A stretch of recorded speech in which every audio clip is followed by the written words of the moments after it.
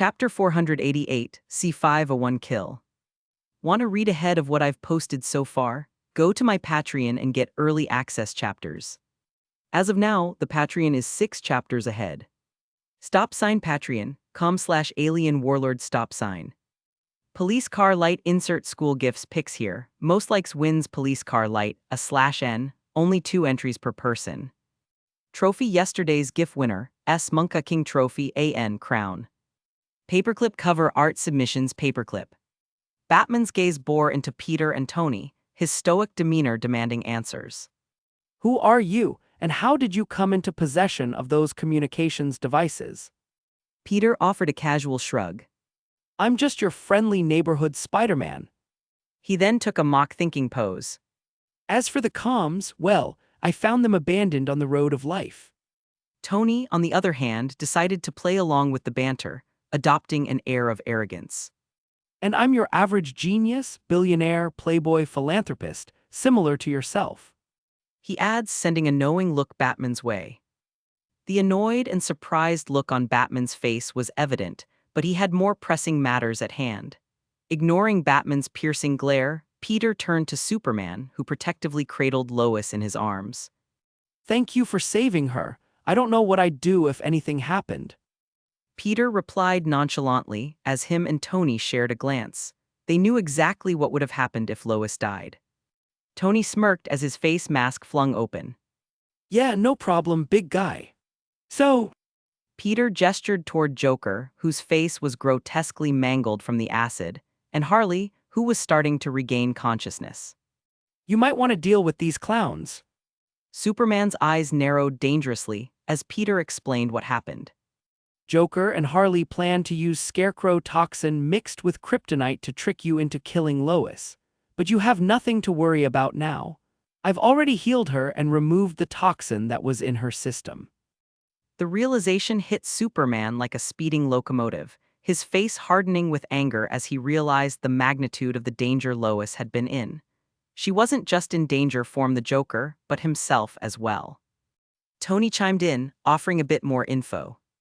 And the bomb, which would have leveled the entire city upon her death, is also defused and safely relocated.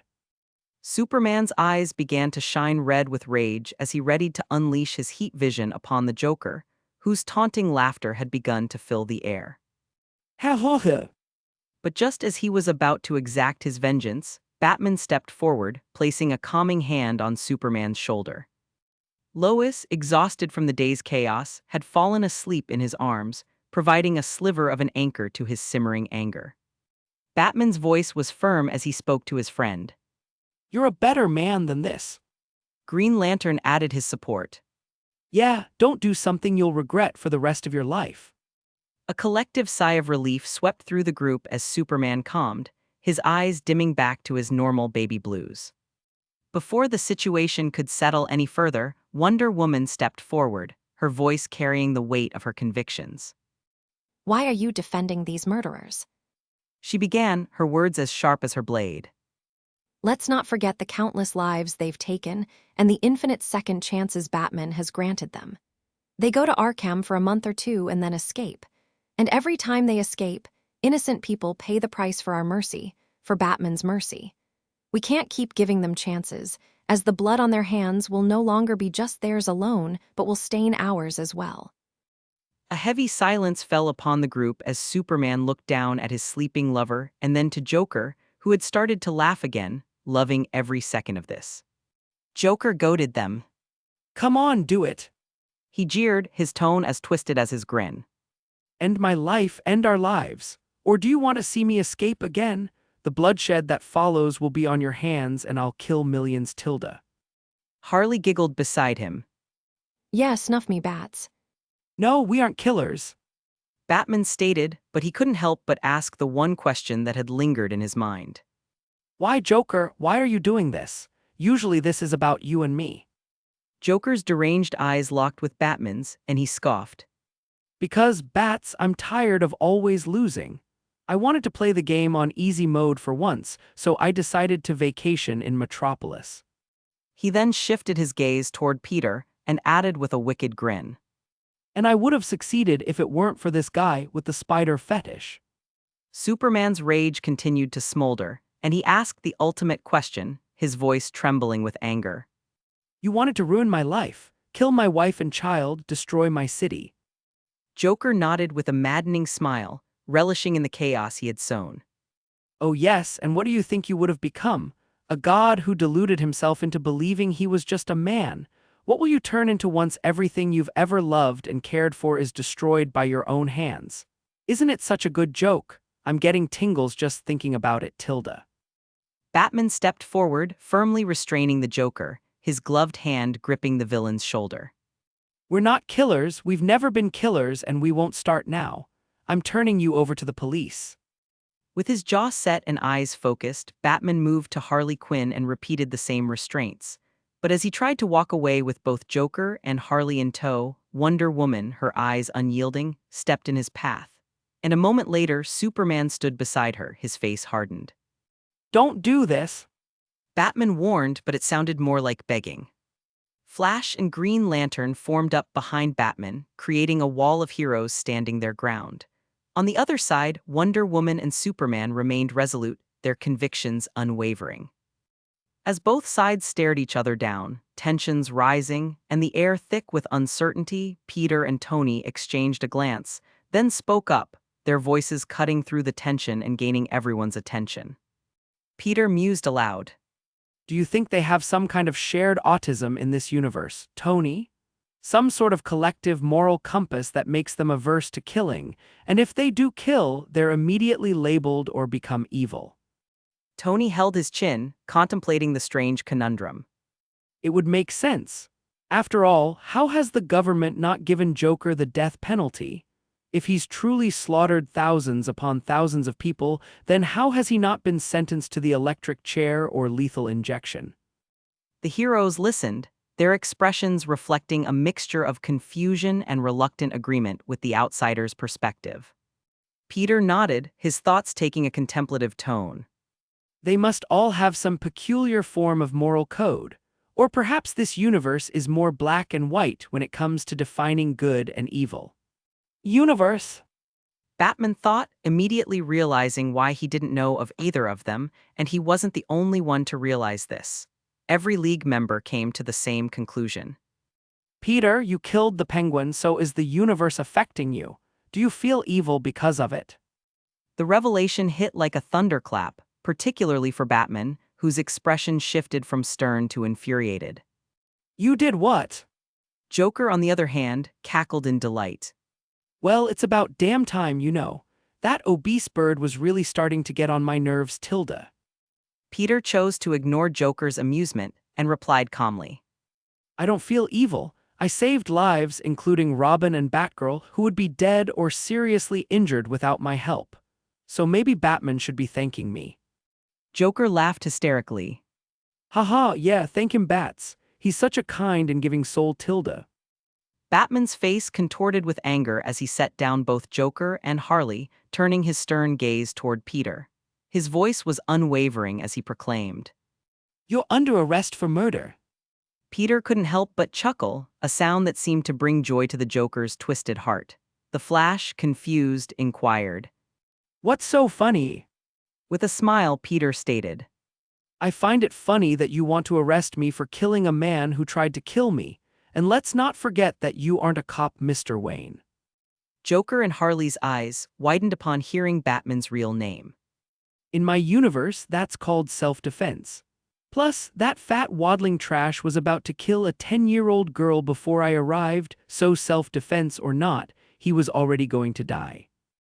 Peter's casual mention of Batman's real name in front of Joker and Harley was like a bombshell that had just detonated on the rooftop. Their shock and surprise were palpable, but it was Joker who broke the silence with a dramatic whine.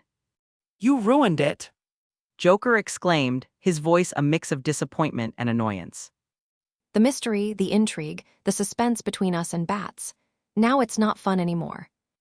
Harley, with a sultry tone, fluttered her eyelashes and suggested.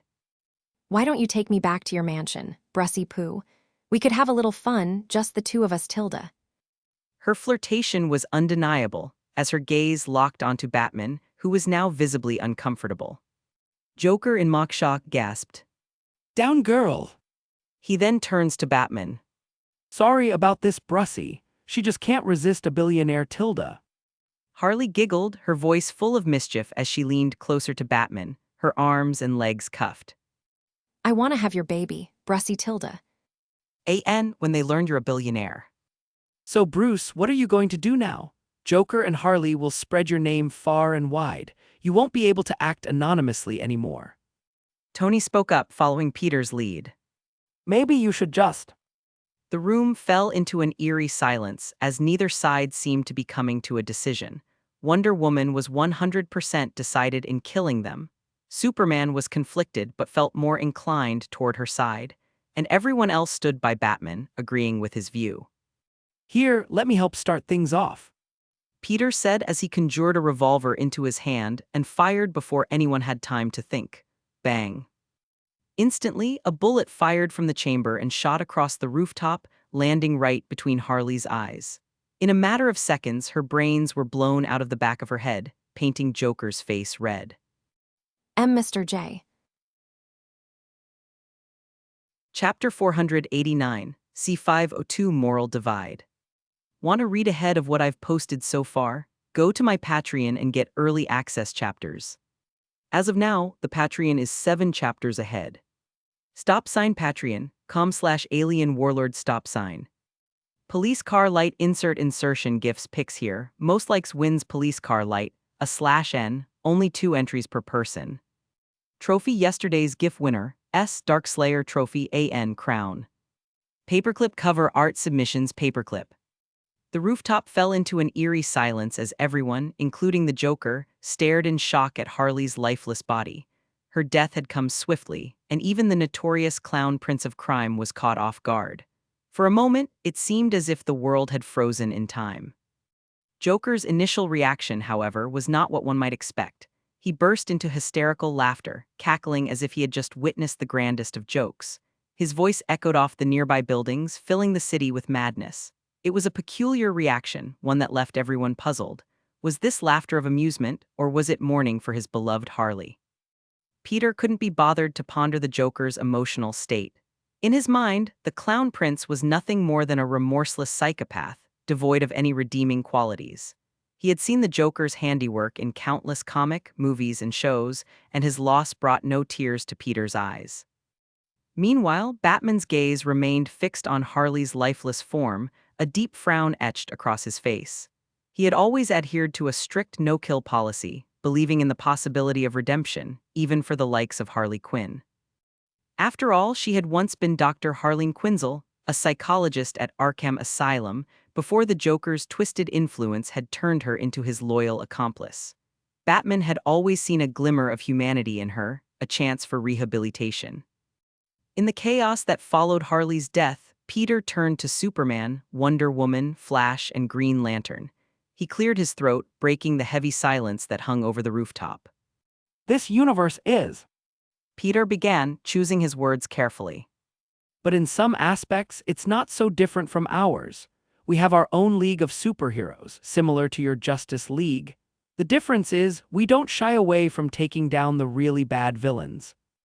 A collective murmur of uncertainty and reflection filled the air as Peter's words sunk in. They began to question the righteousness of their own methods. Tony stepped up beside Peter. In more blunt terms, we aren't a bunch of spandex-wearing pusses who are too afraid to kill a few bad eggs. He added, his voice dripping with ridicule. Are you calling us cowardly? Wonder Woman raised a questioning brow, offended by Tony's words. Peter nodded, unapologetic. Well, isn't it a bit cowardly to keep letting the same villains escape only to come back again and again, killing and robbing innocent people? Wonder Woman couldn't deny the logic in Peter's words, and her gaze became more intense, resolute in her own convictions. She believed in the necessity of eliminating threats to protect innocent lives. Peter pressed on with his explanation, eager to make his point clear. Drawing from his own experiences, he began. Let me explain with a story from my world. Peter explained. and he used it to turn Jessica into his puppet, forcing her to commit unspeakable acts. He enslaved her, R*ped her, abused her, and made her kill for his amusement. When I found him, I didn't hesitate, and neither did she. After all, with him gone, she could live her life without fear of being found and turned into a mindless slave again. The heroes listened in somber silence, their faces showing a mix of emotions, including anger, sympathy, and self-doubt. Wonder Woman's eyes burned with indignation, particularly sensitive to the suffering of women. Peter's voice was unwavering as he addressed Batman, his gaze locked onto the dark night. So Bruce, should I have let Kilgrave live? Should I have let him escape whatever prison the system put him in and continue to torment others? Would that have made me a better man like you? Batman's gloved fists clenched, his inner turmoil evident, but he replied firmly. We aren't executioners. We can't play judge and jury. Despite his stance, Batman couldn't shake the doubt that had begun to fester within him.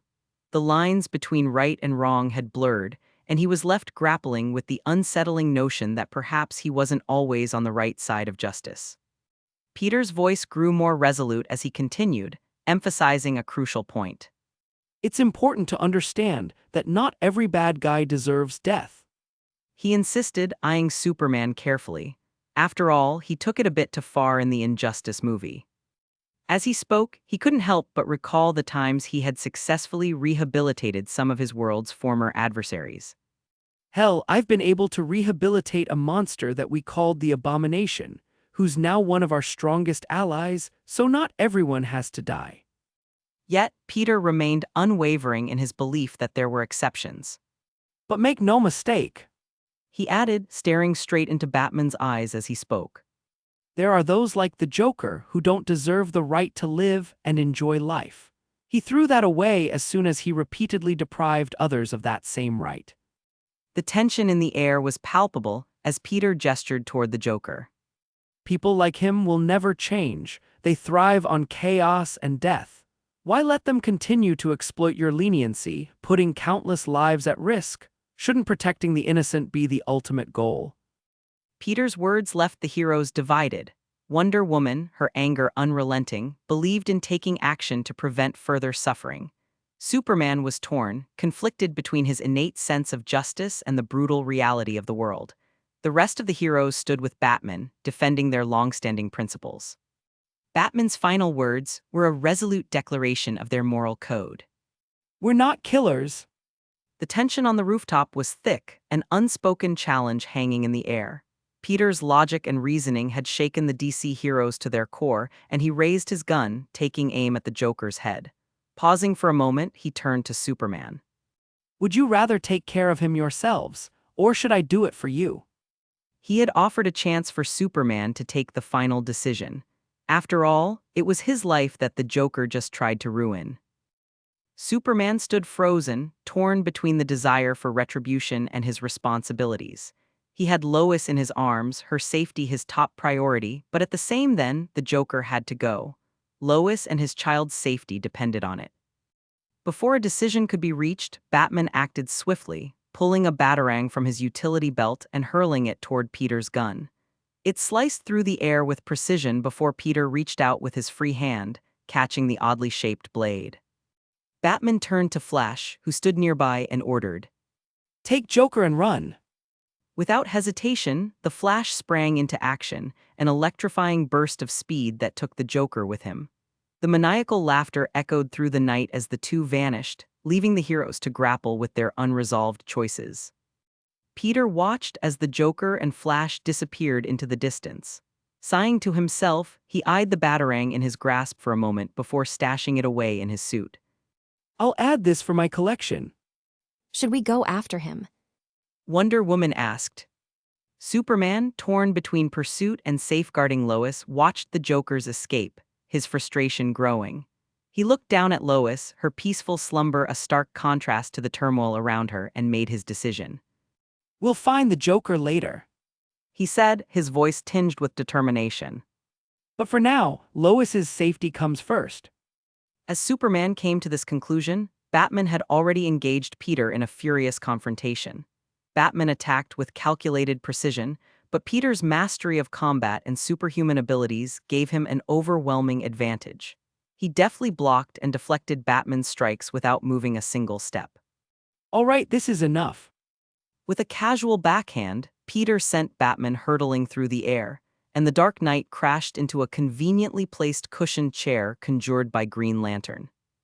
As Green Lantern prepared to join the fray, Superman appeared between the combatants, his presence commanding attention. He spoke with authority, putting an end to the clash. Stop this!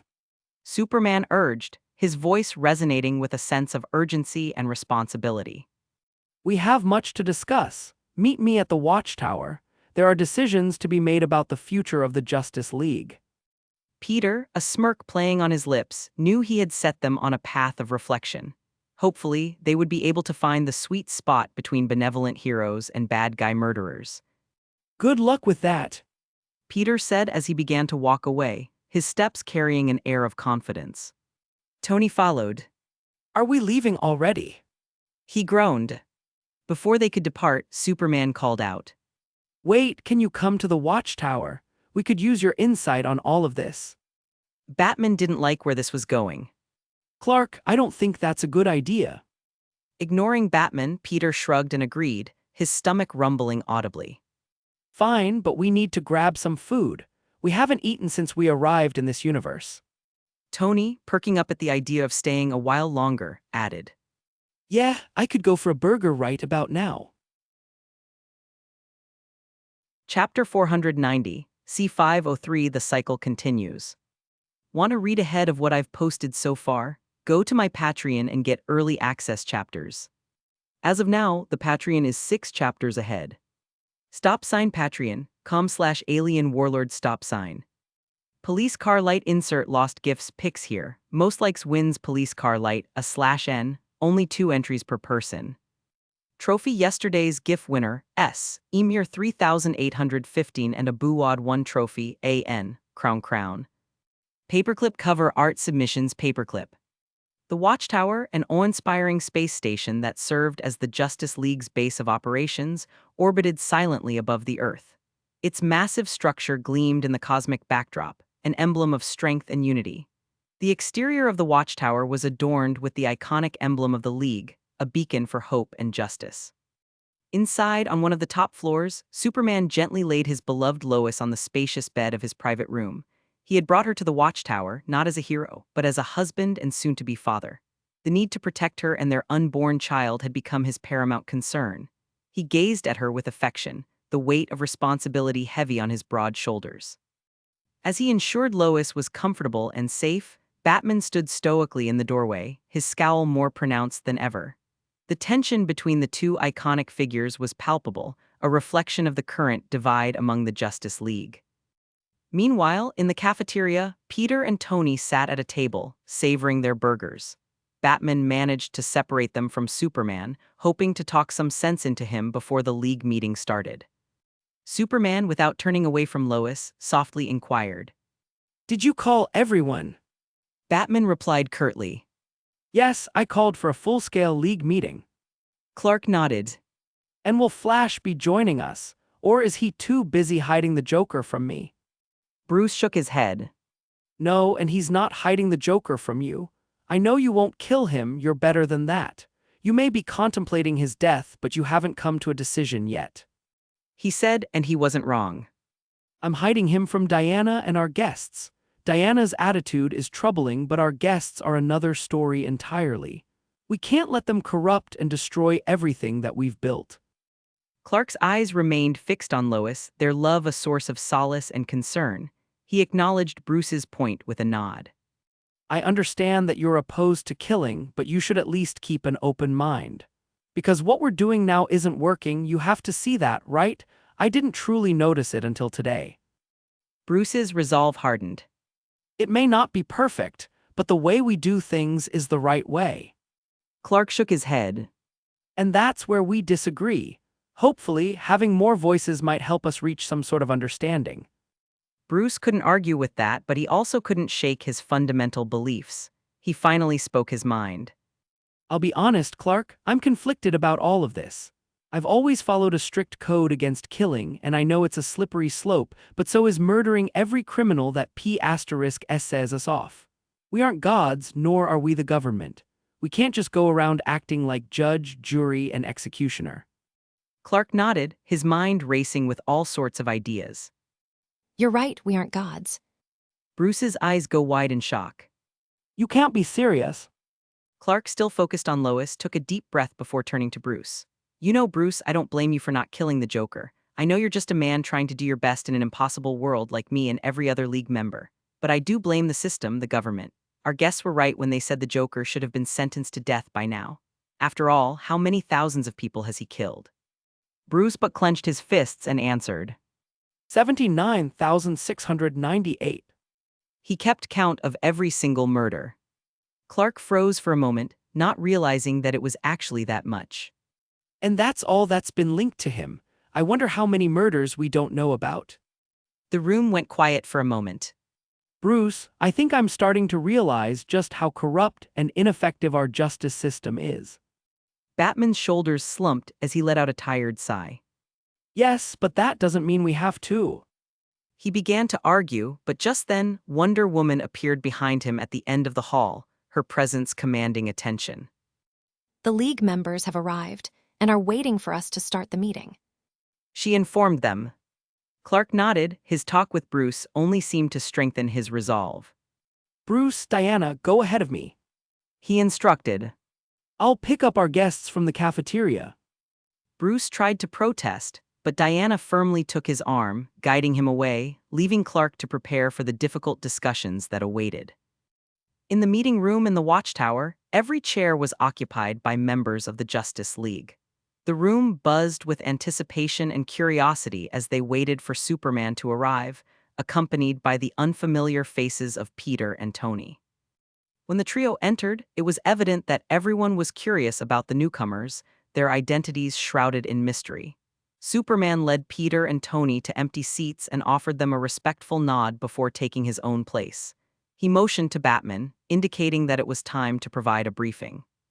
Shazam couldn't contain his curiosity and blurted out. Where's Flash? Batman assured the group. We'll get to that, but there are more pressing matters to discuss. He proceeded to explain the recent events, the Joker's sinister plan to deceive Superman into committing an unthinkable act, and his plot to destroy Metropolis. As the story unfolded, the League members listened in rapt attention.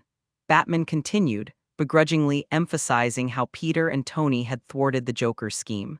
The new guests earned nods of respect and acknowledgement from the gathered heroes. Green Arrow raised an eyebrow and inquired. So, did you call us here just to give us a mission report? Sounds like a waste of time. Superman interjected, silencing the room.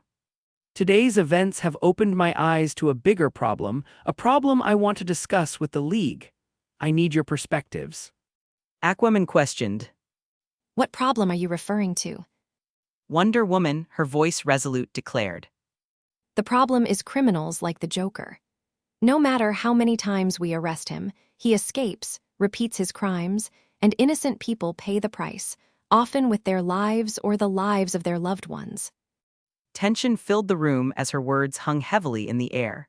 Shazam posed the inevitable question. What are we supposed to do about it?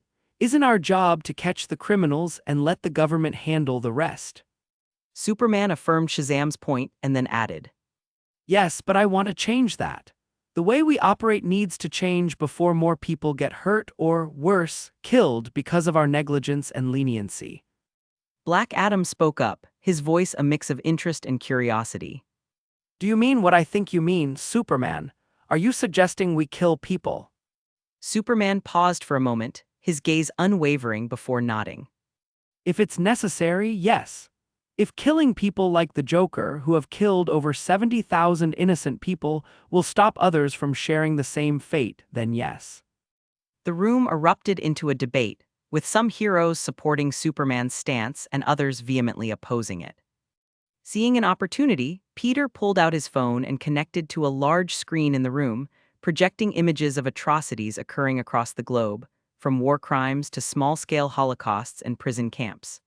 The League members watched in grim silence, their faces reflecting a mixture of distress and helplessness. Batman scowled and inquired. How did you manage to hack into our systems? Peter, with a smirk, admitted. It was fairly easy. After all, your tech is about 20 or 30 years behind ours. Tony added. Don't be too hard on yourselves. We're arguably the best hackers you'll ever meet. There's no system we can't break into. Turning back to the League, Peter began to explain. You see, these atrocities can easily be prevented, but they're hindered by the League's self-imposed limitations. What's stopping you from putting an end to war on this planet? If no one has weapons, then how can they fight? And even then, if they keep fighting with their bare hands, then simply arrest them or scare them into peace. Tony chimed in, adding. Where we're from, we faced similar issues. However, once we formed the Avengers, all wars came to an end. All countries knew the Avengers would hold them accountable for their actions, so everyone became much more open to peaceful outcomes. Peter's gaze swept across the room, and he confessed. I have to be honest and say that this won't solve everything. Even our world still has problems, but it's far less severe than the world I see before me now. Superman regained the spotlight, his tone earnest. Why must we let these atrocities pass? Why can't we help? Why can't we at least try to save everyone? Why are we holding back when we could assist so many people? And most of all, why do people like the Joker deserve to live? Just as the impact of his words resonated troughs the room, the screen suddenly changed and displayed a groggy-looking Flash through a video call. His suit was torn and he seemed to be bleeding from his head. With a grim expression, Flash delivered the unsettling news to the League. The Joker escaped. Peter couldn't help but shake his head in exasperation. And the cycle continues. Chapter 491, C504 Legion of Doom. Want to read ahead of what I've posted so far? Go to my Patreon and get early access chapters. As of now, the Patreon is 7 chapters ahead. Patreon.com/alien warlord stop sign. Police car light insert execution gifts pics here. Most likes wins police car light, a /N, only 2 entries per person. Trophy yesterday's GIF winner, S, a Buwad 1 trophy, AN crown. Paperclip cover art submissions paperclip. Flash's words echoed through the meeting room, and the atmosphere shifted palpably. Peter watched as Superman's face contorted with a mix of anger and frustration. The sudden shift in mood did not go unnoticed by anyone in the room. Even the groggy and battered Flash noticed Superman's anger. Batman frowned and ordered. Explain. With visible reluctance, Flash began recounting the ordeal. He had brought the Joker to Green Arrow's secure underground base, cleverly lined with lead to avoid Superman's X-ray vision. His intentions were to keep the Joker isolated. But after leaving for a few minutes to grab some food, Flash had returned to find Joker passed out. But he soon learned that he was only playing dead and unleashed a treacherous green spray hidden within a flower on his chest when Flash got close to check on him. Thankfully, he had managed to dodge the spray, but his respite was short-lived. An unexpected visitor, Eobard Thawne, or better known as Reverse Flash, had appeared, likely trailing Flash after his quick food run. Reverse Flash's ambush had caught Flash off guard, and he had been swiftly beaten before Thawne took Joker and vanished on a burst of speed. Flash let out a grunt in frustration. I tried to follow, but as you can see, he kinda kicked my *S on his way out. Superman's frustration grew as Flash continued. It was clear that if Batman hadn't insisted on taking Joker away, this wouldn't have happened.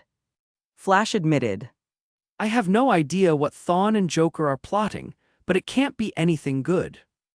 Wonder Woman, however, wasted no time in pointing fingers. She glared at both Batman and Flash as she rose from her seat. This is your fault. If you didn't take him away, then this wouldn't have happened. We could have taken him to the Watchtower or even executed him, as we were discussing. Before Batman could come to his and Flash's defense, Superman intervened. He acknowledged Wonder Woman's frustration but argued, I feel the same as Diana, but they couldn't have foreseen Joker's rescue by Thawne. But this does serve as undeniable proof of the point I've been trying to make. Jajami's dead. She began to speak, her voice quivering with grief. We were investigating the docs together, and then the Joker.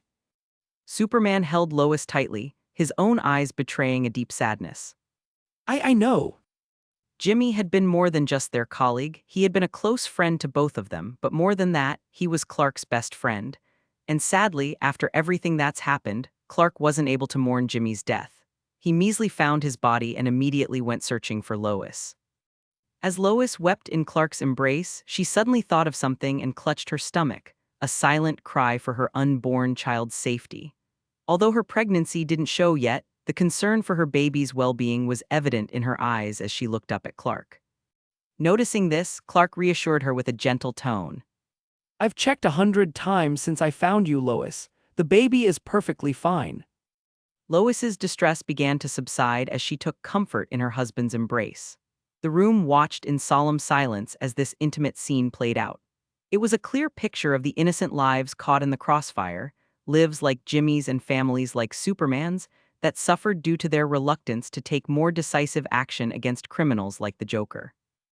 Done with staying quiet, Peter's voice cut through the tense atmosphere in the meeting room, capturing everyone's attention. Even Clark and Lois, who had been lost in their poignant, grief-filled reunion just moments before, turned to listen. Peter's tone was composed yet firm as he addressed the room. With the Joker's escape, we have a pressing problem. We should act swiftly to find him and ensure the safety of both Batman and Superman's loved ones. Aquaman raised a skeptical brow and asked. Why should we be concerned about that? Before Peter could explain, Batman, who had been sitting in silence, abruptly jumped out of his seat and dashed out of the room, leaving everyone shocked by his sudden departure. Batman might not have many loved ones, but he did have Robin, Batgirl, and Alfred, all of whom could be considered easy targets for Thawne and the Joker.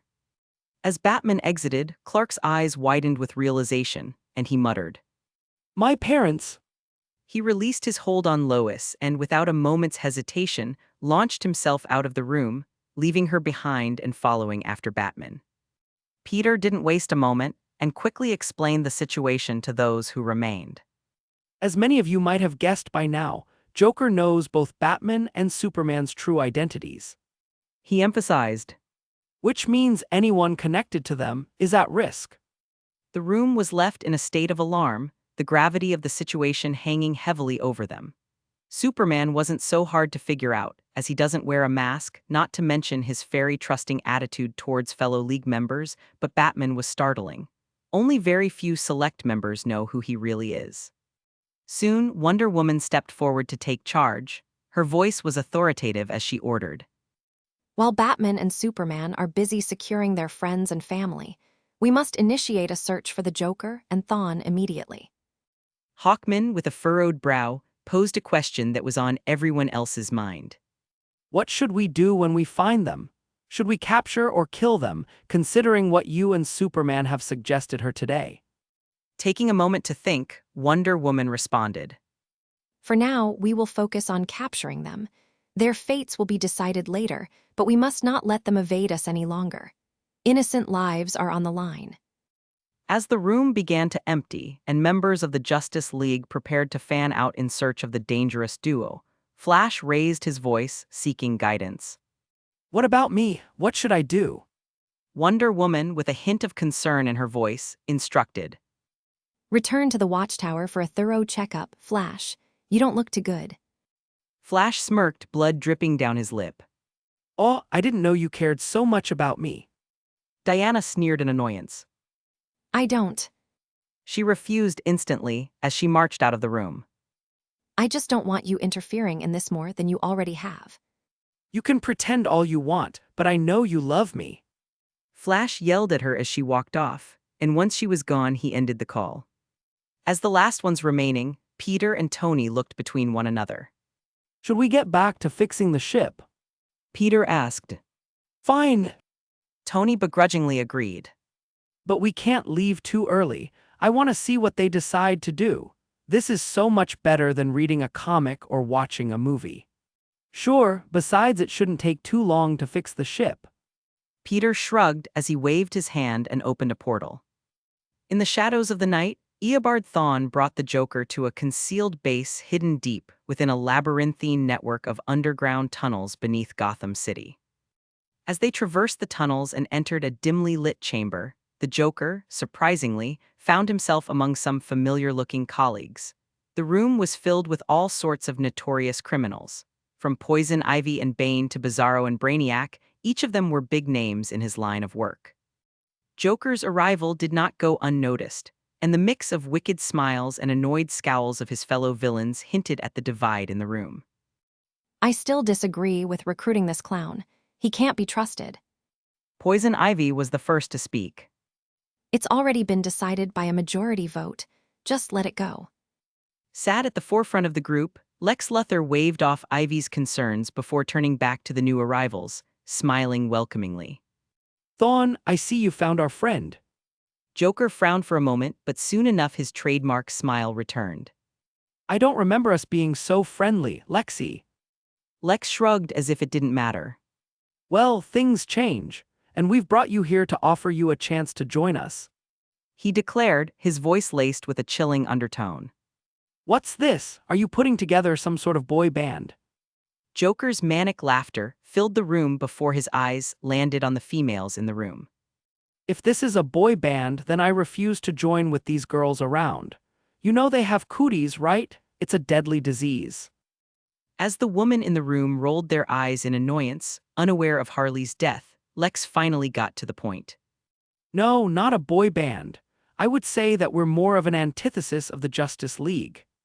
Joker raised a brow, finding that to be a very interesting idea. Tell me more. Chapter 492, C505 RIP Birds. Want to read ahead of what I've posted so far? Go to my Patreon and get early access chapters. As of now, the Patreon is 6 chapters ahead. Patreon.com/alien warlord stop sign. Police car light insert hacker gifts pics here. Most likes wins police car light, /n, only 2 entries per person. Trophy yesterday's GIF winner, S Dark Slayer Trophy AN Crown. Paperclip cover art submissions paperclip. Since the Joker's escape, the Justice League had been on high alert. Their patrols had intensified, blanketing the world with their presence. News channels buzzed with reports of Justice League sightings, but the public remained in the dark about the real reason behind these activities. All they knew was that something grave was afoot, given the League's unprecedented mobilization. Back in the Watchtower, Batman and Superman returned with their loved ones. For Superman, that meant bringing his elderly parents, Jonathan and Martha Kent, to the space station. He had decided it was best to keep them away from Kent Farm for the time being. It was an unusual sight for the elderly couple as they were teleported, via the boom tube, up to a space station filled with all sorts of high-tech marvels that they didn't come close to understanding. Jonathan Kent scratched his head, his eyes wide as he marveled at the advanced surroundings. Son, is this the watchtower you've told us about? What's going on here? Why the rush to get us out of the house? Superman exchanged a knowing glance with Lois, who was waiting for their arrival. Yes, Mom, Dad, this is the watchtower, a safe place for now. He then motioned to Lois. And as you already know, this is Lois. We'll explain everything shortly. As they showed Jonathan and Martha around and explained why they were brought to the watchtower, Clark and Lois noticed a sense of bewilderment on the elderly couple's faces. However, as the couple shared their concerns about the situation, Clark and Lois decided to reveal a piece of joyful news to smooth things over. Mom, Dad, there's something important we wanted to tell you. Clark began, a warm smile on his face. Lois and I are going to have a baby. The revelation had an instantaneous and miraculous effect. Jonathan and Martha's concerns about everything they've learned simply melted away. Tears of joy welled up in Martha's eyes as she pulled Lois into a heartfelt embrace. Oh, that's wonderful, dear. Jonathan clapped Clark on the back, his eyes glistening with pride. You're going to make a great father, son. I know it. In that moment, the worries of the outside world faded away as the Kents celebrated a new member of their family. It was a brief respite from the turmoil they had found themselves embroiled in. Meanwhile, in another part of the watchtower, Batman was handling his own delicate situation. He had brought his most important people as well. Robin, Batgirl, and even Alfred, whom he had coerced into donning one of his old batsuits to help hide his identity, which made the poor old man look like some sort of elderly trick or treater on Halloween. The reason for the suit was simple: Alfred's identity is forever linked to Bruce Wayne. And although Bruce's identity may be compromised, that doesn't mean he would throw away all precautions. As he settled them into their temporary quarters, Robin and Batgirl couldn't help but voice their discontent. We don't need protection. Robin argued. We've handled ourselves pretty well so far. Batgirl chimed in, crossing her arms. Yeah, we're not helpless, you know. Well, you could have fooled me. Batman looked at both of his protégés with a heavy dose of skepticism. Did I or did I not just pick you two up from a GPD prison cell? That's not our fault. Batgirl exclaimed in protest. Robin nodded his head. Yeah, it was that a-shole who knocked us out after stealing our comms. Excuses. Bruce shook his head. The fact that you were arrested is no one's fault but your own. And because of that, I'll be increasing both of your training schedules.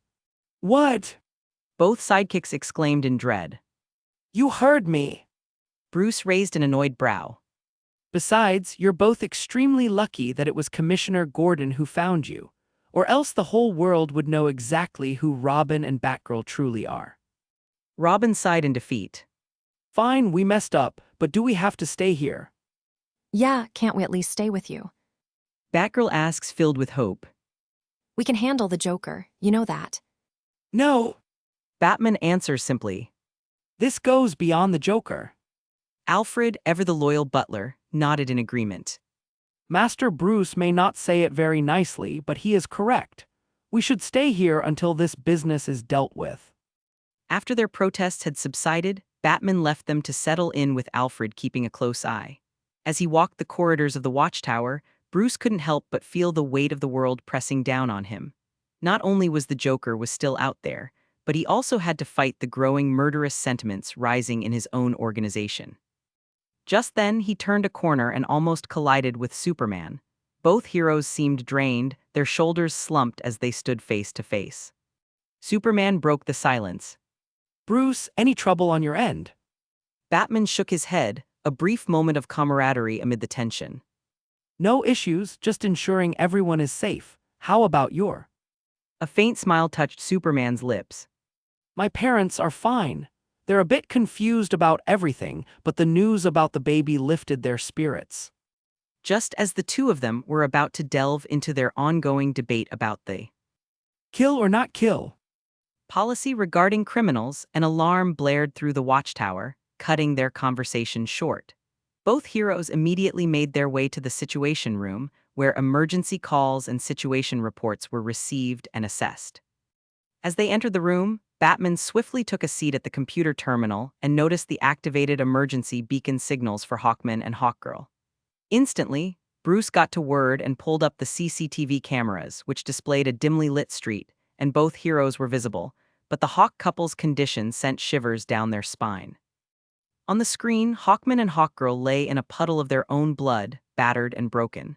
Their faces contorted in pain, and it was evident that they were in dire need of assistance. The feed showed them in a condition close to death, breathing shallow breaths as blood quickly drained from their bodies. And not a single perpetrator was in sight. I've got a bad feeling about tonight.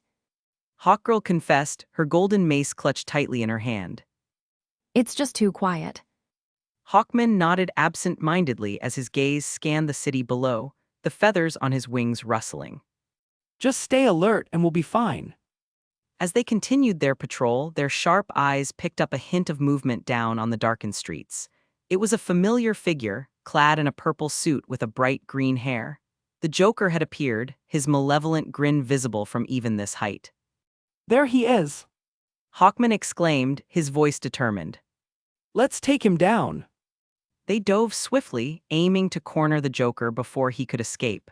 But as they descended, the Joker led them further into the dimly lit streets, a sinister laugh echoing around them. The narrow alleyways swallowed them, and their descent landed them in a concealed courtyard, surrounded by tall buildings. It was a trap, and the Joker had lured them right into it. From the shadows emerged a figure, massive and imposing. Bizarro, the reverse version of Superman, stood there, his pale, chalky skin and unnatural features contrasting sharply with the night. His crimson eyes locked onto Hawkman and Hawkgirl. Joker brought friends. Bizarro grumbled, his voice distorted and twisted. Me fight you now. Hawkman and Hawkgirl shared a quick, concerned glance before they surged into action. Hawkman lunged at Bizarro first, his mace swinging through the air with the intent to strike a powerful blow. Bizarro, however, moved with astonishing speed. He dodged Hawkman's attack effortlessly, then retaliated with a crushing punch to Hawkman's midsection, sending him hurtling backward into a brick wall. The impact left cracks in the wall, and Hawkman slumped to the ground, groaning in pain. Hawkgirl, undeterred by her partner's plight, lunged at Bizarro, her mace whirling around her like a deadly weapon. She aimed for his head, hoping to disorient him. But Bizarro was ready. With his superhuman reflexes, he caught her mace in midair with one hand and yanked it from her grasp. His other hand snaked out, gripping her by the throat and hoisting her into the air. Hawkgirl struggled, her wings flapping frantically, but Bizarro's strength was overwhelming. He grinned sadistically, reveling in her futile resistance. You weak. He sneered. Hawkman, having recovered from the wall collision, lunged at Bizarro again, his wings spread wide. But Bizarro was too fast, shifting his grip on Hawkgirl and using her as a shield. Hawkman's attack struck his partner instead, sending her sprawling to the ground, dazed and bleeding. The fight was completely one-sided, a brutal display of Bizarro's power. Hawkman and Hawkgirl tried their best, but they were outmatched in every way. Bizarro battered them relentlessly, his blows striking with bone-crushing force. They were left battered and bloody on the verge of death, their wings tattered and broken. As Bizarro continued his assault, the Joker watched with sadistic glee, reveling in the first of many hits he had orchestrated on behalf of his new club. It was a nightmarish encounter, a brutal reminder that even the mightiest of heroes could be brought to their knees with the right weapon. Flashback end. Batman and Superman arrived at the grim scene too late. The perpetrators were already gone, leaving behind the bloodied forms of Hawkman and Hawkgirl in the middle of the street. Rushing to check them over, Batman soon came to a startling and soul-crushing realization. They're dead. Superman knelt by their side, his eyes filled with sorrow and regret. His super hearing confirmed what his friend had already told him. We're too late. Clark muttered in regret. Batman stood silently, his fists clenched, feeling the heavy weight of their loss. Did the Joker do this? He wondered, regretting his past actions more and more. As they beat themselves up for being too slow to intervene, their comm devices buzzed with urgency. A chorus of emergency beacons were going off, each signal representing a fellow member of the Justice League in distress. Instantly, the realization struck Batman like a bolt of lightning. The League is under attack. He declared, his eyes wide in shock. Whilst Peter and Tony worked on repairing their ship, the earpieces they stole from Batman's minions suddenly started going off like crazy. What the hell is going on? Tony asked as he turned off his blowtorch. Peter sighed and tossed his screwdriver aside. No idea, but it's probably not good. Chapter 493, C506 Sinestro. Want to read ahead of what I've posted so far? Go to my Patreon and get early access chapters. As of now, the Patreon is 7 chapters ahead. Patreon.com/alien warlord stop sign. Police car light insert fear gifts pics here. Most likes wins police car light, a /n, only 2 entries per person. Trophy yesterday's GIF winner, S Darkslayer Trophy AN Crown. Paperclip cover art submissions paperclip. The shrill sound of alarms blared through the watchtower, each pulsating ring echoing the urgency of the situation. Batman's voice cut through the chaos as he issued the distress call, summoning every available League member to the heart of their headquarters. The League is under attack. All available members report immediately to the Watchtower for emergency assignment. Peter and Tony heard his call through their stolen comms. Instantly, they glanced at each other, tension thick in the air. Fixing the ship had been a dull and monotonous task, but this was an entirely different matter. Tony's eager eyes pleaded with Peter, the desire to be part of the action clearly etched across his face. Peter sighed, knowing that there was no way Tony would be content sitting this one out. He waved his hand, creating a shimmering portal right beside them. All right, let's go see what's happening. With an excited grin, Tony stepped through the portal, followed closely by Peter. The portal snapped shut behind them, leaving the spaceship repairs momentarily abandoned. As they emerged in the watchtower, they were met with a flurry of activity. League members were pouring in from every corner, each having used the boom tube, the teleportation system designed to get them to the watchtower in record time. There was an air of tension that hung heavy in the room, especially because some of their fellow heroes were absent. Batman, ever vigilant, eyed Peter and Tony with his usual stoic expression. He might not have liked them, but the situation demanded their cooperation, and he wasn't about to kick out potential allies in the fight against this unforeseen threat. With everyone assembled, Batman approached a control panel and, with a swift motion, activated a massive screen that dominated one wall of the room. The screen lit up with a grim display, showing the status of various League members who were currently under attack. Superman's eyes narrowed as he watched the screen, a mixture of anger and concern etching his features. The Joker, a man responsible for countless atrocities, stood alongside Bizarro, an entity that had brought him nothing but grief over the years. They were engaged in a brutal battle with Cyborg, who appeared to be on the losing end of the confrontation. As he witnessed the chaotic scene, Superman's grip on the armrest of his chair tightened. Bizarro was a longtime nemesis of his, but the Joker was a much more important target now. His attempts to harm his family and the death of his friend, Jimmy Olsen, had left deep scars on Superman's heart. This was not just another mission. We are facing a coordinated attack from some of our most notable enemies. He declared, his jaw set with determination. Each of you should be prepared for combat. We will be using the boom tube to transport you to the locations of your respective teammates. Batman and Superman failed to mention anything about the deaths of the Hawk couple, which was most likely due to the fact that they were running low on time. If they didn't move quickly, then others would no doubt succumb to the same fate. As the room buzzed with energy and tension, Tony raised his hand, capturing the attention of those present. We're here to help. Send us wherever you need us. Superman, his expression softening, nodded in approval. Thank you both. Your assistance will be greatly appreciated. Without wasting another moment, Batman operated the control panel once more. The room vibrated with power as the boom tube activated. One by one, League members disappeared with a flash of light, ready to confront the threats that had befallen their comrades. Peter and Tony shared a brief look before disappearing as well. As everyone left, including Batman and Superman, the watchtower fell into a calm silence, contrasting heavily with the chaos taking place on the planet below. Emerging from the boom tube, Peter found himself hovering above a bustling city, his keen senses immediately focusing on the turmoil across from him. High above the city, two figures, clad in green and yellow, clashed in the skies, locked in a vicious battle that threatened to tear the city apart. The first figure was none other than Green Lantern, a hero Peter had met before. However, the state he was in now was a stark contrast to the confident and formidable hero Peter remembered. Green Lantern's suit was tattered and torn, blood trickled down from a split lip, and numerous cuts marred his body. He was struggling against a powerful adversary, clearly fighting a losing battle. The source of his suffering was unmistakable, a sinister and imposing figure that radiated an ominous yellow light. Sinestro, the arch-nemesis of Green Lantern, was a sight to behold. His yellow power ring glowed with malevolent energy, casting an eerie illumination over his villainous visage. His skin was a sickly pale yellow, and his piercing blue eyes exuded a sense of cold and calculating menace.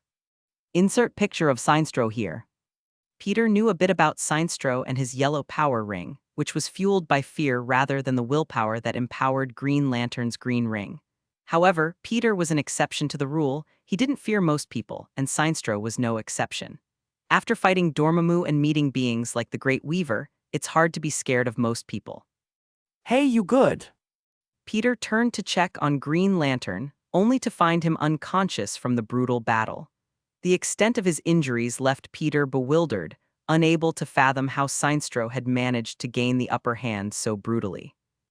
With a shrug, Peter opened a portal beneath Green Lantern, whisking him away to the medical bay inside the watchtower.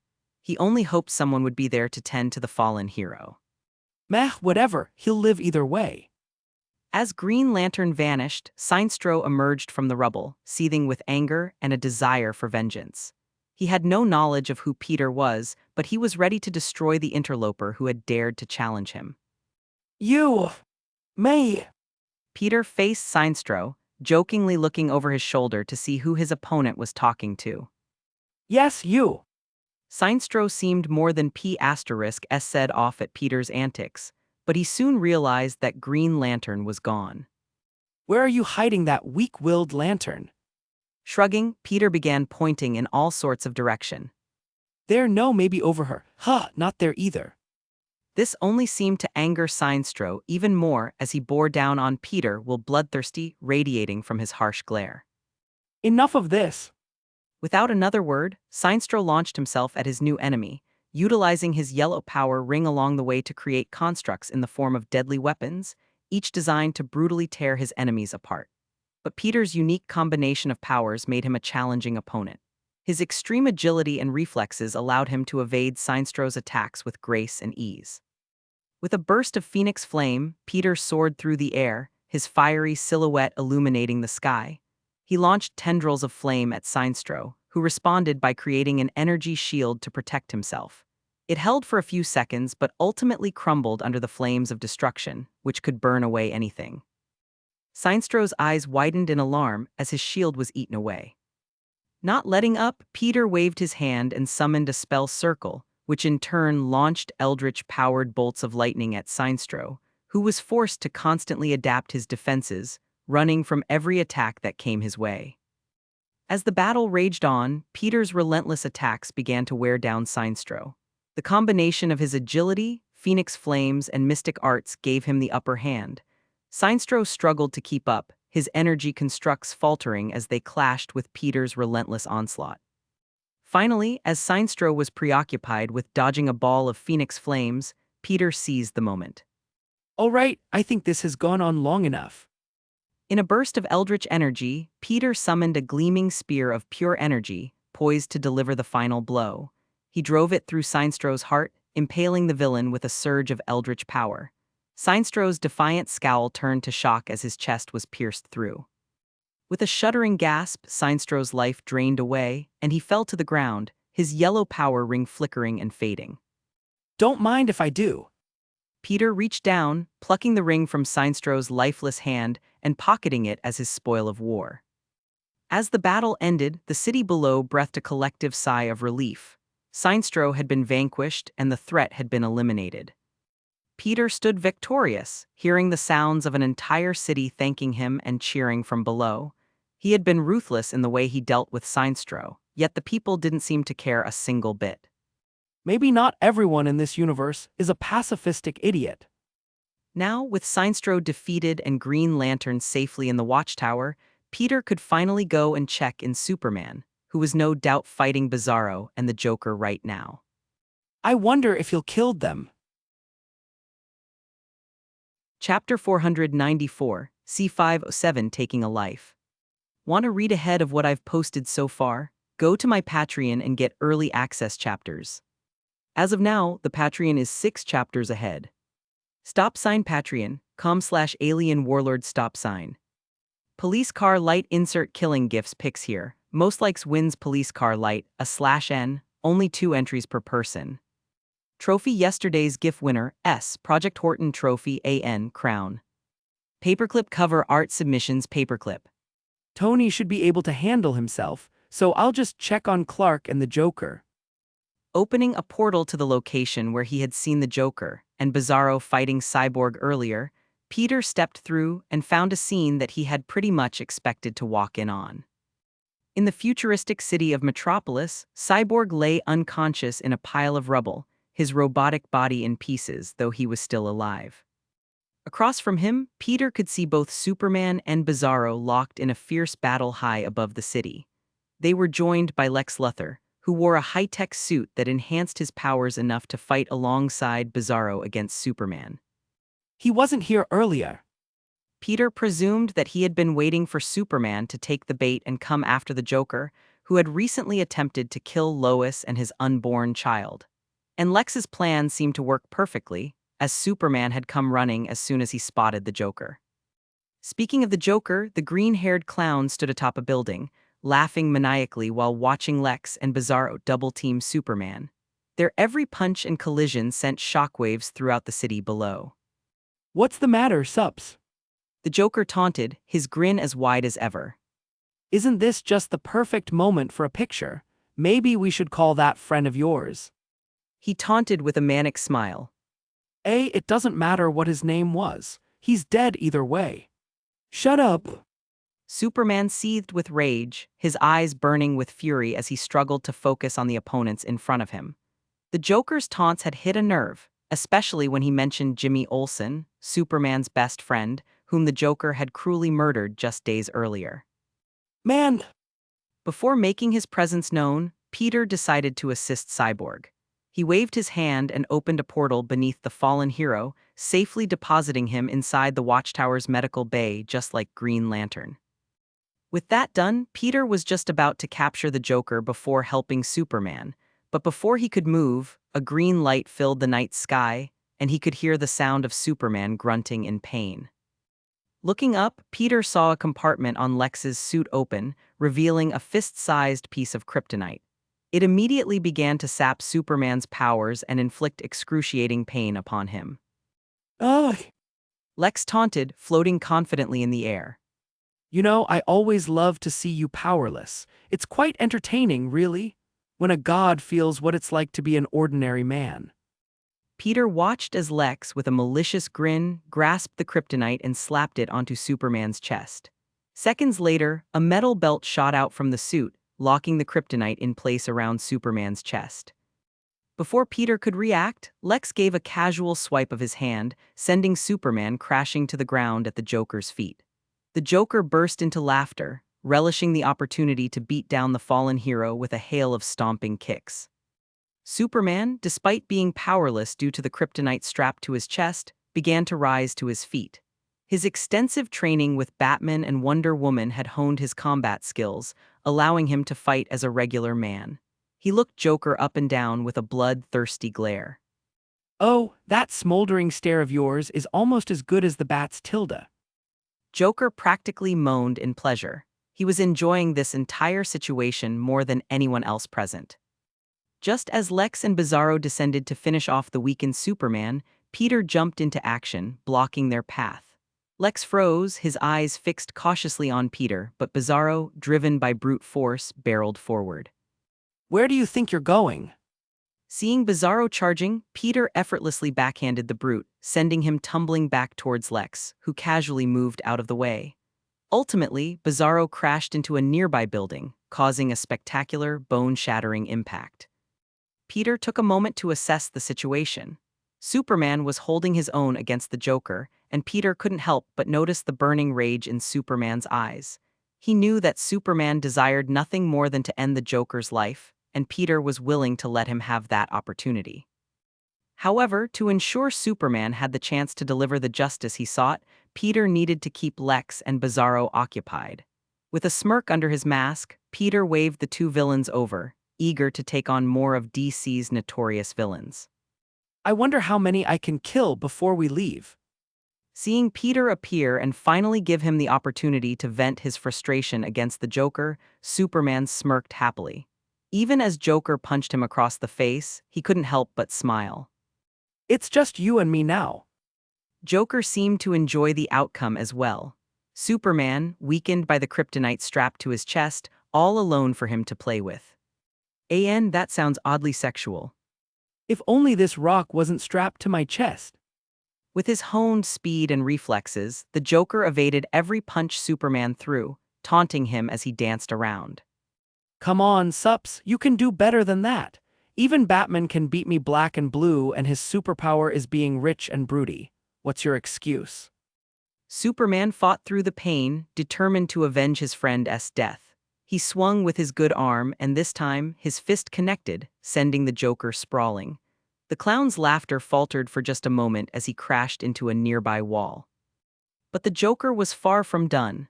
He sprang back to his feet, delivering a savage knee to Superman's abdomen. The Kryptonian hero winced in agony, his breath escaping in a painful gasp.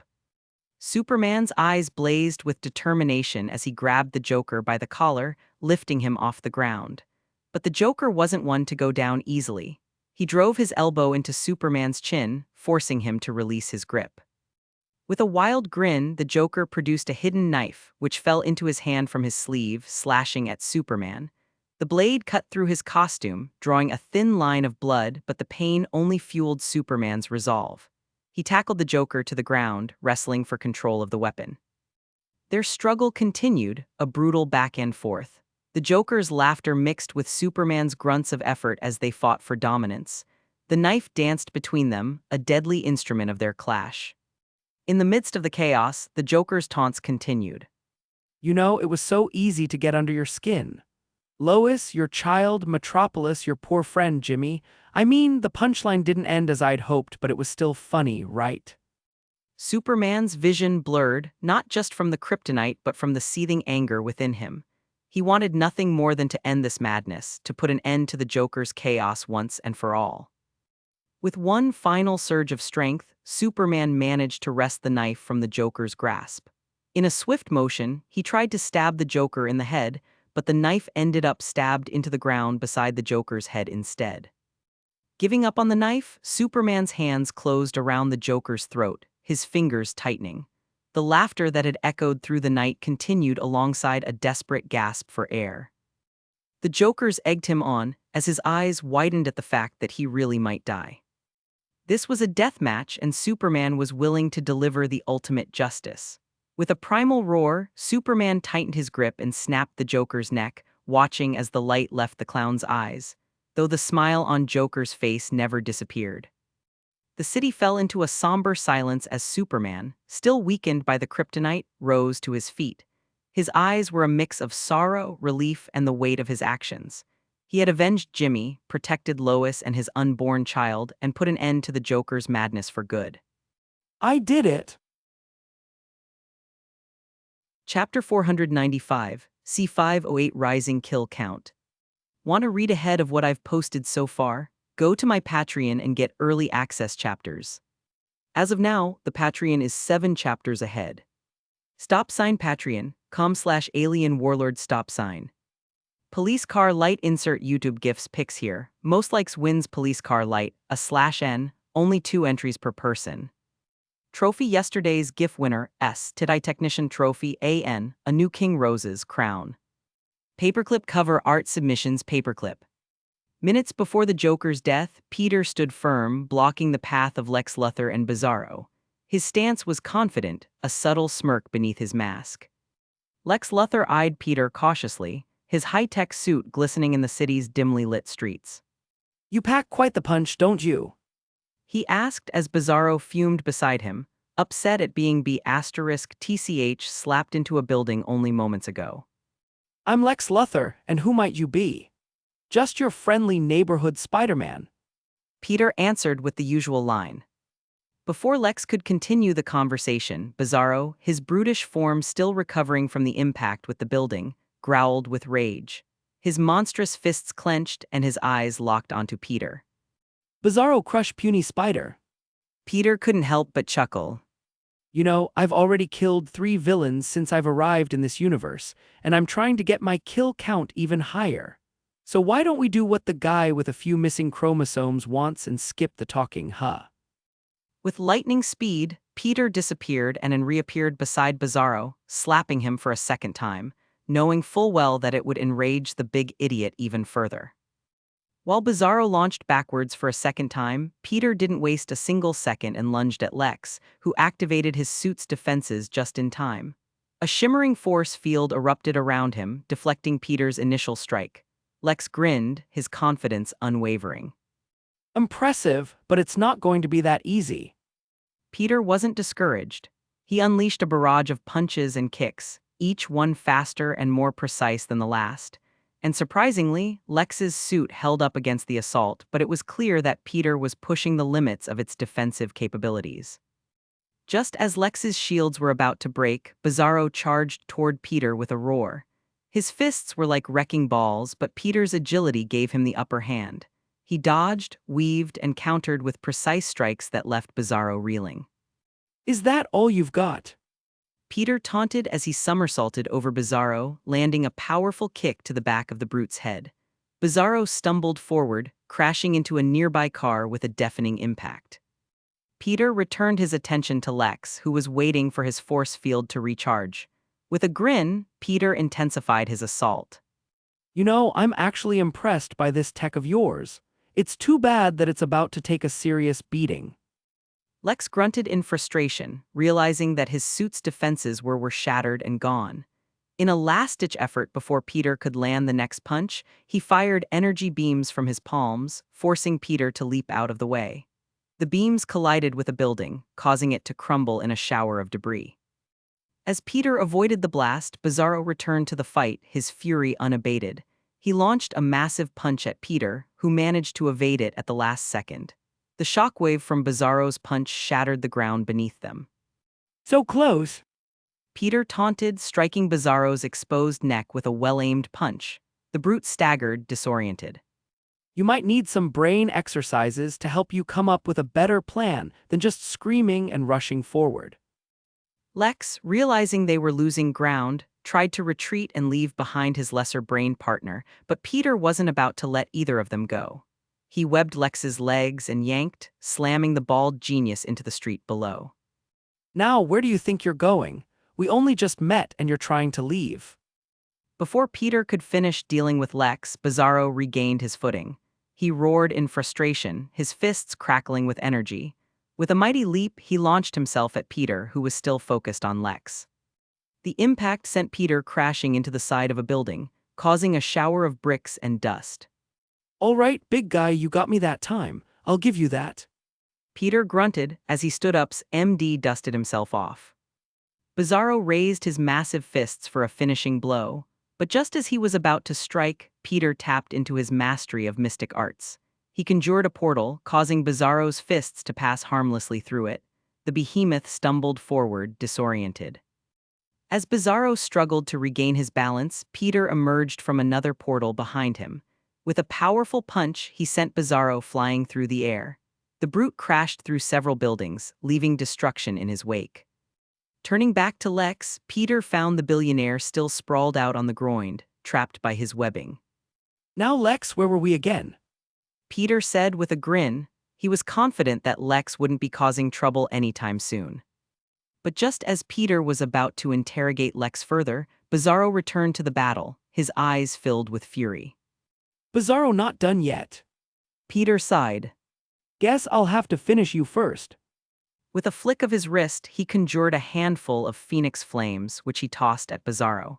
And Bizarro, being the nearly indestructible idiot that he is, didn't even bother dodging. Well, rest in peace, I guess.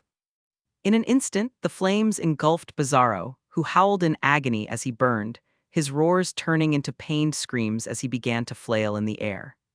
I think this makes 4 DC villains now. Peter commented as he watched Bizarro's agonizing demise. The flames consumed the brute until there was nothing left but ashes, which blew away in the wind. With Bizarro defeated, Peter returned to Lex, who was now trembling with fear. So you ready to die? Because I'm serious about my kill count. Lex froze up in fright. He wasn't used to such ruthlessness from the good guys. After all, his arch-enemy is Superman, who may be a godlike alien, but at the end of the day he's always gone easy on his enemies. If Superman were to come after you, then the most you had to worry about was a few bumps and bruised, not to mention the trip to jail. Death was never a possibility until today. Peter extended his hand, lifting Lex into the air with a single thought. Well, this has been fun, but I have other bad guys to kill and a whole Justice League to change. So let's make this quick, shall we? Walking over with a casual gait, he opened his hand and conjured a sharp axe. With a swift, fluid motion, Peter decapitated Lex Luthor. His head rolled on the ground and his body fell lifeless. That makes 5. With Lex's demise, the battle was over. Peter stood amid the destruction, his body a bit sore from the hit he took from Bizarro, but victorious nonetheless. As he gazed at the carnage around him, Peter couldn't help but look towards a nearby building where he found Superman watching him. Scanning the area beside him, he smirked as he witnessed the dead body of Joker, the clown's neck snapped sideways. I am surprised he had the balls to actually do it. Peter thought, his eyes locked onto the lifeless body of the Joker. Nearby, the headless form of Lex Luthor lay still. The streets were a scene of chaos and destruction, and there was a somber air lingering in the aftermath. Landing beside Superman, Peter nodded his head in approval. Good work. He said as he walked over and ripped the kryptonite off of Clark's chest, storing it in his necklace alongside his other stones. I'll keep that for my collection. Thanks. Superman looked at Peter, a mixture of admiration and uncertainty in his eyes. Where did you put it? Peter lied, his voice calm and resolute. I destroyed it. It's a cleaning spell that just vanished things. Don't worry, it's gone for good. Superman seemed to calm, believing Peter completely. Thank you, that stuff is like poison to me. You have no idea how much of a hassle it is dealing with it.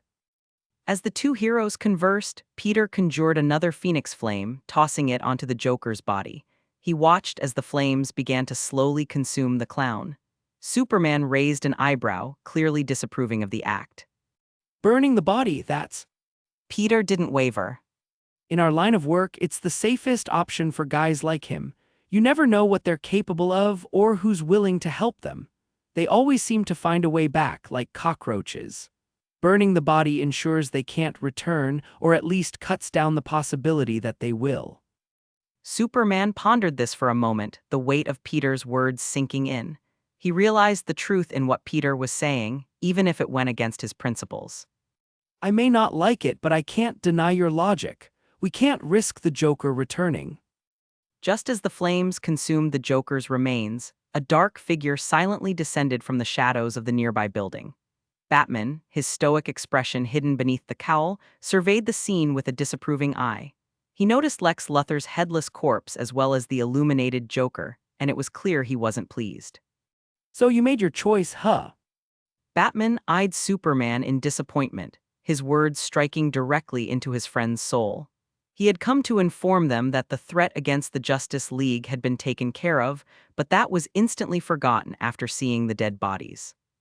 Superman replied weakly.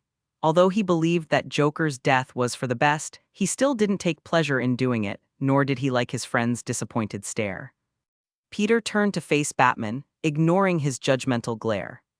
I know you don't agree with their deaths, and that's a dumb yet respectable position to hold, but have you ever considered that you could be wrong?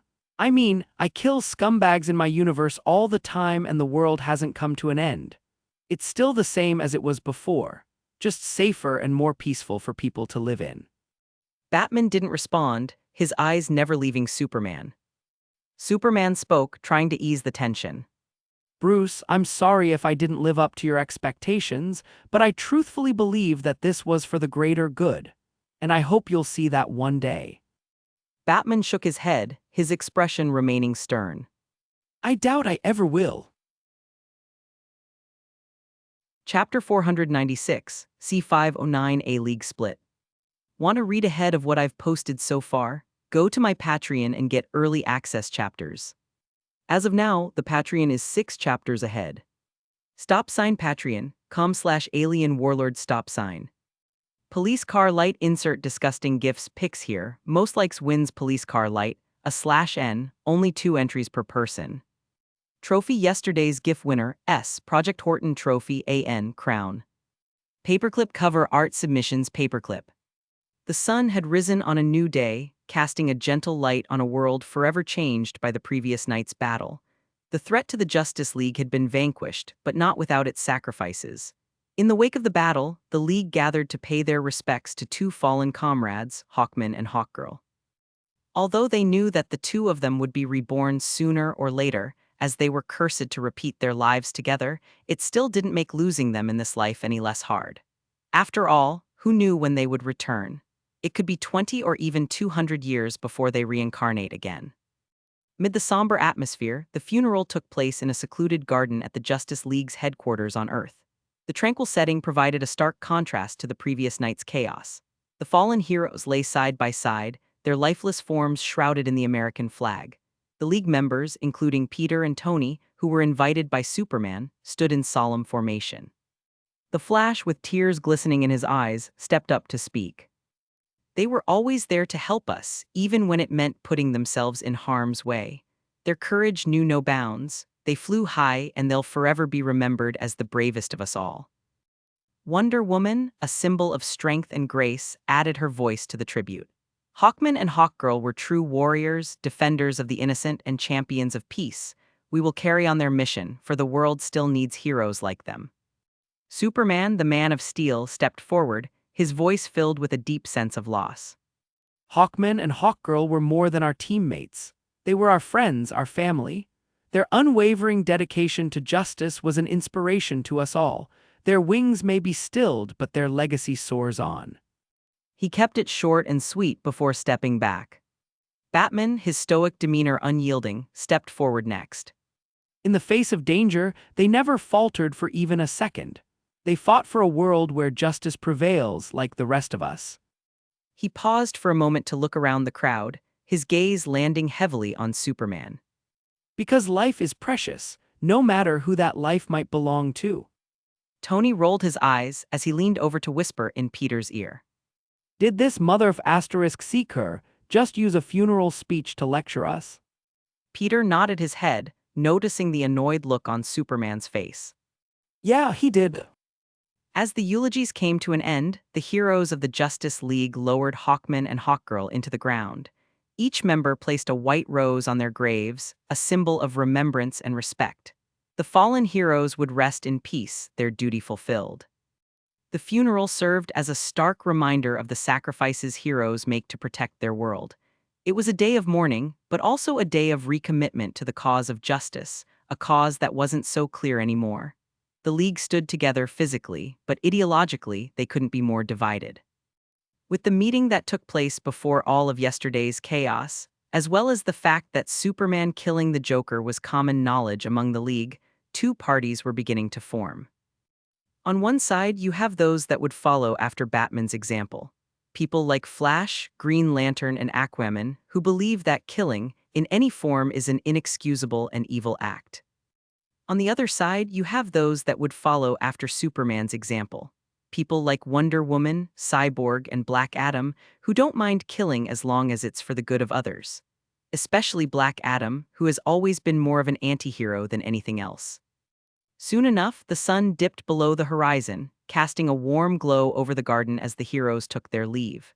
In the face of recent controversies, they found strength in their own group. Batman sympathizers seemed to gravitate toward each other, and the same could be said for Superman's side as well. Watching this happen in real time, Peter and Tony shared a concerned glance. Are you thinking what I'm thinking? Peter asked. Justice League Civil War. Tony guessed. Yeah, that sounds about right. In the heart of the Justice League headquarters, a solemn meeting room had been prepared. Superman, the iconic leader of the League, sat at the head of the long, polished table, his countenance one of gravity and determination. He spoke first, his voice carrying the weight of his resolve. My friends, we have come to a crossroads. The events of recent days have shown us that the world we protect is not as black and white as we once believed. Around the table, the members of Superman's faction, including Wonder Woman, Cyborg, Black Adam, and many others nodded in agreement. Their stance was clear, they were willing to consider lethal force if it meant protecting the innocent. Superman continued. We cannot ignore the fact that there are threats in this world that cannot be contained without extreme measures. The Joker is a glaring example of this. How many lives have been lost or forever scarred because we chose to show mercy time and time again? Wonder Woman, her expression determined, added. Agreed, the world is not forgiving, nor is it merciful. If we continue to allow those who embrace chaos and cruelty to roam freely, we fail in our duty to safeguard the innocent. Cyborg chimed in. We should establish clear regulations for when the use of lethal force is justified. It must be a last resort, of course, but we should have the option. Black Adam, who had always walked the line between hero and villain, grunted his agreement. I've never been a fan of the League's idiotic way of doing things, so I'm just glad to see that all of you are finally waking up to reality. Some people are just better off dead, end of story. As the meeting progressed, the mood grew more optimistic. The members of this faction envisioned a future where they could be more effective protectors, unburdened by the limitations of a strict no-kill policy. Superman looked at his assembled comrades with a sense of hope. The future of the Justice League rests in our hands. We must work together to draft a code of conduct that reflects our new vision and, in doing so, reaffirm our commitment to the cause of justice. The discussion continued late into the night as the heroes began to outline the regulations that would define their path forward. While the meeting was filled with optimism and unity, they knew that the road ahead would not be easy. The Justice League stood on the precipice of a significant transformation, one that would shape the future of heroism in their world. As the meeting concluded, Superman stood and offered a final thought. We will face opposition and challenges, but together we can forge a better world. Our mission remains unchanged to protect the innocent no matter the cost. With newfound purpose, the members of Superman's faction left the meeting room, ready to embark on a journey that would redefine the very essence of heroism. Just as Superman and his faction were holding a meeting, Batman's faction held one of their own as well. The heroes had paid their respects to the fallen and swiftly come together to discuss the recent developments. Batman, the Dark Knight, sat at the head of a dimly lit conference table, his expression as stoic as ever. The room was filled with the loyal members of Batman's faction, the Flash, Green Lantern, Aquaman, and several others who shared his unwavering belief in the sanctity of life, even in the face of the darkest evils. The Flash, his trademark red suit looking somber, broke the silence. We all know where this is headed. Half the League wants to follow Superman's example, and it's going to tear us apart.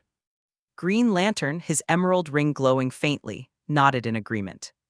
It's not just about ideology anymore. It's about what kind of world we want to leave behind. Aquaman, with his commanding presence, spoke with a sense of urgency. I've seen enough bloodshed in the oceans to last a lifetime. I won't stand by while our League descends into this chaos. Batman leaned forward, his cape pooling around him like a shroud. We need to address this issue head-on. We can't let our differences divide us further, especially when we have people like Wonder Woman and our guests who are whispering nonsense into Superman's ear 24 out of 7. The heroes exchanged troubled glances, fully aware of the stakes. They believed that Wonder Woman, Peter, and Tony were corrupting Superman, pushing him down a path they couldn't condone. The memory of the Joker's death at Superman's hands still bothered them, a grim reminder of the shifting moral compass within their ranks. The Flash sighed deeply. But how do we convince Superman and his followers to see things our way? They truly believe that their way is for the greater good. Batman's voice was laced with frustration. We need to find a way to reach him, to make him understand that there are lines we should never cross. Killing can't be our solution. Green Lantern offered a suggestion. Maybe we should initiate a discussion, an open dialogue with Superman's faction. Try to find some common ground. Aquaman frowned, crossing his arms. I've known Superman for years. He's not one to easily change his mind. Maybe that would work if he hadn't already killed someone, but that ship's already sailed. Worst case scenario, he might see our efforts as a threat to his newfound ideals. Best case scenario, we push him further and further into his beliefs. As the heroes pondered their next steps, the room grew heavy with doubt and apprehension. They all understood that if this conflict couldn't be resolved through words, it might come to blows. A civil war among the Justice League was a dire prospect, one they hoped to avoid. The Flash tapped his fingers on the table thoughtfully. We have to prepare for the worst, just in case. We can't let our world fall under a tyrannical Justice League. Batman nodded, his jaw set in determination. Agreed, we'll do whatever it takes to protect the world from those who would become tyrants, no matter who they may be. Chapter 497, C510 Happy Halloween. Want to read ahead of what I've posted so far? Go to my Patreon and get early access chapters. As of now, the Patreon is 7 chapters ahead. Patreon.com/alienwarlord. Police car light insert Halloween gifts pics here. Most likes wins police car light, /N, only 2 entries per person. Trophy yesterday's GIF winner, S. Project Horton Trophy AN Crown. Paperclip cover art submissions paperclip. Days after the solemn funeral, while Batman's and Superman's factions were engaged in secret discussions, Peter and Tony found themselves in their temporary base in Gotham, tinkering with their ship. The dimly lit workshop was filled with the hum of technology and the scent of metal and grease. Peter, his hands deftly working on the last screw on the control panel, couldn't help but break the silence. Tony, we've fixed the ship, and we've seen enough drama here to last a lifetime. It's time for me to go back to MJ, Lily, and the rest of my family. I've been away for too long as it is. Tony, who was hunched over a holographic display, remained absorbed in his work. I get it, I really do, but look at what's happening here. Superman and Batman are on the brink of a full-blown war, and we've got a front-row seat. Do you really want to miss out on this? Peter sighed, leaning back in his chair. Tony, I've got a kid to get back to. MJ's been holding down the fort while I've been gallivanting around the multiverse. And to top it all off, we might be adopting another kid. I got sh*T to do. Tony finally turned to face Peter, his expression serious. Pete, I know family's important, but you and I both know how unique this situation is. We've got a ringside view of history in the making. Think about it. Peter couldn't help but smile at Tony's enthusiasm. You've got a point, Tony. It's tempting, and I'm curious to see how this all pans out, but I can't stay here forever. I'll stay a bit longer just to satisfy your craving for drama, but then it's back to reality for us. After all, let's not forget that Pepper is probably waiting for you as well. Tony grinned, clapping Peter on the back. That's the spirit. Besides, we can do some good here. We've got connections, skills, and knowledge. Maybe we can help mediate this whole mess and prevent it from getting too bad. Peter nodded, realizing that Tony was right. They had a unique position in this world, and their presence could make a difference. Okay, Tony, we'll stay for a while longer. I won't lie, I do want to try and convince Batman that sometimes killing is the right thing to do, but we can't let this drag on forever. My family is waiting, and I've got a ton of other responsibilities as well. With a renewed sense of purpose, Peter and Tony continued their work on the ship, making sure it was fully operational. As they did, they couldn't help but wonder what the future held for the Justice League and the world they found themselves visiting. Meanwhile, in the time that Peter and Tony spent to fix up their ship, Superman and his faction had not remained idle. They had been hard at work drafting new regulations for the League, or at least their side of the League. These regulations were controversial, allowing members to use lethal force under specific circumstances, something that had been strictly prohibited in the past. They believed it was a necessary evolution to better protect the world. Additionally, Superman and his followers had begun involving themselves in international conflicts, something that the Justice League had previously avoided. The world had grown more complex, and they felt that they needed to take a more active role in resolving global issues. One such scenario unfolded in a war-torn South American country ruled by a ruthless dictator. The citizens had been living under his oppressive regime for years, and they were practically hostages in their own land. As Superman and his faction descended upon the crisis-ridden nation, they were met with fear, hope, and uncertainty from the citizens. The dictator, known as General Vasquez, had a stronghold in the heart of the capital city.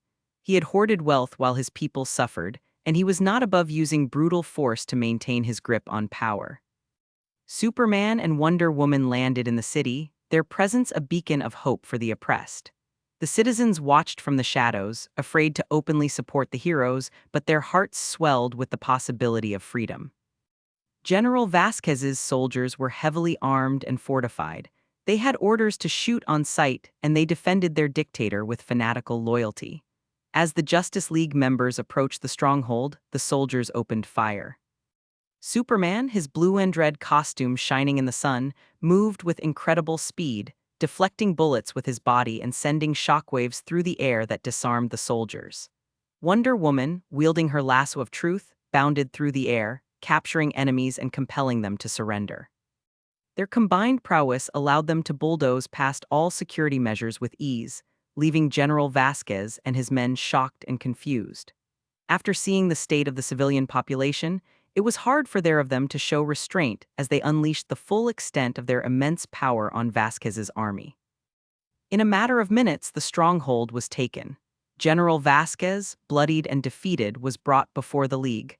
The citizens emerged from hiding, their tears of joy flowing as they witnessed the end of their oppressor's reign. Superman, his voice carrying authority, spoke to the people with Vasquez kneeling in defeat before them. "You have been oppressed for far too long, but that ends today. You're free to rebuild your government however you wish, but I do recommend democracy." He motions toward the raided dictator. And of course, he will face the consequences of his actions. You have my word. With the dictator, his ministers, and high-level soldiers in tow, the Justice League made a solemn journey to the United Nations headquarters. They delivered General Vasquez to face international justice for his crimes against humanity. The citizens of the war-torn country, now free from tyranny, watched as the dictator was carried away in chains. As they departed the UN after dropping the prisoners off, Wonder Woman addressed the crowd, her voice resonating with hope. As you have seen, the Justice League is committed to protecting not only the innocent but also the oppressed. Although we've strayed away from international conflicts in the past, that isn't the case anymore. We are here to make a difference. No matter if it's a person, group, corporation, or even a country, we will stand up for those that cannot do so for themselves. The UN workers and diplomats, who seemed wary but hopeful, cheered for the Justice League. They hadn't expected the League to take a more proactive stance in addressing global issues, and they were conflicted on how to feel about it. On one hand, they celebrated the fact that people like Vasquez wouldn't be able to thrive unimpeded anymore. But on the other hand, they didn't want the Justice League to overstep their bounds and insert themselves into their nation's business. While everyone was trying to decide whether they liked this new Justice League, General Vasquez would be thrown into a cell before facing trial for his crimes, thanks to the intervention of Superman and his faction. The world was changing, and the Justice League's involvement in international conflicts was having a profound impact. As Peter and Tony observed these events unfold in live television, they decided to head to the League and enjoy the drama from close up. After all, they had nothing else to do now that their ship was fixed. Hours after delivering General Vasquez to the United Nations, Superman convened a meeting with his faction. The atmosphere in the Justice League headquarters was somber, reflecting the weight of the discussions that lay ahead. Peter and Tony, out of both interest and their unique perspective, attended the meeting to offer their experience and knowledge. Superman, his expression grave, began the discussion. I know that we've come up with the guidelines for lethal force while in the field, but now we need to address the issue of when and how we should consider the death penalty out of the field. We all know that some individuals, like the Joker, have committed unspeakable crimes and shown no remorse.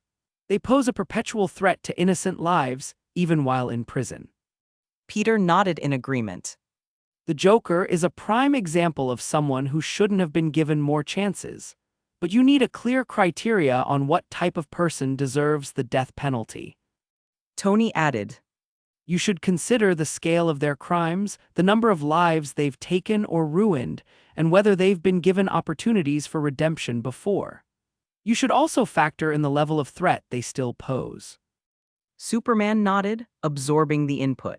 We should establish a threshold of heinous offenses and stipulations that need to be met before considering the death penalty.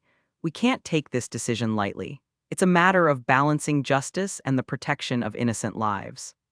Cyborg spoke up. I think I have our first recommendation, He says as he taps a few buttons and brings up a live video from the prison. Brainiac has been responsible for mass destruction and countless deaths.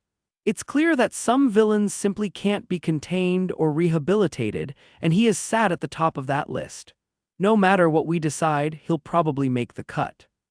The heroes engaged in a lengthy, thought-provoking discussion, debating the criteria for their own personal death penalty. They agreed that it should be reserved for villains who had committed a substantial number of murders, engaged in acts of terrorism, or posed a clear and ongoing threat to humanity. In the end, they drafted a list of villains that are already in custody, who would qualify for the death penalty. Names like Eobard Thawne, the Reverse Flash, who had wreaked havoc through time itself, and Brainiac, who has destroyed entire worlds, were included.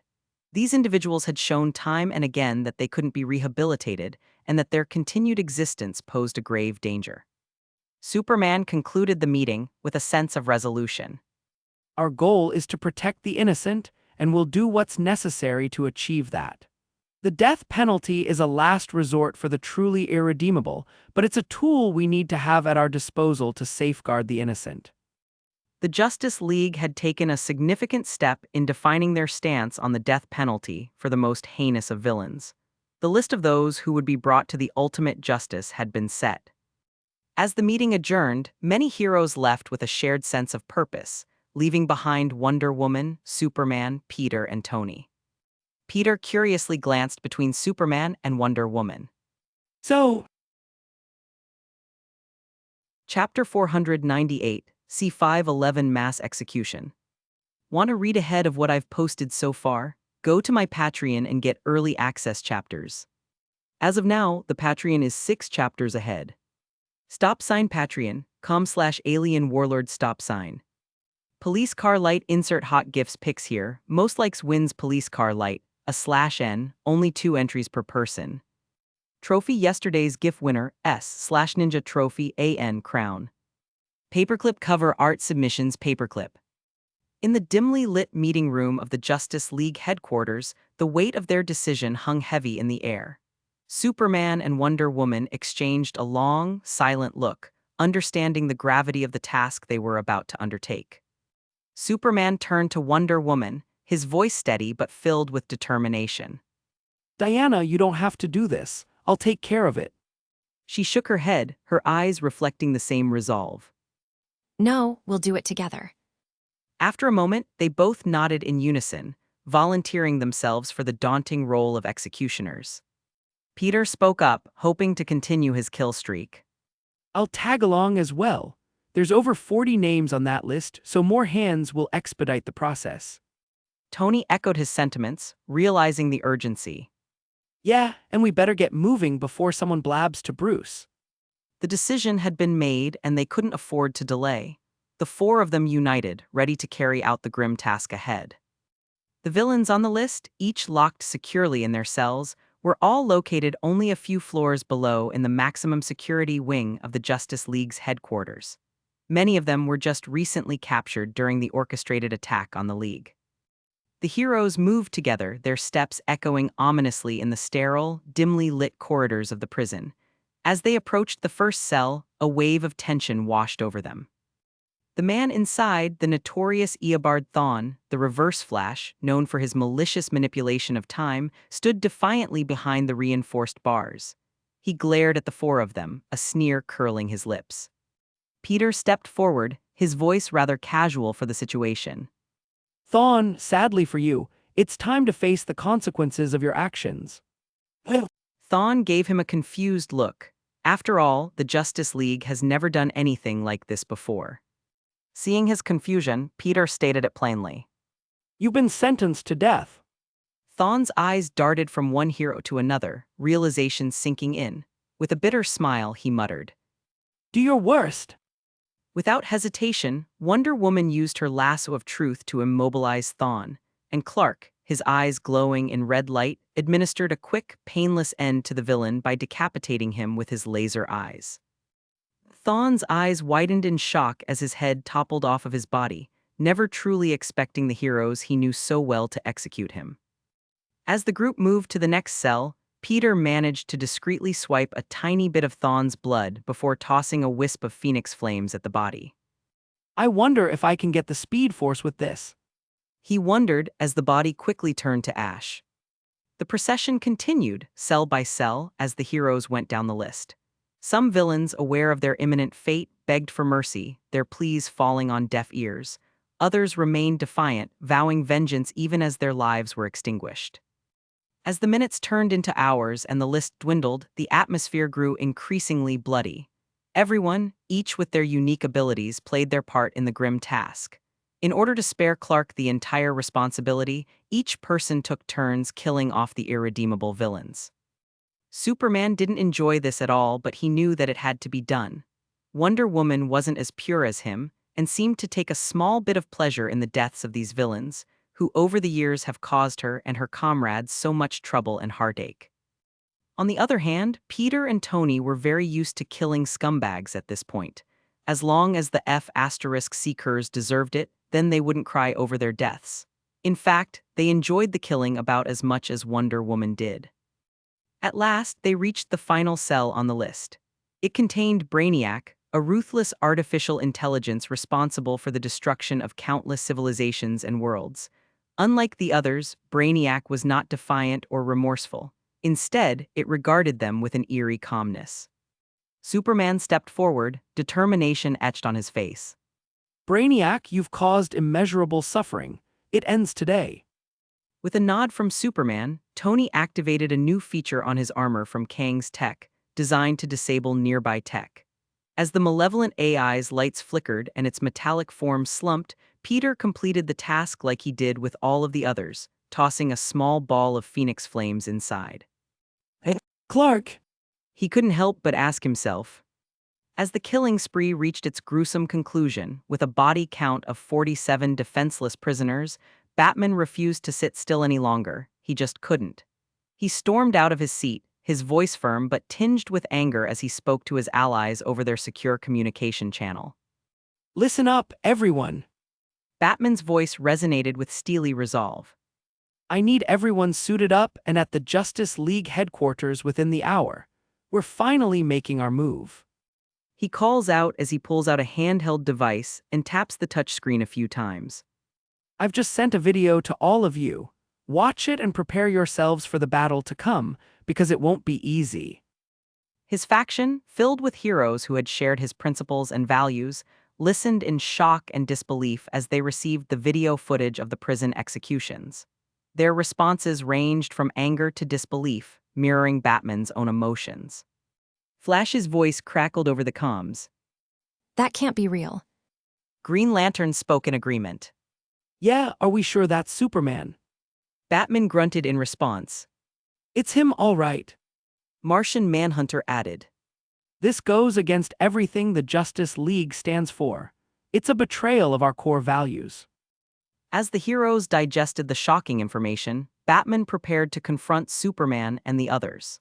He knew that it would be a confrontation of epic proportions, pitting friend against friend, and testing the very foundations of the Justice League. With a deep breath, Batman declared, We can't let this stand. I need each of you ready for action. We're going to confront them and demand an explanation for this atrocity.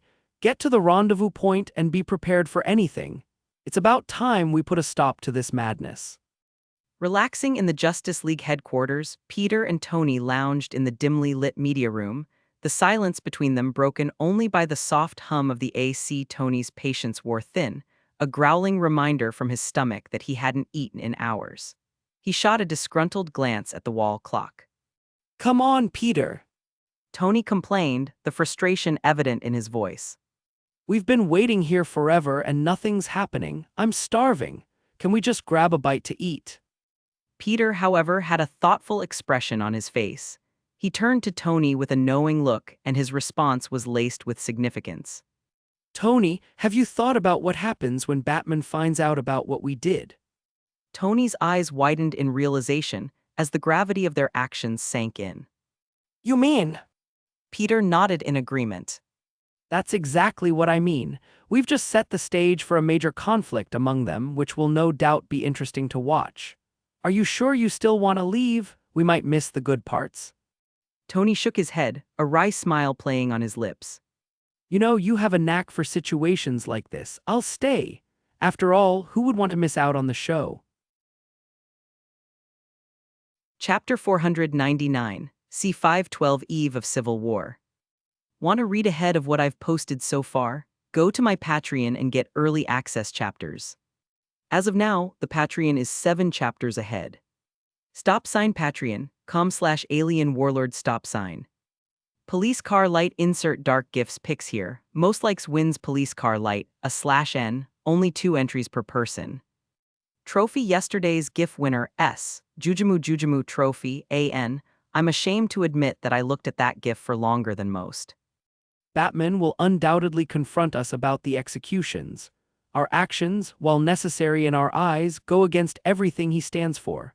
How do we handle this, and how do we convince him that it was the right choice? Wonder Woman, her eyes reflecting the same turmoil, chimed in. We need to make it clear that they were beyond redemption, that they were a threat not just to us but to the world. The likes of Brainiac, Thawne, and others like them have caused untold suffering. It was our duty to ensure they could never harm anyone again. Cyborg, his metallic features revealing a sense of unease, added. But we also need to consider how we can prevent an all-out conflict with Batman and his side of the League. We can't afford to be divided, especially now when we're trying to shape the new order of the League. Superman nodded in agreement, recognizing the need for unity. Yeah, we should try to reason with them. Batman's a strategist, and we should try to present a strong case for our actions. Convince him that this was the only option. As their conversation continued, the tension in the room remained high, but they hoped to resolve the coming conflict with words alone. They knew that their once united league was at risk of splitting, and the consequences of that division could be dire. Meanwhile, as Superman and his faction were hoping to solve things peacefully, Peter perked up in his seat, catching Tony's attention. They're here.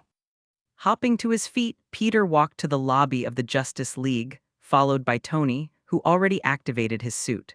Outside the floor-to-ceiling windows, Peter let out a whistle as he watched a small army of heroes standing outside. Hey, did he copy my suit? Tony asked, eyeing the man at the front of the army forming outside. Batman, in a mechanical Iron Man-like suit, led his faction to the Justice League headquarters. His eyes glowed in a green light which matched the sleek outlines on his suit. He came for a fight and seemed to bring along the kryptonite as well. Peter shrugged as he and Tony casually stepped outside. It does look a lot like your armor, doesn't it? Though I doubt he has any of your tech. Tony glared at Batman unhappily. Jarvis, when did he scan my armor? Jarvis replies, I apologize, sir, but there's no record of any scans. As Tony was trying to figure out how Batman reverse-engineered a template of his armor, the doors behind them opened once again, revealing Superman and a long trail of League members. As the two sides stood across from one another with Peter and Tony at the center, Superman's eyes landed on Batman and widened as he caught sight of the armor he was wearing, realizing the presence of kryptonite. It was a calculated move, a clear indication that Batman was ready to take extreme measures to make his point.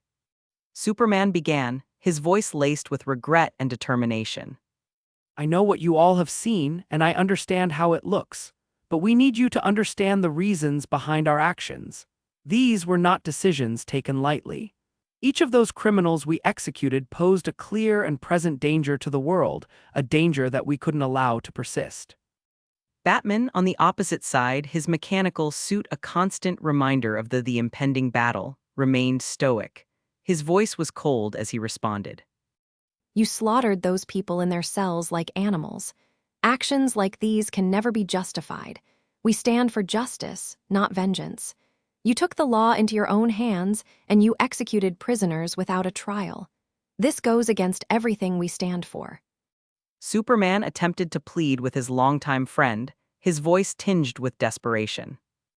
I had to make a difficult decision for the greater good. I hope you can understand that. I didn't want to put the world at risk by keeping those individuals alive. Their powers and ambitions were a threat we couldn't ignore.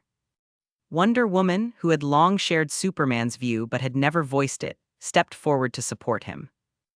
I, too, felt that these villains had exhausted every chance at redemption and would no doubt escape their imprisonment at some point. We're not evil, Batman. We're just trying to protect the world. Black Adam, a formidable figure in his own right, nodded in agreement. We must look at the bigger picture. Some threats cannot be held at bay with mercy alone. We had to take action to prevent further suffering. Flash, unable to contain his anger any longer, interjected, his voice charged with accusations. This isn't the league I joined, before these two. He pointed to Peter and Tony. Showed up, we never even thought about killing anyone. They've corrupted our values, and it's time we got back on the right path. Peter and Tony, caught in the middle of this intense standoff, attempted to mediate. Peter's voice was earnest as he spoke. We understand your concerns, Flash, but not every situation can be resolved without making difficult choices. The world is not black and white. Sometimes there is no other way to protect innocent lives but to kill those that would threaten them. Tony chimed in as well. We've seen firsthand the devastation these villains can cause. Sometimes it's not about corruption but about adapting to the changing times. They're just doing what's best, and we're offering some guidance based on experience. Despite the attempts at resolution, it was clear that both sides were entrenched in their positions. Batman remained unwavering, his hatred of murder in any form clear. This can't stand. What you've done is murder, and I can't make exceptions, not even for friends and colleagues. I have no choice but to place you under arrest. The room grew even tenser, and the threat of imminent conflict loomed. It was a moment none of them had ever anticipated, a fractured league, divided by ideals and actions that seemed irreconcilable. He knows he isn't a police officer, right? Tony whispered to Peter. Peter nodded. Yeah, I told him that already, but I don't think that he cares. Wonder Woman turned to Batman, her eyes filled with sorrow. Please reconsider what you're about to do. We can't allow our differences to destroy everything we've built. We're supposed to be a team. But Batman's response was resolute. I'll do whatever it takes to uphold the principles we stand for. He says as he turns to Superman. The same principles that you once stood for as well. Instantly after those words left his lips, the atmosphere crackled with tension as the two factions faced off, their once united alliance now fractured beyond repair. A mere spark would ignite the powder keg of conflict.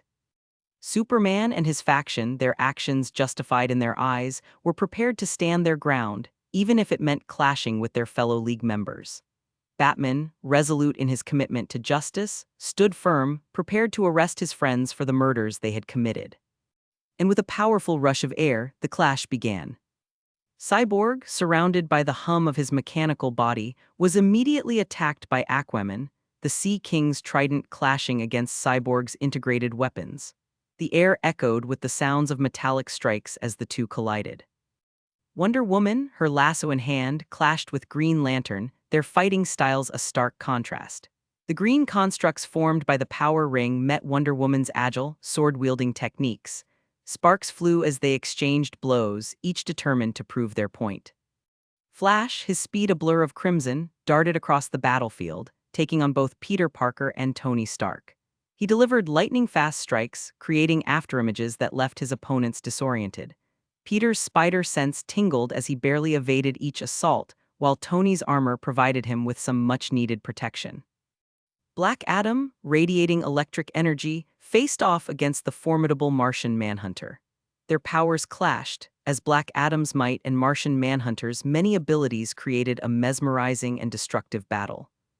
Superman and Batman, the leaders of their respective factions, locked eyes from their original positions. Their unwavering gazes were filled with sorrow and determination. Their clash, a confrontation between two pillars of the League, was inevitable. As the TIE sides fought with all their might, the area became a battleground. Debris and sparks filled the air as powers collided, and technology clashed with ancient weapons. The very foundations of the headquarters trembled under the strain of the conflict. Each member of the League was a titan in their own right, and the battle was a mesmerizing display of their abilities. It was a testament to the power of the strongest organization in the world. And as the clash unfolded, Superman looked to Batman, a sad frown on his face. We don't have to do this. Batman looks at him for a moment, contemplating his offer before shaking his head side to side. No, I think we've done more than enough talking. It's time for action. Chapter 500, C513 Peter V's, Flash. Want to read ahead of what I've posted so far? Go to my Patreon and get early access chapters. As of now, the Patreon is 6 chapters ahead. Patreon.com/alien warlord stop sign. Police car light insert Sigma gifts pics here. Most likes wins police car light, a /N, only 2 entries per person. Trophy yesterday's GIF winner, S. A Buwad 1 trophy, AN crown. Paperclip cover art submissions paperclip. The tension in the battlefield, which was once the entrance of the Justice League's planetary headquarters, was palpable as the world's most powerful heroes clashed, like gods descended to Earth. In the midst of the chaos, Peter found himself facing off against the Scarlet Speedster, the Flash. Tony, go find your own punching bag. Peter said, a smirk tugging at the corner of his lips. I call dibs and on this one. Tony Stark hesitated for a moment, sizing up the situation. The Flash, his red suit a blur of motion, had already accelerated toward them, intent on preventing Tony from leaving. But Peter had a trick up his sleeve. He flicked his wrist, casting a swift spell that removed the friction from the floor beneath the Flash. In an instant, the speedster's footing gave way, and he slipped uncontrollably across the polished surface, slamming headfirst into the nearest wall with breakneck speed. The impact was a resounding crash, and for a moment, the Flash was left dazed and disoriented. Haha, what an idiot. Tony couldn't help but laugh at the Flash's misfortune, a smirk playing on his lips as he made his escape to engage another member of the opposing faction. Peter turned his attention back to his downed opponent, a wicked grin stretching across his face. Flash, you really need to watch your step. Peter quipped, his tone laced with mockery. This is no ordinary fight, and you can't simply rush in mindlessly, like I'm sure you've grown used to doing over the years. The Flash, shaking off the dizziness from his collision with the wall, shot a glare in Peter's direction.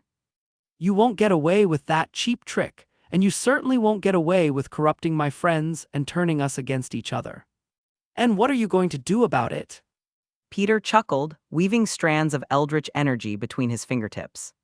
You're quick, I'll give you that. Bit speed isn't everything, my friend. Watch and learn.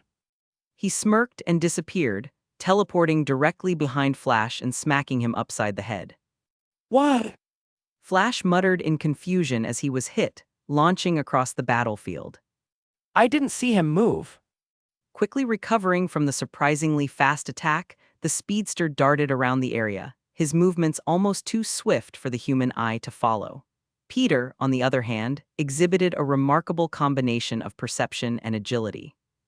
Flash delivered a flurry of rapid punches, his fists a blur as he aimed for Peter. With his enhanced spider senses, Peter effortlessly dodged the lightning-fast strikes, narrowly avoiding the speedster's blows with the assistance of his short-ranged teleportation spell. Appearing beside Flash, Peter retaliated by launching a webline, which coiled around the Flash's legs, tripping him up for a moment. What is that? Flash asked as he recoiled at the foreign body fluid, which was now glued to his legs. However, the speedster quickly vibrated his molecules, phasing through the webbing and regaining his footing. Nice try, but you'll have to do better then. The Flash taunted, his confidence unwavering. Peter's response was a mischievous grin as he activated another spell, which he had been sneakily preparing since the beginning of the fight. Okay, then try this. Suddenly, arcane symbols glowed beneath the Flash's feet, and instantly the frictionless surface reappeared, sending the speedster sliding once more.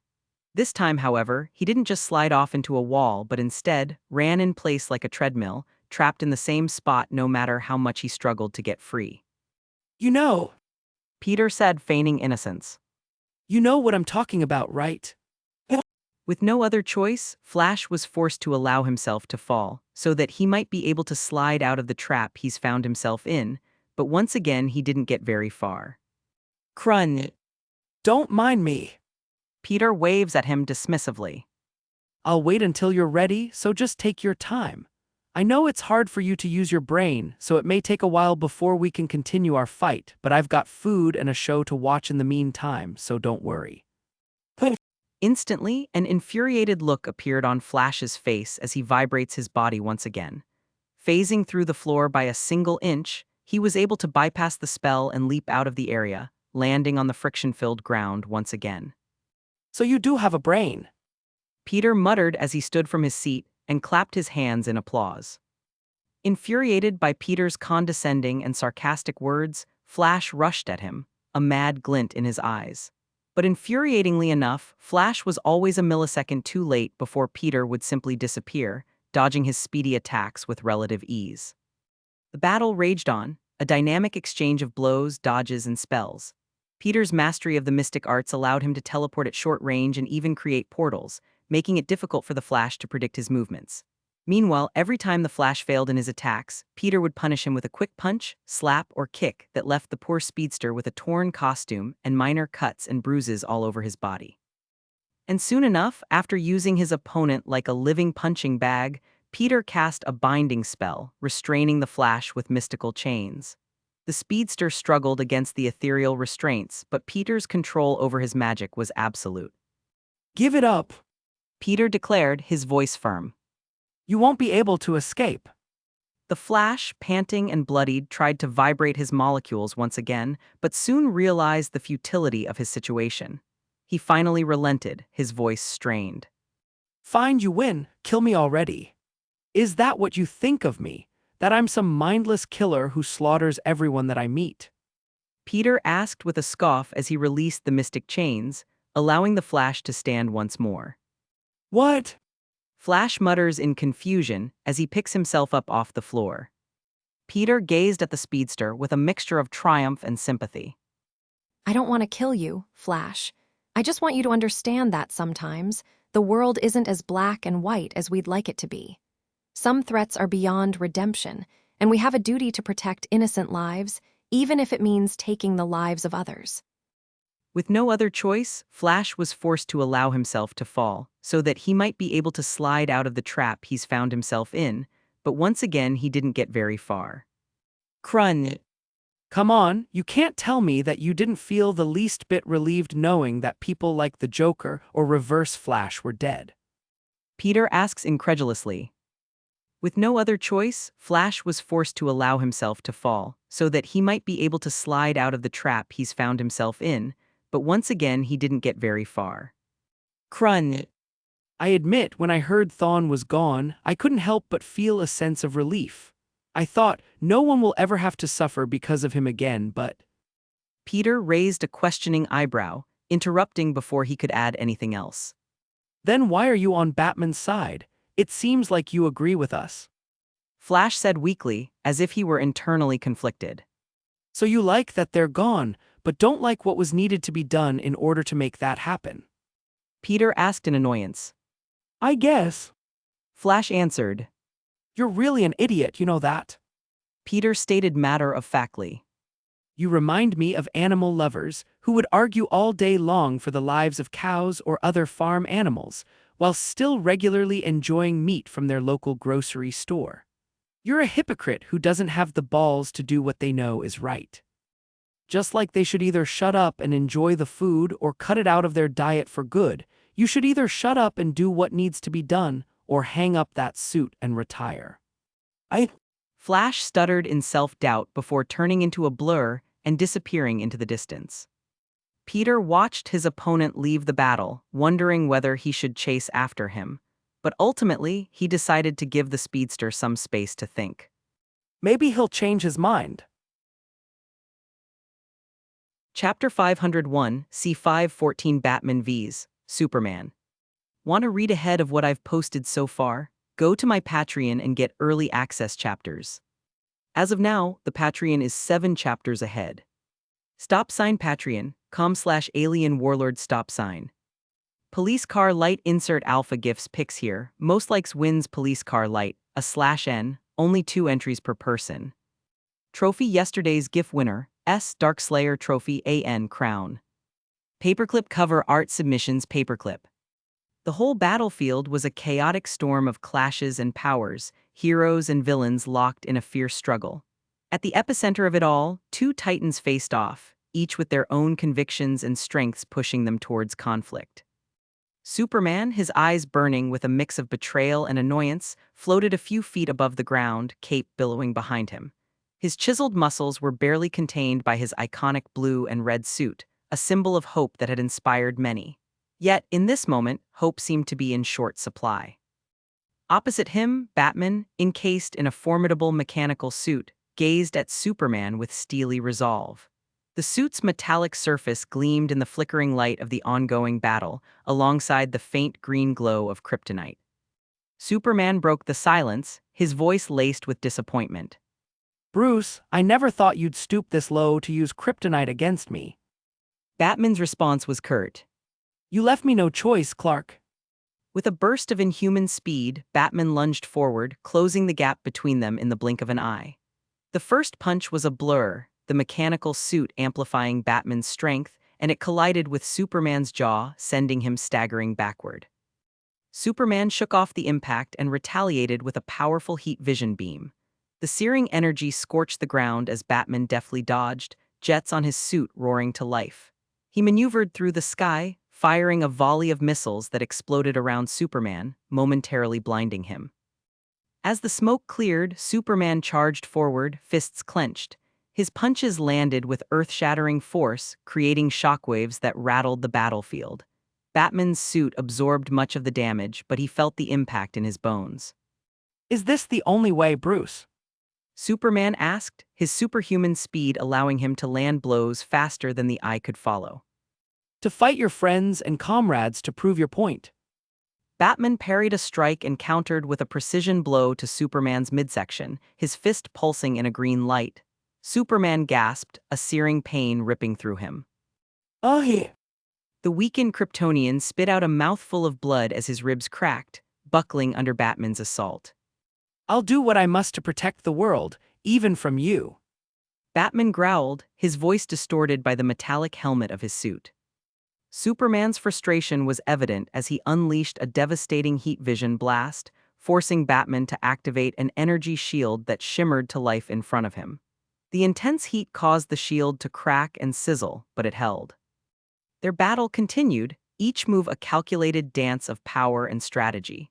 Batman's suit enhanced his physical abilities, giving him the strength to hold his own against the Kryptonian powerhouse.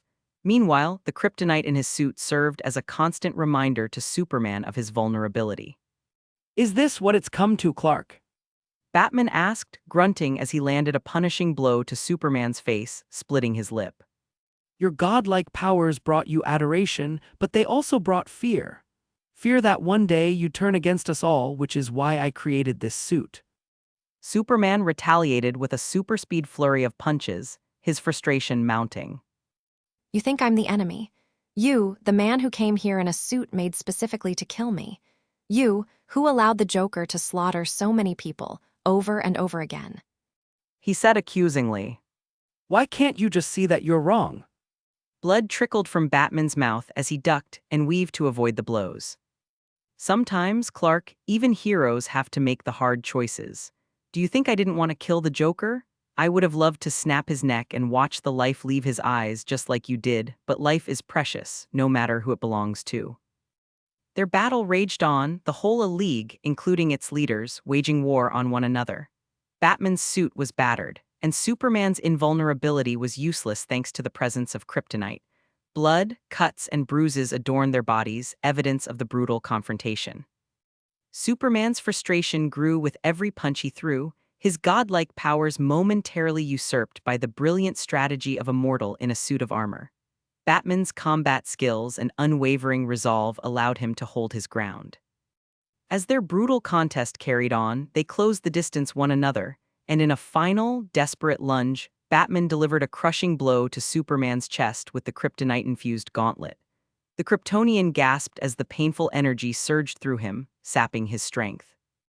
A guttural cry escaped Superman's lips and he stumbled backward, his hands clutching his chest where the green glow of kryptonite persisted. The strength slowly drained from his body, and he fell to one knee, weakened and vulnerable. It was a moment of triumph for Batman, who stood over his fallen friend, the kryptonite gauntlet still radiating with its ominous glow. He was unyielding in his determination, undeterred by the betrayed look Superman was giving him, awaiting his death. Don't worry, I'm not like you. You'll have your day in court just like everybody else. I'm not a murderer. Superman looked into his eyes and scoffed. And I'm not a criminal, at least by my standards. Just as Batman prepared to deliver the final blow, a voice rang out from above. Yo! Peter appeared overhead, his presence completely unexpected. He executed a swift kick, knocking Batman off balance and sending him crashing into the closest building, which exploded upon impact, sending debris flying everywhere. Superman, weakened from the kryptonite exposure, which has seeped into his many injuries, slowly pulled himself up into a seated position. His eyes met Peter's, and there was a sense of gratitude in his gaze. Thank you. Crouching down beside the fallen hero, Peter asked with genuine concern. Are you okay? He asked, noticing the precious blood that dripped from Superman's wounds. Don't mind if I do. Superman nodded, his voice strained. I'll be fine. In that moment, as Peter bent down to check over the battered Kryptonian, he discreetly collected a few drops of Superman's blood and stashed them in a hidden compartment in his suit. No one saw him, and the exchange looked completely normal. Peter smirked. With Sinestro's ring as well as Reverse Flash and Superman's blood, I would say this accidental trip was definitely worth my time. Although Peter wasn't sure whether the Speed Force could be transferred through blood, he was 100% sure that Superman's many powers would be. After all, every Kryptonian has the potential to be like Superman. All they need is the right sun to make it happen. As for the Speed Force, Peter was hopeful, but he wasn't confident. From what he knows, the Speed Force is a cosmic energy field and force based around velocity and movement, and one of the 7 forces of the universe.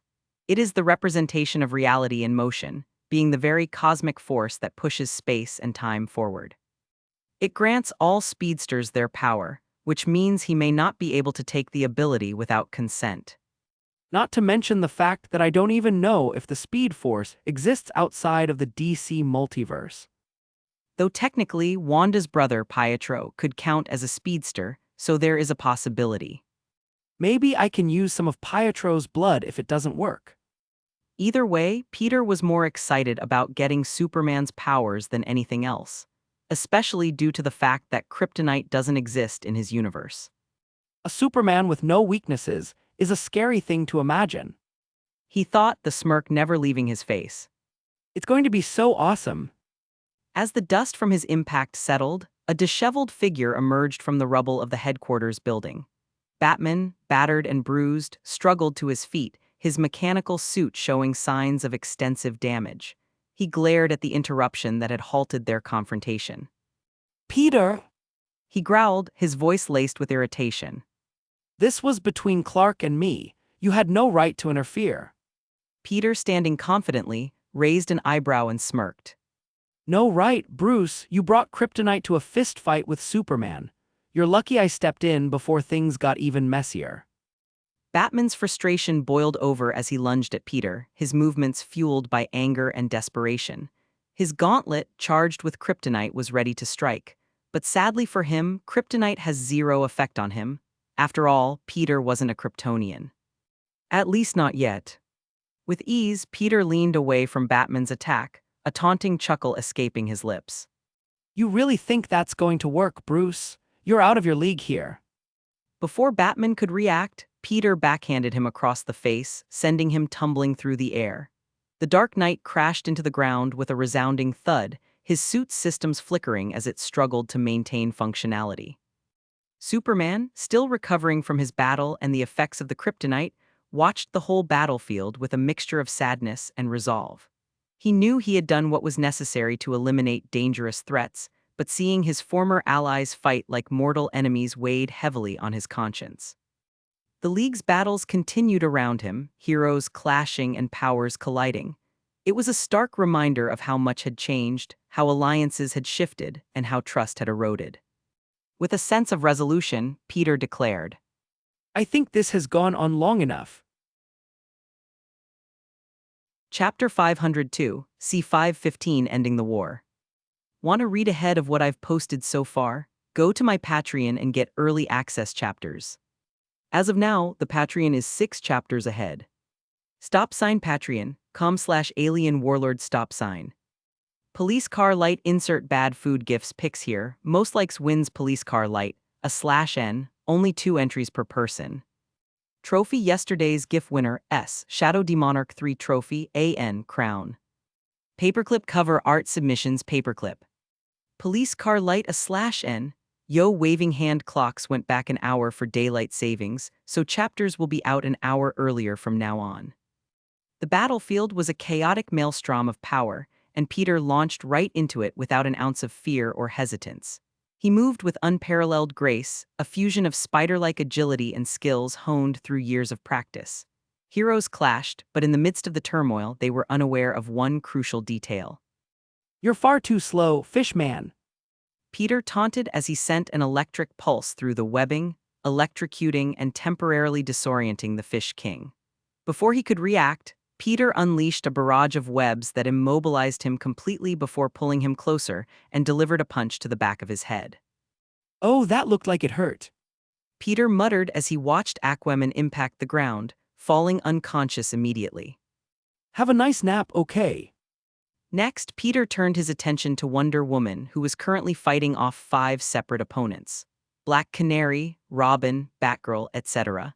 Appearing behind the 5 weaker League members and associates, Peter made quick work of them before eyeing his real opponent. What are you doing? She asks, confused by the way Peter was looking at her. After all, they were on the same side. At least she thought they were.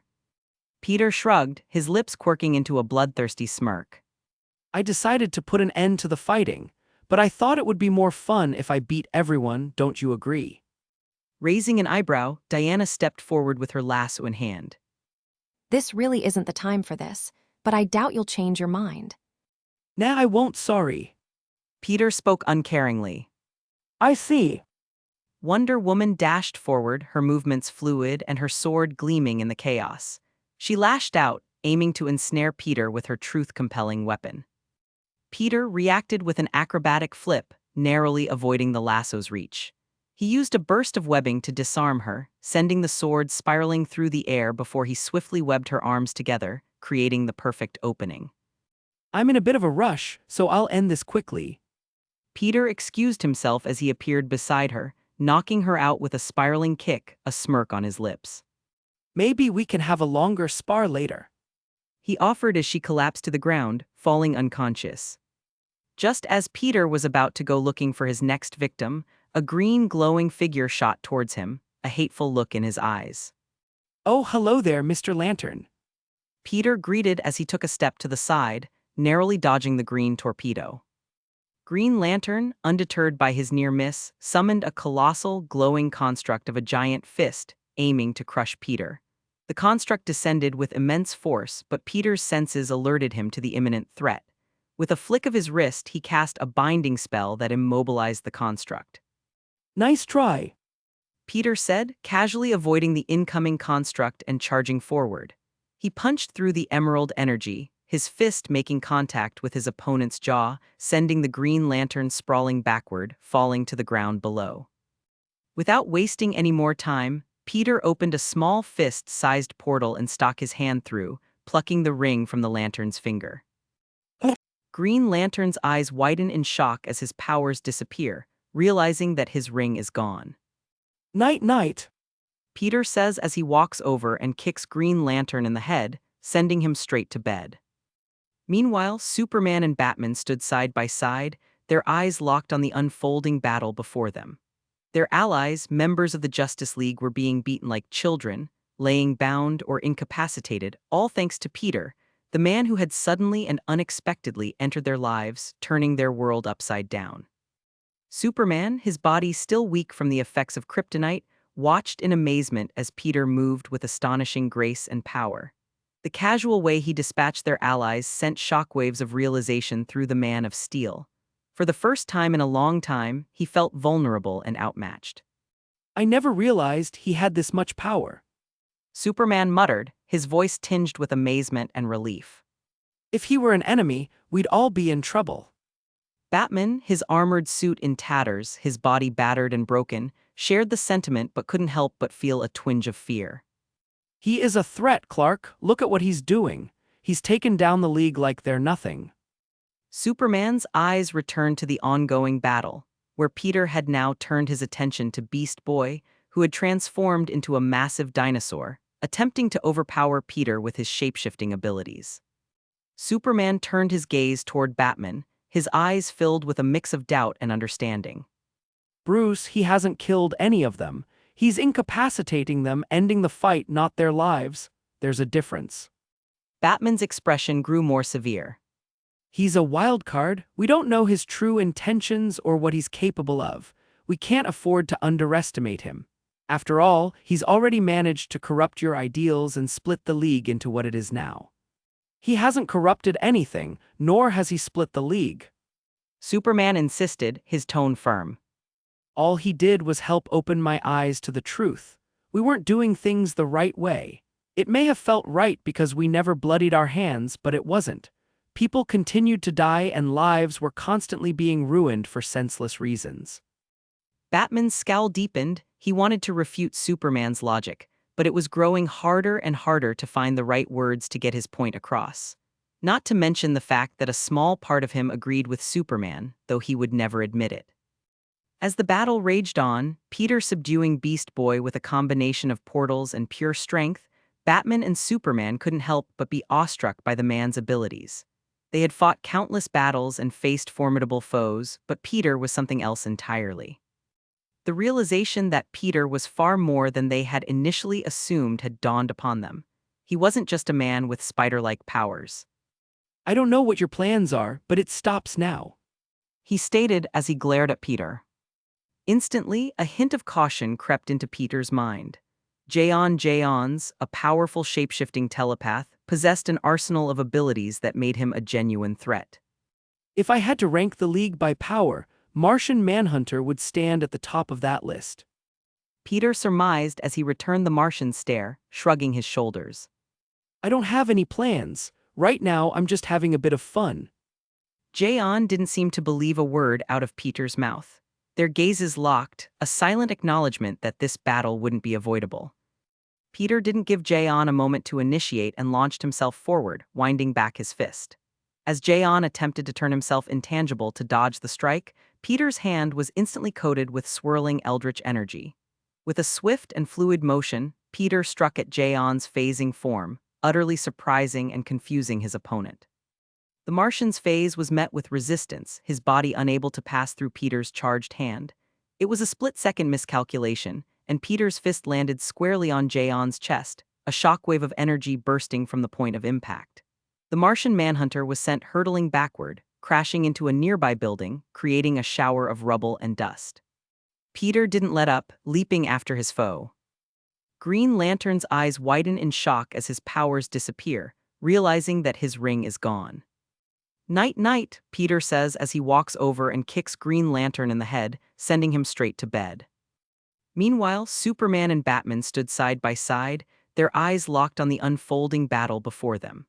Their allies, members of the Justice League, were being beaten like children, laying bound or incapacitated, all thanks to Peter, the man who had suddenly and unexpectedly entered their lives, turning their world upside down.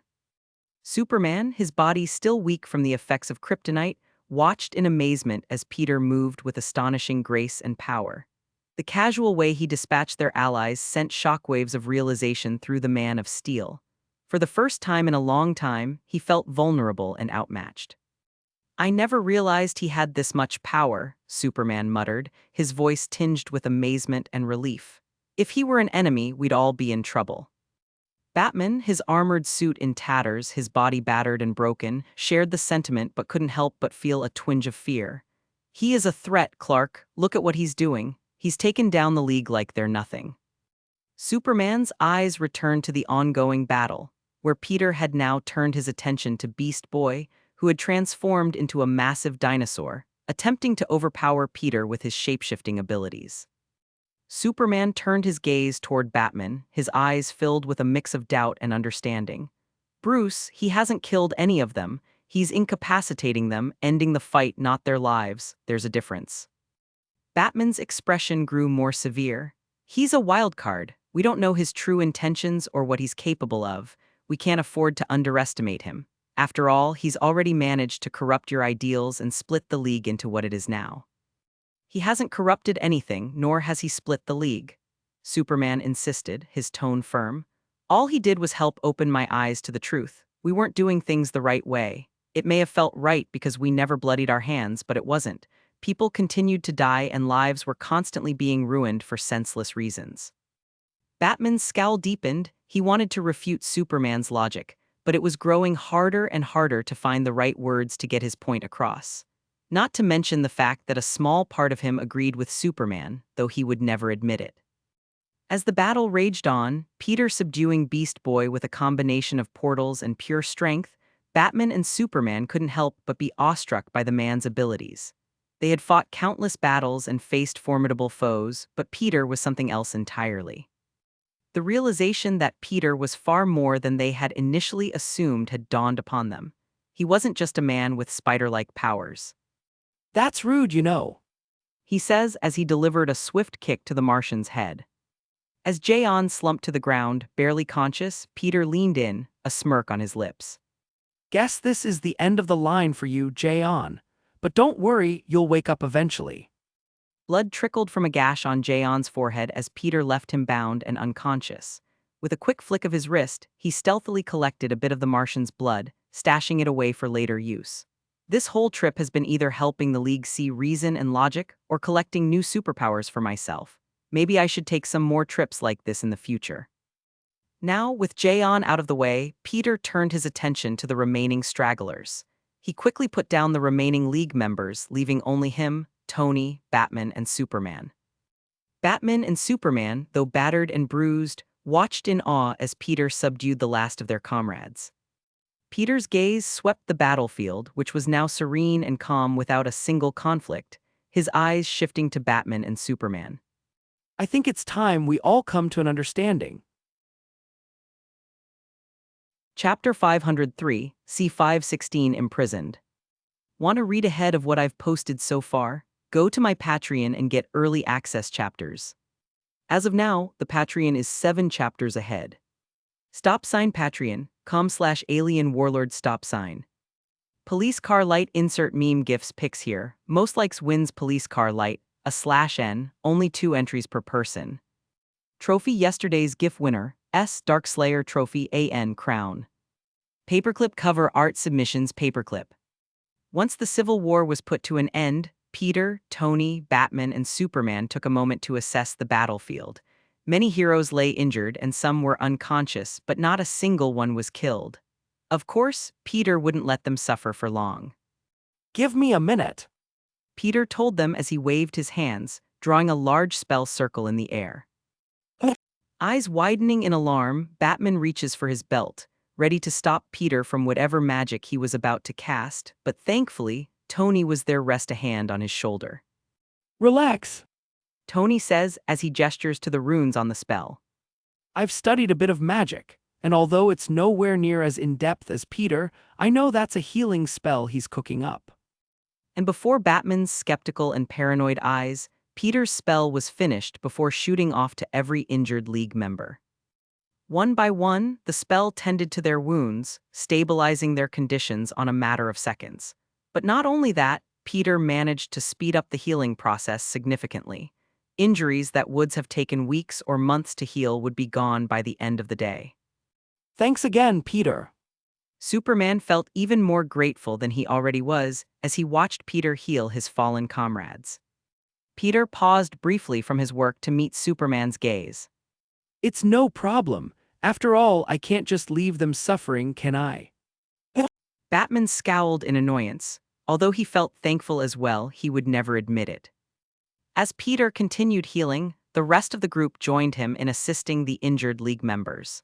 The 4 of them worked together to mend their wounds and ensure everyone was stable.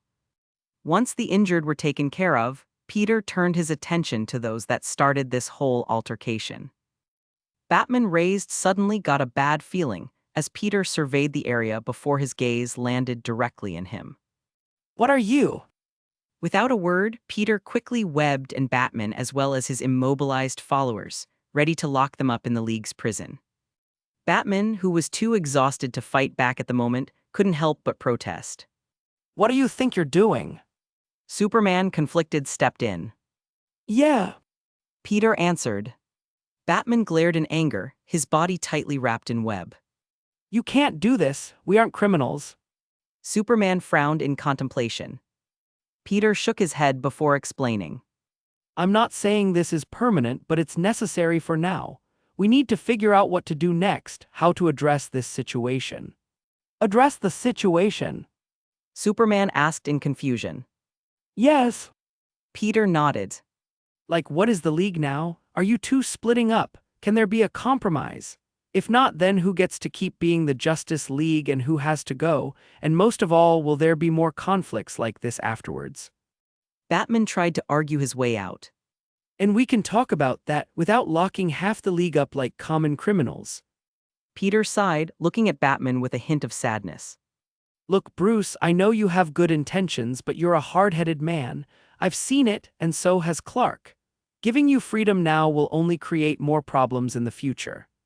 Superman, still uncertain, considered Batman's plea but eventually nodded in agreement with Peter. We'll lock them up for now, but it won't be for long, and we need to come up with a plan moving forward. Clark! Batman exclaimed, betrayal written all over his face. I'm sorry, Bruce, but it's only temporary, I promise. Superman looked away as Peter webbed Batman's mouth shut before opening a portal below him, depositing him safely into a prison cell. After Batman and his followers were placed in their own prison cells, which were then enchanted to thwart any escapes, Peter found Superman sitting in an empty meeting room, contemplating the events that have occurred with a serious look in his face. Where's Tony? Superman looks up, noticing Peter's arrival. He said he was getting some food. Peter nods as he takes a seat. Batman scowled in annoyance, although he felt thankful as well. He would never admit it. As Peter continued healing, the rest of the group joined him in assisting the injured League members. The four of them worked together to mend their wounds and ensure everyone was stable.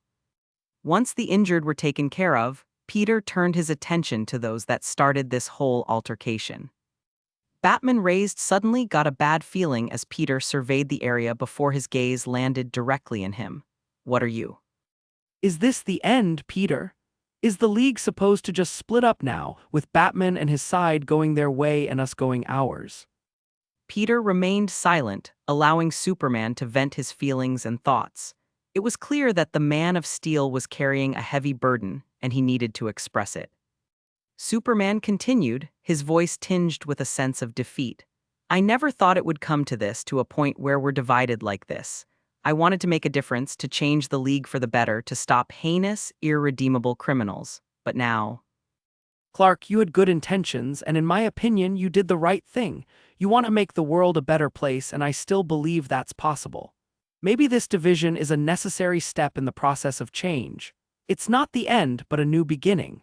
Who knows, maybe you guys can learn from this, find common ground, and build a better League. Superman looked up, meeting Peter's gaze. There was a glimmer of hope in his eyes as he considered Peter's words. But how? There won't be any common ground with Batman. You said it yourself, he's a hard-headed man, he won't listen. And if he won't listen, then neither will the rest of them. Suddenly, as Superman finished speaking, a red blur zipped by them before taking a seat at the table. I'll listen. Flash. Superman muttered in confusion. How? Peter smiled. He ran away after I beat his *S. Peter explained why he wasn't in a cell like the rest of Batman's followers. Did you change your mind, Speedy? Flash scoffed at Peter's taunting. First of all, you didn't kick my *S. Peter cut in. Yes, I did. And second, yeah, I did change my mind. Flash said, shocking Superman as he turned to look Peter in the eyes. You were right. I'm a hypocrite. I was relieved and happy when you guys killed Joker and the rest of them, but I couldn't admit it.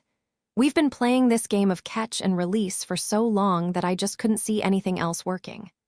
What changed your mind? Superman asked. Flash sighed as he leaned back in his chair. After I ran off. Peter cut in again. This is after I kicked your *S, right? Flash did his best to ignore Peter. After I ran off, I just kept running out of frustration. Flashback lol. I can't believe it. One mother said, her voice filled with relief. Ever since Superman dealt with the Joker, I feel like we can finally breathe easy in this city. I was actually considering moving away, but now I'm not so sure. Moving is expensive, you know. Her words struck Barry like a bolt of lightning. It was a startling revelation. These people, ordinary citizens of Gotham, were expressing gratitude for the Joker's death, a sentiment that he'd never expected to hear. A father chimed in, his tone equally candid. Yeah, I mean, it's about time someone did it. I don't know why Batman didn't do this years ago. We've been living in fear for too long. Barry listened as the parents shared their stories of living in constant dread, afraid of ever catching the Joker's attention. It was a situation he had never truly comprehended before, the daily anxiety that the ordinary citizens of Gotham faced. The realization washed over him like a tidal wave. It was undeniable that the Joker had brought unfathomable pain and fear to this city. And even though Barry had initially been hesitant to endorse killing, the conversations of these parents highlighted the very real impact that a decisive action had on their lives. The transformation in Barry's perspective was profound. He now understood that there were situations where drastic measures might be necessary to protect innocent lives. With this newfound perspective, Barry Allen, the Flash, made a decision. He needed to acknowledge that sometimes the world wasn't just black and white, and that his unwavering stance against killing might not always be the right path either. Flashback end. So you finally pulled your head out of your *S. Peter joked as Flash finished his story. Flash rolled his eyes. Yeah, I guess so. Superman seemed happy, though it didn't last long. This still doesn't solve our problem. Flash may have changed his mind, but that doesn't mean the rest will, and especially not Batman. No, but it's a start. Peter smirked as he leaned back into his chair. And I think I have just the idea to help hurry along the rest of the league, as well. Chapter 504, C517 the video. Want to read ahead of what I've posted so far? Go to my Patreon and get early access chapters.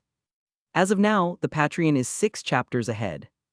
Patreon.com/alien warlord stop sign. Police car light insert brain dead gifts pics here. Most likes wins police car light, a /n, only 2 entries per person. Trophy yesterday's GIF winner, S Dark Slayer Trophy AN Crown. Paperclip cover art submissions paperclip. In the dimly lit meeting room, a flicker of an idea burned in Peter's eyes as he leaned forward, his gaze shifting between Superman and the Flash. The weight of the situation hung heavy in the air, but Peter had a plan, and he was eager to share it. Here's what I'm thinking. Peter began, his voice steady and confident.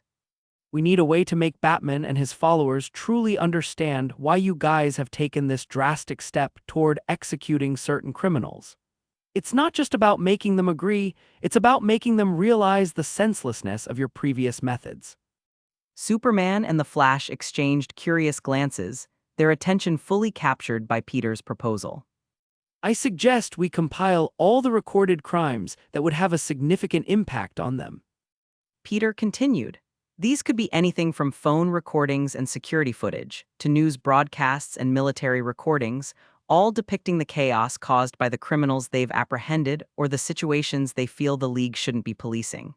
The crimes, the suffering of innocent people, the destruction. Basically, you want to show them the error of their ways. Like the cycle of catch and escape, and what happens when we tell ourselves that we can't get involved with wars. Exactly. Peter confirmed. And I'm sure we can find some juicy war footage for them to watch as well. As for the rest, we don't just have to use just any crime footage. We'll focus on the notorious ones, the likes of the Joker, Lex Luthor, and others. We'll put together a comprehensive hours-long documentary of their crimes and the devastation they've wrought on innocent lives. As Peter spoke, his eyes lit up once again, bright with a new idea. And afterward, you can use the documentary to help persuade the world to see things our way. After all, not everyone will agree with the new and improved League's actions. Sooner or later, the League will stop a large country from doing something unforgivable, and that certainly won't sit well. Superman seemed to agree. I'm sure there's already meetings taking place, discussing our capture of that South American dictator. The Flash nodded slowly. Yeah, there was, and Batman was a part of them, but we can worry about that later. Superman raised a brow at that, but decided that ignore it for now. Back to our current situation, I agree with this plan of yours. If we can help them see the sheer senselessness of what we've been doing, maybe they'll understand why we decided to take more extreme measures. Peter nodded. That's precisely my goal. We'll make them watch every single recording, confront the real consequences of the rules they're trying so hard to protect. Superman leaned back in his chair, deep in thought. The more he thought about it, the more he felt that this approach could provide the perspective that might bridge the gap between Batman and himself. But will they agree to this? Superman questioned. It's not going to be easy to convince Batman and the others to sit down and watch these recordings. They haven't exactly shown a willingness to compromise. Peter acknowledged the challenge with a nod. You're right, it won't be easy, but we can simply make watching the video the stipulation for their release. After all, who wouldn't be willing to watch a movie if it meant getting out of prison? Superman couldn't help but agree. That could work. The Flash chimed in, showing his support for the plan. I think it's worth a shot. If we can get through to them, it's a step toward uniting the League again. Superman, despite his earlier doubts, felt a renewed sense of hope. All right, let's give it a try. If this can help us move forward, I'm willing to do whatever it takes. Peter smirked, hoping that his plan would work. Great, Tony and I will get to work on collecting the recordings and setting up the presentation. It shouldn't take too long since we have Jarvis to do most of the work for us, so they shouldn't be prisoner for much longer. Maybe a day. Who's Jarvis? Flash asked. Jarvis is. The next day arrived, and the large meeting room was set for the awaited gathering. Peter and Tony had been working tirelessly with the invaluable assistance of Jarvis, who had single-handedly scoured databases, swept the internet for relevant videos, and seamlessly edited them into a comprehensive documentary. The footage they had assembled showcased the full extent of the chaos caused by the villains that Batman and his followers had apprehended and subsequently released, as well as the wars and other atrocities that have been allowed to take place under the League's nose for more than a decade. As Batman and his half of the League were led into the room, they exchanged wary glances. They hadn't been informed about the purpose of this meeting, only that they were to attend. Their restraints, which seemed to be magical in nature, kept them and their powers under control for the time being. Superman, flanked by Peter, Tony, the Flash, and Wonder Woman, stood at the front of the room. Batman's stern expression remained unchanged, and his voice was laced with skepticism as he asked, What is this about Clark? Superman stepped forward, his gaze unwavering. We've organized this meeting to provide you with an opportunity to understand why we've chosen the path we've taken. It's important that you grasp the full implications of our previous methods. Green Lantern, who had been locked up alongside Batman and the rest, chimed in, his tone defiant. This is absurd. We shouldn't be imprisoned in the first place. Superman sighed, understanding their frustration. And you will be released after you finish watching the video. But first, we need you all to understand the consequences of your actions and why we've resorted to a more strict approach. The room was filled with murmurs of disagreement and frustration. The Flash, who had once stood on their side, stepped forward, joining Superman and Peter. I used to think like you guys, too. But then I realized that our old methods were causing more harm than good. Batman's stern demeanor remained unwavering as he crossed his arms. What's the catch? It can't be this simple. Superman met Batman's gaze, his expression solemn. There's no catch. The only condition is that you must watch the entire presentation without looking away or interrupting. Green Lantern, still defiant, raised an eyebrow. And if we refuse, Superman's voice was firm. then you'll remain in confinement until you decide to watch it. We're not seeking to punish you, but we need you to understand the gravity of the situation. Martian Manhunter, who had been silently observing, finally spoke up. This is insane. We've been doing the right thing. You won't change my mind if that, no matter how many videos you have. Flash shook his head. It might have felt like the right thing, but was it the right thing for innocent people? Or is it just the right thing for us? To give us a villain to fight, or make us feel good because we did the right thing? No, the right thing would have been to protect the innocent and put a permanent stop to people like the Joker, who had the entire city of Gotham afraid to go outside their homes, for fear that they might catch his eye. Chapter 505, C518 Returning Home, W Guests. Want to read ahead of what I've posted so far? Go to my Patreon and get early access chapters. As of now, the Patreon is 7 chapters ahead. Stop sign Patreon.com/alien warlord stop sign. Police car light insert mysterious gifts pics here. Most likes wins police car light, /N, only 2 entries per person. Trophy yesterday's GIF winner, S. Abu Odd 1 trophy, AN. Is it weird that I've memorized how many O's are in your name since I have to write it every time you win? Crown. Paperclip cover art submissions paperclip. The dimly lit meeting room held a heavy silence as the screen dimmed and the lights came back on.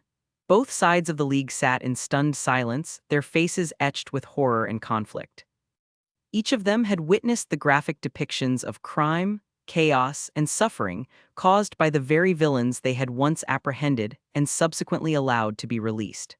The weight of their previous methods and the consequences of their actions now bore down on them. Batman maintained his usual scowl, but inside, he too grappled with the grim reality the documentary had unveiled, though he remained quiet, neither confirming nor denying any change of heart. Taking a deep breath, Peter, the man who had masterfully orchestrated this eye-opening presentation, snapped his fingers, deactivating the magical restraints that had kept Batman and his followers captive. They made good on their agreement to watch the entire video without interruption, so now they were free. Superman stepped forward, his expression solemn. I want to apologize for subjecting you all to such atrocities. He began. But it was necessary to make you realize the harsh truth of the world and the roles we've played in it. We had to show you why we've chosen this new path. Wonder Woman added, her voice filled with empathy. We're not seeking to punish you, but to open your eyes to the suffering that we've allowed to continue. We believed we were doing the right thing, but it's time for a change. The League members who had once staunchly supported Batman's no-killing policy now found themselves wrestling with the grim reality they had witnessed. It was a transformative moment, and their expressions slowly shifted from shock to understanding. Green Lantern was the first to break the silence. I never realized the extent of the devastation caused by our methods. He admitted, his voice laced with regret. We were too focused on the rules and ideals, and we failed to see the bigger picture. Aquaman reluctantly nodded in agreement. Flash was right. He said, his voice tinged with regret. We had felt like we were doing the right thing, but was it truly the right thing for innocent people in that video? If we had just killed certain criminals, then none of that would have happened. One by one, the released League members began to voice their agreement, recognizing the need for change. The room's atmosphere shifted from resistance to a shared understanding of the necessity of more extreme measures against unforgivable criminals. Peter smirked, happy his plan seemed to be working. What about you, Bats? He asked, eyeing Bruce curiously. Instantly, everyone turned their attention to Batman, the one who had always been the unwavering proponent of the no-killing policy.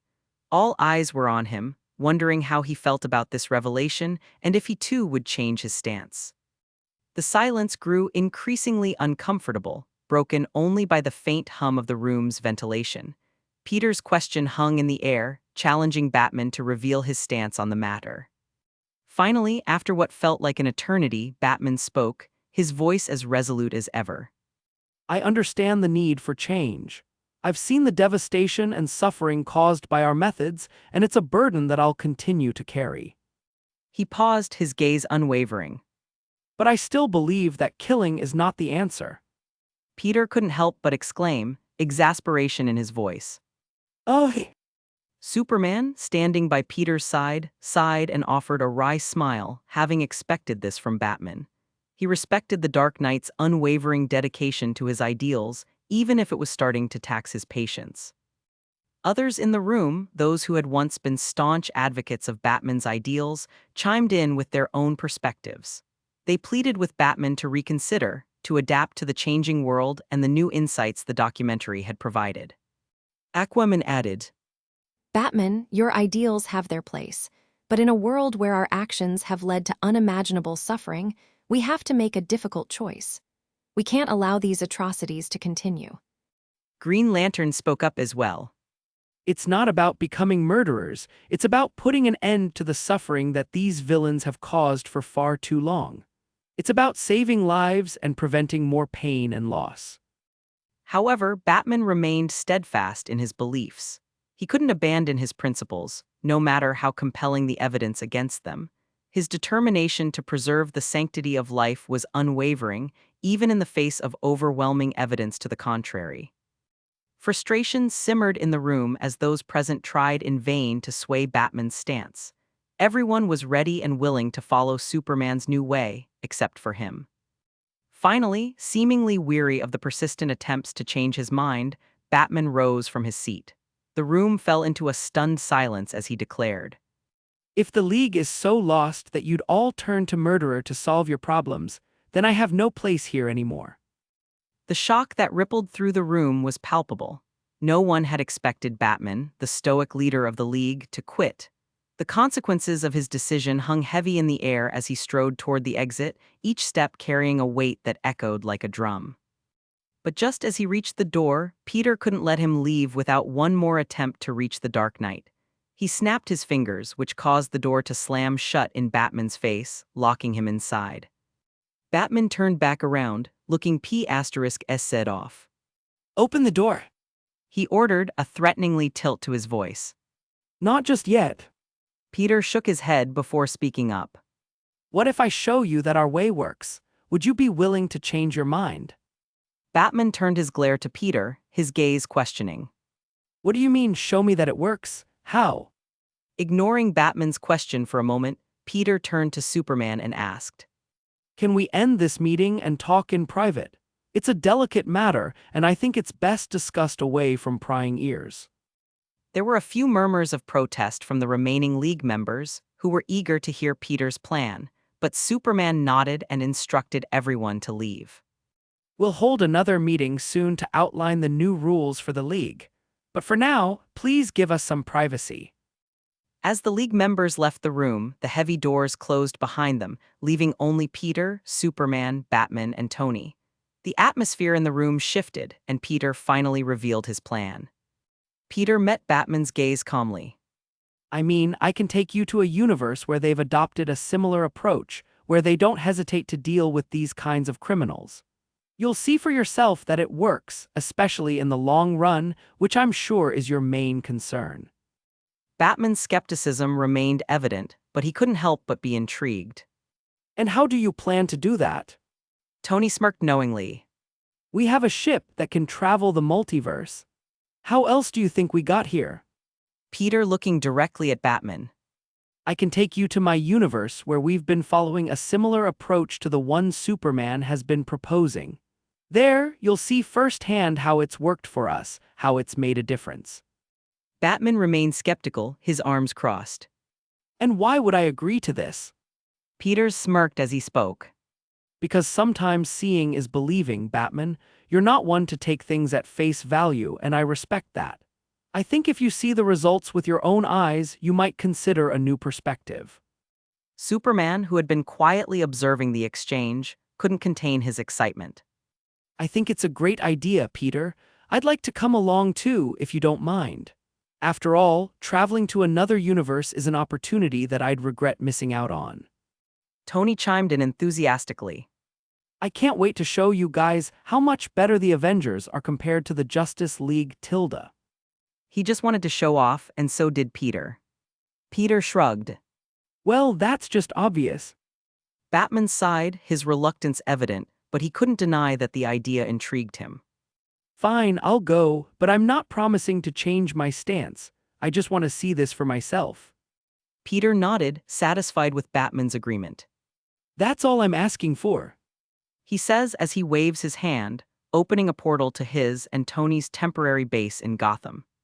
After you. Superman raised a brow. We're leaving now. Yeah, we might as well get this done before he changes his mind. Peter says as they step through the portal one by one, finding a normal-looking room with a tall metallic cylinder sat in the middle. Is this your ship? Batman asks, surprised by how small it was. After all, it's about the size of a small closet or a public phone box. Yup. Peter smirked as he approached the ship. It stood a bit taller than he was, unassuming in appearance. He glanced over his shoulder at the others, his eyes twinkling with anticipation. Time for my favorite part. He announced, a mischievous glint in his eyes. Superman and Batman exchanged puzzled glances, not sure what Peter was getting at. Tony, however, rolled his eyes, already familiar with the routine. He knew that Peter thrived on moments like these. You never get tired of this, do you? Peter chuckled and turned his attention back to the cylinder. With a flourish, he opened the door, revealing the interior of the ship. It was incredibly vast, a sprawling expanse of advanced technology and sleek design, a stark contrast to the exterior's humble appearance.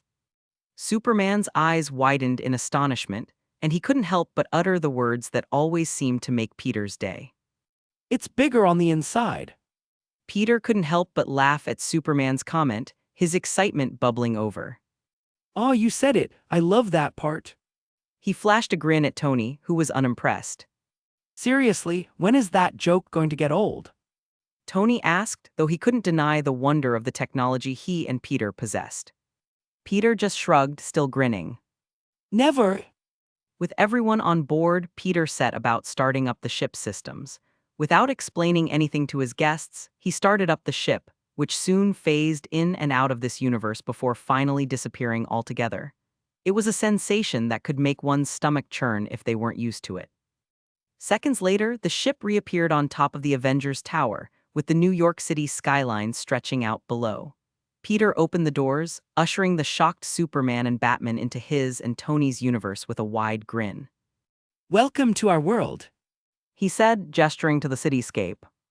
Now, let's show you what we're all about.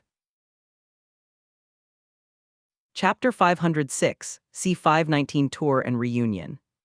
Want to read ahead of what I've posted so far? Go to my Patreon and get early access chapters. As of now, the Patreon is 6 chapters ahead. Patreon.com/alien warlord stop sign. Police car light insert weed /marijuana gifts pics here. Most likes wins police car light /n. Only 2 entries per person. Trophy yesterday's GIF winner S. Emir 3815 trophy AN crown. Paperclip cover art submissions paperclip. After making sure that their ship was securely stashed away in Tony's lab and locked it up with an array of technological and magical security measures, Peter and Tony set out to show Batman and Superman around the Avengers Tower. The advanced architecture and technology that permeated the building were enough to leave both of their guests in awe. Based on their calculations, the Avengers seemed to be around 20 or 30 years ahead of them when it comes to tech. As they walked through the tower's sleek corridors, Peter turned to both Superman and Batman. Okay, before we begin, I ask that you keep my name to yourselves. He says as he pulls on his mask. My identity is a heavily kept secret that only a few people know, so let's keep it that way, all right? Of course, Peter didn't plan on bringing them here when he revealed his face and name back in their universe, so he didn't think that he'd have to worry about it. Batman sneered. I would never reveal someone else's identity. Breaching someone else's privacy like that would be a horrible thing to do, don't you think? He looked Peter square in the eyes, sarcasm clear in his voice. Peter looked at him, clearly apologetic. Yeah, that might have been a little messed up. Batman raised a brow. Only a little. Peter relented. Okay, it was very messed up. I shouldn't have revealed your identity like that. Once that awkward moment came to an end, Peter began to explain the origins of the Avengers and the way they handled things in their world. The Avengers is similar to your Justice League. It was founded by me, Tony, and a few other individuals. Peter began, a sense of pride in his voice. We came together to protect the Earth from a wide range of threats, both foreign and domestic. Superman and Batman listened attentively as Peter described their mission. We've faced everything from alien invasions, sent by a mad titan who sought to cull half of the universe's population, to hidden civilizations right here on our planet, similar to Atlantis in your world. Batman raised a brow, his curiosity piqued. What kind of civilization is hidden on this Earth? Peter grinned, sharing the secrets of his universe. Well, in our world, there are hidden societies with incredible technological advancements, such as Wakanda, home to the Black Panther. They have advanced technology and resources beyond most nations. As they continued to explore the tower, Peter elaborated on the way the Avengers operated. In our world, the Avengers have a public persona, led by our heroes like Iron Man. He gestured toward Tony, who acknowledged with a nod. And Spider-Man. He pointed at his own spider-themed suit. We also have other heroes like Captain America, who's the director of the Avengers and leads the public side of the team. Batman couldn't help but raise an incredulous eyebrow. Captain America, that seems like a rather simple hero name. Peter chuckled at Batman's reaction. Well, when you think about it, aren't you named after a flying rat? It's all a matter of perspective. He quipped, and even Superman couldn't help but laugh. Peter continued to provide insight into the way the Avengers' public persona operated. The public side of the Avengers are taught public relations and never kill in the public eye, unless it's in self-defense or in the defense of others. All lethal action is reserved for the more secretive side of our operations. Batman remained attentive, intrigued by the duality of their approach. Tell me more about this secretive side. Peter obliged, revealing another layer of the Avengers. Behind the public face of the Avengers are two separate divisions for covert operations, Nightingale and S.H.I.E.L.D. S.H.I.E.L.D. is a covert spying agency that works to protect the world from the shadows. They handle anything from espionage to assassinations if necessary. It's led by Nick Fury, one of the other founding members. Peter continues. And as for Nightingale, it's what remains of a disbanded league of female assassins called Widows, led by the most famous Black Widow, Natasha Romanoff. They handle more discreet and morally complex missions, usually in tandem with S.H.I.E.L.D. As Peter finished explaining a brief overview of the Avengers' operations, Batman took a moment to digest the information. He couldn't help but question. You've outlined an organized system, but how does this convince me that your way is better? You talk about not killing in the public eye and these covert divisions, but it all seems to be under your control. How can I be sure that you don't misuse your power and that your system truly keeps innocent lives safe? Peter nodded, understanding Batman's skepticism. I get it, you're cautious, and that's a good thing. First, I want to clarify that the Avengers aren't a nation. We don't control any land or people. However, we do serve as a significant global influence. We have the most powerful individuals on Earth, or even the universe, among our ranks. Every nation wants to stay on our good side, which helps keep them in check. Tony interjected. To be fair, it wasn't always like that. When we first emerged, there was a learning period. Nations and leaders tested our limits, trying to figure out what the Avengers would tolerate. But we stopped wars, prevented atrocities, and used diplomacy to talk things out. It didn't take long for nations to realize the benefits of cooperation over conflict. Superman was curious and hopeful, considering the potential of this approach. So you're saying that eventually, nations came together and found a way to live in peace? Tony nodded. Exactly. We still face challenges, but when nations see the alternative, they tend to opt for peace. So we're not here to enforce a specific agenda, but we've created an environment where nations are incentivized to do the right thing. Peter chimed in again, adding another layer to their argument.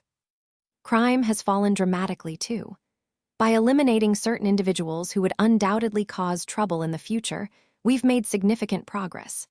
In fact, major cities around the world now have such incredibly low crime rates that it's gotten to the point where most police officers are basically decorations, who hand out the occasional ticket and other small offenses. Despite the compelling explanations, Batman's skepticism remained evident. He had been unwavering in his beliefs for so long that it wasn't easy to sway him now. However, Peter wasn't about to give up. He sighed and finally stated, I understand that you might be skeptical, Batman, but seeing is believing.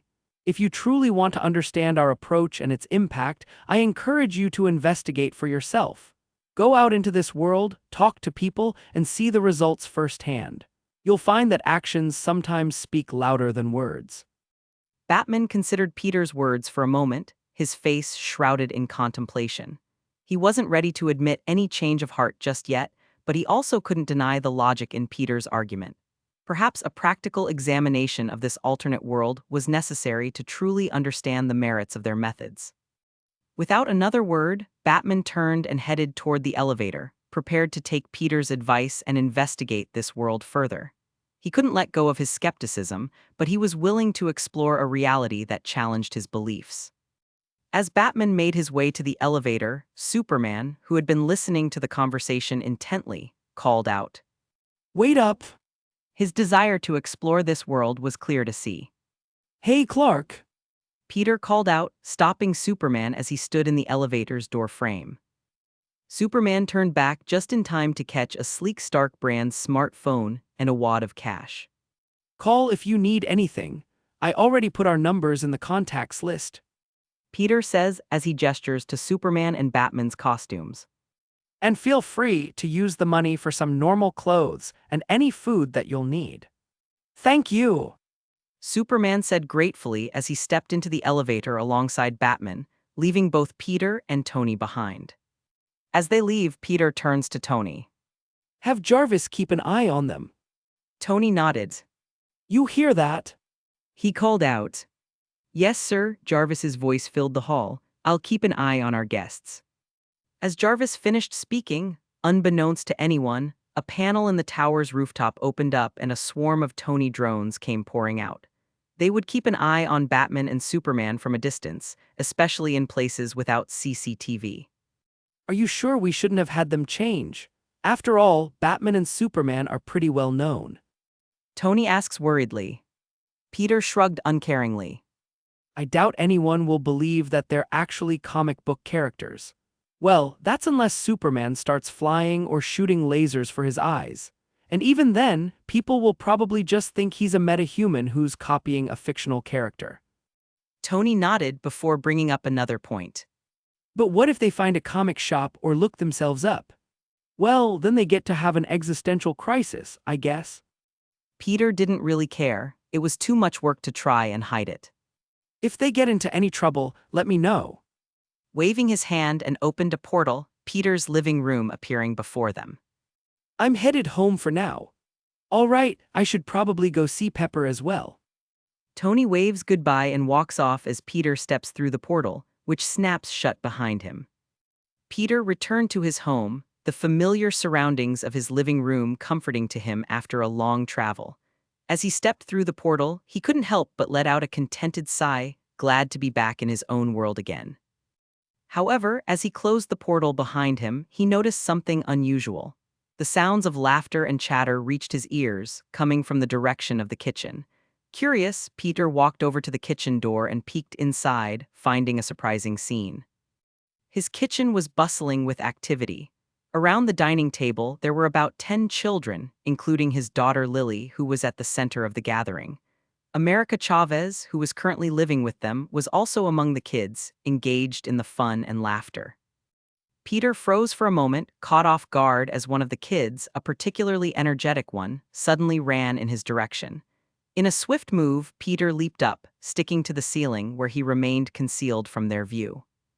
From his upside-down vantage point, Peter observed as the child looked around, clearly confused as he could have sworn that someone was there a minute ago. The kid shrugged it off and rejoined their friends, running off to play in another part of the house. Patiently, Peter waited until he was certain that the children were sufficiently distracted before creating a portal right beneath him. Detaching from the ceiling, he landed on his feet in his bedroom, the portal closing behind him with a soft whooshing sound. Taking a deep breath, Peter peeled off his mask and tossed it aside. He couldn't help but smile at the close call with the kids in the kitchen. I didn't know Lily had so many friends. Just as he was about to relax and reflect on the events of the day, the bathroom door, which was connected to his bedroom, creaked open. His fiancée, MJ, stepped out completely naked, her entire body still damp from a shower. She looked surprised to see Peter standing in the room, and for a moment, they simply stared at each other. It had been almost 2 months since Peter had left to deal with whoever was hunting America down, and MJ had been worried for his safety. However, the initial shock quickly transformed into a wide smile as she realized that Peter had returned unharmed. Ignoring her nakedness, she rushed toward him, her embrace warm, inviting. Hello, beautiful Tilda.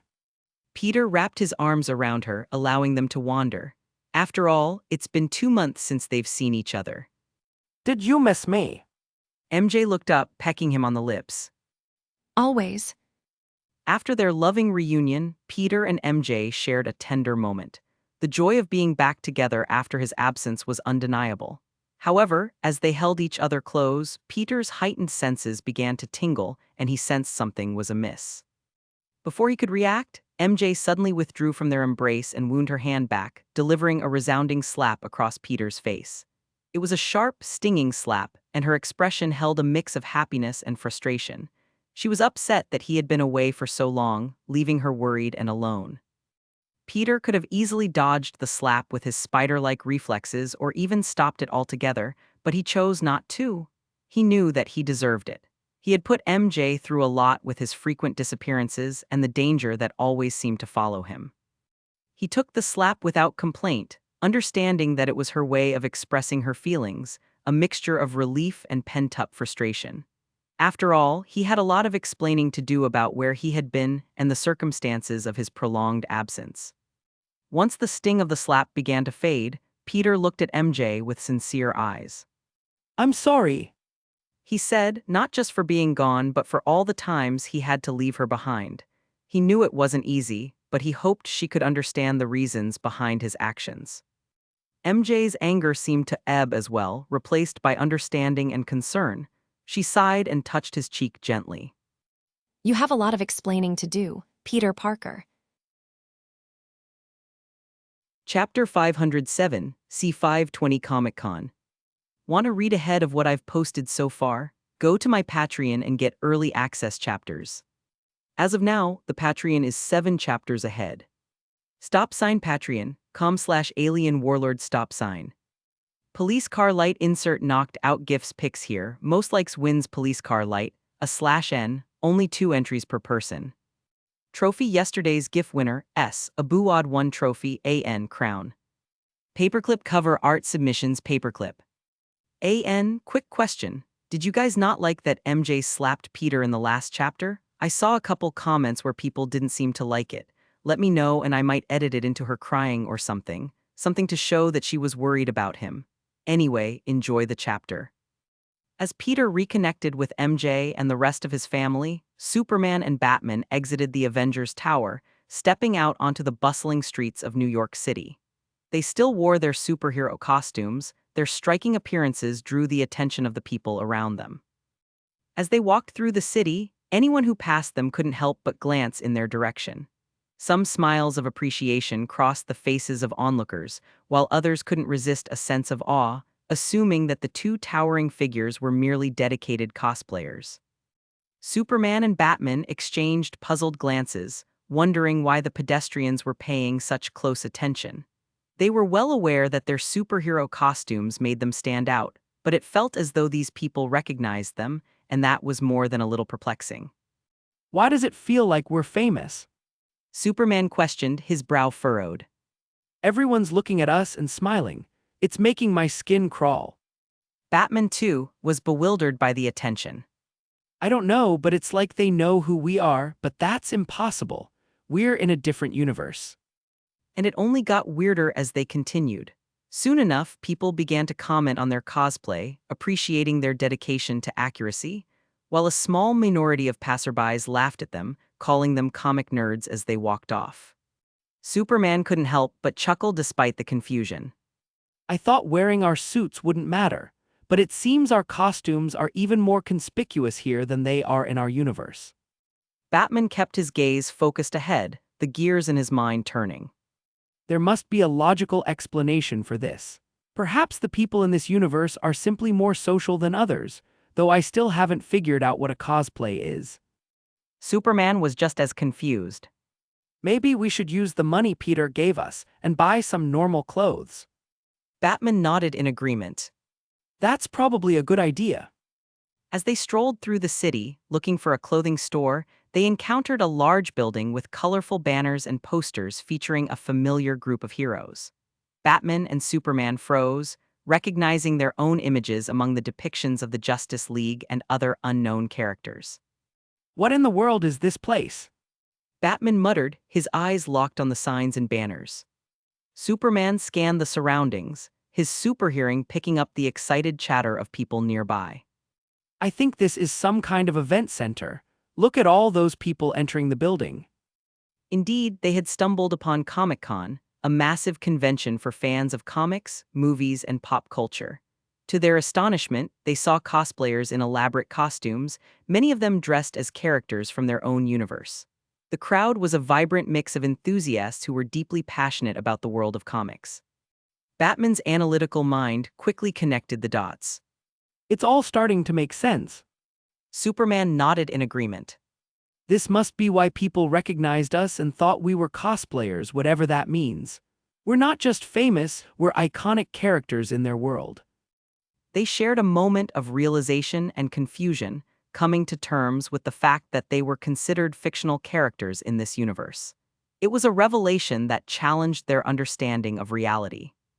Let's go inside and see what we can find out.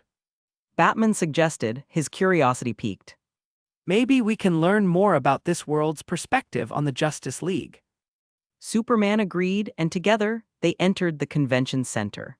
Their costumes were so impressive that the security didn't even bother asking for their pass and merely stepped aside, thinking that they must have some sort of special access. Inside the vast, colorful world of fan art, merchandise, cosplay, panels, and unhygienic fans, Batman and Superman marveled at the vibrant display of fan art, merchandise, and the enthusiastic crowd. Their costumes, while clearly not the product of cosplay, gained the attention of many attendees who believed them to be dedicated fans. As they strolled through the event, a rather large and muscular teenager wearing a costume similar to Superman's rushed over, eyes wide with excitement. He was dressed as a makeshift version of the Man of Steel, with a homemade cape and a symbol drawn with marker on a t-shirt. His enthusiasm was infectious. Whoa, your Superman cosplay is amazing. The teenager exclaimed, looking at Superman with awe. And Batman, your costume is so intricate. You guys are nailing it. Batman and Superman shared a bewildered glance, unsure of how to respond. They didn't know that their real counterparts were fictional characters in this universe. To them, it seemed like Ned was merely complimenting their cosplay. Thanks. Superman said, his voice warm, masking his bewilderment at seeing a grown man dressed as a *TTY version of him. Your costume is pretty cool too. The teen beamed at the praise. Thanks, I'm Ned, by the way. You guys want to explore the con together? DC fans gotta stick together, right? There's so much to see here.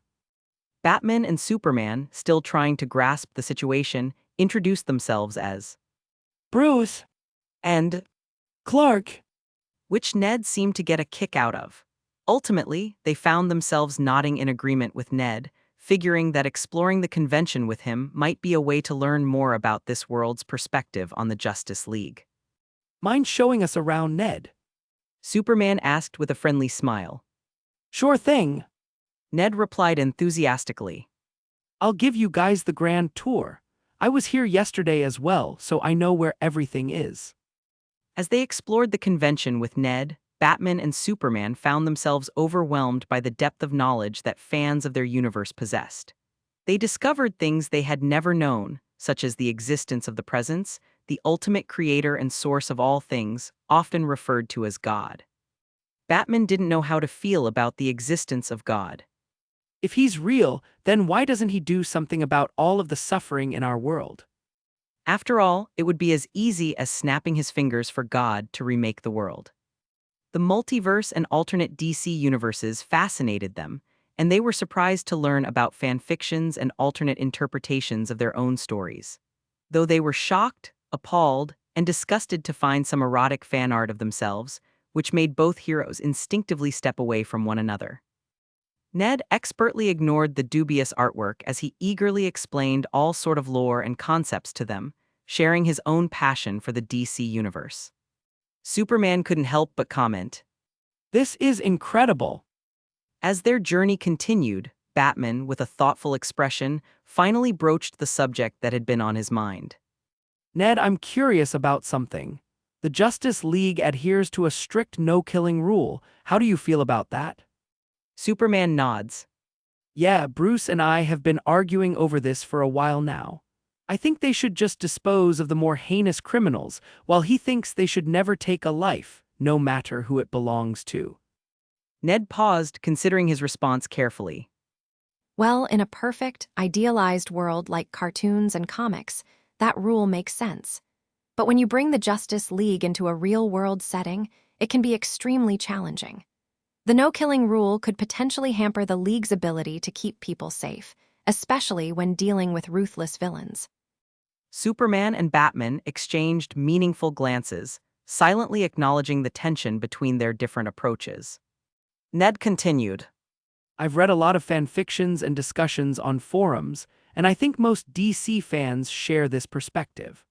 While the moral idea of not taking a life is admirable, the practicality of it in a world filled with superpowered threats who show no mercy can be quite different. Batman fell into silence, his thoughts heavy. Superman's eyes met his, conveying a sense of understanding and an unspoken. I told you so.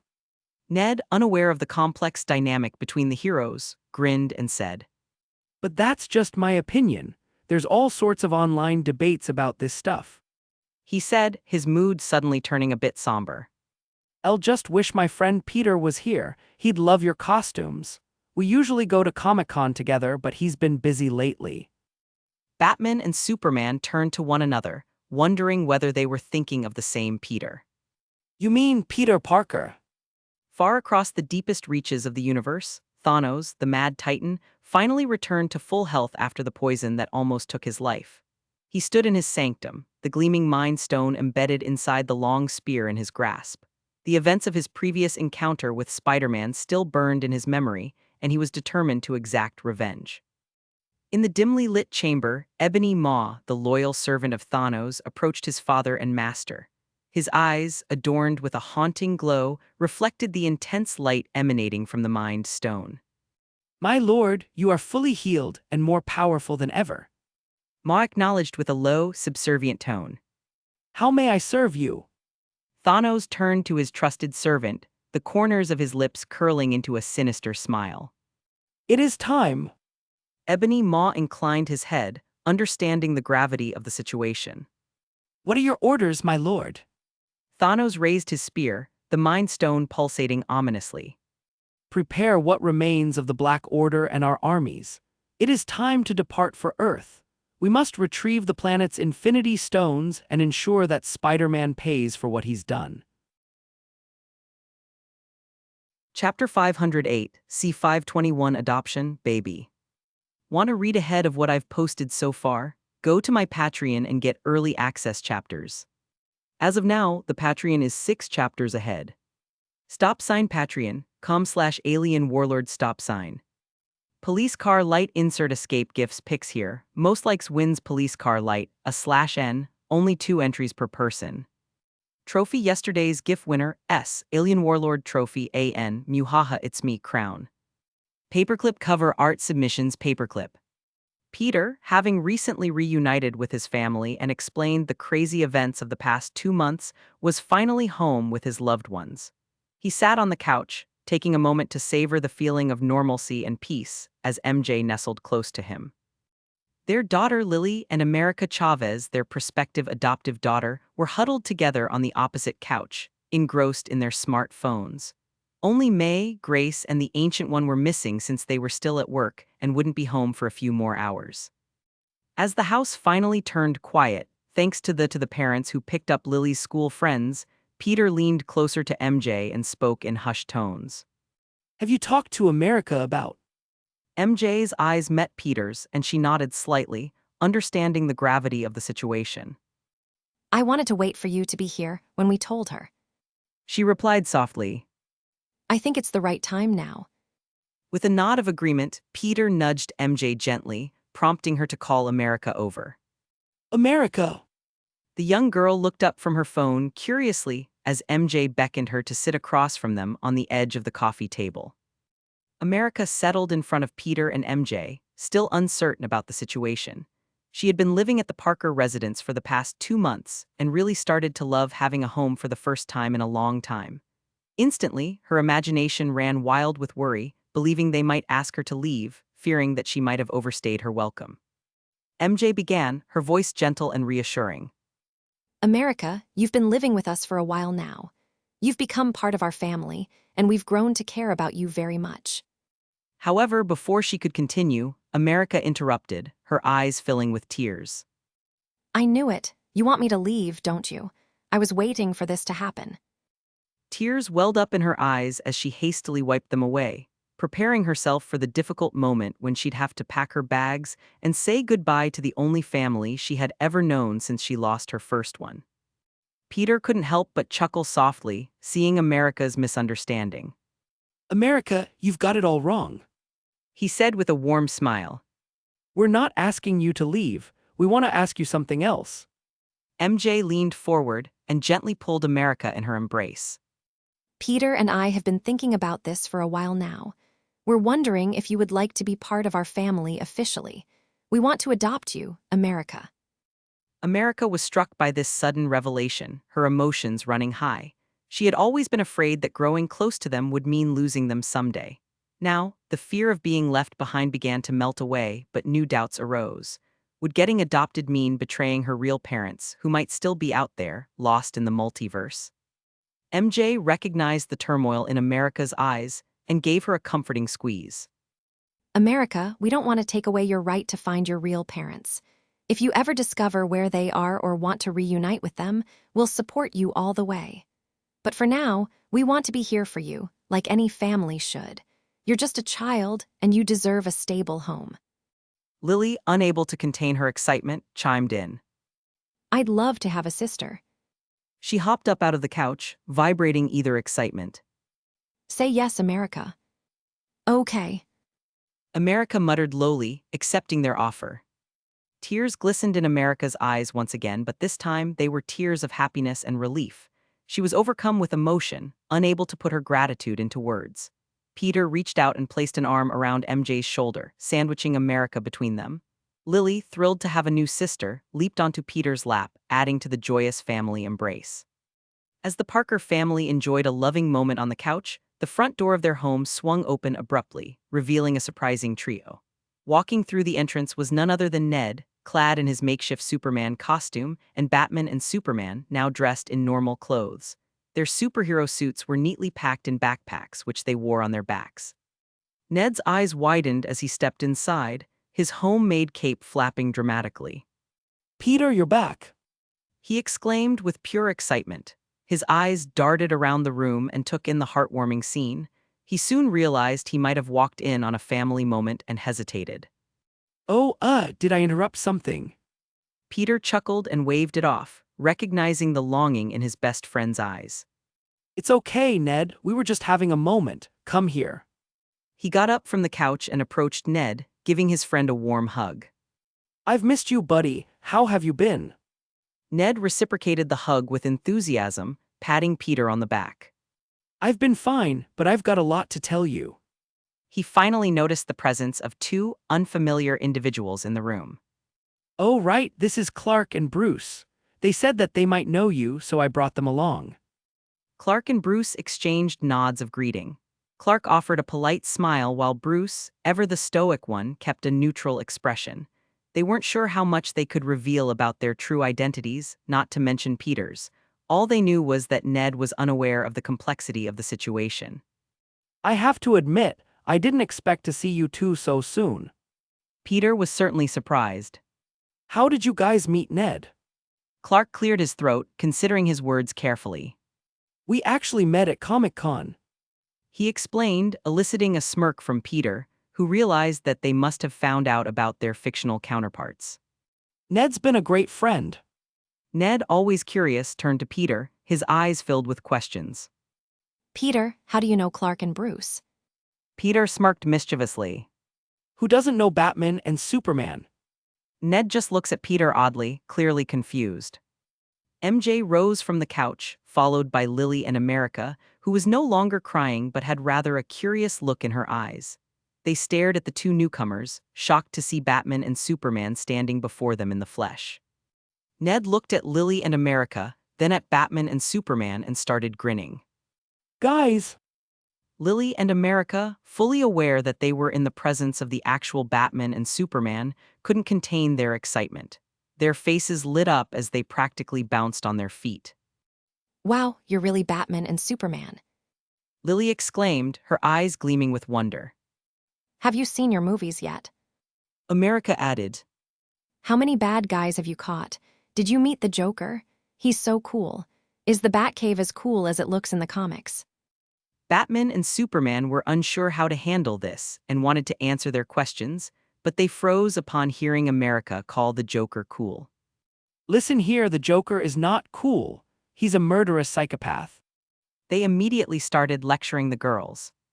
Ned watched in confusion, unsure if the conclusion that he was coming to was the correct one. They can't be the real Batman and Superman, can they? Then turning to Peter, Ned couldn't help but ask. Peter, what's the hell's going on? Peter smirked, knowing Ned is going to freak out. They're real, Ned. I had some business in another universe, so I had to use that multiverse-traveling ship I was telling you about. As you can see, somehow, I ended up in the DC universe and brought back a couple tagalongs for a field trip. Ned's eyes widened, his confusion morphed into excitement, which then turned into shock as he fainted, collapsing onto the floor, his mind unable to process the incredible revelation. Everyone looked down at the unconscious Ned, feeling sorry for him since they knew Peter could have broke it to him more gently. Peter, on the other hand, couldn't contain his laughter as he fell back into the couch, holding his stomach. Is he going to be all right? Superman asked worriedly, pointing down at Ned. MJ shook her head. He'll be fine. He's actually an Avenger like us. His body is enhanced by the super soldier serum. He's far more durable than you realize. Superman raised a brow. Super soldier serum. Like us. Batman asked curiously. I'll explain in a moment. She says as she turns to Peter. This is your fault, so either wake him up or go put him in one of the guest rooms. Sure. Peter nodded as he stood up, controlling his laughter as he grew Ned over his shoulder. Be right back. As he leaves, MJ changes her clothes with a thought, switching straight to her silk suit. I'm Silk in this. Lily happily follows her mother's lead and switches to her own suit. And I'm Spider-Girl. America watches them change, a jealous look on her face. Hey! Superman stared at the spider-themed family, shocked that even the child was a superhero. Meanwhile, Batman wasn't so shocked. After all, he's had some fairly young sidekicks over the years. Back at the tower, Tony Stark finally returned home to his waiting girlfriend, Pepper Potts. Entering the spacious, luxurious penthouse they shared, he was immediately slapped in the face by an angry woman. Pepper looked up, worry and frustration written all over her face. Do you know how long you've been gone? Tony pulled Pepper into a hug, surprising the angry woman. Sorry, we kind of got stranded after the ship malfunctioned. I missed you, though. Tony's demeanor seemed a bit different, carrying a hint of something more profound which threw her for a loop. He pulled away and took her hand, his eyes searching hers. Pepper, there's something I want to talk to you about. He began, and Pepper sensed an unusual tension in his voice. It might come as a shock, but hear me out. Pepper nodded, her concern growing. Of course, Tony. You can talk to me about anything. What's on your mind? Tony took a deep breath and locked eyes with Pepper, his face earnest. I've been thinking about. Pepper's eyes widened in disbelief. She knew Tony had been against the idea of having children for a long time. It was a decision they had discussed many times, and Tony had always seemed firm in his stance. I know. Tony continued, sensing Pepper's shock. But hear me out, Pepper's mind was spinning as she tried to process this revelation. Her earlier anger was completely forgotten. Why, you want to have a baby? Tony nodded, a hint of vulnerability in his eyes. It made me realize that I don't want to be outdone or left behind. Even Spider-Man's got a kid and he's like half my age. Maybe we should have one too. I don't want to miss out on something amazing because of my past reservations. Pepper took a moment to collect her thoughts, knowing how significant this change of heart was for Tony. Tony, this is a huge decision. Tony's gaze was unwavering as he spoke with sincerity. I know it's a lot to take in, but I've thought about this, Pepper. He suddenly pulls her back into his arms, his hands roaming her body. With a soft smile, Pepper spoke lowly into Tony's chest. I wouldn't mind. Her voice trailed off towards the end.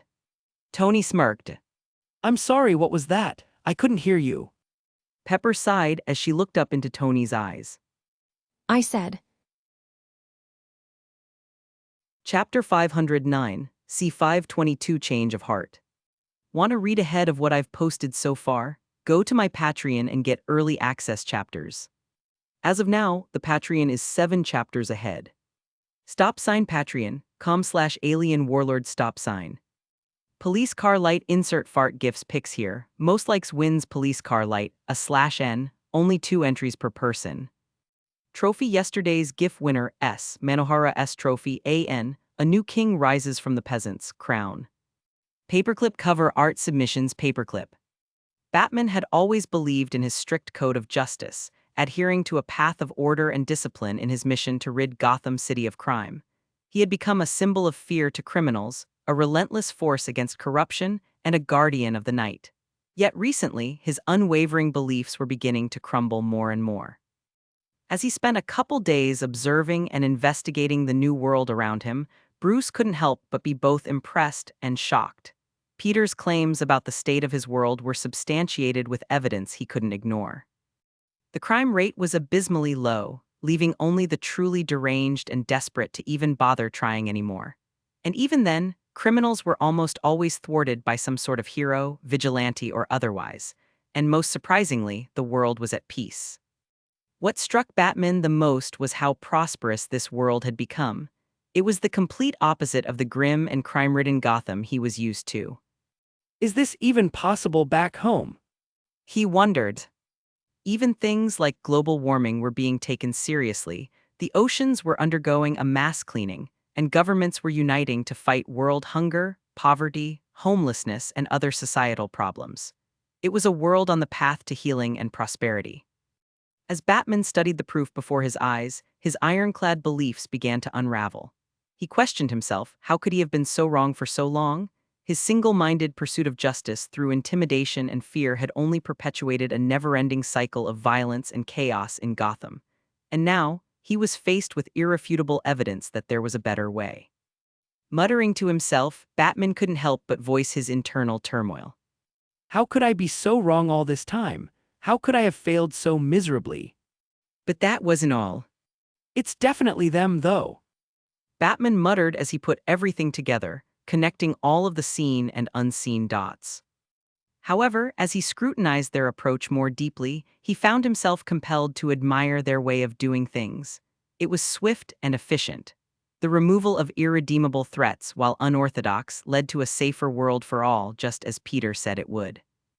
In this new universe, Batman was confronted with a reality that challenged his core principles. He realized that his relentless pursuit of a certain type of justice and inability to kill had blinded him to the possibility of a better world through unity, cooperation, and ruthless, yet hidden, action. As he continued to observe and reflect on the mountain of proof before him, Bruce couldn't escape the realization that change was not only possible but essential for the greater good. For once, Batman decided that he was wrong and was willing to embrace a new way of fighting for justice, one that aligned with the lessons he had learned in this astonishing universe. He would join Superman in changing the league, and hopefully this change would be for the greater good. Although investigating the world around him helped come to this decision, Batman also found all sorts of forums online, debating the same argument that he and Superman had been going through recently. And he would be lying if he said they weren't helpful in his decision-making. I have to thank Ned for sending me these links. Bruce thought as he leaned back in his computer chair. But one wiki page that he found managed to put the fear of God into him. What the hell is the Batman who laughs?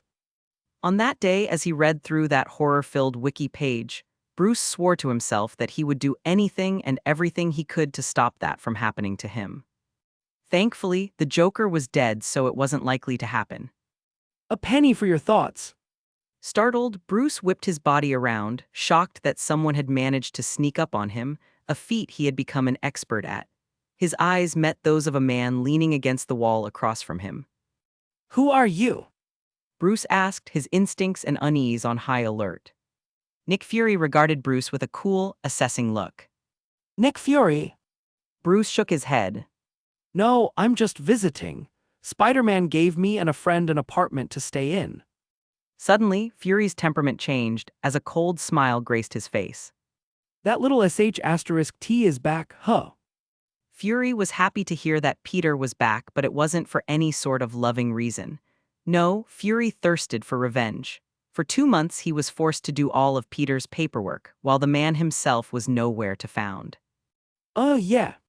Bruce nodded, confused by the mix of hostility and glee he felt from Fury. Fury filed away his revenge for later as he eyed Bruce. So what's got you so troubled? Bruce found himself hesitant to share his internal struggles, but he couldn't help but respond with another question, a heavy one that weighed on his conscience. Have you ever killed someone before? What does it feel like? Is it? Fury raised a brow, understanding the gravity of the conversation. This sh*T got real fast. Fury sighed, knowing that this was a topic that couldn't be taken lightly. Killing He began, his voice tinged with experience. is easier than you might realize, especially when it comes to normal people. A few pokes of a knife, a bullet to the heart, the brain, or other vital areas, and most people die quite quickly without much fanfare. And once you've crossed that line, the initial sickening feeling that accompanies it slowly dissipates. It becomes easier with every kill. Bruce absorbed Fury's words, understanding that they held a truth he had avoided acknowledging. The concept of taking a life was harrowing, but Fury's words painted a stark reality that was hard to ignore. However, Bruce was not convinced, and his brow furrowed as he replied. I understand what you're saying, but I don't know if I could ever do it. Even with the knowledge that it might be necessary, I can't see myself killing or being a part of killing. I'm just not built that way. Fury nodded, respecting Bruce's resolve, yet also recognizing that his perspective was a deeply ingrained one. Killing was a moral crossroads that not everyone could navigate. For some, it's not an easy thing to stomach. It's not for everyone, and it takes a special kind of resolve to make that initial choice. Some people just don't have it. What's going on? Fury's stern expression mirrored Bruce's worry, and he quickly tried to access information. I don't know, let me check. He reached for a device on his belt. But before he could, a calm and digitized voice resonated through the area, and Bruce and Fury both turned their attention to it. It was Jarvis. Mr. Fury, Mr. Wayne, I have detected an incoming fleet of ships entering the solar system. Jarvis stated matter-of-factly. The news sent a chill down both of their spines. It was not just some random incident. Mother of asterisk seeker. He cursed under his breath and quickly checked the message from Jarvis. He clicked his tongue in annoyance as he read about the incoming alien fleet. They couldn't have waited until the morning. Chapter 510, C523 Strike First. Want to read ahead of what I've posted so far? Go to my Patreon and get early access chapters. As of now, the Patreon is 6 chapters ahead. Patreon.com/alien warlord stop sign. Police car light insert slimy gifts pics here. Most likes wins police car light, a /n, only 2 entries per person. Trophy yesterday's GIF winner, S, a Buwad 1 trophy, AN crown. Paperclip cover art submissions paperclip. In a large hall in the Avengers Tower, an atmosphere of urgency filled the air. The Avengers had assembled, all dressed in their gear, ready for action. The alarms had called them to attention, and they had gathered to discuss the impending threat. Peter, in his Spider-Man suit, rubbed the back of his head and stifled a yawn as he entered the room. His arrival drew the attention of those present. Captain America, Black Widow, Brunhilde, and other Avengers members turned to face him. Across from him, Batman and Superman, also suited up, acknowledged his presence. Superman spoke first, his deep voice resonating with determination. We're here to help. We'll fight alongside the Avengers. Batman nodded in agreement. Agreed. He says as he eyes Peter for a moment. We've dealt with our fair share of alien invasions over the years, and it's never pretty. Peter appreciated their support. Thanks, we appreciate the help. As the conversation continued, Natasha stepped forward and informed Peter. Fury and the rest of the council are waiting for you in the council chambers. Peter nodded and made his way past the many Avengers and entered the double doors leading to the council chambers. Inside the chamber, Peter found a formidable assembly. Tony Stark, Nick Fury, Magneto, Professor X, and T'Chaka, the former king of Wakanda, were all present. Fury greeted Peter with a wicked grin, his eyes filled with a sense of vindictive amusement, before leaning in and stating, Finally, the great Spider-Man graces us with his presence. He claps his hands, his voice laced with sarcasm. Peter, feeling a chill run down his spine, realized that Fury must have been saddled with his paperwork whilst he was gone. After all, the rest of them would never voluntarily choose to do more work. He must have some revenge planned. So, what do we know about this alien fleet? Tapping the table, Tony projected a holographic image that displayed countless red dots approaching Earth. He explained, We've got around 1,000 ships coming our way, all following a flagship. The flagship is about 10 times the size of the rest. Our cameras can't get a clear image yet, but they're getting closer. Silence fell over the room as everyone took in the gravity of the situation, staring blankly at the holographic map, each red dot representing a massive alien warship headed their way. Breaking the silence, Peter spoke up, his tone remarkably calm considering the impending threat. We have a couple of options here. We can wait and prepare to use the network of Kree, Nova, and Chitauri ships that surround the planet to help defend us when they get closer. However, that means allowing the fleet to approach Earth, which is risky. Peter continued, Or we can get everyone ready for battle now, and I can go investigate to see if the fleet is hostile. If it is, I can open portals to each ship and let the Avengers board and attack before the fleet gets anywhere near us or the planet's inhabitants. The Council and Peter's allies considered the options carefully. Some even threw out some other ideas, but after some deliberation, they reached a consensus. Fury spoke decisively. We can't afford to wait. He turns to Peter. Go investigate and confirm if the fleet is hostile. If it is, then we'll use the portal strategy. With a quick nod, Peter prepared to head out, though he couldn't help but wonder. Who the hell would fly a fleet of warships into our solar system? He had a good idea of who it might be, but he had to be sure before saying anything. My precious. Peter thought as he eyed the spear which most contained the last of the Infinity Stones. Retrieving it would complete his collection. Ignoring his growing greed for a moment, Peter couldn't help but feel a mix of surprise and awe at the sight of Thanos. If this was indeed the same mad titan who had fallen victim to his poison and somehow survived, then it was a testament to Thanos' incredible resilience and strength. Peter was truly impressed. Just as Peter contemplated his next move and whether he should reveal himself, Thanos' voice resonated through the chamber, asking, Are you just going to stand there and hide all day?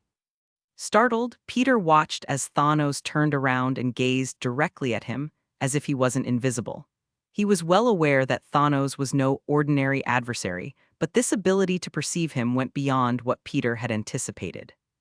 With a sigh of resignation, Peter deactivated the spell that kept him hidden and revealed himself to the Mad Titan. Instantly, Thanos' eyes tuned bloodshot, and he tightened his grip on the spear. The man who had tricked him and poisoned him was finally here, and he could feel his blood begin to boil at the mere sight of him. Spider-Man! Thanos spat Peter's name as if it left a bad taste in his mouth. Finally, we meet again. Waving a casual hello to the Mad Titan. I'm not going to lie. He eyed Thanos up and down. You look like you lost some weight. Chapter 511, C524 Peter V's. Thanos 1 out of 2. Want to read ahead of what I've posted so far? Go to my Patreon and get early access chapters. As of now, the Patreon is 7 chapters ahead. Stop sign Patreon, com/alien warlord stop sign. Police car light insert raunchy gifs pics here. Most likes wins police car light, /n, only 2 entries per person. Trophy yesterday's GIF winner, Dark Slayer Trophy AN Crown. Paperclip cover art submissions paperclip. As the portals materialized before the Avengers and their newfound allies, the chamber in the Avengers Tower buzzed with anticipation. Every member of the Avengers had been assigned to specific teams, their roles carefully considered to maximize their effectiveness in the battle ahead. Captain America, standing tall and resolute, led the charge. His vibranium shield was a shining beacon of hope for his team as he, Peggy Carter, and Bucky Barnes stepped through their portal, leading to one of the many ships in the oncoming alien fleet. Their combined skills, agility, and combat prowess made them a formidable trio. Brunhilde, accompanied by her Valkyrie sisters, embarked into dozens of portals, leaping headfirst into battle for the first time since their resurrection. Their combination of mystical power and divine might made them a force to be reckoned with. Similar to the Valkyrie, Black Widow lead the Man-Widows of Nightingale through a portal, each of them armed with the best laser pistols and rifles that the Avengers had. Meanwhile, Hawkeye, Falcon, and other low-level Avengers poured through another portal. Peter and the rest of the Council decided to bunch all of the rather weak Avengers into one team, where they can combine their meager skills into a formidable force. Ant-Man and the Wasp, utilizing their unique size-changing abilities, slipped into the alien ships undetected, seeking strategic opportunities to disrupt the enemy's operations from within. Peter didn't bother calling Hank and Janet since they were a bit old to be fighting off alien invasions, but most of all, he just didn't want to force the newly divorced pair to see each other. After all, the divorce is still pretty fresh. After rescuing Janet from the quantum realm and returning home, Hank had some time to really think about the fact that Janet found love again and moved on without him, which then resulted in the two separating. Hank didn't really blame her, as he'd always loved Janet, but he just couldn't bring himself to be with her anymore, which saddened both of them, including their daughter, Hope. But thankfully, Hope was a 34-year-old woman, so she didn't take it too hard. And from what Peter has heard, the two are still amicable, but he just didn't want to deal with any drama. Yeah. Peter thought at the time. With every portal, a distinct and powerful group entered the fray. The plan was orchestrated with precision, ensuring that each team was ready and able to succeed in their mission. As the Avengers emerged from their portals onto different ships within the fleet, they faced the same eerie silence and the cold, unfeeling eyes of the Chitauri. A moment of tense anticipation filled the air, mirroring the situation Batman and Superman had confronted. Then chaos erupted. The Avengers leaped into action, each group engaging the Chitauri forces with their distinct style and abilities. Captain America's shield was a blur of red, white, and blue as he deflected energy blasts and battered the Chitauri warriors. Black Widow moved with grace and precision, striking with her batons while acrobatically dodging attacks. Brunhilde, armed with her Asgardian sword, radiated strength and confidence as she challenged the alien foes. As each team battled fiercely, the Chitauri's numerical advantage meant little in the face of the Avengers' unwavering determination and combined might. The elements of surprise and teamwork worked to their advantage, creating a rapidly escalating chaos on board the alien vessels. Back on the flagship, the confrontation between Spider-Man and Thanos crackled with tension. They stood on the expansive deck of the Chitauri flagship, their eyes locked in a fierce gaze. Spider-Man couldn't help but compare the Mad Titan's appearance to when they first met. Peter smirked under his mask. Damn, that poison must have really done a number on you, huh? Once a hulking and imposing figure, Thanos now appeared noticeably different, having suffered the consequences of a severe poisoning that left him bedridden for an extended period. His once bulging, Titan-like muscles had shrunk, leaving his frame significantly diminished.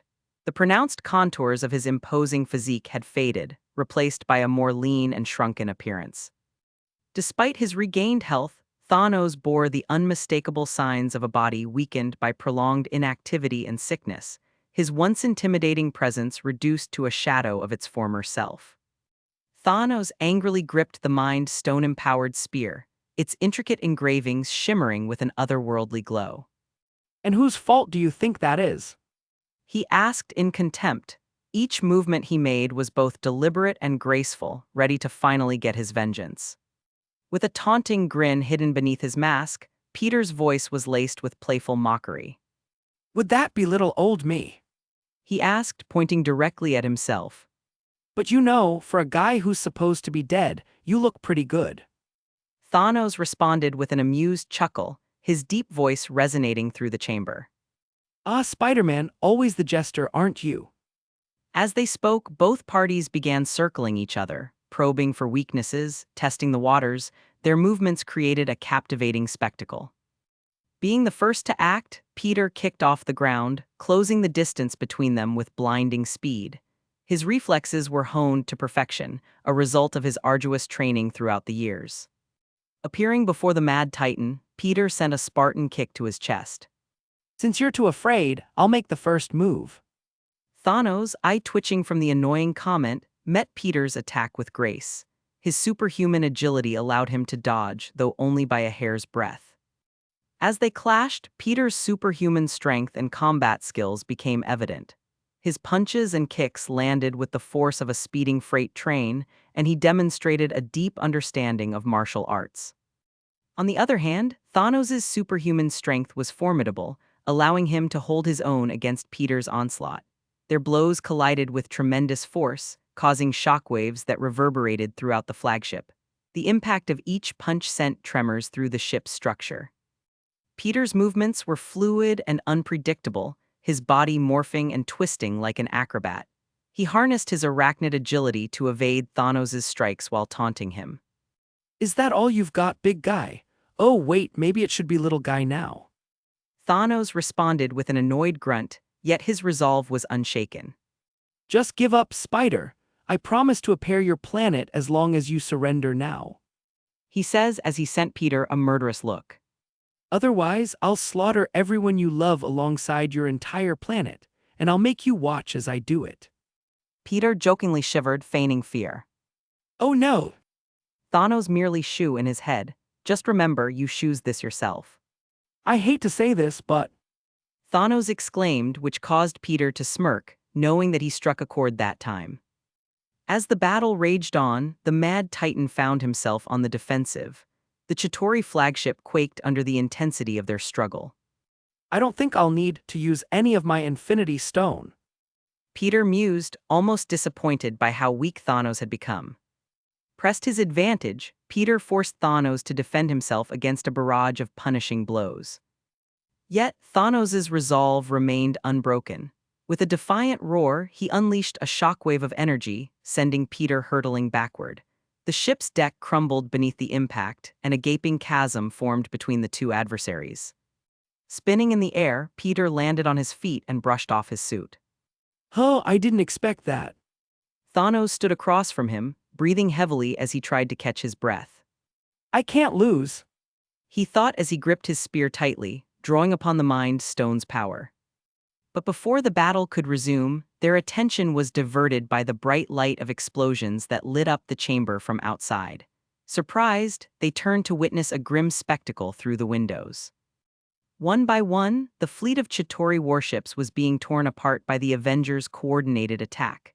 Explosions blossomed like deadly flowers across the void of space. The flagship shuddered as one of its closer companion vessels was consumed by fire. Thanos watched with a mixture of anger and disbelief as his fleet crumbled under the Avengers' assault. The sight of his meticulously planned invasion unraveling infuriated him. With a final lingering glance at Spider-Man, Thanos growled. This isn't over, Spider-Man. Chapter 511 Part 2, C525 Peter V's. Thanos 2 out of 2. Want to read ahead of what I've posted so far? Go to my Patreon and get early access chapters. As of now, the Patreon is 6 chapters ahead. Patreon.com/alien warlord stop sign. Police car light insert blind gifts pics here. Most likes wins police car light, /N, only 2 entries per person. Trophy yesterday's GIF winner, S, a Buwad 1 trophy, AN crown. Paperclip cover art submissions paperclip. Thanos, holding the glowing spear, summoned the power of the stone within. With a determined glare, he raised the spear high in the air, and the Mind Stone began to pulse with an eerie, electric light. An aura of malevolence surrounded him as he prepared to unleash his most potent attack. It's over. Thanos exclaimed, a mad glint in his eyes. The Mad Titan targeted Peter's mind, attempting to break through the layers of mental fortifications that shielded his thoughts. The Mind Stone's energy surged and sought to penetrate Peter's consciousness. Thanos channeled the stone's power to exploit Peter's psyche with the intention of turning him into a vegetable. Peter felt the alien influence on his mind, a cold, invasive presence attempting to infiltrate his thoughts. The Mind Stone's power began to bypass his mental defenses, sending sharp shivers down his spine. However, just as the Mind Stone's attack threatened to gain a foothold in Peter's consciousness, it abruptly halted. An invisible barrier, impermeable and unfathomably strong, repelled the invasive energy. Thanos, his expression shifting from confidence to bewilderment, was stunned by the unexpected turn of events. He had assumed that his Mind Stone could pierce through Peter's mental defenses. The realization that his attack had been thwarted left him momentarily disoriented. The reason for this unexplained setback was fairly simple. The presence of the Reality Stone within Peter's body reacted to the intrusion of the Mind Stone's power, creating an inherent defense against any other Infinity Stone. F***CK, that was close. Peter let out a relieved breath. Note to self, update my mental shields when I get back. Without wasting a moment, Peter seized the opportunity presented by Thanos' momentary confusion. He kicked off the ground and instantly materialized before the Mad Titan, his superior speed and agility allowing him to strike first. A swift and powerful punch found its mark on Thanos' midsection. The impact sent the Mad Titan flying backward, and he crashed through the ship's metallic walls. The vessel quaked as his massive form collided with the structure, causing it to tremble under the devastating force of Peter's blow. The once terrifying presence of Thanos had been reduced to a battered and disoriented figure, a stark contrast to his earlier bravado. Peter didn't give him a chance to recover either. He was relentless, capitalizing on his newfound advantage. Peter darted toward the fallen Mad Titan, his every movement an elegant dance of precision and raw power. The battle that followed was a one-sided onslaught, with Peter landing a flurry of devastating blows. Each punch and kick that Peter delivered was powered by his enhanced strength, further fueled by the fiery energy of the Phoenix. Thanos' superhuman durability wavered under the unrelenting assault, and his healing factor struggled to mend the mounting wounds. Thanos desperately tried to defend himself, but he was overwhelmed by the astonishing power gap between him and Peter. His attempts to strike back were futile, as Peter's reflexes were far beyond his diminished capabilities. The sound of flesh striking flesh reverberated through the flagship, a constant barrage of punishing blows that seemed unending, leaving Thanos bloody and disfigured. With each strike, Peter taunted his opponent. You thought you could conquer my planet. Pathetic, you can't even conquer me. The Mad Titan's powers, once dreaded across the universe, had been reduced to mere memories of his former glory. He could do nothing to prevent the relentless onslaught, and his mind swirled with frustration, pain, and disbelief. As Peter's relentless assault continued, pushing Thanos to the brink of death, each strike sent shockwaves through the flagship, its structure quaking with the ferocity of their clash. Blood trickled down from Thanos' face, and his body bore the marks of Peter's devastating blows. Peter's taunts and jests punctuated the sound of blows landing on the Mad Titan. Hey, are you awake? Peter asked as he noticed the Mad Titan's eyes begin to fall shut. If you're just going to sleep, then I might as well finish this up. With an annoyed sigh, Peter gathered his strength, preparing to deliver the final blow to the weakened and battered Thanos. The fiery energy of the Phoenix flared around him, ready to burn Thanos to ash. He lunged at Thanos, his clenched fist charged with incredible power, ready to end the battle. The impact would be the culmination of their struggle, a victorious moment for Peter, and a defeat for the once dreaded Mad Titan. But just as Peter's blow was about to land, a sudden force, telekinetic in nature, pushed him away from Thanos. He suddenly felt his spider sense tingle and was immediately sent hurtling through the air, his body accelerating and spinning uncontrollably. The force was powerful, and it took him a moment to regain his bearings. In the chaos of the moment, Ebony Maw, Thanos' trusted follower and servant, had rushed to save his father and lord. As Peter recoiled from the telekinetic assault, Maw knelt beside Thanos, his robes swirling around him. The injured Mad Titan groggily watched with a mix of gratitude and fear as Maw assessed his condition. He had been thoroughly defeated, and his strength had waned. On the other side of the room, Peter gained control of himself and flipped, landing gracefully on his feet. Seeing the man who interrupted their fight, he waved his hand and conjured a portal which opened up behind Maw, swiftly closed the distance between them. In an instant, the dark-clad servant found himself with no time to react. Thanos desperately attempted to warn him, his voice strained, but the warning came too late. Before Maw could even react, Peter's hand mercilessly pierced through Maw's back, his fingers tightly seizing the heart that throbbed within. Ugh! Maw's agonizing scream pierced the air, a tortured cry that resonated through the chamber, filling it with torment. Blood cascaded from his mouth as he coughed and sputtered. My! His life force steadily drained away, and his body convulsed as the tight grasp of death overtook him. Thanos watched in grim silence as his devoted servant breathed his last, his body collapsing beside him. The chamber bore witness to the demise of Ebony Maw, who had followed Thanos' every command until the end. A true child of the Mad Titan. As Maw's lifeless body lay still, Peter turned to face the weakened and wounded Mad Titan. The fiery energy of the Phoenix still coursed through his veins as he stood with a hint of triumph. Is that the last of them? Peter asked, his voice filled with a mixture of curiosity and mischievousness. Was that the last of your children? Peter distinctly remembers killing some of them on the day he poisoned Thanos, but he didn't care to remember their names. Not to mention the fact that his two favored daughters are under his protection as well. Thanos, breathing heavily, bloodied from his battle with Peter, he met the gaze of the victorious hero. The Mad Titan's expression was one of defeat, his once indomitable spirit now crushed by the weight of his losses. With a defeated sigh, he nodded. Yes, you've taken everything from me.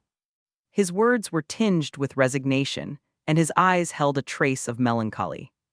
You know, I haven't taken everything from you. Peter remarked, his voice laced with confident amusement. With a purposeful stride, he approached the spear that Thanos had dropped during their battle. The Mind Stone embedded within the weapon gleamed with an eerie, electric light. Peter extended his hand and picked up the spear, admiring it for a moment before plucking the Mind Stone from the center of the blade. The stone radiated with its inherent cosmic power, pulsing between Peter's two fingers. Now I've taken everything.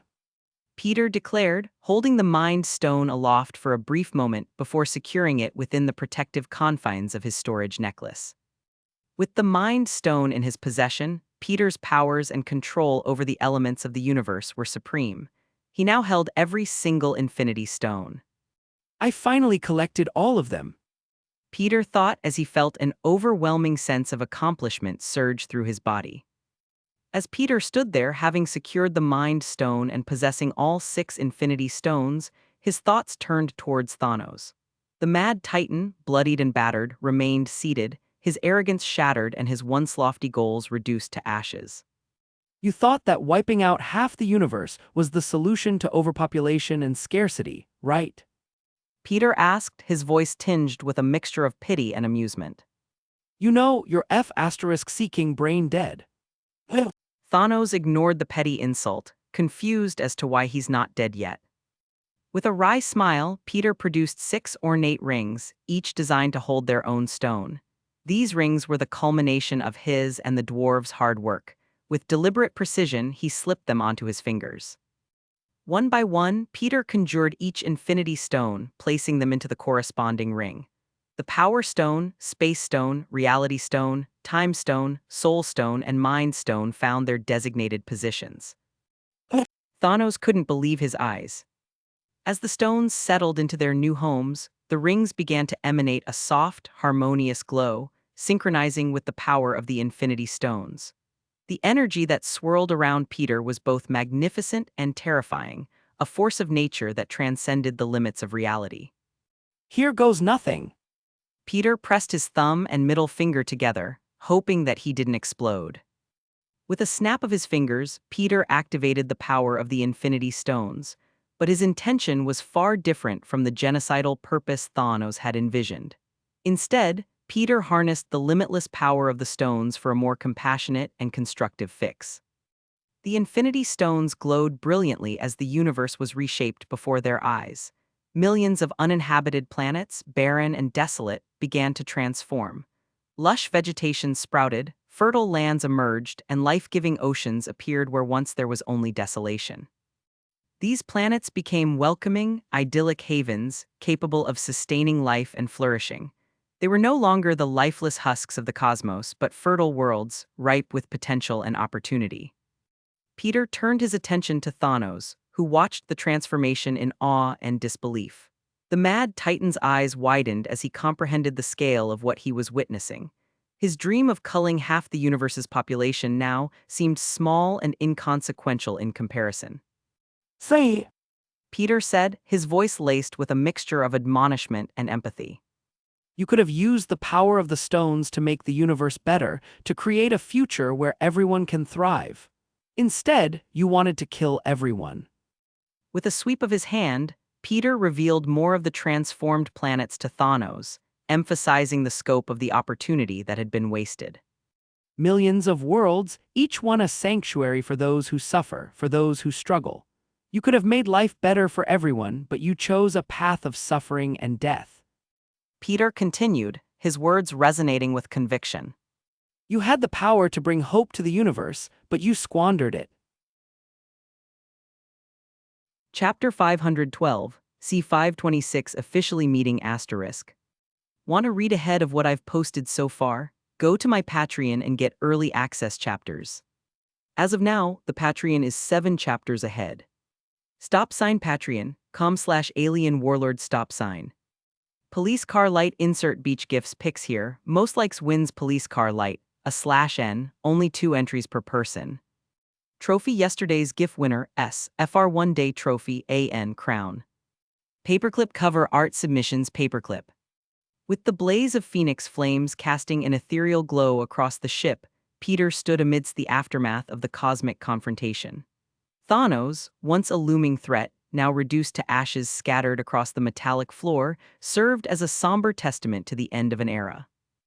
Exhaustion settled into Peter's limbs, and he slowly collapsed onto his backside, taking a few measured breaths. The physical exertion of battling Thanos had been manageable, thanks to the enhanced abilities. However, the true toll came from the application of the Infinity Stones on such a grand scale. As Peter caught his breath, he contemplated the immense power he had wielded to transform countless barren wasteland planets into thriving paradises. The scope of the endeavor had drained him far more than the physical combat. The phoenix flames around him flickered, their intensity reflecting the ebb and flow of Peter's own energy. That was a bit more taxing than I anticipated. Peter muttered to himself, his words punctuated by a sigh of weariness. The sheer magnitude of altering the destinies of millions of planets had taken its toll on him, leaving a sense of fatigue that lingered beneath the surface. Maybe I should have done 100,000 planets at a time, instead of doing them all at once.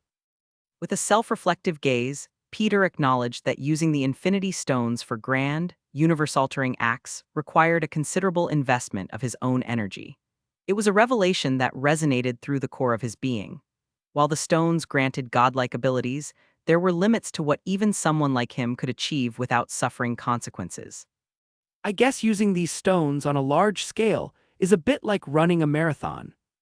Peter mused, his tired eyes focused on the distant remnants of the phoenix-infused flames. You can do it, but it's not something you want to do every day. The exhaustion in his bones served as a clear reminder that wielding such immense power came with risks.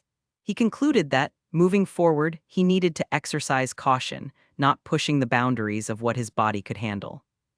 After all, even Thanos severely hurt himself when he snapped away half of the universe's population in the movies. The potential consequences of using more of the stone's power than he could handle loomed in Peter's mind, a danger that he was keen on avoiding. Well, it's not like I plan on altering the universe on such a grand scale again, so I doubt I'll ever need to worry about it. Peter shrugged uncaringly. Although he was technically limiting his use of the stones, the limiter was only placed on anything above simultaneously terraforming millions and millions of planets throughout the universe. It wouldn't hinder him one bit. Just to be clear, this is not me nerfing Peter or the stones. I hate when authors do that, so I won't ever do it. As Peter reflected on this, he suddenly wondered. Is there anything else, other than overpopulation, that needs to be fixed? But after some thought, he decided not to change the universe any more than necessary. On one hand, Peter could use the stones to turn the universe into a paradise free from all troubles, but on the other hand, doing that would make the universe immensely boring and mundane. Meh, I just gave the universe millions of paradise planets, so I'd say that's enough. At least for now. I can always decide to do more later. Peter mused. Although he likes helping others, as many heroes do, it just wasn't his job to fix every little inconvenience or mishap that takes place in the infinite cosmos of his universe. Seated on the ship's floor, Peter admired the rings that adorned his fingers. Crafted with precision by the dwarves of Nidavellir and assembled through his own efforts, these rings had proven to be the key to unlocking the true potential of the Infinity Stones, similar to Thanos' gauntlet, which will now never be made in this universe. The dwarves did an amazing job. Peter thought, acknowledging the craftsmanship that had ensured the rings functioned flawlessly, even after a task as monumental as reshaping the universe. The rings, still shimmering with residual cosmic energy, clung to Peter's fingers. Despite the monumental task they had just performed, they remained intact, a testament to their durability and the quality of their construction. Peter felt a surge of gratitude for the dwarves and a sense of accomplishment for successfully wielding the Infinity Stones to bring about positive change. Maybe I should give the dwarves a gift. Peter thought as he snapped his fingers. In the heart of Nidavellir, the dwarves diligently toiled in their forges, the rhythmic clangs of hammers on anvils echoing through the immense cavern. For generations, this realm had been their sanctum, with Nidavellir, the neutron star they had harnessed, at the core of their existence. The giant ring encircling the star housed their homes and workshops, and the celestial body itself served as the most potent forge in the universe. Midst the chorus of forging, the dwarves paused, their attention drawn to the grand windows overlooking the heart of Nidavellir, the neutron star. As they gazed in awe, a collective gasp escaped their lips.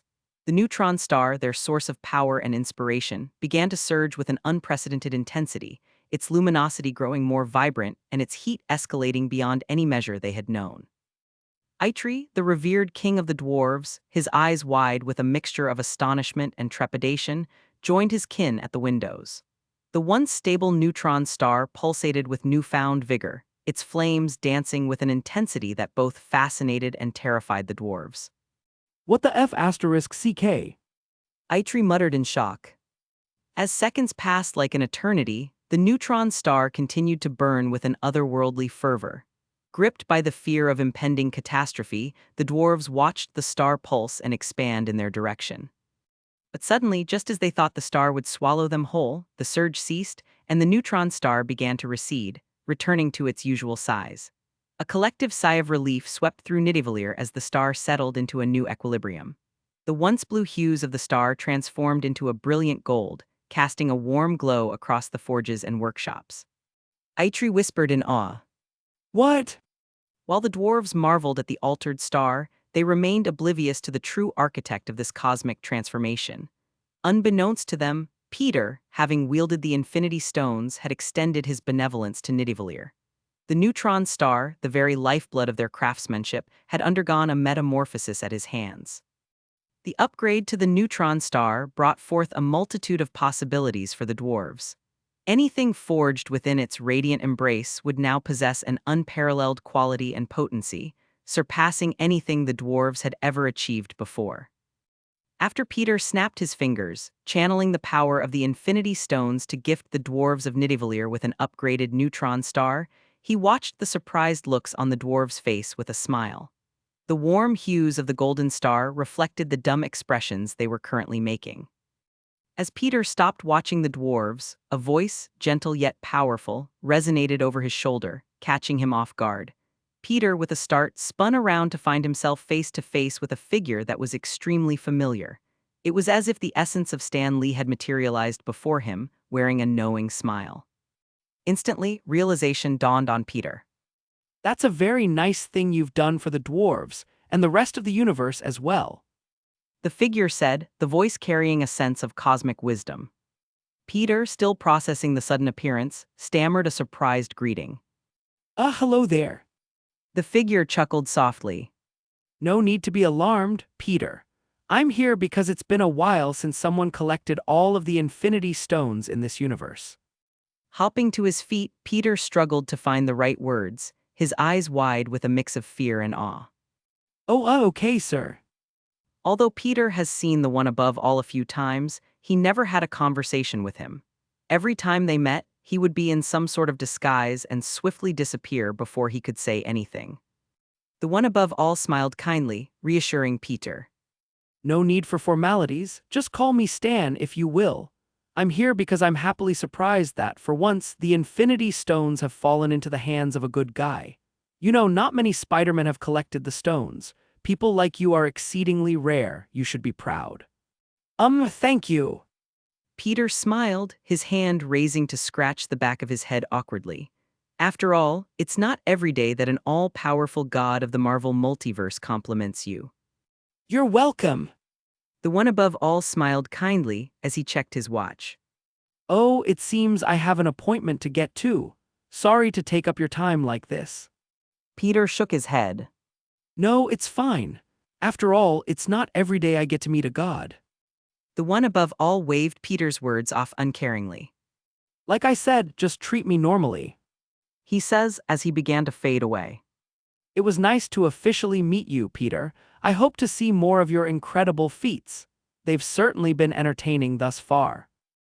As the godly Stan Lee disappeared, Peter couldn't help but raise a brow at the revelation that the one above all had been watching him. It was as if his life had become some cosmic movie or TV show. The thought both amused and unnerved him, realizing that his actions were under the observation of the supreme deity. Just as Peter was processing this encounter, Superman came flying in, his blue eyes filled with curiosity. Hey, Peter, who were you just talking to? Peter, still grappling with the surreal encounter, shook his head in disbelief. You wouldn't believe me if I told you. Chapter 513, see 527 Parting Gifts. Want to read ahead of what I've posted so far? Go to my Patreon and get early access chapters. As of now, the Patreon is 6 chapters ahead. Patreon.com/alien warlord stop sign. Police car light insert camping gifts pics here. Most likes wins police car light, /N, only 2 entries per person.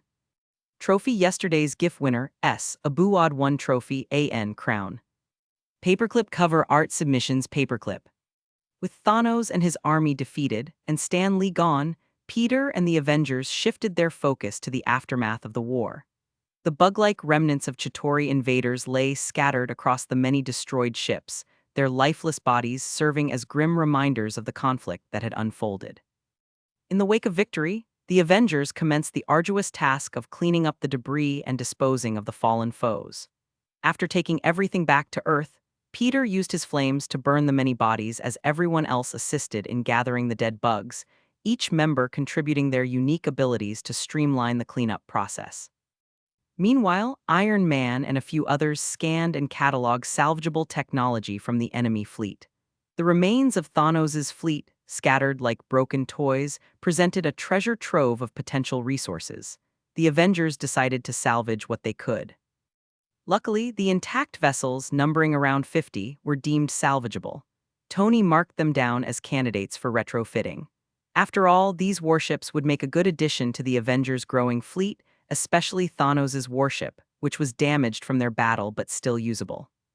As Peter and the Avengers diligently worked on the cleanup process, sorting through the remnants of the Chitauri forces and gathering salvageable technology, Superman and Batman found a moment to discuss matters of principle. Away from the clatter of debris and the hum of machinery, they stood side by side, admiring the Avengers' work. Batman spoke, his voice low and hesitant. Clark, Superman turned to Batman with a serious expression. What's the matter? Batman, ever stoic behind his cowl, looked toward his fellow League member. He had been dreading this conversation ever since he changed his mind. I never thought I'd say this, but I've come to agree with your new views. Batman admitted, his gravelly voice carrying a reluctant admission. I've seen the evidence, analyzed the data, and considered the peaceful state of this world. Superman, visibly surprised by Batman's sudden admission, raised an eyebrow. I never thought I'd hear you say that. Why the change of heart? Batman sighed, a rare display of vulnerability. It's not easy for me to admit when I'm wrong. I was against killing for a long time, but the evidence is here. This world is much more peaceful when the worst criminals are permanently dealt with. Superman nodded in understanding, acknowledging the difficulty of such a concession. It's not about being right or wrong, Bruce. It's about doing what's best for the world we've sworn to protect. However, Batman's admission came with a caveat. While I agree with the new direction, I'm not sure I could ever kill someone myself. It goes against everything I've believed in for so long. Superman raised a questioning brow. Bruce, during the invasion, you killed at least a few hundred Chitauri. You blew them up, chopped them to bits, and even snapped a few necks. Does killing only count for you when they're humanoid people? Batman hesitated for a moment before realizing the weight of Superman's words. His eyes widened as the realization struck him. Batman started, his voice faltering. I didn't think about it that way. I always told myself that they weren't human, but... Superman's gaze remained steady, prompting Batman to confront the reality he had avoided. The words of Nick Fury, spoken during their earlier discussion in the tower, echoed in Batman's mind. Killing is far easier than you think it is. I killed them. Bruce repeated inwardly as his hands began to shake. It's all right, Bruce. As the weight of this revelation settled on Batman's shoulders, Superman rests a supportive hand on his friend's shoulder. We all have to confront the consequences of our actions, but it's what we do moving forward that defines us. And whether you decide to continue killing or not, I'll still support you. A few days had passed since the confrontation with Thanos and his army. The Avengers, alongside Peter, worked tirelessly to clean up the aftermath of the war, restoring everything to as it was. Now, with the remnants of Chitauri invaders disposed of or repurposed and Thanos dead and gone, Superman and Batman prepared to return to their own universe. With Batman officially changing his mind, the reason for their stay had been accomplished. Although Bruce was still conflicted on his past killings, as well as the prospect of future killings, he didn't let it keep him down for long. In preparation for their departure, Bruce didn't waste a single second. He bought a bunch of high-storage hard drives and proceeded to download everything related to the DC universe, his universe. From comics and wikis to movies and TV shows, nothing was left behind. With the opportunity in front of him, how could Bruce not take all that he could? He even managed to swipe some tech from the invasion and bought some Stark tech that was advanced enough to catch his attention. The night before their departure, Peter called Batman into his office in the Avengers Tower. He had been monitoring the Dark Knight's activities and couldn't help but feel impressed with his determination to take everything he could back with him. Bruce, Peter began as Batman walked in. I wanted to talk to you before you head back home. Batman acknowledged Peter with a nod, taking a seat across from him. What's this about? Peter took a moment before speaking, choosing his words carefully. I know that revealing your identity to the Joker was rather rude, even if he's already dead. As a way of saying sorry, I wanted to offer you something before you leave. Batman, ever vigilant, raised an eyebrow. Offer me what exactly? Peter smirked excitedly. I want to offer you a chance to become a super soldier, like Captain America. I've always thought a Batman with superpowers, even minor ones, would be a force to be reckoned with. Batman, known for his skepticism, eyed Peter cautiously. And what's the catch? No catch. Peter replied with an earnest shake of his head. Consider it an apology and a way to make sure you're better equipped. We may have had our differences, but we're both heroes at heart. Before Batman could give his answer, Peter continued. It's completely safe, by the way. Many Avengers have gone through the procedure without any complications. After a moment of contemplation, Batman nodded. All right, let's see what you've got. Peter led Batman to a heavily secured part of the tower and into a room filled with an array of high-tech equipment. A giant metal pod, gleaming in the soft light, stood as the centerpiece of the room. Peter explained the procedure and the enhancements it would provide, emphasizing its potential benefits. Batman cautiously entered the pod as Peter assisted in strapping him in. Once everything was in place, Peter closed the pod, attaching vials containing a specialized serum to the exterior. He looked at Batman through a small window on the pod and asked, Ready for this? With a resolute nod, Batman braced himself, knowing that the procedure was a significant step into the unknown. Peter, holding a lever in his hand, spoke again. Here we go. Before flipping the switch, energy surged into the pod and the vials emptied their contents into Batman's body. The room echoed with screams of pain, a consequence of the transformative process. Peter, accustomed to the procedure, maintained his focus, allowing the enhancement to take its course. As the energy subsided and the pod opened, Batman emerged, revealing a visibly transformed physique. His frame, now more muscular and defined, bore the marks of the enhancement process. Batman, albeit exhausted, examined his own arms, flexing them with a hint of satisfaction. Is it done? Batman inquired, feeling a newfound power course through his body. Peter nodded. You're now enhanced. Welcome to the club, Bruce. This should give you an edge you've never experienced before. Consider it a gift from one hero to another. Batman, though not one to express gratitude openly, offered a nod of acknowledgement. The weight of the enhanced capabilities settled on him, and as he left the room, a new chapter unfolded for the Dark Knight, armed with newfound strength in his quest to safeguard Gotham and the rest of his world. The next day arrived, and Peter and Tony's multiverse ship appeared back in the familiar universe of Superman and Batman. The heroes gathered at the entrance of the ship, ready to bid farewell to their interdimensional allies. Superman, clad in his iconic suit, exchanged heartfelt goodbyes with Peter. Thanks for everything, Peter. I appreciate your help more than you know. Peter grinned, giving Superman a friendly pat on the shoulder. Anytime, Sups, take care of that world of yours. The next time I visit, I expect to see a totally different universe. As Superman rushed off to reunite with his family, Batman approached Peter, his cape billowing in the breeze. The two heroes stood, facing each other with a sense of mutual respect. Peter! Batman acknowledged, his deep voice carrying gratitude. I appreciate the enhancements. They might come in handy. Peter shrugged casually. No problem. Just doing my part to make the world a better place, even if it's not my world. As Batman nodded his thanks, Peter's expression turned contemplative. Hey, before you go, I've got one last piece of advice for you. Batman arched an eyebrow, signaling Peter to continue. I've always thought it would be cool if you took over the League of Assassins. Peter suggested with a mischievous grin. You know, turn them into a group of heroes like yourself. Now that you're a super soldier, it would be easier than ever to dethrone Ra's al Ghul. Batman, ever stoic, took a moment to mull over the suggestion. The idea of leading an organization known for its lethal methods towards a more noble cause had its merits, though the ethical complications weren't lost on him. Tony, wiggling his eyebrows suggestively, chimed in.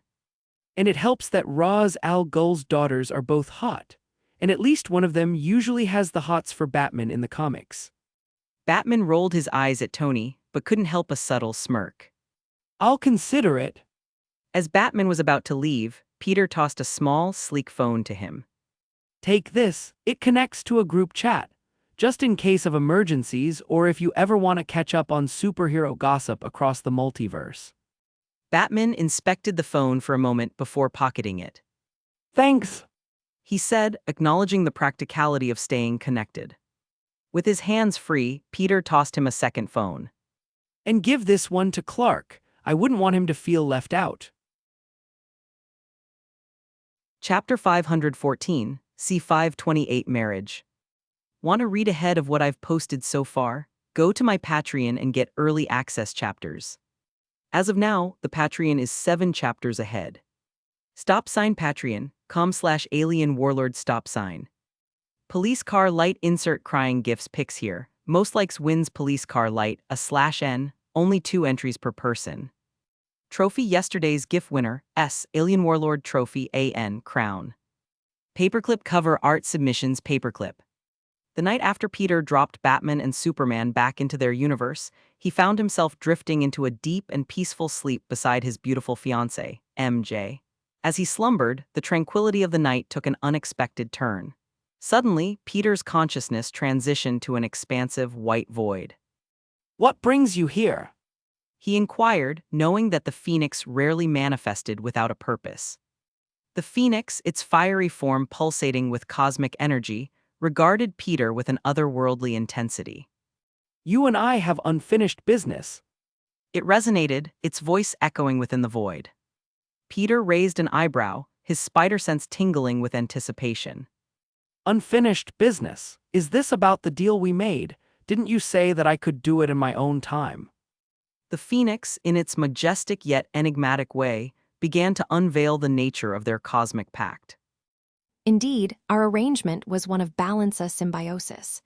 I allowed you to keep living after stealing the power of the Phoenix, and in return, you were to aid in the destruction of barren planets across the universe. The ashes of those worlds would serve as the fertile ground for new life, reborn through my cosmic flame. Peter, thoughtful, nodded as he recalled the terms of their deal. I remember, so what's this about? He asked in annoyance, ready to get back to sleep. I have to get up and work on some adoption papers in the morning, so can we make this quick? The Phoenix eyed Peter, holding back the urge to burn him into dust. Things have changed. Peter nods his head. So, The Phoenix let out an uncharacteristic sigh. yes, our business is concluded. Although your actions align more with the preservation of life than its destruction, the outcome is still the same. So, Peter looked around, his tired eyes searching for the exit. Why was he so respectful to him. But with me he's like. The Phoenix thought, its ethereal flames pulsating with a sense of annoyance. Yes, Peter, we are. Your actions have brought balance in its own way. The cosmic scales are tipped in favor of creation, and I find satisfaction in the life that now thrives across the cosmos. The cycle continues, and you have played your part. Peter turned around in a circle, looking for a way out. Glad to hear that. The Phoenix rolled its eyes as its flames flared, blinding Peter as it encompassed the entire space. Goodbye, Peter. As the fire of the Phoenix encompassed him, Peter felt a sense of closure before returning back to his bedroom, where he found MJ cuddled up next to him, sleeping with her head on his chest. Did she have to scare me like that? Peter thought as he wrapped his arms around his fiancée and drifted off to sleep once again. Months after Batman and Superman returned to their universe, and the peculiar encounter with the Phoenix, Peter's life settled into a familiar rhythm. The adrenaline-fueled escapades with interdimensional heroes and cosmic entities gave way to the everyday challenges of being a normal person. One significant change in Peter's life involved the official adoption of America Chavez, the dimension-hopping little girl. Now proudly carrying the name America Chavez Parker, she became a full-fledged member of the Parker family. However, since she wasn't from this world, she didn't have any papers which were needed for the adoption. Peter, seasoned in the art of forging identities at this point, took charge of securing America's place in this world. Birth certificates, social security numbers, and a trail of paperwork were orchestrated seamlessly, ensuring America's newfound identity was recognized by the institutions of this reality. She adapted swiftly to her new life, and the Parker household gained another occupant. While Peter was busy sorting out legal matters, life outside his immediate concerns kept moving as well. A surprising turn of events graced the lives of those closest to him. Tony Stark, the genius billionaire, playboy philanthropist, found himself facing an unexpected role: fatherhood. Pepper, his longtime companion, revealed that she was pregnant, a revelation that reverberated through the Avengers community. A couple months into Pepper's pregnancy, the news brought a unique mix of joy and astonishment to every Avenger. Tony, known for his man-WH** ring and hatred of children, suddenly had a baby on the way, and yet he embraced the prospect of becoming a father with anticipation. The impending arrival of a Stark heir became a topic of discussion among the Avengers, marking a different kind of adventure for the eccentric genius. Meanwhile, in the heart of New York City, Peter and MJ embarked on another monumental journey. You look beautiful. Thanks. MJ smiled nervously, anxiety pulsing through her entire body. Fury, dressed in a tailored suit, offered MJ his arm as they prepared to walk down the aisle. Are you sure you want to marry him? MJ rolled her eyes. Yes, Dad. Why else would we be here if I didn't want to marry him? She sighed in annoyance. After all, this is the 5th time he's asked her this today. Besides, you like Peter. I know you do. That B** starred is lucky I can't kill him. The ceremonial music filled the air as the flower girl, Lily, walked out in her dress, throwing flower petals as she made her way down the aisle, where she took a seat beside Aunt May and America. Seconds later, MJ and Fury stepped into the garden, and the assembled guests turned their attention toward the father-daughter duo. The sight of MJ in her wedding gown left Peter breathless, a moment of pure beauty that he would forever cherish. As MJ approached the altar, Fury's gaze shifted between his daughter and Peter. A stern scowl adorned his face, a silent warning to the man who dared to claim his daughter's heart. Peter, under the watchful eye of Fury, smirked as he took MJ's hand. The unspoken tension hung in the air as Fury reluctantly handed over his daughter to the man she chose. As Fury hesitantly walked over to his seat, Peter turned to MJ and whispered, Is it just me, or did he reach for his gun for a second? MJ gave a small laugh. Maybe, but I made sure he was unarmed before he came. She revealed, eliciting a raised brow from Peter. Trust me, you don't want to know how many weapons he tried to smuggle inside. The ceremony unfolded with poignant vows exchanged between Peter and MJ, their promises echoing through the garden. The officiant conducted the ceremony with a mix of solemnity and warmth. The couple's connection radiated, casting a spell that enveloped everyone present. The exchanging of rings, a symbol of their commitment, marked a profound moment in the ceremony. Peter, with a mixture of joy and relief, slipped the ring onto MJ's finger, sealing their union. The gathered guests, a mix of family, friends, and a few carefully selected allies, witnessed the culmination of a love story that transcended all others. As the officiant pronounced them husband and wife, Peter and MJ shared a passionate kiss, sealing their vows with an unspoken promise of a long future together. The garden erupted in cheers and applause, the joyous sound echoing through the air. Aunt May, teary-eyed and proud, clapped alongside the gathered guests, celebrating the union of two souls destined for each other. After the ceremony, as the newlyweds mingled with their guests, Fury approached Peter with a glare that could pierce through walls. Reluctantly, he extended a hand to the man who now held his daughter's heart. The tension between them, a complex blend of protectiveness and acceptance, lingered in the air. Take care of her. Fury grumbled, his gaze unwavering. The or else was unspoken but certainly implied. Peter shook Fury's hand with a firm grip. I promise, sir, I'll do everything in my power to make her happy. He would usually use this opportunity to mess with Fury, but just this once, Peter decided to be respectful. Fury's glare softened slightly, a subtle acknowledgement of the sincerity in Peter's words. See that you do. He replied before turning away to join the celebration. Later that night, Peter and MJ lay entwined in their marital bed. With a contented sigh, Peter broke the silence. So, my beautiful wife, how do you feel about having our honeymoon in another universe? Chapter 515, C529 Honeymoon, First Stop. Want to read ahead of what I've posted so far? Go to my Patreon and get early access chapters. As of now, the Patreon is 6 chapters ahead. Patreon.com/alien warlord stop sign. Police car light, insert dinosaur gifs pics here. Most likes wins police car light, a /n, only 2 entries per person. Trophy yesterday's GIF winner, S Darkslayer Trophy AN Crown. Paperclip cover art submissions paperclip. The morning sun bathed the room in a soft glow as Peter sat on the bed, his gaze fixed on MJ as she enthusiastically packed a suitcase for their honeymoon. The air buzzed with the excitement of new beginnings and adventures, yet Peter couldn't help but feel a tinge of curiosity about the destinations MJ seemed so eager to explore.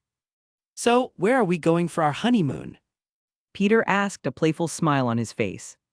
MJ, holding a pile of clothes, looked up and grinned. Oh, just a few universes here and there. I've been thinking about all the places we could visit now that I know fictional worlds actually exist. Peter raised an eyebrow, a mix of surprise and amusement coloring his expression. Fictional worlds? Really? You're not thinking about a nice beach or a romantic getaway? MJ chuckled, tossing a pair of jeans into the suitcase. Beaches are overrated, Peter. I want our honeymoon to be memorable, full of excitement and maybe a bit of danger. Peter's smirk widened with curiosity. Danger, MJ, we just got married. Are you sure about this? Most newlywed couples just go on a normal vacation where they F***CK like rabbits. MJ looked at him with a mischievous glint in her eye. Trust me, it's going to be the honeymoon of a lifetime. Picture this. She says matter-of-factly.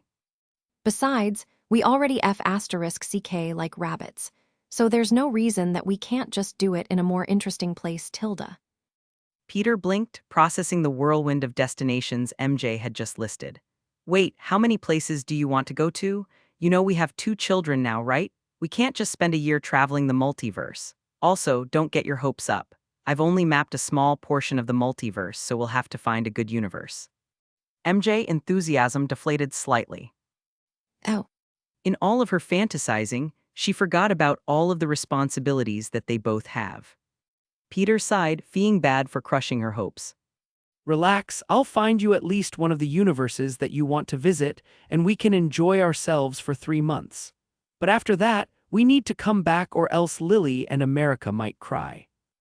MJ smiled at the mention of her daughters, realizing that she would miss them just as much as they would miss her. okay, I just don't want our honeymoon to be normal and bland. I want it to be a story we can tell for the rest of our lives. Peter scratched his head, a bemused smile forming. Sure, I was hoping for a lazy, romantic paradise escape, but I'm down for an adventure as well. MJ paused, walking over seductively before bending her body to plant a kiss on her husband's lips. Paradise is overrated. I want our honeymoon to be unique. Peter sighed, realizing that MJ had a point. Okay, but a zombie apocalypse? Really? MJ smirked as she shrugged her shoulders. Well, it's not like zombies will be able to do anything to us. I doubt they could even bite or scratch through our skin. Peter shook his head in disbelief, a mixture of amusement and fondness in his eyes. You're one of a kind, MJ. All right, let's do it. Honeymoon across the multiverse it is. MJ grinned, squealing as she rushed over to seal her suitcase. That's the spirit. Get ready for the honeymoon of a lifetime. As they left the room, suitcase in tow, Peter couldn't help but feel a surge of excitement. Maybe a normal honeymoon wasn't what they needed. After all, they weren't a normal couple. Peter and MJ descended the stairs, hand in hand, ready to embark on their multiverse-spanning honeymoon. At the foot of the staircase, their 2 daughters, Lily and America, awaited with a mix of excitement and sadness in their eyes. Lily clutched a handmade card, her artistic expression evident in the colorful drawings on the cover. Mom, Dad, I made this for you. Her voice wavered and she held back tears. America, standing beside her sister, gazed up at Peter and MJ. You promise you'll come back, right? Peter crouched down, enveloping Lily and America in a warm hug. We promise, girls, this is just a little adventure for Mom and me. We'll be back before you know it. MJ knelt beside Peter, wiping away a tear from Lily's cheek. And we'll bring you back some cool stuff from another universe. How about that? Lily's eyes lit up at the prospect of presents. Really? Absolutely. MJ grinned. Now you two be good for Grandma May and Grandma Grace. We'll be back, and we'll have so many stories to tell you. Aunt May and Grace, who stood nearby, exchanged comforting glances with the departing couple. Aunt May spoke up, her voice warm and reassuring. Don't worry about a thing. We'll take good care of the kids, and they'll have a blast with us. Grace nodded in agreement as she eyed the teary-eyed children. And your parents will be back before you know it. Meanwhile, Tony Stark leaned against the TARDIS-looking multiverse ship, arms crossed. So, you're really leaving me behind on this one, huh? His tone was a mix of mock disappointment and a small bit of real disappointment. Peter chuckled, patting Tony on the shoulder.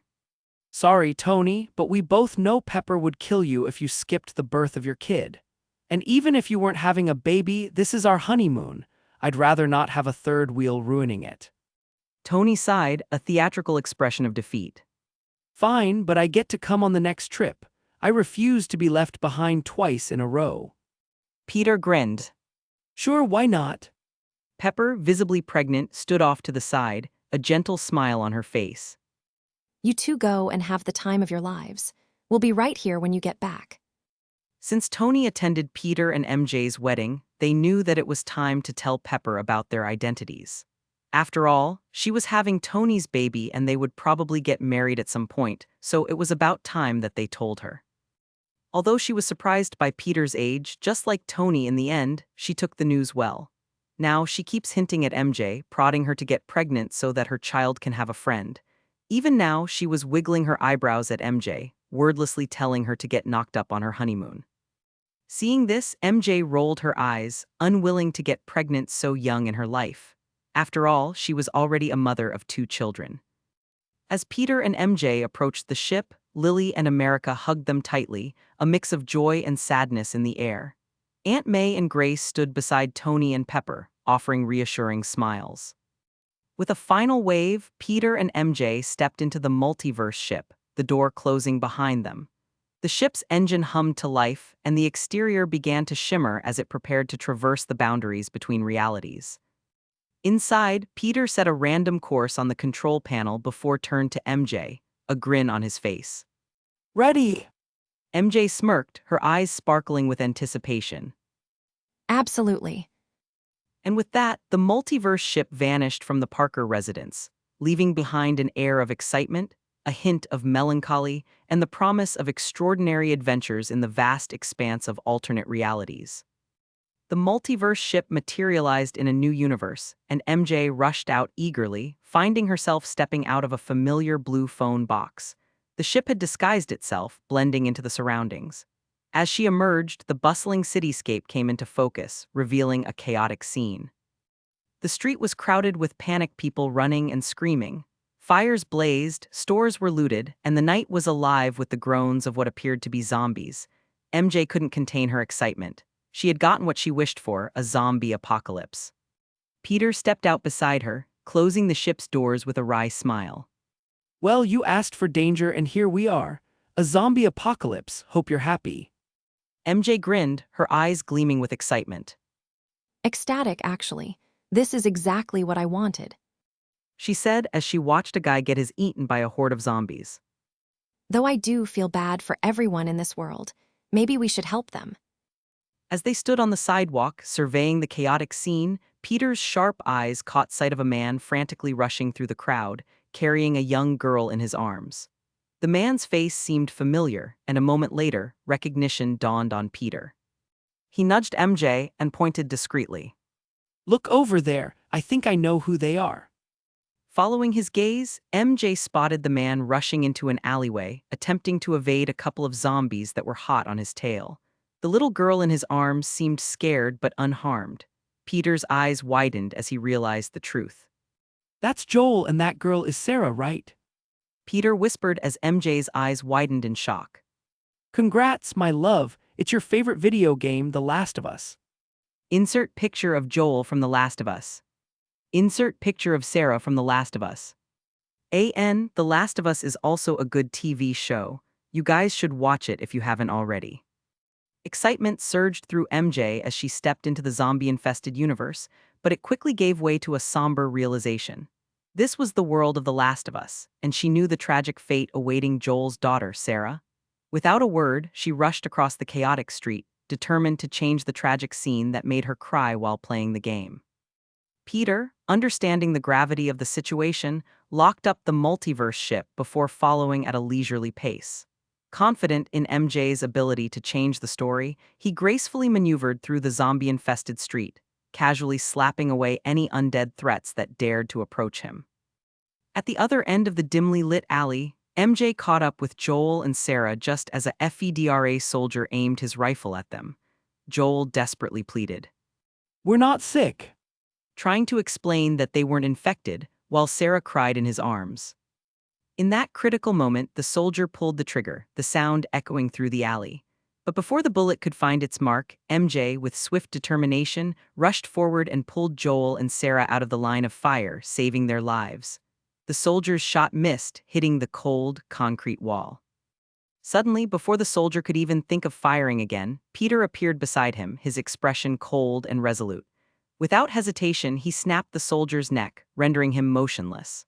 The lifeless body crumpled to the ground, and Peter turned to his wife, who stood beside a confused, vigilant, and thankful father and daughter. Yo! Peter waved casually, but before anyone could reply, the sound of a gun cocking filled the air.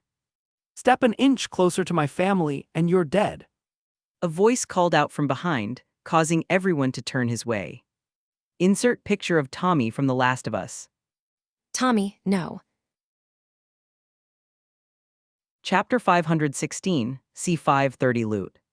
Want to read ahead of what I've posted so far? Go to my Patreon and get early access chapters. As of now, the Patreon is 7 chapters ahead. Patreon.com/alien warlord stop sign. Police car light insert car gifts pics here. Most likes wins police car light, /N, only 2 entries per person. Trophy yesterday's GIF winner, S. Wolfie Trophy AN Crown. Paperclip cover art submissions paperclip. Tommy, no. As Joel's desperate voice echoed through the air, calling for his brother Tommy to stop, Peter's reflexes kicked in. In an instant, he rushed towards Tommy faster than he could comprehend, snatching the hunting rifle out of his hands. Without hesitation, Peter buried the butt end of the rifle into Tommy's stomach, leaving him crumpled on the ground, holding his stomach in pain. Sarah screamed, Uncle Tommy. while Joel rushed over to check on his injured brother, leaving his daughter Sarah beside MJ, unable to walk due to an ankle injury. MJ crouched down, offering a reassuring smile to Sarah. Don't worry, sweetie. We're here to help. Meanwhile, Peter assured Joel, He's fine, just learned a little lesson about pointing guns at people without reason. As he spoke, he tossed Tommy's gun to MJ, who caught it with ease before resting it on her shoulder. While Joel tended to his brother, Peter walked over to the lifeless FEDRA soldier's body and started looting. He took the assault rifle, pistol, ammo, and other supplies he deemed useful. As he did, MJ approached. Why are you looting this guy? It's not like we need guns. She asks in a hushed whisper. Peter smirked. A zombie apocalypse wouldn't be fun if we relied too heavily on our powers. Let's hide our abilities and rough it a bit. It'll be a lot more fun that way. MJ considered his words and nodded in agreement. In the end, she was just satisfied that Sarah didn't share the same fate as in the game, a moment that always brought tears to MJ's eyes. Peter went on to explain that they could still use their powers when needed or when they got bored enough, but without them, they would get the full apocalyptic experience. Of course, it's not like they conceal their bodily enhancements, nor would they if they could, so even if they don't use their magic, webs, and other powers, they still have a huge upper hand. Peter summed it up in one sentence. It'll be like playing a game at max level from the start with the ability to use cheats later on if we're bored. MJ smiled, excited for whatever comes next. What should we do now? Before he could answer, Joel, now standing with Tommy, who was still holding his aching stomach whilst glaring at Peter, approached the newlywed couple. Thank you for saving us. Joel sent MJ a thankful look before giving Peter an apologetic one. And I'm sorry about my brother. Please don't blame him. He was just trying to protect us. Peter shrugged. It was no problem. MJ nodded alongside her husband. Yeah, and I'm just glad I could help. As they spoke, Joel and Tommy couldn't help but eye the guns in Peter and MJ's hands, growing wary of the mysterious couple. They might have saved them, but they didn't know these people. Hoping for the best, Joel picked up Sarah, cradling her in his arms since her ankle prevented her from walking. We'll just be on our way. Tommy couldn't help but exclaim. What about my hunting rifle? Although Joel agreed with his brother, he didn't want to get shot so. Forget about that. You're lucky they didn't shoot you. As they were arguing, Peter aimed his newly acquired pistol in their direction before firing 3 times in rapid succession. Bang, bang, bang. Joel's eyes widened as he kicked Tommy aside and shielded Sarah with his body, but after a few seconds, he realized the bullet didn't hit them. Craning his head upward, he saw a group of 3 zombies collapse to the ground about 2 yards away, each with a single bullet in their forehead. Peter, smirking, holstered his new pistol. You're welcome again. He quipped, the tension dissipating as they collectively realized that they'd just been saved for a second time. MJ put on a reassuring smile. You don't have to rush off. We can. As MJ began to speak, her words were cut short by the sight of more zombies.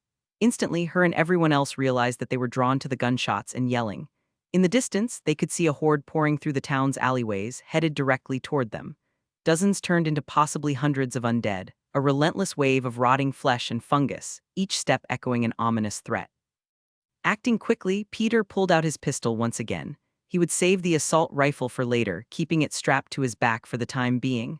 Opening fire, each bullet was like a homing missile, always finding its mark on a zombie's head. The shots rang out over and over, marked by the sound of bodies crumbling to the ground. Follow me and stay close. Peter took charge, leading them toward a large brick building with barred windows at the back.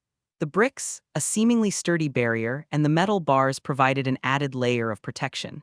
The unknown structure loomed, offering an uncertain sanctuary in the midst of the approaching undead.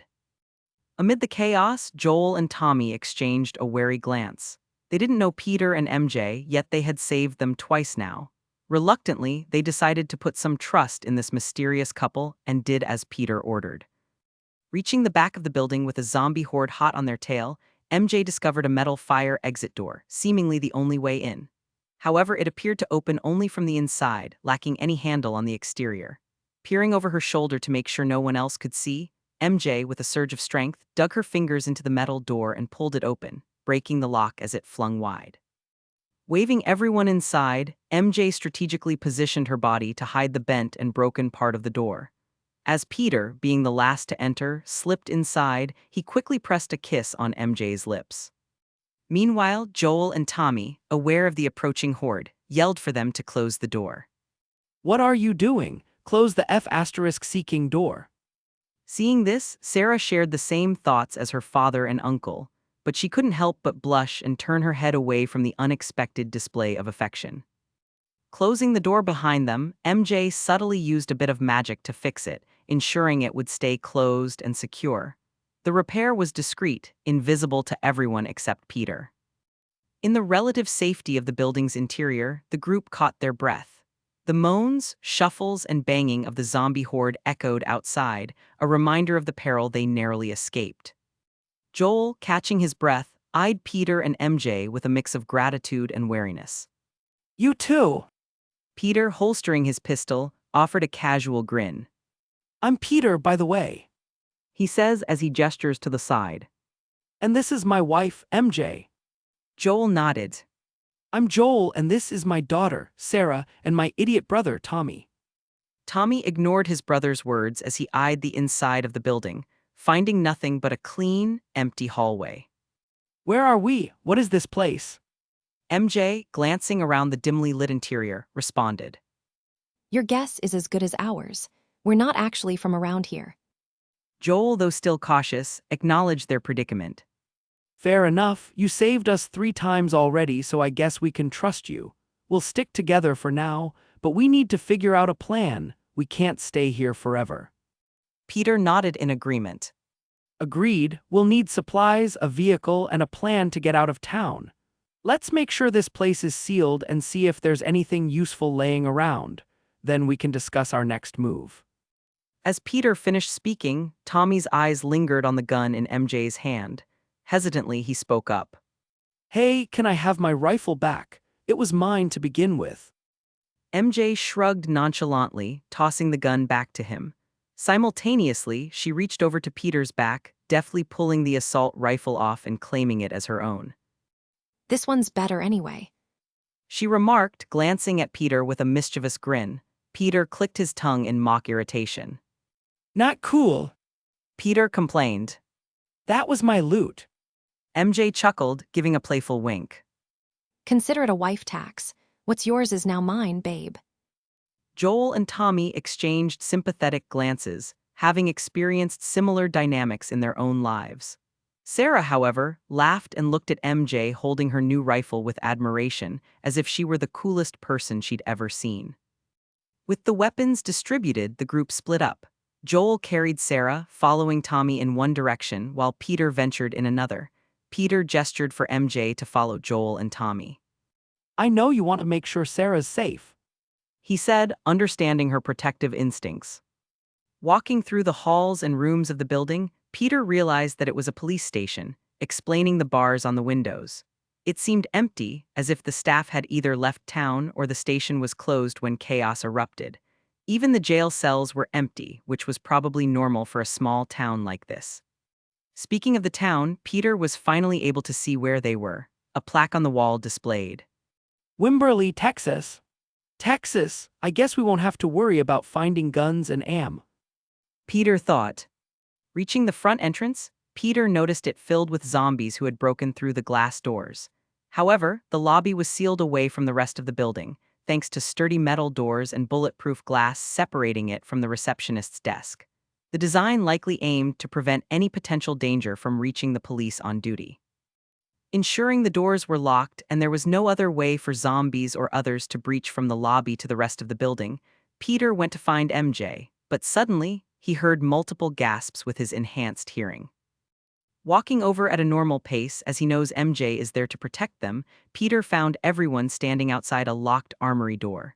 Through the small window, they could see an impressive array of police equipment. Everything from assault rifles, stun grenades, riot shields, shotguns, bulletproof vests, and tons of ammo. Peter whistles, realizing they had stumbled upon a treasure trove of supplies. I guess we found the first part of our supplies. Chapter 517, C531 Gathering Info. Want to read ahead of what I've posted so far? Go to my Patreon and get early access chapters. As of now, the Patreon is 6 chapters ahead. Patreon.com/alien warlord stop sign. Police car light insert fired gifts pics here. Most likes wins police car light, /N, only 2 entries per person. Trophy yesterday's GIF winner, S Dark Slayer Trophy AN Crown.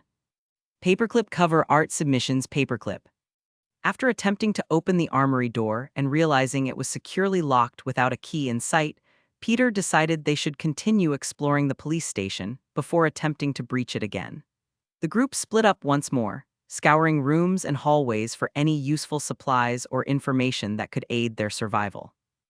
As everyone met back up after clearing the entire building, the absence of any living person inside and the secure nature of the structure offered a brief moment of relief for Joel, Sarah, and Tommy. They gathered in a large room filled with desks, taking a collective breath as they took a seat.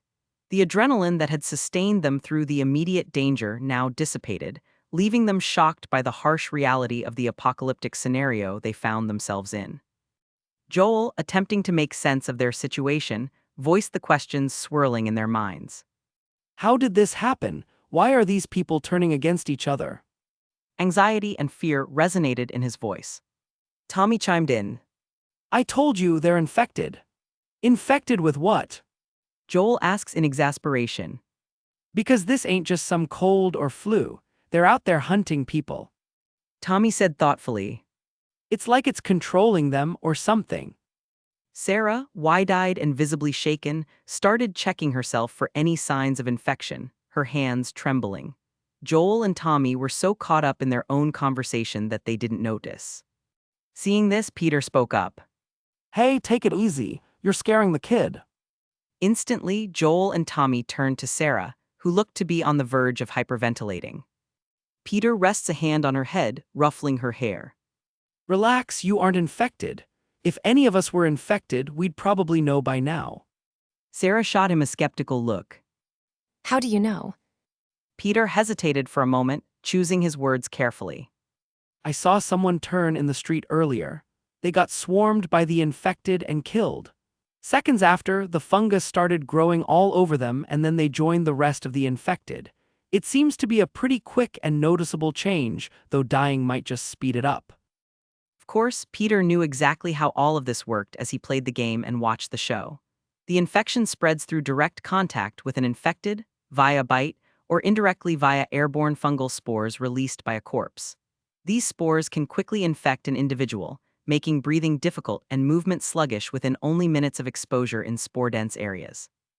He even knew how all of this started. In the show, the spores spread rapidly to humans through an infected food supply delivered from South America, which is what spread the infection to such a broad area. Although it originated in one place, the spores were transported in trucks, ships, etc., until it spread all over the world. Even places that didn't get a food shipment would be infected soon enough. After all, people travel all the time and the likelihood of an infected person being on board is high. Of course, he couldn't just say that, at least not until he can pretend to look into it or something. Peter continued. Trust me, you're all fine for now. Just don't let any of the infected touch you and stay away from any sort of fungus, or else things might get complicated. Because that seems to be the way it spreads. Okay. Sarah nodded her head, calmer now that she knows how to avoid turning. Joel walked over and sent Peter a thankful look before kneeling beside his daughter and pulling her into his arms. It's all right, we won't let anything happen to you. I promise. Tommy nodded in agreement. Yeah, your daddy and I will take care of you, don't worry. He says before turning to Peter and the rest of the adults. We need to figure out what's going on and find a safe place to go. We can't just stay here forever. As they shared their concerns, MJ, taking a more proactive approach, scoured the room and discovered a medical kit. Walking over to Sarah, she approached with the intention of wrapping up her ankle. Joel, instinctively protective of his daughter, stepped in her way, holding his hand out. Hold on, I can do it. MJ met his gaze with a raised eyebrow, holding up the medical kit. Do you know first aid? She asked as his shoulders slumped. That's what I thought. Joel hesitated but eventually stepped aside, reluctantly allowing MJ to tend to Sarah's injured ankle. Hello again. MJ greeted as she bent down to check over her ankle before expertly applying a bandage, while simultaneously casting a bit of healing magic. Hi. Sarah smiled but winced as MJ wrapped her up. Ow. Sorry about that. MJ looked apologetic as she finished up. It doesn't seem broken, so it's probably just a sprain or a pulled muscle, which means you'll be walking again in no time. The subtle magic worked beneath the surface, accelerating the healing process. It wouldn't be more than a couple of hours before Sarah would be able to walk again. With Sarah all patched up, Peter took a seat at a desk with a computer. Curiosity and urgency mingled in his expression as he asked. Anyone know if the internet is still working? He glanced around, looking for confirmation. MJ, sitting beside Sarah, replied. There's only one way to find out. As Peter booted up the computer, Tommy and Joel came up behind him, their interest piqued.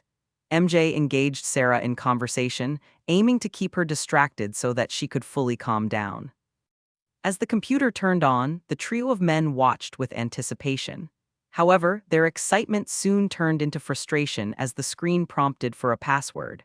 Joel and Tommy exchanged annoyed glances, realizing they didn't have the information needed to unlock it. Peter, undeterred, started typing at a remarkable speed, fingers dancing across the keys. Seconds later, the computer yielded, unlocking to reveal its home screen. Joel and Tommy were stunned, their expressions a mix of surprise and confusion. How did you do that? Joel asked, suspicion lacing his words. Are you some kind of hacker? Peter, nonchalantly shrugging, responded. I'm just good with computers. With the computer unlocked, Peter navigated to the browser, checking if the internet was still functional. To his surprise, it was. Taking a moment to revel in the triumph of technological continuity, he began his research.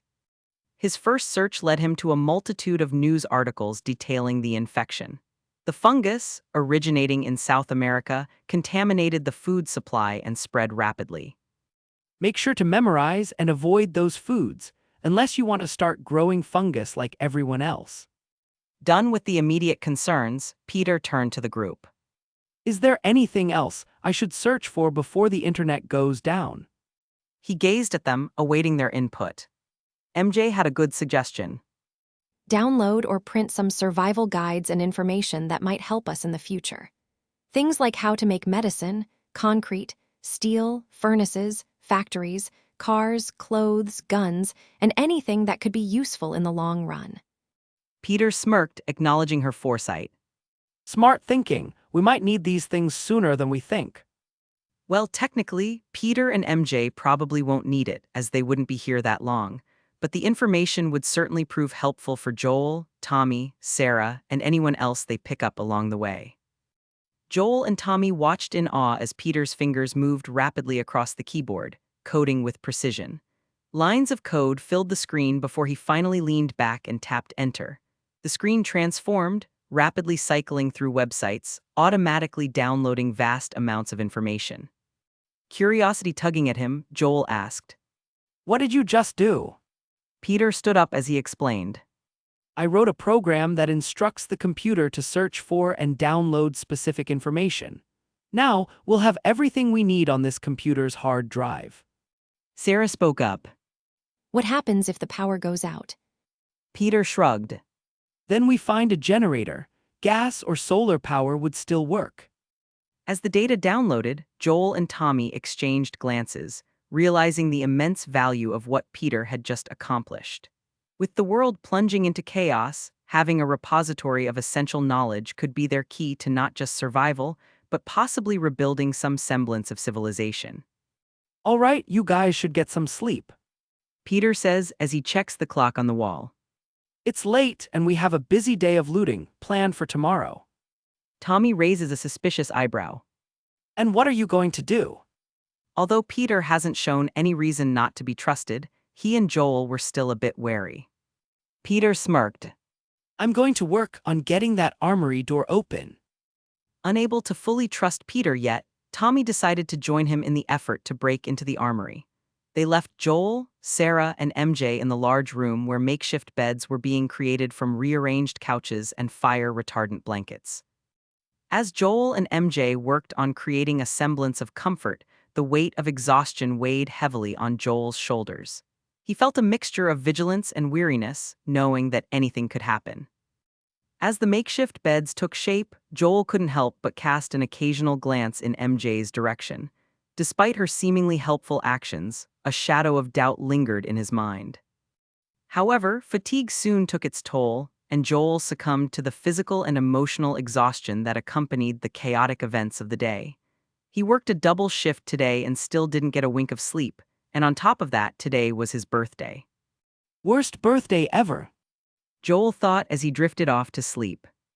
Sarah, ever perceptive, noticed her father finally succumbing to sleep. She gently pulled a nearby blanket over him, tucking him in with a tenderness that showed just how much she cared. In a soft voice, she whispered, Happy birthday, Daddy. Chapter 518, C532 loading up and setting out. Want to read ahead of what I've posted so far? Go to my Patreon and get early access chapters. As of now, the Patreon is 7 chapters ahead.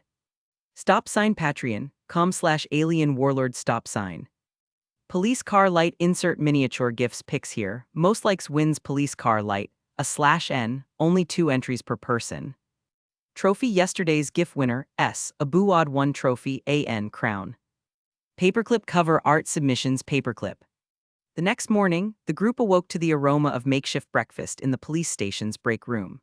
Joel, Tommy, and Sarah, who was now walking fine thanks to MJ's magical healing, followed the smell and found Peter and MJ concocting a meal from what appeared to be leftovers from the station's fridge with the help of a microwave and a toaster oven.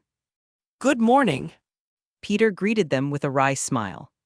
Hope you're ready for a gourmet police station breakfast. Tommy chuckled. I've had worse, at least it ain't an MRE. As they sat down to eat, MJ joked dryly. Who needs a 5-star restaurant when you have a toaster oven and a microwave? This may be the hardest part of Peter and MJ's little apocalypse honeymoon. Be thankful the power's still on. Without it, we'd be enjoying some very cold and probably expired meals. As everyone sat around and ate, they began to realize that in their situation, simple joys like a warm meal were to be cherished. Joel, despite his reservations about Peter and MJ, which were swiftly diminishing as time went on, found himself appreciating the help and company. After all, they'd be in a much worse situation without Peter and MJ. That was a cold, hard fact which he couldn't refute. After the meal, Peter cleared his throat, drawing attention. So last night, Tommy and I found the key to the armory and moved all the weapons to the cars that we're taking. Of course, they didn't find the key. There's no way that the police would just leave it lying around for anyone to find. Instead, Peter had to work a bit of magic whilst also fooling Tommy, who refused to trust Peter with the guns whilst his family was sleeping. Of course, he and MJ were gaining Tommy and Joel's trust little by little, so it would be long before they were considered trusted friends. Joel raised an eyebrow, curiosity evident in his expression. Cars? What cars? Peter grinned. Follow us. The group trailed Peter and Tommy through the dimly lit hallways until they reached the underground garage. The cavernous space housed a tiny fleet of police vehicles. Peter pointed to 2 police SUVs, already loaded with the supplies from the armory. We'll be taking these. More space for weapons, and we'll need even more room for the supplies we'll be gathering today. Joel surveyed the cars and the provisions with a nod of approval. All right, what's the next move? All eyes turned to Peter as he seemed to have taken a leadership role within the group. Reaching into his pocket, he produced a map of the town he had found in the station and spread it across the hood of one of the SUVs. Pointing to a nearby location, he explained. This is the closest supermarket and our next objective. We'll gather non-perishable items like canned goods, dried fruits, nuts, and bottled water. Energy bars and snacks too, for quick food on the go and the occasional craving. But remember the list I gave you. We want to avoid anything infected. The group nodded in understanding, aware of the importance of securing food without falling prey to the deadly infection. The mission was clear, and Peter's practical approach reassured them. Raising her hand as if she were at school, Sarah spoke. How are we going to avoid the infected? I mean, the whole town is probably full of them by now. We don't. Peter answered matter-of-factly, surprising everyone. It's literally impossible to avoid running into them. We can do our best to take a less populated route, but in the end, we'll be fighting our way in and out of everywhere we go. As Peter's words settled in, everyone realized that this wouldn't be as easy as your average grocery shopping. It would be more akin to a military extraction than anything else. Seeing everyone's mood turn somber, Peter smirked as he quickly opened the trunk on one of the cars, revealing all sorts of weaponry and ammunition. Thankfully, we have enough firepower to go to war, so we should be fine. MJ smirked alongside him. God bless America. Tommy couldn't help but smile as well. No, God bless the great state of Texas.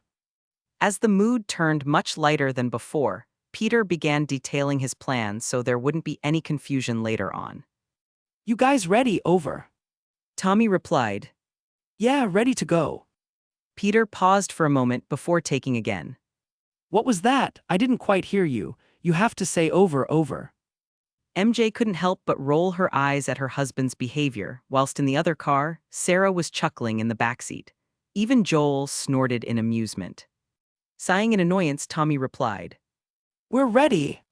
Smirking smugly, Peter answered back. I hear you loud and clear. Rolling out over. Since everyone was ready, Peter tapped a remote in the car, causing the garage door to open.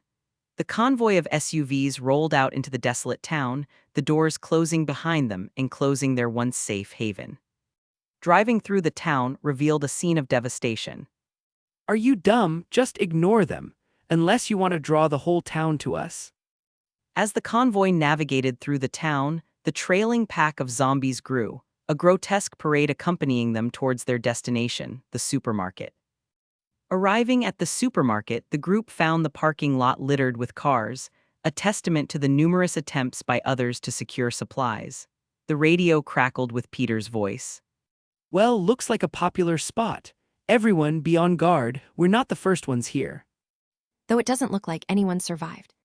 MJ remarked as she eyed the many infected wandering the area. As they parked their SUVs at the front of the supermarket, trunks wide open for easy loading, Peter barked orders. MJ, Tommy, you're on shopping duty. Joel and I will cover you from out here. Let's make this quick and efficient. The longer we stay here, the more infected will swarm the area. Exiting the vehicles, the group faced a swarm of infected approaching from the supermarket's entrance and parking lot. Without hesitation, Peter, MJ, Tommy, and Joel opened fire, the booming gunfire echoing through the once bustling parking lot. After cleaning the entrance, MJ and Tommy rushed inside to clear the rest of the building before starting their shopping spree. Inside the supermarket, MJ and Tommy navigated the aisles, methodically clearing out infected before collecting supplies. Back outside, as Peter and Joel continued their assault on the undead, who were drawn by the loud gunfire, Sarah, still in the car, peered out and asked. What should I be doing? Joel, concentrating on eliminating threats, replied. Stay in the car, Sarah. We've got this. Undeterred, Sarah protested. I can help. I don't want to just sit here. She says as she eyed one of the many guns in the car. I can shoot with you. No. Joel exclaimed as he continued to fire. Stay in the... Before Joel could continue, Peter interjected. I agree that she shouldn't be using a gun, at least not yet. But she could load the cars when MJ and Tommy bring the supplies. If it's okay with you, of course. Joel hesitated, glancing at Sarah. Fine, but you follow orders, understood? If I say get in the car, you get in the car. No arguments, no delays.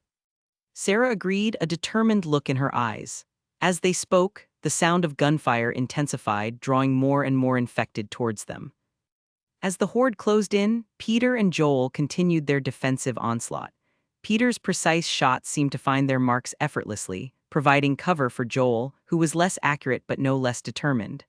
The onslaught of zombies proved relentless, but the group's firepower prevailed. Finally, MJ and Tommy emerged from the supermarket with carts loaded with food and water. They left the carts for Sarah to load into the cars and swiftly returned inside for more.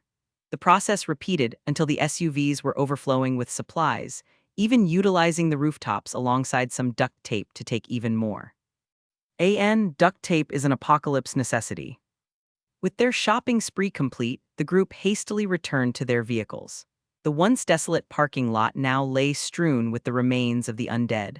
Driving over the sidewalk to avoid the gruesome obstacle course, they left the now silent supermarket behind. As they drove away from the once bustling town, the weight of their success mingled with the somber reality of the world outside. Oh my God. Sarah yelled as she dug through the supplies in the backseat. What? Joel asked, alarmed. They got chocolate. She exclaimed as she pulled out big boxes full of candy bars. Rolling his eyes, Joel picked up the radio. Hey, where are we going now? He asked as he closely followed Peter and MJ's SUV. Seconds later, Peter replied. North. Chapter 519, C533, The Strolling Deceased. Want to read ahead of what I've posted so far? Go to my Patreon and get early access chapters. As of now, the Patreon is 6 chapters ahead. Patreon.com/alien warlord stop sign. Police car light insert junkie gifts pics here. Most likes wins police car light, a /N, only 2 entries per person. Trophy yesterday's GIF winner, Dark Slayer Trophy AN Crown. Paperclip cover art submissions paperclip. Driving for the entire day, the group's convoy pressed on, the sun sinking on the horizon. The highway stretched ahead, mostly devoid of the living. Occasional cars passed by, uninterested in stopping or interacting. Abandoned vehicles dotted the roadside and sporadic zombies wandered aimlessly. The majority of the infected seemed concentrated in populated areas, sparing the highways from the full onslaught.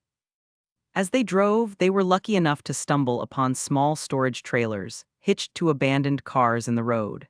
Instantly, an idea struck Peter, and they hitched these trailers to the back of their SUVs, expanding their capacity for supplies. Throughout the day, they made stops at rest areas to loot convenience stores and refuel. Although they had to clear these places of zombies first, the encounters were a far cry from the urban chaos they left behind. On top of the normal supplies, they also scavenged fuel containers, filling them to the brim for later use. While gas was currently easy to come by with the power still on, Peter foresaw challenges in securing it in the future, at least for normal people without superpowers and magic. Over the radio, they debated whether to clear the next rest stop and spend the night there or rotate drivers and continue, allowing everyone else to rest while on the move. As they deliberated, Peter's keen eyes caught a distant car, following at a discreet distance with its headlights off. He even recognized it as one of the few cars they passed earlier in the day. Joel, Peter radioed, his tone alert. keep an eye out for a car behind us. I think we've got a follower. The occupants of Joel's car peered back, squinting in the fading light, struggling to confirm Peter's suspicion. I don't see anything. Joel responded. They're there, and they're keeping their distance. Peter insisted. An uneasy tension settled over the group as the possibility of being targeted for their ample supplies hung in the air. As they continued down the highway, Peter mulled over their options. Next rest stop, we'll pull in for the night and see what they do. Stay vigilant. Joel and Tommy exchanged unsure glances, but they trusted Peter's instincts. All right. Joel replied as he turned to Tommy. Make sure the guns are loaded. Pulling into the next rest stop, they prepared for the night. The group systematically cleared the area of zombies while keeping a watchful eye on the road for the mysterious follower. However, as time passed, the anticipated car failed to arrive. Concern etched across their faces, they realized the potential danger. Peter, deep in thought, proposed. They might be waiting for us to settle in. Let's give them what they want. Setting up for their guests to arrive and positioning themselves strategically, the group turned off all of the lights and waited to see who would show up. Only Sarah was hidden in the back room of the nearby convenience store alongside MJ, who offered to sit with her so she wouldn't do anything stupid. The night grew darker, and the rest stop, once a mundane place for travelers, now held an air of tension and uncertainty. As the night enveloped the rest stop in darkness, Peter perched comfortably on the branch of a nearby tree, his gaze fixed on the forest surrounding them. The anticipation hung in the air like a heavy fog, and the tension was palpable as the group waited for the enemy to arrive. After what felt like an eternity, a solitary figure emerged from the shadows, moving with stealthy grace through the dense foliage. The silhouette approached cautiously, eyes fixated on the parked cars beside the gas pumps. For a moment, Peter questioned his senses, unsure if this was a trick of the night. Taking a closer look, Peter's enhanced vision pierced through the darkness, and he recognized the figure. What the hell is Michan doing here? Insert picture of Michan from The Walking Dead. The familiarity of her presence added a new layer to the universe that he thought he was in. It seemed the world they found themselves in was a combined universe, blending together The Last of Us and The Walking Dead.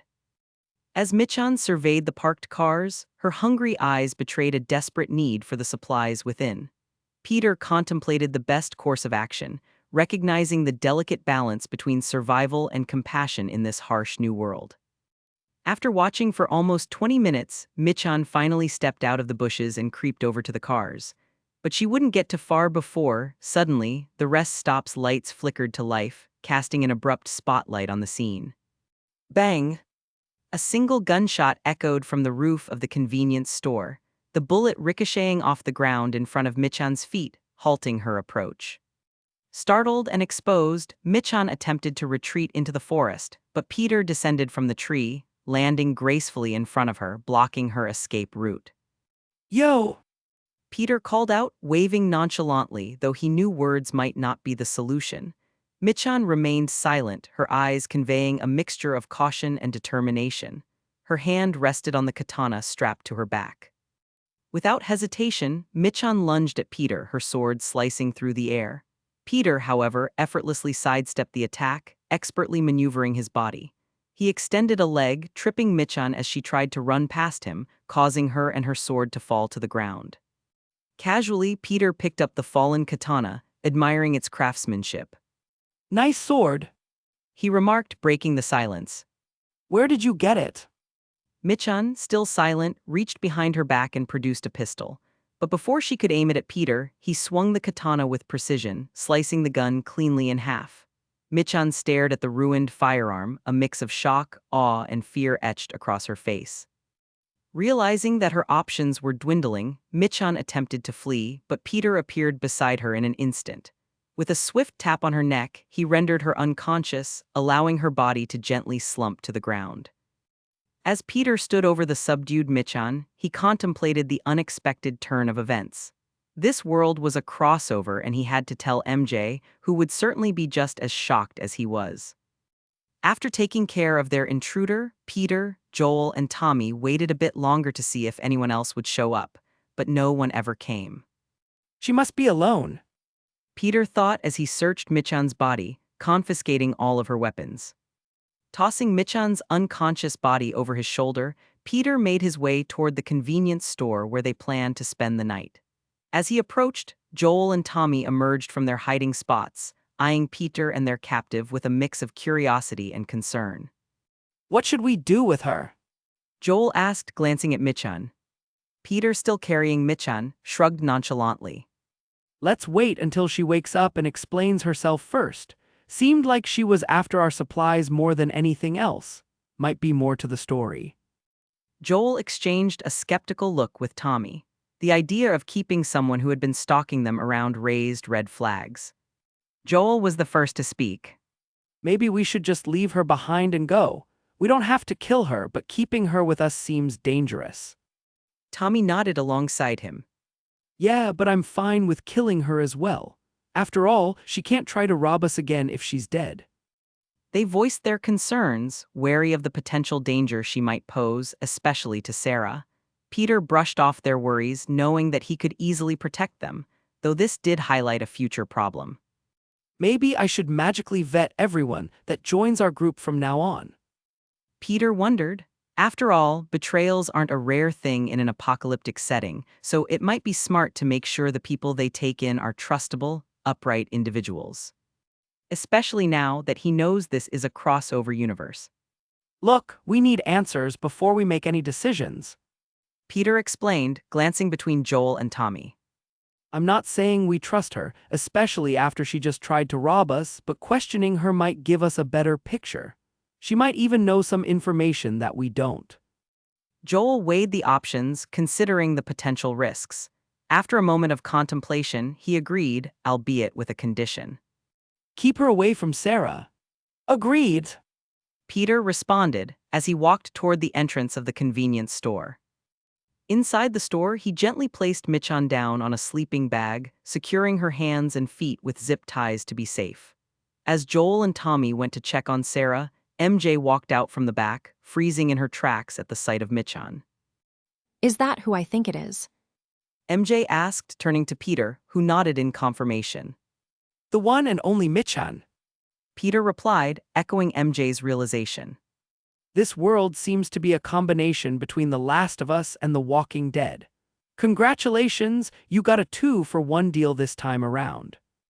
What do we do now? MJ inquired, both excited and concerned. Should we try to recruit her? Peter shrugged, admitting his limited knowledge of Michan. I know she's a badass with a katana, but beyond that, not much else. The Walking Dead was good show at first, but after a while it kind of went to sh*T. MJ paused, recalling bits of Michan's story from The Walking Dead. She had a family during the outbreak, but they died later on. Other than that, I don't know much either. I think her husband had some sort of drug problem. Peter nodded, acknowledging the probable motivation behind Michan's actions. She's probably trying to steal supplies for her family while her husband's at home getting high. Let's wake her up and find out. Caution in the air, they decided to offer Michan a chance to see if they could extend their survivor camp. Peter warned MJ. Just try not to get your hopes up, okay? For all we know, Michan could be evil in this universe. The multiverse is unpredictable that way.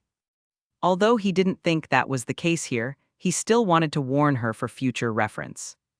Waking Michan with a tap on the head, Peter utilized a small bit of magic. She gasped, scrambling backward in a defensive posture. Her eyes darted around, searching for her sword, which was nowhere in sight. Hello again. Chapter 520, C534 Altered Fate. Want to read ahead of what I've posted so far? Go to my Patreon and get early access chapters. As of now, the Patreon is 7 chapters ahead. Stop sign Patreon.com/alien warlord stop sign. Police car light insert meme gifs pics here. Most likes wins police car light, /n, only 2 entries per person. Trophy yesterday's GIF winner, S. Perdister Trophy, AN, a new king rises, crown. Paperclip cover art submissions paperclip. As soon as Michan flinched away from them, MJ stepped forward trying to calm her.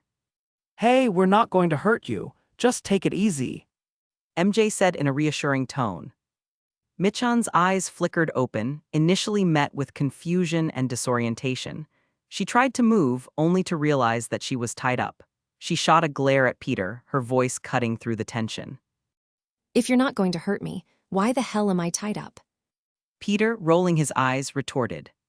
Really? You attacked us when you got caught trying to steal our supplies. Would you prefer we give free rein to someone who just tried to rob us? Michan looked down, a mix of shame and annoyance etched across her face. The reality of her actions sank in as the weight of her unsuccessful theft hung in the air. As the conversation unfolded, Peter took the lead in questioning Michan. Let's start with the basics. Why were you trying to rob us? Are you alone or do you have others with you? Have you done this before? And the million-dollar question, have you killed any innocent people lately? Michan hesitated for a moment, her eyes darting between Peter and MJ. Look, I needed supplies. I'm alone. I've done what I had to do to survive, but I've never killed anybody before, besides the infected, that is. If you let me go, I promise to leave and never bother you again. You have my word. Peter, skeptical but wanting to verify her claims, decided to employ a bit of telepathy. He delved into Michan's mind, probing for sincerity and potential hidden intentions. It was a delicate dance, respecting her privacy while ensuring the safety of the group. As he sifted through her thoughts, he picked up on a sense of desperation, a struggle for survival in the harsh post-apocalyptic world.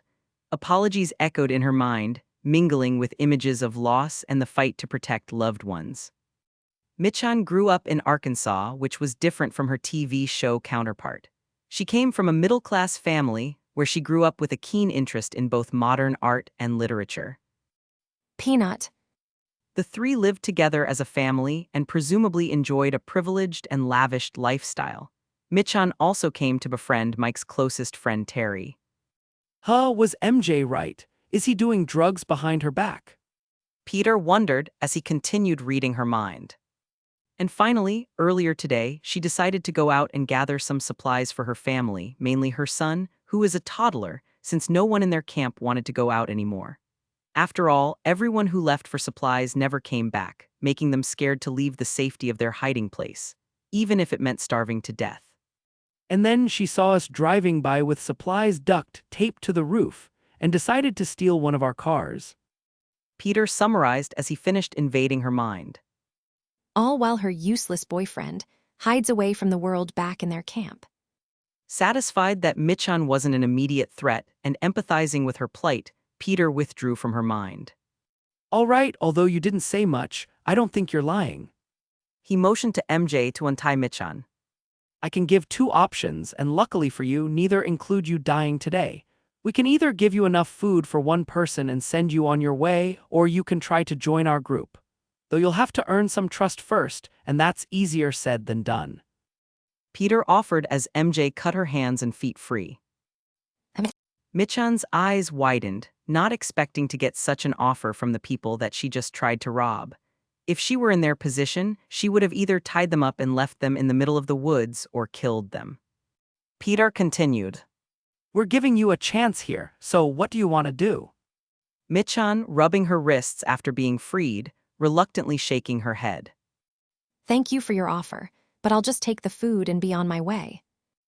Although she could tell that Peter and his group seemed friendly and reliable, based on their offer and the copious amount of supplies, she had a family to take care of. And she couldn't risk the life of her loved ones, especially her son, for a chance that might lead to a worse situation than they were already in. Fair enough. Peter shrugged whilst MJ frowned. After all, she wanted to recruit Michan into their group. Leaving Michan to MJ, who kept a watchful eye on her whilst trying to change her mind, Peter packed a bag with enough food and supplies for one person, true to his promise. As he packed, Joel, emerging from the convenience store, looked at Peter with a raised eyebrow. What are we doing about our guest? Peter, continuing to pack the bag, replied. She's leaving. I'm giving her some supplies to help her out. Joel, not entirely thrilled about giving away supplies, especially to someone who had just tried to rob them, nodded reluctantly. He was just glad that she was leaving. After all, he didn't have the luxury of trusting strangers, not while he had a daughter to protect. Of course, his skepticism and wariness were traits that would serve him well in this new post-apocalyptic world. As the first light of dawn began to pierce the darkness outside, the group drove Michan back to her car, where they handed her the bag of supplies and her katana. The tension lingered in the air as they exchanged curt goodbyes. As Michan watched their two-car convoy drive away, a conflicted expression painted her face. She yearned for the security and resources that Peter's group seemed to possess, but her hard-earned instincts cautioned against trusting too easily in this unforgiving world. Alone in the driver's seat of her car, Michan opened the bag they had given her. The contents went beyond mere sustenance. Alongside the food, she found a pistol, some ammo, a portable police radio, and a note. The note, signed by Peter, read, Be safe and contact us if you change your mind. It included a radio frequency for communication. Michan couldn't help but smile, realizing the missed opportunity to join a group that seemed genuine in their offer of assistance. Regret gnawed at her, but the practicalities of survival took precedence. Her family awaited her return, and she needed to bring back whatever supplies she could scavenge. As the convoy disappeared from view, Michan revved the engine, making her way back to her camp with a mix of gratitude and uncertainty. The radio and supplies provided a lifeline, a connection to a group she might never see again. Driving back to her camp, the bag of supplies nestled beside her, Michan couldn't help but feel a glimmer of hope. The thought of surprising her son, Andre, with some tasty food and a few treats, including candy, lifted her spirits. Peter's unexpected generosity showed in the assortment of items he had provided. The camp, situated in a secluded camping grounds nestled within the woods, seemed peaceful as Michan approached. However, the smile on her face began to fade as the distant sounds of gunfire reached her ears. A gnawing fear gripped her heart, urging her to hurry back to her loved ones. As she neared the camp, the initial shock gave way to chaos. Dozens of zombies roamed freely, their groans blending with the sporadic gunfire. Panic settled over the camp, and Michan's instincts kicked in. She slammed her foot on the gas pedal, rushing toward the heart of the unfolding nightmare. Upon arrival, the scene was a chaotic picture of horror. Dozens of zombies overran the camp, and even more lurked in the shadows of the surrounding trees. Michan wasted no time. Grabbing her katana and a pistol, she leaped out of her car, determined to cut through the undead and reach her family. Screaming for Andre and her boyfriend Mike, Michan carved a path through the infected. Blood spattered her clothes as she dispatched one after another. The air echoed with the sounds of desperate survivors and the gruesome demise of those unlucky enough to be caught. Approaching her tent, dread pooled in Michan's stomach. What she found was beyond comprehension. Mike and his friend Terry sat in foldable chairs, needles in their arms, completely oblivious to the zombies currently feasting on them. Their blissful, zoned-out faces stared vacantly into the sky, lost in their drug-induced haze. Instantly, Michan realized the heartbreaking truth. Mommy. Peanut. Chapter 521, C535 Cheating B*TCH. Want to read ahead of what I've posted so far? Go to my Patreon and get early access chapters. As of now, the Patreon is 6 chapters ahead. Patreon.com/alien warlord stop sign. Police car light insert animal gifts pics here. Most likes wins police car light, /N, only 2 entries per person. Trophy yesterday's GIF winner S, Wolfie and Dark Slayer trophy AN, crown.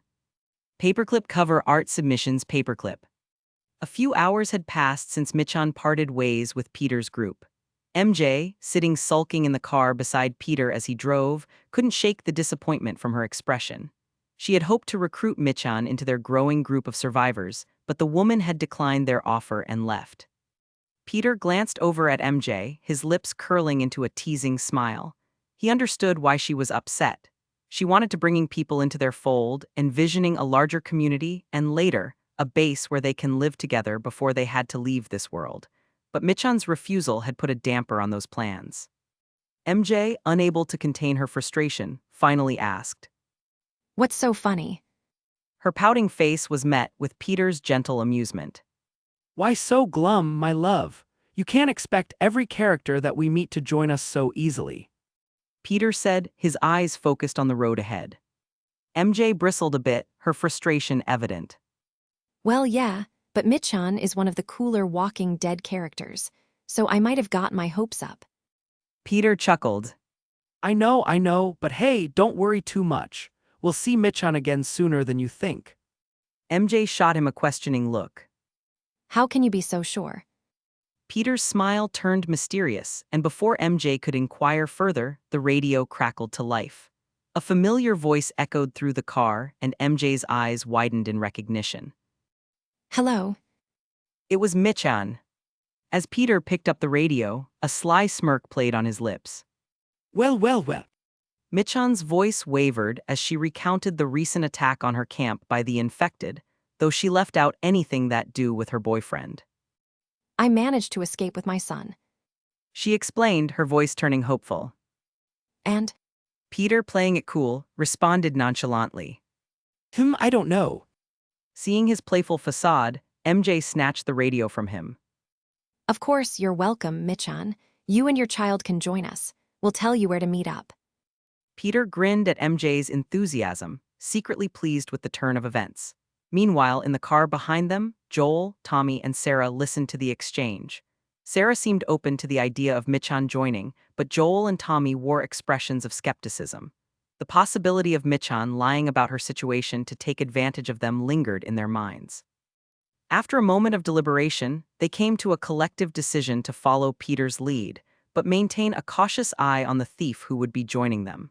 The prospect of expanding their community, albeit with a hint of uncertainty, added a new layer to the dynamics of their survival. As the location for their meetup was shared, MJ leaned back in her seat, a triumphant smile on her face. They were on their way to meet Michan and her son, which was exactly what she wanted in the first place. The group, led by Peter, decided to make a stop at the next rest stop and wait for Michan and her son to catch up to them. Clearing the few zombies that wandered near, they took control of the area, searching for supplies and looting whatever they could find. The once bustling rest stop was now eerily quiet, with remnants of the past scattered around. As the group explored the area, Peter faced a new challenge. The power was out, rendering the gas pumps useless in the conventional way. Unfazed, Peter decided to use his unique abilities. He pretended to tinker with the pumps, creating the illusion that he had somehow rigged them to work. In reality, it was his magic seamlessly filling their tanks. Meanwhile, Michan arrived, her gaze shifting nervously between the group members. After attempting to rob them just the night before, joining the same people was undoubtedly an awkward situation. Tommy and Joel, ever the vigilant guards of the group, weren't exactly friendly, adding to the discomfort of the encounter. As Michan greeted everyone, MJ stepped forward with a reassuring smile. Don't mind Joel and Tommy, they warm up eventually. Just show them you're worth trusting, just like we all did. Michan, grateful for the chance, nodded appreciatively. She cradled her son, Andre, in her arms. The events at her camp had made her more protective than ever, and she was unwilling to part with him after what had transpired. MJ continued to talk with Michan, trying to ease the tension. We all had to prove ourselves when we joined. It's a tough world out here, and trust is hard to come by. But once you do, you'll be accepted. Don't worry too much. As long as you don't have any ulterior motives, you'll be fine. As they conversed, everyone couldn't help but look down at Andre, peacefully sleeping in his mother's arms. The innocence of a child alongside his mother helped ease the growing tension in the group. After gathering supplies and ensuring their vehicles were ready, the now 3-car convoy prepared to hit the road. Peter and MJ led the way in the first car, Joel and his family followed in the second, and Michan and her son took up the rear. As they drove away from the rest stop, Michan's gaze lingered on the world passing by. The road ahead was unpredictable, but she couldn't help but feel like she made the right decision. Although she wished the father of her child could be here with them, she knew deep down that his passing was more of a blessing than a curse. As soon as the world went to sh*t, so did her once reliable boyfriend. They were better off without him. After driving in silence for a while, MJ, sitting beside Peter, turned to him with a curious expression. Hey, where are we headed next? She asked, the excitement evident in her voice. Peter flashed her a mischievous smile. Well, my love, since we're in The Walking Dead, don't you think we should pick up the protagonist? He raised an eyebrow as MJ's eyes widened with surprise and excitement. Before MJ could press for more details, the radio crackled to life and Joel's voice came through, asking the same question. Where are we heading, Peter? Peter, still wearing that enigmatic smile, responded. Georgia! After all, they have a coma patient to wake up, a mother to save, and a camp of main characters to find. MJ smiled happily, pondering all of the possibilities. As Peter and his group continued their journey towards the state that contained most of the characters they wanted to recruit, in Kings County Hospital in Georgia, Deputy Rick Grimes lay unconscious on his bed, an unmoving coma patient. Insert picture of Rick Grimes here. The military presence outside was evident, with the constant barrage of gunfire filling the air. The hospital had become the base of operations for the local military and a never-ending battleground, each gunshot both a defense against the infected and a siren song drawing more of them near. The military's attempts to maintain order were turning the hospital into a fortress, unwittingly amplifying the magnitude of the threat, further endangering everyone inside who they fought so hard to protect. Amidst the chaos, the military personnel worked tirelessly to secure the hospital, using up an uncountable amount of ammunition each and every day, exhausting their supply. After all, not everyone can have 100% accuracy like Peter. Even for trained soldiers, wasted ammo was a normal occurrence. Not too far away, in a nearby neighborhood, overrun by the infected just like everywhere else, Morgan Jones and his family, Jenny and their son Dwayne, huddled in their fortified home. Insert pictures of the Jones family here. The windows were boarded up and an air of silence enveloped the residence. Having learned early on that sound attracted the infected, the Jones family lived by the mantra of staying quiet to stay alive. The distant echoes of gunfire and the shuffling of passing zombies served as a grim reminder of the world they now inhabited.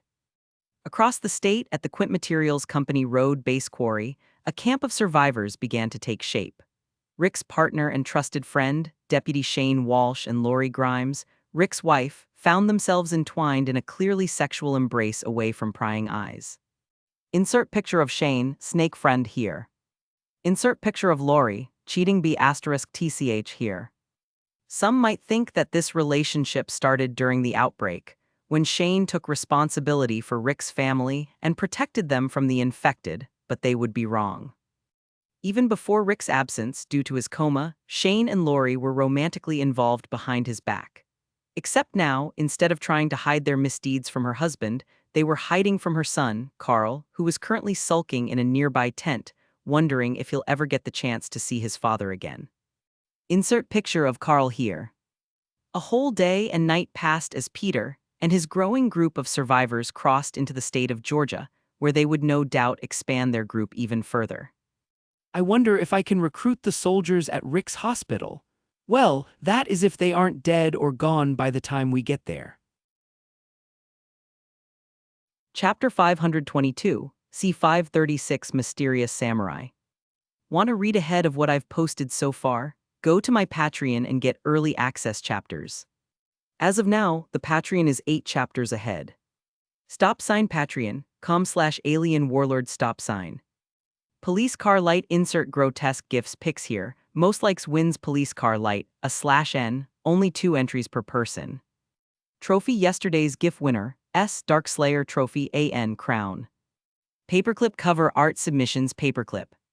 The 3-car convoy led by Peter cruised into Kings County, Georgia, a state rife with the echoes of gunfire and the palpable tension of the apocalypse. The cityscape bore the scars of survival, buildings standing as silent witnesses to the struggles that had unfolded within their walls. As they drove deeper into town, the distant sounds of gunfire grew louder, creating an unsettling ambience. The group, now seasoned in navigating the dangers of this new world, exchanged wary glances. Meanwhile, Peter and MJ smirked at one another, alone in their car together. It sounds like the military is still alive and well at the hospital. Peter commented, his plans for a military recruitment looking good. MJ couldn't help but ask. How are you planning to recruit them? Peter just smiled mysteriously. I guess you'll just have to wait and see. Continuing their way into the city, the infected, drawn to the commotion like moths to a flame, ignored their cars and swarmed toward the source of the gunfire, running far faster than the zombies from the Walking Dead show. Over the radios, Tommy's voice crackled in, breaking the tense silence. What the hell is going on up ahead? Anyone got eyes on the situation? Joel's voice joined the conversation, skepticism evident in his tone. Could be more survivors, could be trouble. We should be cautious and give them a wide berth. Peter, taking a thoughtful pause, chimed in. It's a risk, but we won't know until we check it out. It could be a camp of survivors trying to clear out the city or even the military. There's far too many gunshots for it to be anything else. Michan, ever watchful, added. Or potential threats. I've seen how unpredictable people can be. Joel, listening to the exchange, felt the weight of the decision hanging in the air. Peter, what do you think? Should we investigate? Peter, steering the lead car with a sense of purpose, responded. We go and see. We don't commit to anything until we assess the situation. If it's trouble, we back off. If it's the military or survivors who need help, we evaluate from there. With everyone in agreement, the convoy continued its path through the eerily empty streets, the unsettling sounds of gunfire seeming to never end. The infected, driven by instinct, swarmed towards the noise, their moans and shuffles filling the air. As the group approached the source of the disturbance, the tension in the convoy grew palpable. The decision to investigate hung in the air like a delicate balance, each member contemplating the potential risks and rewards. The convoy, guided by the echoes of gunfire, moved closer to the source of the commotion. However, as they approached, the intensity of the gunfire seemed to wane, replaced by prolonged breaks of unsettling silence that hung in the air like a foreboding shadow. The group exchanged concerned looks, the absence of sustained gunfire raising unsettling questions. Peter and MJ, alone in their car, shared a concerned look. That doesn't sound very good. Peter commented. The lack of continuous gunfire meant one of two things. Either the military at the hospital was running out of bullets, or they were running out of abled bodies to fire those bullets. Either way, it wasn't a good situation to be in. Of course, they could have cleared out the zombies around them, which would explain the lack of gunfire, but that didn't seem likely. After all, just driving down the road now, Peter could see dozens of infected swarming towards the gunfire. The convoy pressed forward through the streets, the unsettling sounds of gunfire continuing, guiding them to the heart of the disturbance. The tension in the air was palpable as they neared the source. As they arrived, a sprawling hospital came into view, fortified with sandbags, barricades, and military vehicles. Soldiers stood on vantage points, firing on the ceaseless sea of zombies attempting to breach their defenses. The sight, though confirming Peter's earlier speculations, brought a sense of relief tinged with uncertainty. The military, seemingly outnumbered and low on ammunition, faced overwhelming odds. Peter signaled the convoy to pause a few blocks down the street, cautioning everyone to hang on for a moment while he attempted to contact the military inside the hospital. Switching through radio channels, Peter found the frequency of the military and listened in. The conversations painted a dire picture of exhaustion, fear, and urgent calls for more ammunition. The gravity of their situation became apparent as Peter eavesdropped on their desperate pleas. Waiting for a break in the comms, Peter finally spoke up. Yo, do you guys need any help? The intrusion surprised the military. As the soldiers exchanged glances, one couldn't help but question. Who the hell is on our radio? After a moment of confusion, Major John Lewis, the highest-ranking officer, responded cautiously. This is Major Lewis. If this is the 3 cars parked down the road, then your offer is appreciated but sadly worthless. Even if you are police officers, which I doubt, you'll only get yourselves killed trying to help us. Go and find a safe place to hide, preferably outside of town and away from populated areas. Another voice broke in. And stay off of our frequency, civilians. Ignoring the last idiot to speak, Peter was impressed by Major Lewis. After all, he quickly found where they were, assessed their strength, and was even kind enough to advise them against helping them. He would make a good subordinate. We'll clear the horde out front before the sun sets. He assured them confidently. Just sit back and enjoy the show. Switching back to the old frequency before they could reply, Peter quickly explained his plan to help the military, his voice cutting through the airwaves with authority. All right, here's the plan. We're going to clear the horde in front of the hospital. I need Michan, Joel, Tommy, and MJ to get on the rooftops across the street. Bring a radio, firepower, and enough bullets to take on a small army. And don't forget to bring the kids. Barricade the doors behind you to keep the infected out. Joel, ever the protector, immediately voiced his concern. Are you sure this is a good idea? What if something goes wrong? Peter, with unwavering confidence, responded. Trust me, Joel, we'll be fine. We need to act fast before the hospital is overrun. Now move. As orders were given, Michan asked a crucial question, her eyes reflecting a mix of concern and determination. What about you, Peter? What's your part in all this? Peter, with a smirk that hinted at both mischief and assurance, replied. I'll need to borrow your sword, Michan. There was a moment of stunned silence over the radio as everyone processed what Peter had just said. Joel, ever the voice of reason, couldn't help but interject. Are you out of your mind? You're going down there with just a sword against that horde. Peter cut him off before he could continue, his tone firm and resolute. I'll be fine, trust me. We need to move now. Despite the protests that lingered in the air, the group followed Peter's orders. Doing so has kept them alive and thriving thus far, so they couldn't help but feel like Peter always had a plan. As they departed, MJ approached Peter. She kissed him passionately on the lips, a mixture of fear and love in her eyes. I know you'll be fine, but... Peter returned the kiss, his expression filled with reassurance. I always do. Now go, we've got a horde to deal with. Meanwhile, Michan handed Peter her sword, the exchange carrying a weight of unspoken worry on her part. Each member grabbed their weaponry, mentally preparing for the upcoming challenge. Joel and Michan, with their children in tow, moved swiftly towards the chosen building they would all perch themselves on. As the group ascended to their vantage points, Peter took a moment to look at the weapon in his hands. This would probably dull after a few dozen kills. With a tap of his hand on the side of the blade, Peter watched as runes drew themselves along the sword, strengthening its sharpness and durability to insane degrees. Smirking as he gave the sword a few test swings, Peter eyes the horde down the road. Time to impress some future henchmen. Despite Peter's bold declaration to the soldiers in the hospital that he would clear the horde, skepticism and doubt lingered among the military ranks.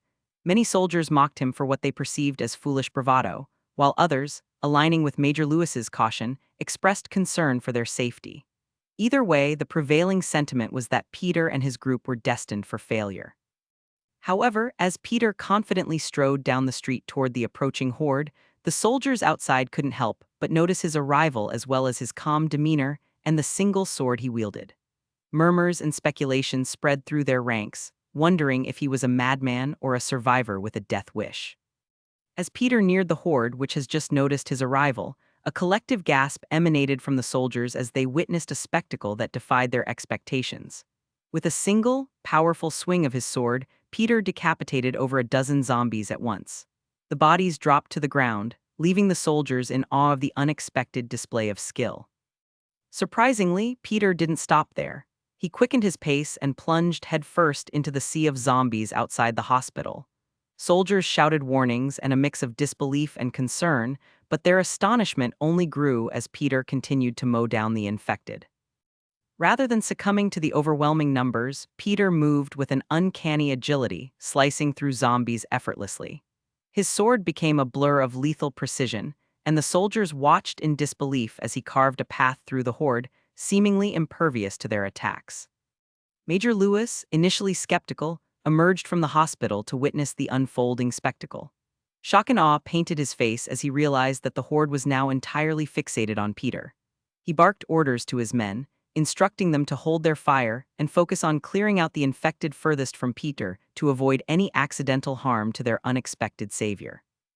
The soldiers, once hesitant, followed Major Lewis's orders and began firing at the zombies on the outskirts of the horde. And as they did, MJ, Michan, Joel, and Tommy, perched on a nearby rooftop, joined in the gunfire alongside them. From their elevated vantage point, Tommy couldn't help but express his amazement. I thought he was crazy, but look at him go. Michan, normally reserved, couldn't help but nod in agreement. He moves faster than I can see. Joel, still harboring some concern, added, Let's make sure we cover him well. We don't know how long he can keep this up. MJ smirked as she watched her husband work. Damn. Chapter 523, C537 Early Wake-Up Call. Want to read ahead of what I've posted so far? Go to my Patreon and get early access chapters.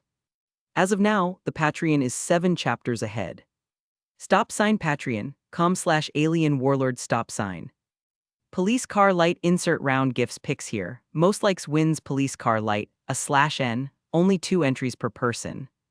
Trophy yesterday's GIF winner, S, Alien Warlord and FR 1-day trophy, AN, crown. Paperclip cover art submissions paperclip. After hours of relentless combat, Peter stood in the center of the once-infested street, his sword glistening with a grim sheen of blood and entrails. Despite the gruesome scene surrounding him, Peter himself appeared untouched, not a speck of gore marring his form. His clothes, still pristine, betrayed no sign of the violent battle that had just unfolded. The street, now a graveyard for the undead, was strewn with the lifeless bodies of rotting zombies.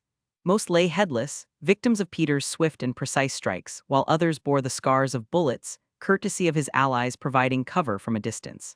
The combined effort of Peter's group and the military had effectively thinned the herd, clearing the immediate threat that had besieged the hospital. The air hung heavy with the metallic scent of blood, and the eerie silence that followed the chaos was only broken by the distant moans of straggling zombies. The once swarming horde had been decimated, and though more would inevitably trickle in, the majority that had overwhelmed the soldiers was now vanquished. That should make things easier for them. Peter thought as he flicked his wrist, flinging the blood off of Michan's sword. Amidst the gruesome aftermath, Peter surveyed the scene with a detached sense of accomplishment. The military, having observed his unparalleled prowess from their vantage point, opened a makeshift gate, and Major Lewis, flanked by armed soldiers, stepped out to greet him. The soldiers looked at Peter in a mixture of awe and disbelief, unsure if the man before them was an actual human being or not. Quick, come inside before more of those damn things show up. Major Lewis called, his skepticism from earlier replaced with a clear respect. With a nod, Peter made his way towards the gate, the soldiers parting to allow him entry. As he approached, Major Lewis couldn't help but express his astonishment. I didn't think you'd last more than a few minutes out there. I know I wouldn't. Peter, with a wry smile, replied. I told you I'd clear the horde. The soldiers, sensing the newfound opportunity for safety, quickly scurried to close the gate behind Peter, securing the hospital grounds from the lingering threat outside. As the barricade locked into place, Peter radioed his group, instructing them to bring the cars and drive to the hospital. The soldiers, now allies, were prepared to welcome them inside. Within minutes, the distant hum of engines grew louder as the convoy approached. The soldiers, their weapons at the ready, allowed Peter's group to pass through the gate. MJ, Sarah, Joel, Tommy, Sarah, Michan, and Andre emerged from the vehicles, their expressions a mix of relief and anticipation. Tommy, guard the cars until we're sure we can trust these people. Peter ordered and Tommy nodded, standing beside their vehicles with an assault rifle in hand, eyeing anyone that came near. The rest of you feel free to explore. This place might have a working shower, so take advantage of it while you can. He gestured towards the hospital entrance. As the group entered the hospital grounds, the atmosphere inside was a stark contrast to the chaos outside. Patients, soldiers, and survivors alike gazed at Peter with a mix of awe and reverence. Some whispered prayers, others stared in disbelief, and a general sense of gratitude filled the air. As the group, including MJ, rushed excitedly into the hospital, drawn by the prospect of a working shower after days on the road, Peter turned to Major Lewis. He gestured toward a quiet corridor, and with a nod from the major, they headed toward a large office. The door swung shut behind them, guarded by soldiers stationed outside. Inside the office, Peter and Major Lewis settled into seats. The major couldn't help but sigh, a mixture of exhaustion and relief evident in his eyes. Thank you for your help. You have no idea how close we were to being overrun. Peter shrugged. It was no problem at all, but I have some questions and I'm hoping you'll have answers for me. Major Lewis nodded solemnly, acknowledging the gravity of the situation. Ask away, I owe you that much. Peter leaned back, studying the worn features of the military officer. First off, what's the status of the government? Are they still operational? Any efforts toward finding a cure or containing the outbreak? Major Lewis's expression darkened. We haven't received any contact from the government since the outbreak. My guess is that the White House and the rest of DC fell during the outbreak. I'm afraid that we're on our own out here. The silence that followed hung heavy in the air. Peter pressed on. And the military? Are you all still working as one cohesive force or is it scattered? The major sighed, his shoulders slumping. We're fractured and I don't know how many of us are left. I was sent here to evacuate civilians and contain the outbreak, but since we arrived, we've heard nothing. We're running low on supplies, food, and ammo. Every day is a struggle to keep the infected at bay while we try to save as many as we can. Peter absorbed the information, his mind working quickly. After a moment of contemplation, he looked directly at the major. Here's my offer, Major. Join me. I have food, ammo, and a plan to get more. Together, we stand a better chance. What do you say? Major Lewis hesitated, uncertainty flickering in his eyes. I can't make promises. I'm still hoping for orders from higher-ups, but I'm not holding my breath. Peter leaned forward, his gaze intense. What if I can help with the food and ammo shortage? Will you consider joining forces and working together to clear this town of the infected? The major raised an eyebrow, skepticism etched across his face. Clear the whole town? That's a tall order even for someone like you. Peter smirked, a glint of confidence in his eyes. How about a deal then? If I help solve your food and ammo problem, then you and your men agree to follow my orders until the town is clear. We work together to clear the town, and when it's free of infected, you and your men can decide whether or not you want to stick around. Deal. Major Lewis contemplated the proposal, weighing the risks and benefits. Solve my immediate problems and we can work together to clear the town. But we need those supplies fast. We won't last another couple days without food. And if we can really do as you say and clear the town without any unnecessary losses, then I'll gladly join you. Peter extended a hand, sealing the agreement. You have my word. I won't put any of your men in unnecessary harm, and by the end of the week, this town will be completely free of infected. As their hands met in a firm handshake, Major Lewis couldn't help but feel a mix of uncertainty and hope. The alliance forged in that small office would either be their salvation or a path to greater peril. It's finally time to start building our base of operations. Peter thought as he looked out of the windows, surveying the town outside with a greedy look in his eye. Suddenly, the major spoke, breaking Peter from his thoughts. So, how are you going to solve our supply problem? He asked and continued before Peter could answer. I know you have supplies of your own, but 3 cars of food can't feed over 50 patients, 20 hospital staff, 300 civilians, and 500 soldiers. And you certainly don't have enough ammo. Peter smiles assuredly. First, I'm willing to share my supplies if it comes to that, but it won't. He shook his head. For food, most supermarkets have probably been looted by now, and they wouldn't have enough food for everyone here anyway, so we'll go for distribution centers. Companies often store a significant amount of their food inventory in distribution centers or warehouses. These facilities are strategically located to streamline the distribution to stores in the vicinity of them. Peter continued. I don't have the exact locations yet, but it won't take long to find the closest warehouses. Though when I do find them, I'll need your men to help transport everything. After all, if it's just my group doing it, we'll only be able to bring back a small amount. Ideally, I'd like to get as many trucks as we can and completely empty every warehouse we loot. The major nodded his head. Sure, I'll assign some men to help deliver the supplies. What about our ammo? Peter smirked. Fort Benning is close by, isn't it? As Peter continued his discussion with Major Lewis about securing supplies, MJ, having just taken a warm shower and changed into fresh clothes, set out to explore the hospital. Her mission was clear: locate the person they had initially come for, the one she and her husband deemed crucial for their group.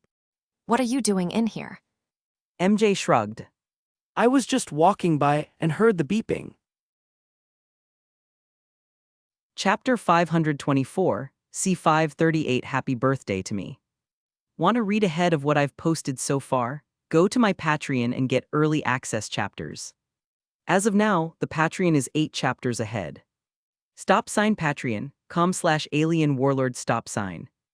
Police car light insert no life gifts pics here. Most likes wins police car light, /N, only 2 entries per person. Trophy yesterday's GIF winner, a Buad 1 trophy, AN crown. Paperclip cover art submissions paperclip. After finalizing their agreement in Major Lewis's office, Peter and the Major stepped out into the hospital hallway, greeted by the sight of 2 guards. Even now, the soldiers looked at Peter in a mix of awe and respect, the image of him battling hundreds of zombies alone and winning fresh in their minds. As they were about to discuss the next steps, an officer hurriedly approached them. Sir, there's a commotion outside. The officer reported, saluting Major Lewis. One of the patients just woke up and he's trying to leave against the doctor's orders. The hospital staff are having a hard time convincing him to stay for further recovery. Peter, a knowing smile playing on his lips, instantly realized who the patient was. Without waiting for the major's response, he turned to the officer. Lead the way. Following the officer through the bustling hospital, they arrived at the scene of the commotion. Rick Grimes, still weak from his time in a coma, was making his way toward the hospital gate. 2 doctors and 4 nurses surrounded him, attempting to restrain him and convince him to stay. As Peter approached, his presence immediately causing a hushed silence among the civilians and soldiers outside, recognizing him as the war god that saved them earlier in the day. The head doctor, unaware of Peter's arrival, spoke. Mr. Grimes, you really should stay and recover. Your body needs time to heal, especially after something as serious as a gunshot wound and a coma. The head doctor insisted. Rick, determined and slightly frustrated, met the doctor's gaze. I appreciate what you've done here, but I can't afford to stay. I have a family out there and they need me. I won't sit around while they could be in danger. Peter, understanding Rick's urgency, stepped forward. Doc, just let him go. You can't force treatment on those who don't want it. Reluctantly, the doctors and nurses released Rick, knowing they couldn't force him to stay. The head doctor, with a sigh, addressed Rick. Fine, you can go, but promise me you'll clean the wound and change the bandage frequently. We can't have you getting an infection out there. You also need to eat nutrient-rich foods and exercise to regain some muscle mass after spending over a week in bed. Rick nodded appreciatively, and as he started to walk toward the hospital gate, Peter quickly made his way to his group's cars. He cleared out Michan's car, gathering an extra police radio, a pistol, a box of ammo, and some food and water. Starting the car up, he drove up to the gate just as Rick was about to step outside. Peter pulled up next to Rick, rolling down the window. Hey, need a ride? It's safer to drive than walk. He said as he hopped out of the driver's seat. I can't. Rick tried to refuse, but Peter wouldn't let him. It's fine, just take it. I have 2 other cars anyway. And this is the SH*TTY, one of the 3. He said as he motioned to the passenger seat, where all of the supplies he gathered for Rick sat. Those should help you get a good head start on your search. Thank you. Rick didn't know what to say. He knew that the car and supplies must be worth a lot, especially during an apocalypse, so he felt bad for taking it all. Nonetheless, he accepted Peter's generosity and hopped in the driver's seat. Before Rick could drive off, Peter spoke. Listen, bring your family back here when you find them. I'm planning to clear this town of the infected and turn it into a safe haven for survivors. Use the radio to call us if you need help. It's already on the right frequency. And most of all, be careful with that gun. The sound will attract any infected in the area and they'll swarm the hell out of you. Rick hesitated for a moment, grateful for the unexpected help. Thank you again. He said sincerely. I'll find my family and bring them back here. You've done a lot for us. With a nod, Peter watched as Rick drove off, determined to reunite with his family. As the car disappeared into the distance, Peter walked back into the hospital grounds, his mind swirling with plans for the future. He seems to be the same as the show. Peter thought as he delved into his mind while they chatted earlier, just as he did with Michan. He'll make a good subordinate, like the Major. Back inside the gated hospital, Peter found his group standing there, wondering why he just gave away their car, especially Michan, as it was her car to begin with. With a determined glint in his eye, Peter spoke. All of you need to get ready to head out. We're going on a supply run in 1 hour. Gather what you need and meet at the cars. The group glanced between one another before turning to Sarah and Andre, the children of the group. They didn't mind following Peter on a supply run, especially after seeing his display of power against the zombies earlier, but What about the kids? Joel voiced everyone's thoughts. Peter looked thoughtful for a moment. You're right, now that we have a base, it's not very smart to bring children out there. What? Sarah exclaimed, annoyance clear in her voice. I want to help too. I'm not a child. You can't just leave me behind. I don't even know these people. Peter sighed alongside her father, who knew this would be a hard pill for her to swallow. Finally, Joel stepped in front of her, a reluctant yet serious look on his face. Listen, Sarah, you've always been mature for your age. Hell, you've been cooking and taking care of me ever since you were 6 years old, but you're only 13. Yeah, you're not as young as Andre, but you're still a child and this is dangerous stuff we're planning on doing. He pauses for a moment and looks her in the eye. I don't want to lose you, baby girl. Suddenly, tears began to well up in Sarah's eyes as she dove forward, wrapping her father into a tight hug. I don't want to lose you either, Daddy. Peter and MJ smiled at the heartwarming moment. You won't lose him. Peter said, breaking the two from their hug. I'll make sure nothing happens to your father while he's gone. Sarah wanted to refute his words. After all, the world was a dangerous place right now and one person couldn't guarantee her father's safety. But then, she remembered Peter decimating the zombie horde earlier. Like a one-man army, he stood off against hundreds of infected and came out victorious. Sarah stared straight into Peter's eyes.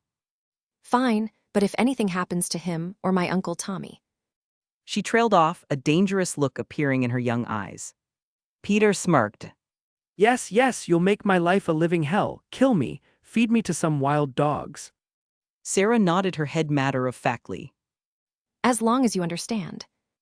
Joel and Tommy couldn't help but smile as they watched Sarah do her best to threaten Peter. Their hearts warmed as they knew she was just worried for them. Before everyone could rush off to prepare, Joel spoke. She does have a point about not knowing anyone here. Maybe one of us should stay behind as well. After a moment of silence, Michan stepped forward.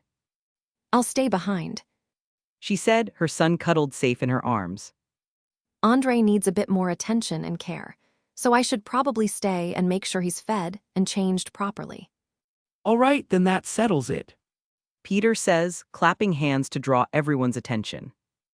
Michan will stay to look after the kids, while the rest of us head out to gather supplies. After everyone had gathered their gear and prepared for the supply run, they returned to the cars to find Peter waiting for them. The car that was once filled with supplies was now completely empty, while the other car was jam-packed with everything. Even the driver's seat was filled with supplies, making it impossible to drive for the time being. Curious looks were exchanged among the group, prompting Peter to address the unspoken question. We'll be taking one car this time. He explained. I've got plans to pick up a few 18-wheeler trucks on the way, which you'll each be driving. Nodding in understanding, The group marveled at the foresight Peter displayed in his preparations. As they settled into the car, armed to the teeth with assault rifles and pistols, MJ occupied the passenger seat while Joel and Tommy took their positions in the back. Peter maneuvered the car to the hospital gate where Major Lewis awaited. Rolling down his window, Peter reminded the Major to stay on the agreed radio frequency. I'll contact you once we've secured the first warehouse. He assured. The Major nodded assuredly.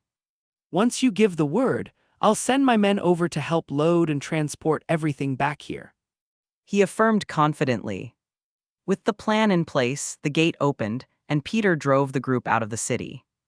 As they left, Joel couldn't help but ask, So, do you have some sort of deal going on with that guy? Yeah, he agreed too.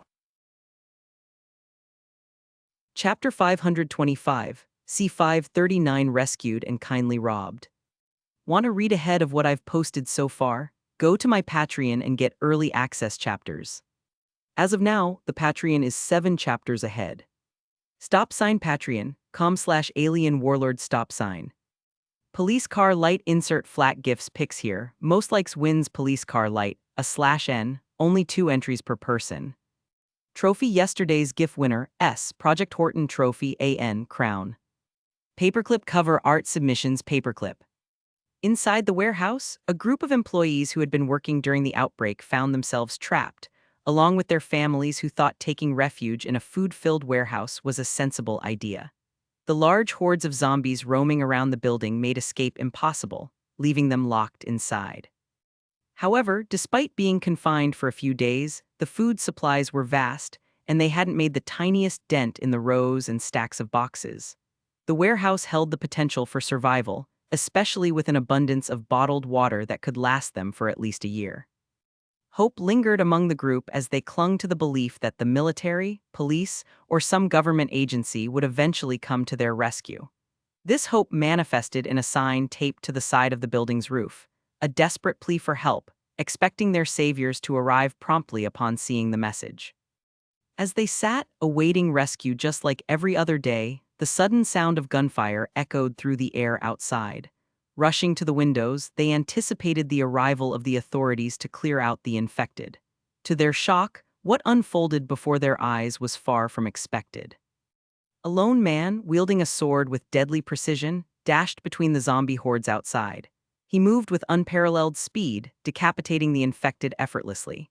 Each swing of his sword cut through packed groups, leaving a trail of severed heads and blood. The people trapped inside the warehouse watched in awe, questioning if this was a divine intervention.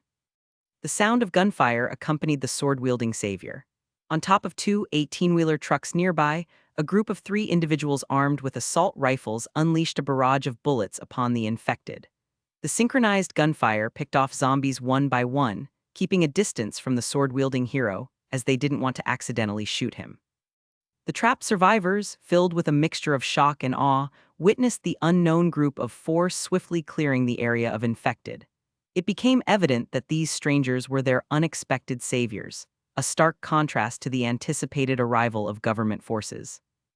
As the last of the zombies fell to the ground, the sword-wielding man approached the entrance of the warehouse, which they rushed to open for him.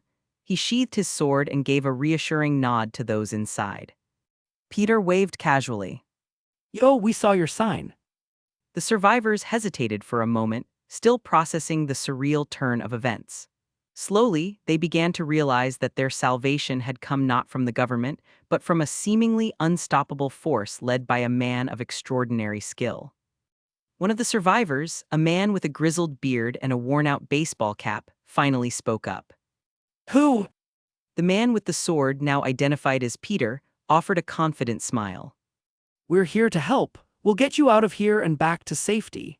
We have a camp in the nearby town that's protected by a group of military guys. If you want, you can join.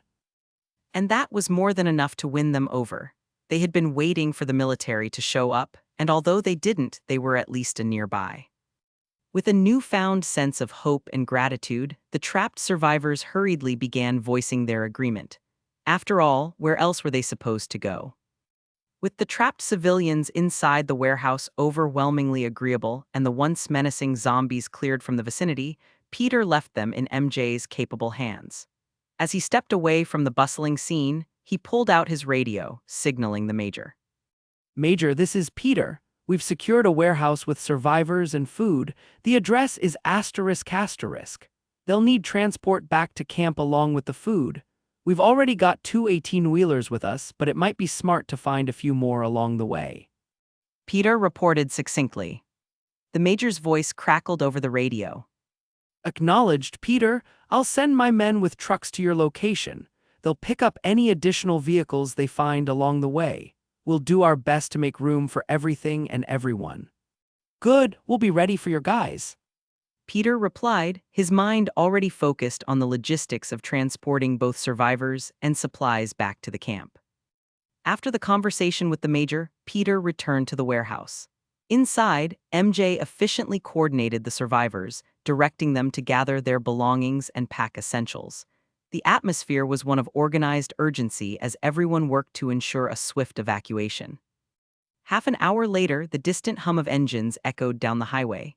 A large convoy of military trucks, accompanied by a few box trucks and 18-wheelers, pulled into the warehouse. The rescued civilians stared in awe as soldiers in uniform disembarked, their disciplined salutes directed at Peter. Waving off the formalities, Peter approached the soldiers, issuing orders with the ease of someone accustomed to leadership. All right, everyone, we need to load these trucks before nightfall. Let's get it done efficiently. Move quickly and be thorough. The soldiers, recognizing Peter's authority, lined the trucks up with the loading bay and swiftly went to work. Crates and boxes of supplies were efficiently transferred from the warehouse to the trucks, creating a seamless operation under Peter's guidance. The rescued civilians watched as their once-considered belongings were loaded onto military vehicles. While the sight stirred mixed emotions, they reassured themselves that this was a small price to pay for safety and protection. Living under military care might restrict their access to the supplies, but it also guaranteed a level of security they hadn't known since the outbreak began. As the loading continued, Peter approached the civilians, offering a few words of reassurance. The military camp is a safe place, which I plan to expand in the coming days. And since you'll be coming with us, we'll make sure you have what you need, so don't worry about food and water. Their anxiety eased, the survivors continued to watch as their former sanctuary transformed into a military operation. The military trucks were quickly filled, and the soldiers stood ready for further instructions. All right, everyone, trucks are loaded. We're heading back to camp. Peter announced, his authoritative tone guiding the group toward the waiting military convoy, where they were packed into some less crowded trucks. Throughout the whole operation, Joel and Tommy watched Peter take charge with a sense of awe and respect. They were initially skeptical about his plans to take over the hospital camp and expand into clearing the city. But after seeing him work today, they started to realize that it was actually possible. At first, they just thought that Peter was a reliable guy with a good trigger finger and even better aim. But after seeing him fight both here and at the hospital, they began to realize that he was almost superhuman. And now, not only was his strength and abilities incredible, but so was his leadership ability. Tommy turned to his brother. We might have hit the jackpot when we ran into him. Joel couldn't help but nod in agreement. Yeah, I feel like we'd be in a much worse situation right now if we didn't meet. With a renewed sense of hope, everyone boarded their designated transport, leaving behind the warehouse that had been completely looted. Thankfully, this warehouse didn't hold any of the fungus-riddled foods, so they really looted everything inside. Even the metal shelves and forklifts were taken to help with the unloading and storage at the hospital. Not even the paperwork was left behind, as Peter took all of it in order to locate even more warehouses. After all, he planned to take in as many people as possible, so they'd need all the food they can get before he can work on farming their own food. As the sun dipped below the horizon, casting long shadows over the desolate landscape, the convoy of trucks, led by Peter's police SUV with MJ in the passenger seat, arrived at the hospital. The Major had anticipated their return, and the gates were already wide open as soldiers rushed out, securing the area. The trucks pulled into the hospital's parking lot one by one. It was a tight fit, but the soldiers directed each vehicle efficiently, creating an organized chaos as they maneuvered through the limited space. The gates were promptly closed behind them, sealing the hospital grounds. A collective sigh of relief echoed among the civilians, soldiers, patients, and hospital staff as the trucks were unloaded. The sight of the food supplies being pulled out brought smiles to their faces. Some couldn't help but shed tears, realizing that the arrival of Peter and his group ensured they wouldn't face starvation in the coming days. Meanwhile, the rescued civilians disembarked from the trucks, their expressions not mirroring the joy of the hospital inhabitants. The journey had peeled away the veil of ignorance that had shrouded them within the warehouse. The reality outside was a harsh slap to the face. I hope they have some nice toys for me inside. Peter thought, imagining his town surrounded by tanks and machine gun-mounted Hummers. They might even have missile launchers. Though he probably wouldn't ever use them, having some missiles at his disposal would be cool. But most of all, Peter hoped that there would be more soldiers there, whom he could recruit into his town. After Rick left in search of his family, it didn't take him long to arrive at his house, which was eerily empty compared to how he remembered it. Clothes and other items were scattered around, and a few mangled bodies lay in the otherwise desolate space. Rick's heart sank at the sight, but soon realized that they didn't belong to his family. With a sense of desperate determination, Rick shook off the initial shock and started searching again. As he combed through the neighborhood, a few doors down, he stumbled upon Morgan Jones and his family, who had been silently hiding from the relentless threat of the undead.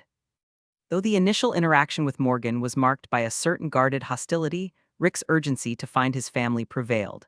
After explaining his situation, Morgan begrudgingly shared what information he had. Most people had fled to Atlanta, chasing rumors about a camp offering safety. It was a beacon of hope in a world overrun by chaos, but the details were scarce. Rick absorbed this fragment of information, grateful for even the slightest lead. He didn't overstay his welcome, understanding the tense dynamics between the surviving family and himself. With a nod of gratitude, Rick prepared to leave, setting his sights on Atlanta. But before he left, Rick gave the family some advice. There's a military camp over at the hospital. They seem to be taking in survivors. I plan to come back and join them after I find my family, and you should do the same. Chapter 526, C540 Fort Benning. Want to read ahead of what I've posted so far? Go to my Patreon and get early access chapters. As of now, the Patreon is 8 chapters ahead. Patreon.com/alien warlord stop sign. Police car light insert imposter gifts pics here. Most likes wins police car light, /n, only 2 entries per person. Trophy yesterday's GIF winner, S Dark Slayer Trophy AN Crown. Paperclip cover art submissions paperclip. After a comfortable night's sleep in their hospital room turned bedroom, Peter awoke to the sun beaming into the room, casting a warm glow on the space. MJ, his wife, lay cuddled up next to him, her cute sleeping face adorned with a peaceful expression.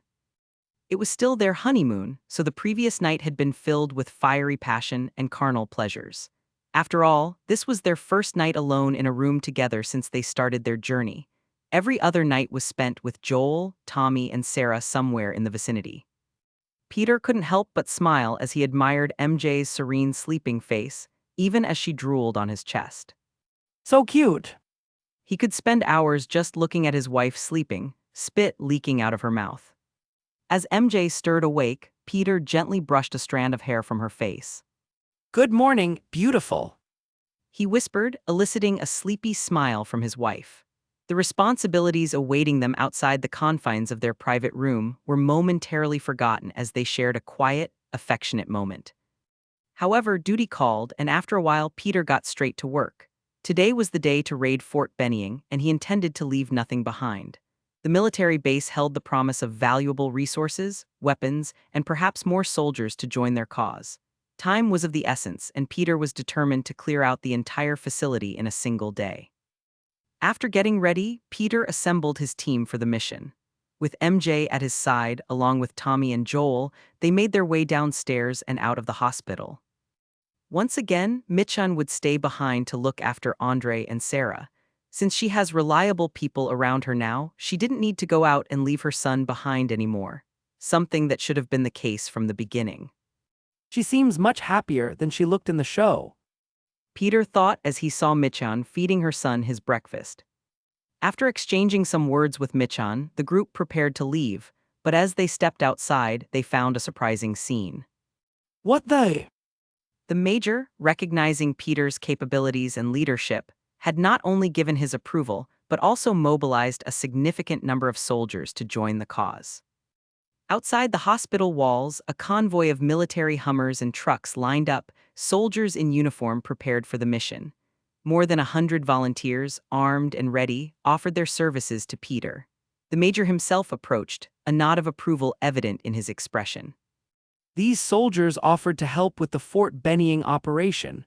They are under your command if you'll accept them. Major Lewis stated with a salute, acknowledging Peter as a higher authority than himself. Even though Peter's side of the deal wasn't fully completed, he had already made a huge impact on all of the soldiers, their commander included. Peter, though surprised by the overwhelming support, didn't hesitate.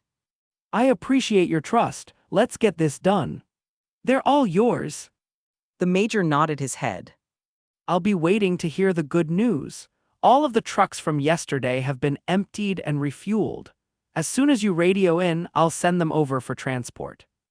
After a brief talk, the convoy set out with Peter and his group leading the way in his police SUV, followed by the military vehicles. The hum of engines and the synchronized movements of the convoy conveyed a sense of purpose and determination. The soldiers, inspired by Peter's previous displays of prowess, were eager to follow his lead. As they drove toward Fort Benning, leaving the town and speeding down the highway, the once daunting prospect now seemed conquerable. After hours of navigating the barren highways, Peter and his convoy of soldiers eventually reached Fort Benning. The sprawling military base, once a symbol of security, loomed ahead. A sign proudly declared, "Welcome to Fort Benning," a stark contrast to the grim reality they were about to face. The open layout of the base, lacking the usual gated structure, was a testament to its previous functionality. However, the current state of the world demanded gated defenses. Approaching the entrance, the sight that greeted Peter was expected. The makeshift gates, which must have been constructed after the outbreak, were partially open, and a small horde of zombies lingered nearby. It was evident that the base had fallen to the infected. The absence of a secured perimeter around the huge complex meant that the zombies had found their way in through alternative routes.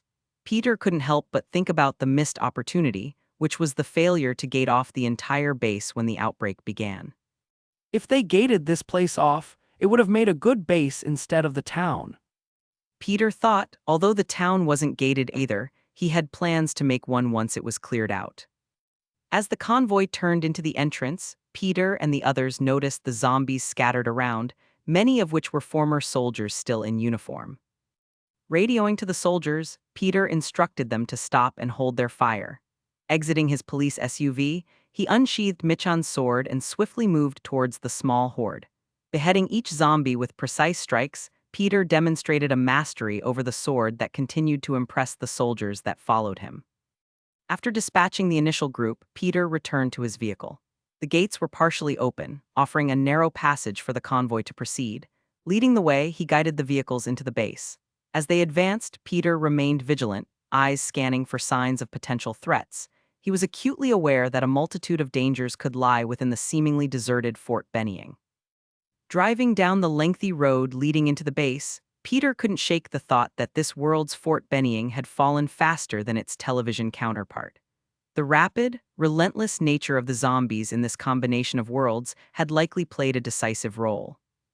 After all, these infected were not the traditional slow-moving walkers but agile, fast, and unrelenting, creating an insurmountable wave that overwhelmed defenses.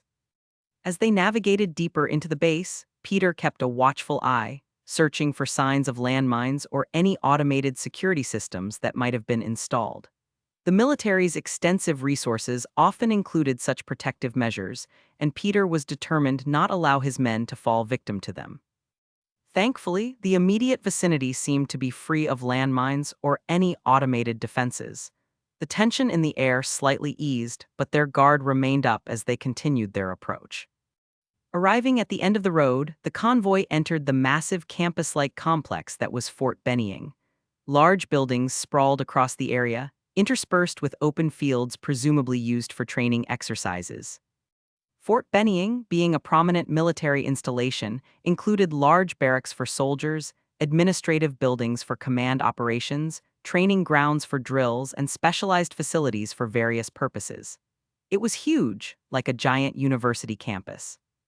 Sadly, the once meticulously organized and disciplined army base now bore the chaotic scars of the recent outbreak. Barricades and sandbags haphazardly blocked pathways, and remnants of vehicles hinted at the hurried attempts to control the situation. Infected soldiers wandered aimlessly or clustered in random hordes. The once disciplined army base had succumbed to the relentless onslaught of the undead. In a cruel twist of fate, those who once defended the nation were now a huge threat to its inhabitants. Upon reaching the first group of buildings, a horde of around 100 zombies turned their attention toward the approaching convoy. Peter assumed command, swiftly issuing orders over the radio. Listen up, I want each of you to head to the closest building and climb on top.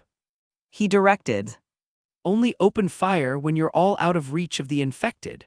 I'll draw them away and start thinning the herd in the meantime. Without hesitation, the soldiers mobilized.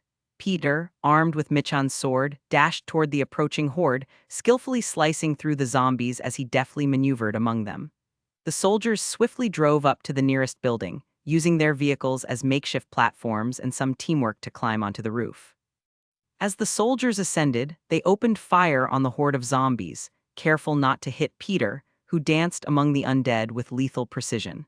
The rhythmic boom of gunfire echoed through the base as the soldiers expertly picked off the infected from their elevated positions. However, the distant sounds of gunfire acted as a beacon, drawing more zombies from the vast expanse of Fort Benning toward the source of the noise. It wasn't long before additional hordes closed in on the besieged area, presenting a relentless onslaught. Deep within the basement of a building across the fort, a large group of soldiers who had been hiding away from the infected heard the gunshots. Hope sparked in their eyes, replacing the despair that had consumed them during their confinement. These soldiers were starving, isolated, and unsure of the outside world, but the sound of gunshots served as a lifeline, a glimmer of hope they had thought lost. Similar scenarios played out across the base as pockets of survivors, hidden away in different sections, heard the gunfire and dared to dream of rescue. The unexpected arrival of Peter and his forces breathed life into their fading hopes. The relentless battle against the zombie horde persisted for hours as Peter, armed with Michan's sword, skillfully carved through the undead.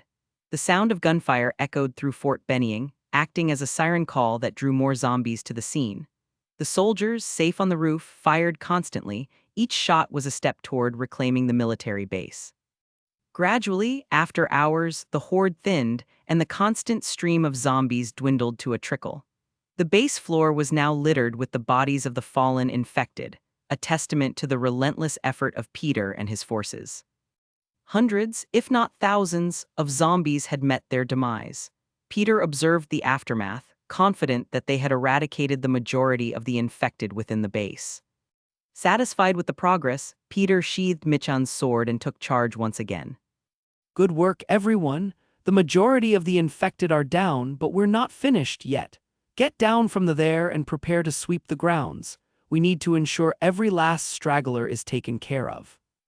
As the soldiers descended from their vantage point, they regrouped with Peter. The major part of the mission was accomplished, the undead threat was significantly neutralized. Now, the focus shifted to clearing the base building by building and field by field. Peter and MJ followed at a relaxed pace, overseeing the ongoing operation. In nearly every building, they discovered survivors. Groups of 2 to 10 people huddled together, grateful for the rescue and the promise of sustenance. Larger groups, ranging from 30 to 50 individuals, emerged from various corners of the base. The survivors were a mix of military personnel and civilians who had sought refuge within Fort Benning. By the time they finished clearing the base, they had encountered around 200 survivors. Many were soldiers, and among them, a few held high ranks, including a colonel. While the immediate relief of being rescued was palpable, Peter couldn't shake the feeling that these high-ranking people would cause him trouble. After all, they've grown used to being in a position of power, so following Peter, a man who isn't from the military, will most likely feel demeaning. Setting aside thoughts of potential future issues, Peter and his team transitioned to the next phase. Looting. The rewards were plentiful. Ammunition of all calibers, military-grade weaponry, uniforms, vehicles, explosives, missile launchers, and other priceless treasures and needed supplies were among the growing list of loot. Peter's eyes widened in sheer disbelief and delight as he surveyed the arsenal before him. It was a pile of riches that exceeded his wildest expectations. The soldiers watched as Peter's excitement bubbled over into a maniacal laugh, echoing through the cavernous base. The sight left some of them questioning whether they were following the right leader. However, before uncertainty could take root, MJ stepped forward, her expression exasperated. With a swift motion, she delivered a resounding slap to the back of Peter's head, halting his laughter abruptly. Peter held his head, eyeing MJ with a look of betrayal. What the hell was that for? MJ rolled her eyes. You're scaring the soldiers. Chapter 527, C541, A Fate Worse Than Death. Want to read ahead of what I've posted so far? Go to my Patreon and get early access chapters. As of now, the Patreon is 7 chapters ahead. Patreon.com/alien warlord stop sign. Police car light insert spiritual gifts pics here. Most likes wins police car light, /N, only 2 entries per person. Trophy yesterday's GIF winner, Dark Slayer Trophy, AN, the 2-time back-to-back champion crown. Paperclip cover art submissions paperclip. After MJ swiftly quelled Peter's maniacal laughter, the reality of their situation demanded attention. Peter radioed Major Lewis, instructing him to send the transport for the loot.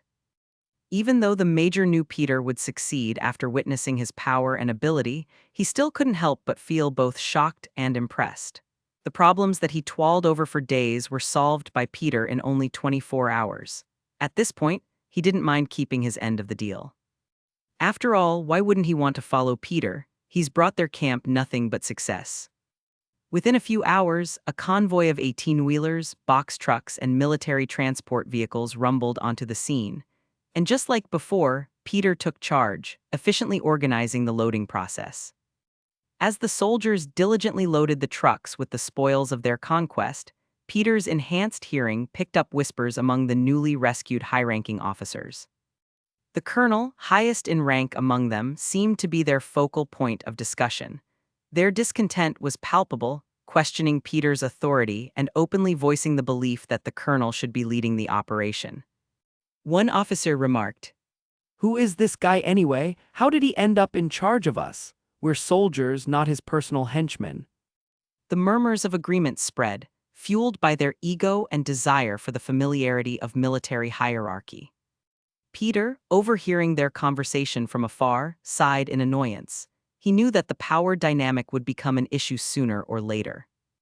Ignorant, these officers saw an opportunity to reclaim their sense of authority. But for now, Peter dismissed their discontent, focusing on securing the loot. He had neither the time nor patience to engage in a power struggle with these idiots right now. I'll find a way to take care of them later. Peter thought, a dangerous glint in his eyes. As the sun dipped below the horizon, casting an orange glow over the looted Fort Benning, the loading process neared completion. Boxes of ammunition, crates of weapons, and various military supplies were packed into the trucks. They took every last speck of loot without leaving behind a single crumb. With a final glance at the secured loot, Peter decided it was time to leave. The convoy, now laden with the spoils of their raid, rumbled to life, setting off out of the base and onto the highway. But now that he had so many vehicles, Peter decided to ride back home in style. So, instead of his familiar police SUV, Peter chose to ride atop one of the tanks they had just acquired. As they joined the endless line of vehicles on the highway, Peter and MJ found a comfortable spot on the tank's surface.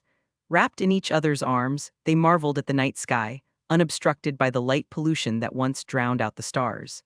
The apocalypse had its silver linings, and the brilliant night sky was one of them. The highway stretched before them, a caravan of military vehicles heading back to the hospital. Riding on top of a tank, Peter and MJ felt a sense of triumph.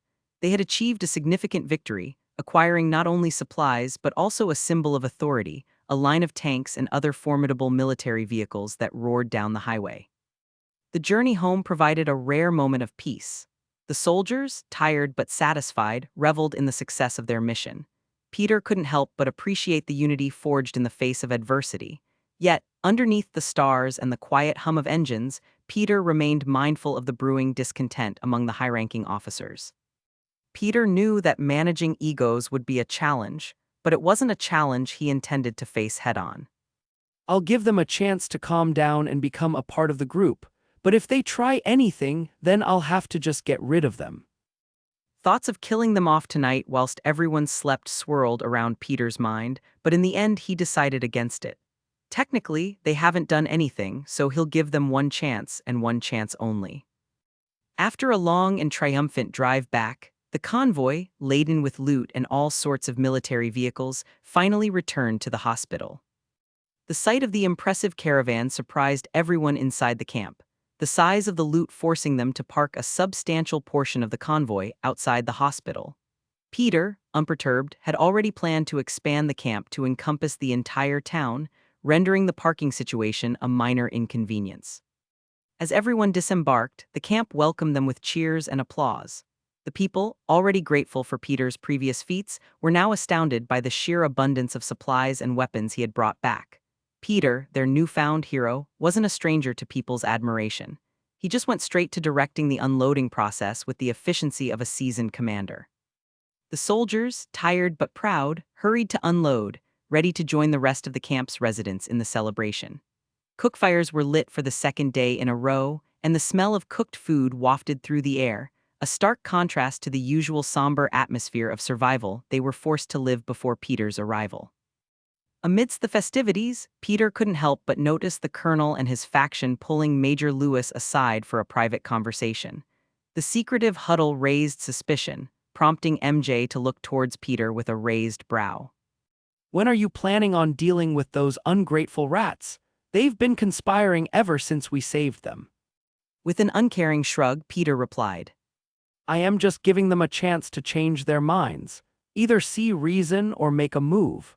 The second that they so much as plan anything against us, I'll make them disappear. His superhuman hearing was his advantage. They could conspire all they wanted, but in the end, they wouldn't be able to do anything. Hours later, after the celebration had mellowed and everyone was headed to bed, the Major approached Peter with a hesitant, almost awkward look on his face. Before the Major could voice his concerns, Peter preemptively asked, Is this about your meeting with the Colonel and his men? The Major's eyes widened in surprise, confirming Peter's intuition. Why, yes, they wanted to know more about you and made it pretty clear that they want to take over. Peter muttered, his eyes flashing dangerously, scaring the poor Major. And how do you feel about that? He asks almost indifferently. The Major, quick to assert his loyalty, emphatically responded, No way, I'm with you. I made a deal and I'm a man of my word. You have my loyalty, I swear. Peter nodded, acknowledging the Major's integrity. Before heading to his room, Peter casually inquired, Did they specifically ask for your help? The Major calmed a bit before admitting, No, they left after realizing that I wasn't sympathetic to their cause. But they've been talking to my men throughout the night, and many of them have been reporting similar conversations back to me. They seem to be recruiting. Peter, with a hint of ominous certainty, assured him, Don't worry about the Colonel and his group. They'll be gone before morning. With a quick pat on the Major's shoulder, Peter continued on to his room. The implication of what would happen to the troublemakers hung heavily in the air.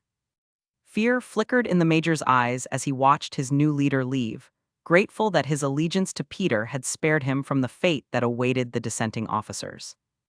As morning dawned on the camp, the usual hustle and bustle of post-apocalyptic life resumed. However, it didn't take long for a sense of eerie realization to settle in. The high-ranking officers rescued from Fort Benning were nowhere to be found. Whispers echoed through the camp as people what happened or where they went. Their belongings were gone, and it seemed as if they had vanished into thin air. The Major, his eyes reflecting a mix of awe and fear, couldn't help but steal glances at Peter. The mysterious leader had promised the officers would be gone before morning, and he had delivered. However, the major couldn't fathom how Peter accomplished such a feat. Killing a group of people in a densely populated camp without detection and erasing all traces seemed implausible, yet the evidence before him suggested otherwise. Approaching Peter cautiously, the major stammered. How did you? Peter's response was a chilling smile that sent shivers down the major's spine. Sometimes it's better not to ask too many questions, Major. Just know that I keep my promises. Chapter 528, C542 Sweep and Clear. Want to read ahead of what I've posted so far? Go to my Patreon and get early access chapters. As of now, the Patreon is 8 chapters ahead. Patreon.com/alien warlord stop sign. Police car light insert steel rob gifts pics here. Most likes wins police car light, a /N, only 2 entries per person. Trophy yesterday's GIF winner S. Ivan BSR Trophy AN, New King Who Dis Crown. Paperclip cover art submissions paperclip. With the power-hungry nuisances now dispatched, Peter took a moment to survey the transformed camp. The soldiers, once hopeless and scared, now awaited his orders with an air of certainty and expectancy. Peter knew that consolidating their forces in preparation to clear the town was the next logical step. As the morning sun bathed the camp in a warm glow, he gathered the soldiers in a central courtyard. Listen up, everyone. Peter's voice, amplified by a makeshift speaker system, echoed through the camp. The soldiers, both seasoned and newly recruited, gathered around, their attention squarely on their enigmatic leader. Peter continued. Today, we expand out of the hospital and make ourselves a real home to live in. With the supplies we've acquired and the manpower we've gained, we have the means to secure this place and make it our own. A low murmur of agreement rippled through the crowd as Peter spoke again. The infected are predictable. They're drawn to sound, act like ravenous beasts, and are unable to climb walls if they're high enough. We're going to use that to our advantage. Stay in groups, move quietly, and utilize the high ground. Lure them out with controlled noise, and when you need to clear buildings, use small, quick groups to draw them into the open. Safety in numbers, efficiency in strategy. Let's show them what we're made of. As Peter outlined the plan, he saw determination flicker in the eyes of the soldiers. They were ready to follow him into the chaos, armed with the confidence that Peter had instilled in them. The promise of reclaiming the town and turning it into a new home fueled their resolve, transforming uncertainty into purpose. With the speech concluded, the soldiers dispersed, gearing up for the daunting task ahead. Weapons were checked, ammunition loaded, and communication devices synchronized. The sound of boots and murmured conversations filled the air as the soldiers prepared for the operation. Peter, satisfied with the response, made his way to the forefront, ready to lead by example. The first step was to secure around the hospital and slowly sweep outward. Before setting off, Peter appointed a trusted group to guard the medical facility, ensuring its safety and the protection of those who would remain behind. The rest of the soldiers formed a formidable line, armed and ready to march into the infected territory. Arriving at the gate of the hospital camp, Peter gathered the soldiers for a final briefing. Remember the plan and listen for any new commands. He reminded them. Stay vigilant, move silently, and watch each other's backs. We've got the numbers, the firepower, and the brains. Let's take this town back. The soldiers, armed and focused, spread out through the streets as the gates swung open, immediately opening fire on the nearest infected. Under the scorching sun, the soldiers moved with precision through the streets, their footsteps echoing against the silent backdrop of the once thriving town. Peter, positioned strategically behind the group alongside MJ, directed their movements with the finesse of a seasoned commander. Alpha Team, sweep the left side of this street. Bravo, cover the right. Keep it tight and remember to draw as many infected as you can back to the main group. Peter commanded through a small radio device, his voice clear and authoritative. The soldiers, armed and vigilant, moved in coordinated groups, each step a testament to their training and newfound unity. The infected, drawn by the presence of the living, rushed towards the soldiers, their gruesome moans filling the air. As the soldiers encountered the first wave of infected, Peter's guidance became crucial. Bravo Team, lure them into the open space by the grocery store. A firing squad is awaiting your arrival on the roof. he instructed, his eyes scanning the surroundings for potential threats. The soldiers, following Peter's lead, deftly executed the plan. Controlled noise drew the infected away from the narrow streets, creating a clear line of sight for the soldiers on the rooftops.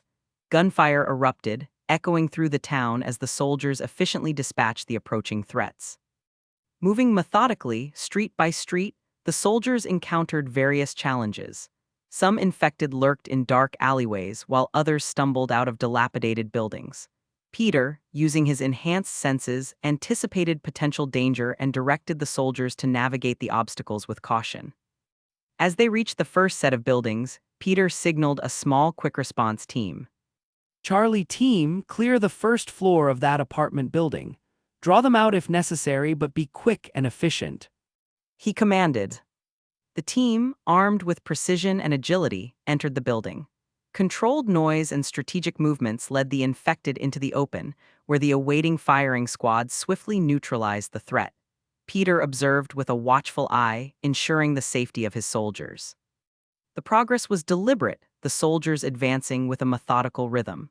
As they cleared each street and building, the town slowly began to shake off the shackles of the infected. Peter, always a step ahead, guided them through narrow alleys and open spaces, using the environment to their advantage. MJ, standing beside Peter, couldn't help but marvel at the efficiency of the operation. You've got this down to a science.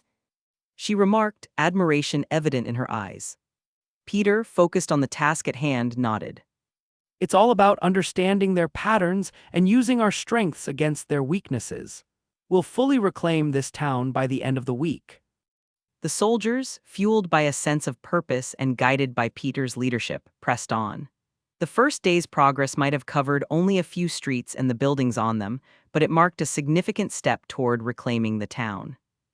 As the sun dipped below the horizon, casting long shadows over the cleared streets, Peter addressed the troops. We've made good progress today. Let's head back to camp and get some rest. Tomorrow, we continue the sweep. Upon returning to the camp without a single casualty, the morale of the soldiers went up significantly. Not only did they have food and firepower, but now they had the success of a perfect operation to go along with it.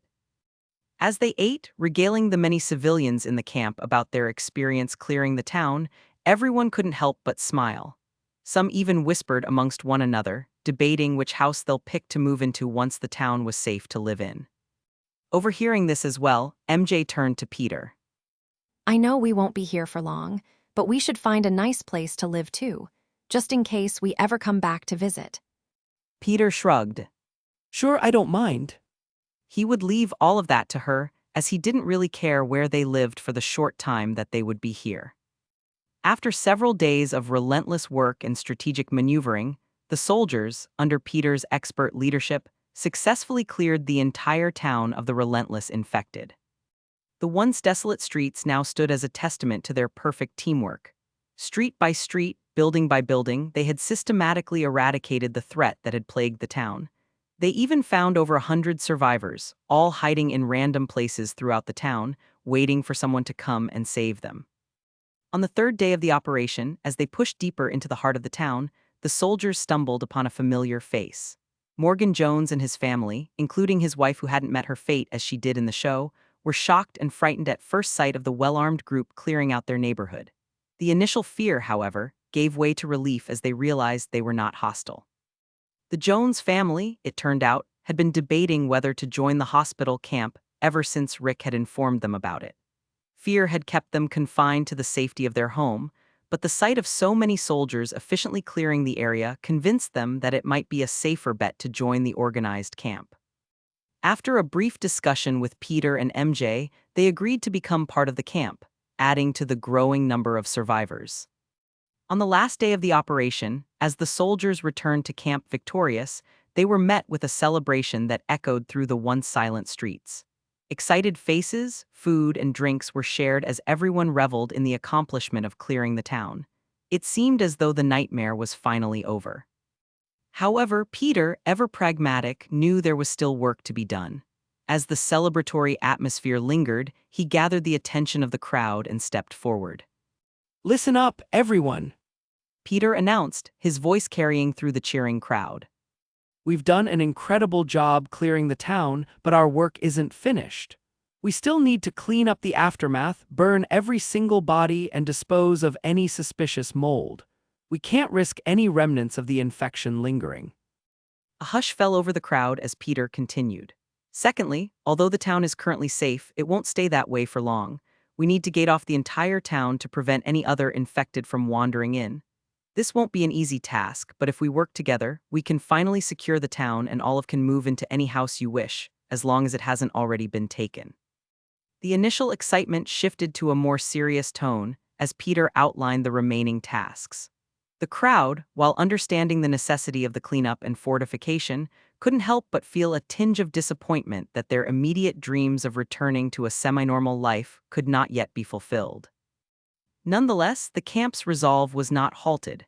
They may need to do a bit more work, but they would get what they want soon enough.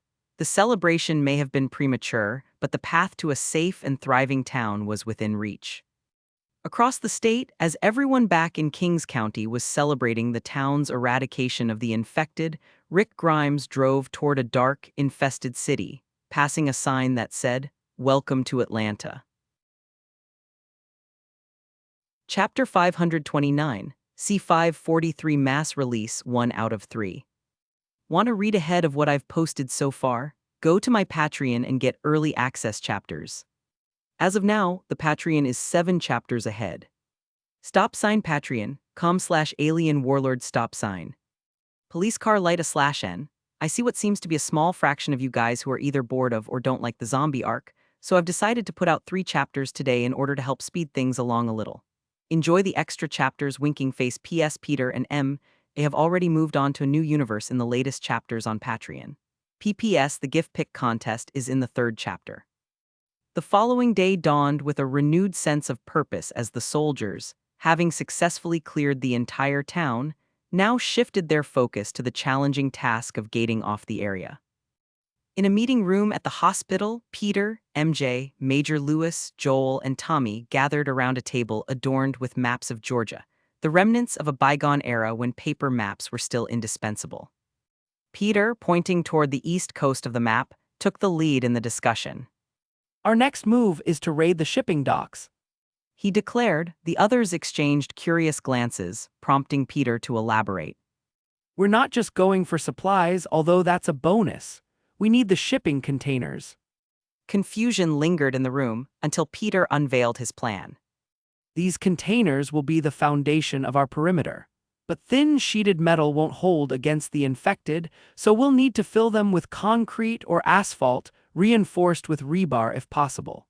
It's the simplest and most efficient way to create a sturdy barrier around the town. Nods of understanding passed through the group. The idea of repurposing shipping containers not only for their original contents, but also for fortifying their newfound home resonated as a practical solution. The only problem would be getting enough asphalt and concrete, as normal stores wouldn't hold that much at a time. Abandoned construction areas and storage spaces should have exactly what they need, though. Joel raised a practical concern. What about a gate? He questioned. How are we supposed to get in and out while keeping the infected at bay? Peter, taking a sip from a water bottle, considered the question. We might have to fashion our own gate or reinforce an existing one if we find something suitable while we're out. But for now, let's just focus on getting everything that we need. As he says that, Peter turns to the Major. We'll be taking some men with us, but only around 100. While we're gone, I need you to lead another group to start burning the infected bodies that are lying all over town. He says as he turns deathly serious. Listen to me very carefully. You need to make sure that everyone who comes into contact with these bodies are in gloves, long-sleeved clothing, and wearing respiratory masks. Do you understand? The Major nodded his head. Yes, sir. Good, because I don't want to come back and find out that some brain-dead idiots got themselves infected. Peter stated before adding. And the same goes for any fungus or mold growing around town. It needs to be burned and dealt with using extreme caution. Don't worry, I'll lead the operation myself. The Major assured him. We'll do everything as you said. With the expedition plan in place, as well as the cleanup plan, Peter and his usual team geared up for the journey to the shipping docks. As Peter and his team prepared for the crucial expedition to the shipping docks, inside a growing survivor camp outside of Atlanta, a different conversation unfolded.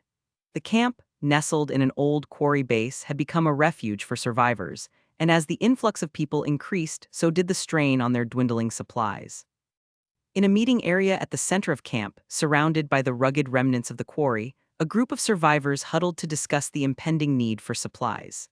Glenn, Laurie, Shane, Morales, Andrea, T-Dog, Carol, Merle, Darrell, and a few other key members comprised the group. Insert pictures here if you want.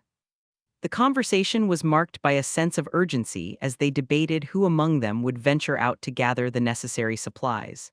Morales, a calm and measured presence, spoke up. I'm willing to go. We can't keep relying on what's left. We need more, or we'll be facing a different kind of danger. Although he was scared to leave the safety of their camp, Glenn nodded in agreement. I can scout around, find the best places to loot, but we'll need a team, not just one person. Andrea chimed in. I'm in. We need to do this carefully, though. No unnecessary risks. T-Dog voiced his support. I'll go too. We've got to do what we can for the camp. Merle, grinning mischievously, seemed unfazed by the collective gaze. Well, ain't this a merry band of misfits? I'm in, but only 'cause I don't trust y'all to get it done yourselves. T-Dog raised a questioning brow. What's that supposed to mean? Warning, Merle is racist, sexist, and just an all-around piece of human trash. So be ready for it.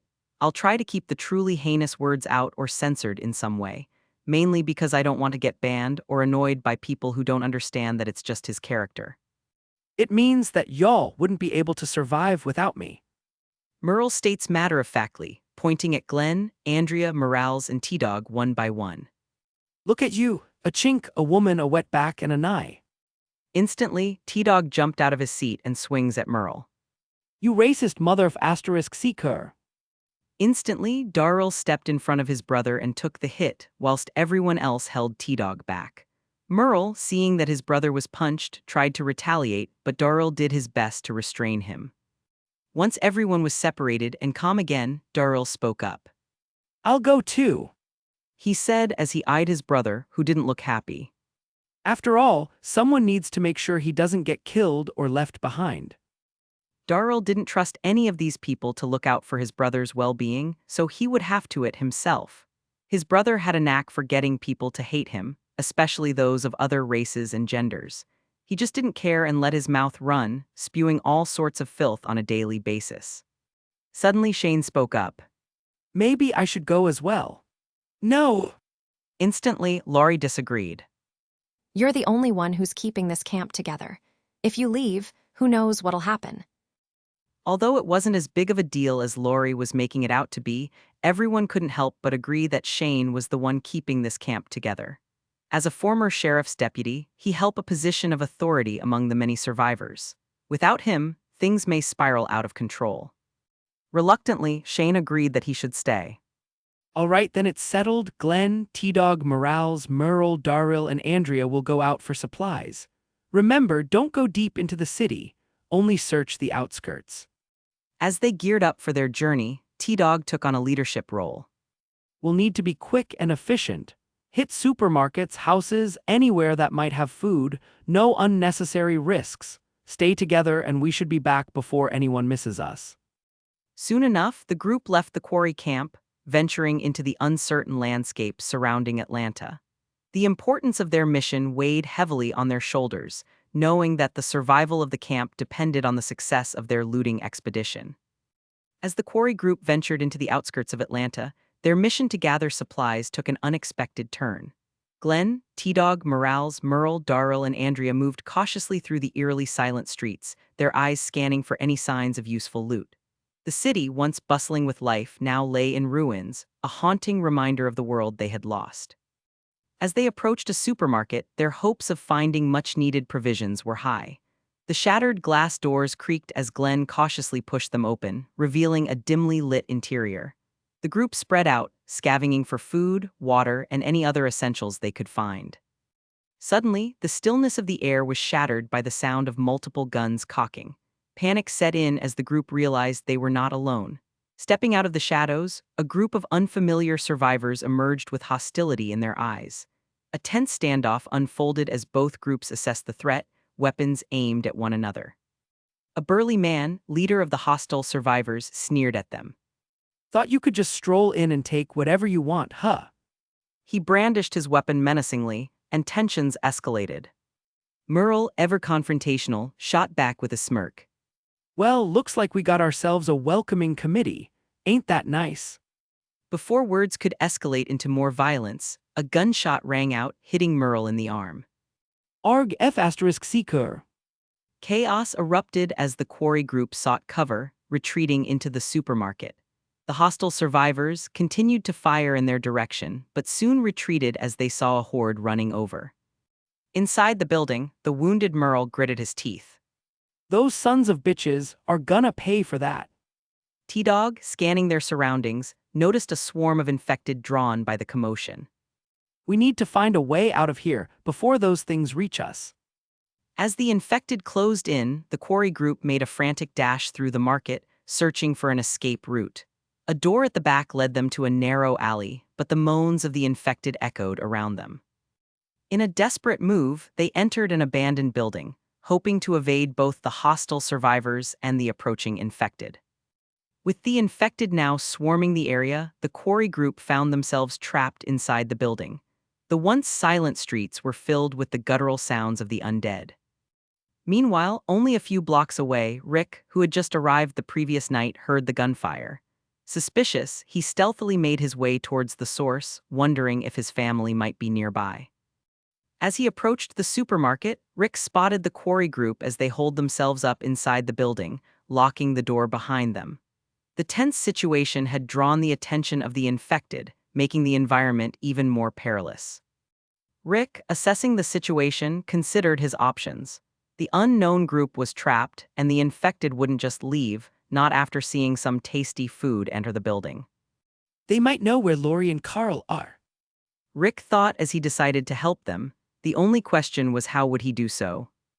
On the East Coast, hours away from Atlanta, Peter, unaware of the situation Rick's found himself in, just finished clearing a dockyard filled with hundreds of shipping containers. With the help of around 100 armed soldiers, they were able to clear the place in less than an hour. Now, all they had to do was sort through the containers and transport everything back. As Peter sat back and watched his men do the dirty work, he could help but think. Maybe I should start working on a cure. Possibly an anti-fungus gas or smoke to clear out large areas and some sort of vaccine for survivors. Chapter 529 Part 2, C544 Mass Release 2 out of 3. Want to read ahead of what I've posted so far? Go to my Patreon and get early access chapters. As of now, the Patreon is 7 chapters ahead. Patreon.com/alien warlord stop sign. Rick carefully observed the swarm of infected surrounding the building where the quarry group had taken refuge. He knew he needed a distraction to lure the zombies away, creating an opportunity for the trapped survivors to escape. Spotting a high-end car nearby, which should have an alarm, Rick decided to use it to his advantage. He stealthily approached the vehicle but didn't get too close, making sure not to draw attention to himself. With a swift and practiced hand, he took his old cell phone, which didn't work anymore, and threw it. Seconds later, the car's window was smashed open, triggering the alarm. The loud blaring sound echoed through the desolate streets, immediately catching the attention of the nearby infected. As the zombies turned towards the noise, Rick dashed back into cover, waiting for the infected to pass. And once they did, he peeked his head up and looked where the quarry group was hiding. Seeing them through one of his windows, watching the zombies run off in confusion, he gestured for them to stay low and quiet while they leave. Of course, they were surprised to see him, but soon realized that it was him who triggered the alarm. Once the horde moved down the street, Rick continued drawing T-Nem away. He strategically moved through the alleyways, setting off car alarms and creating a trail of noise that led the infected far away from the trapped survivors. The groans and shuffles of the undead grew fainter as Rick lured them further from the building. After ensuring a safe distance, Rick returned and signaled for the quarry group to cautiously make their way out. The survivors emerged cautiously, eyeing Rick with a mix of relief, gratitude, and a small bit of suspicion. After all, they didn't know him. Thanks for the save. Glenn said, much more welcoming than the rest of his group. Rick nodded, scanning their faces. You folks from around here, you seen a woman and a boy maybe 10 years old. T-Dog stepped forward, his demeanor welcoming but wary. Not around here, no. Glenn thought for a moment before speaking. We have a camp outside of the city though, so maybe they're there. Each member of his group turned to him, betrayed looks written all over their faces. Don't tell him that, you. Merle exclaimed, but before he could finish, Darryl reached over and covers his mouth. Rick turned to look in the direction the zombies were in. Maybe we should get out of here before your friend calls all of the infected back. As they rushed away, hearing the groans and footsteps of infected following after them, T-Dog couldn't help but think of tripping Merle and leaving his racist *S behind, but one look at Darryl and he gave up on that idea. Meanwhile, back at the dockyard on the East Coast, Peter oversaw the meticulous process of sorting through shipping containers. The soldiers worked diligently, unloading supplies and inspecting each container for potential resources. In the midst of the organized chaos, Peter's mind raced with thoughts of a potential cure. He mulled over the idea of developing anti-fungus measures and vaccines, recognizing the urgency of addressing the broader issues at hand. While his men continued the heavy lifting, Peter decided to take a moment to look over some of his maps. Wasn't there a CDC in Atlanta? After looking for a while, Peter found a map that marked out key locations, and one of those locations was a CDC building. The CDC, or Center for Disease Control, is responsible for protecting public health and safety by providing information to enhance health decisions. It also houses some of the world's deadliest and rarest infectious diseases such as smallpox. If this facility is the same as the show, then it should have exactly what I need to make the cure. Peter thought. Of course, Peter could and would use magic to help expedite the process, but he'll still need some equipment. After all, the people who live here will need to know how to produce the cure once he leaves. As the soldiers wrapped up their tasks at the dockyard, the convoy set out on the journey back to King County. Each truck carried at least one shipping container filled with valuable loot, evidence of a successful operation. Peter, seated in the lead truck with MJ by his side, grabbed the radio transmitter. All right, everyone, great job back there. We've got what we need to start fortifying the town. Peter's voice echoed through the convoy's radios. But sadly, MJ and I will be breaking off from the convoy at the halfway point to King County. We have an errand to run. Joel's voice crackled over the radio, curious and concerned. Why the split? Peter glanced at MJ, who looked just as curious, then back at the road. I spotted a CDC building on one of the maps. I'm heading there to see if there's anyone left inside. Maybe they've been working on a vaccine or cure. Either way, their equipment will come in handy later on. We can't ignore a potential resource like that. There was a brief pause before Joel responded. CDC, huh? Do you want us to come along? No. Peter replied. We'll be fine, Joel. Just keep the convoy moving and make sure everything gets unloaded smoothly. An hour into the drive, with King County now behind them, Peter decided to break off from the convoy and head north toward Atlanta. Joel watched as Peter's military Hummer broke off from the convoy. Peter, if you find anything, let us know. We'll be here working on fortifying the town. Will do. Peter radioed back. Stay safe out there. MJ looked over at Peter, her expression a mix of curiosity and concern. So, the CDC building. What are you hoping to find there? Peter navigated the car with practiced ease, explaining his thought process. Since we'll be leaving soon, I want to make a vaccine and some things to leave behind to help everyone when we go. MJ nodded in understanding. Good idea. She smiled happily. I've actually been feeling kind of guilty about not helping more than we could, so this is a relief. Peter glanced at her, surprised. Don't feel guilty. It's not our job to save every single person in the multiverse. We've already helped far more than you realize. Without us, a lot of people would be dead right now. MJ nodded her head, convinced. Yeah, I guess you're right. They might not have gone above and beyond in this universe, as they usually would in their own, but they've saved a lot of people along their journey, and they would continue to save many more. Arriving at the quarry, Rick hitched a ride with the group he saved, hoping to find his family among the survivors. As he stepped out of the car, he immediately felt the weight of harsh, skeptical gazes. The camp had been struggling with limited supplies, and now, with the unexpected addition of another mouth to feed, the atmosphere grew tense. The group he rescued, grateful for their lives but aware of the predicament they were in, tried to blend into the background. Glenn, T-Dog, Morales, and Andrea exchanged uneasy glances, understanding the difficult position they had unknowingly put the quarry survivors in. Meanwhile, Merle and Darryl didn't seem to care and simply walked off. Worse still, the returning group only brought back a few backpacks filled with food.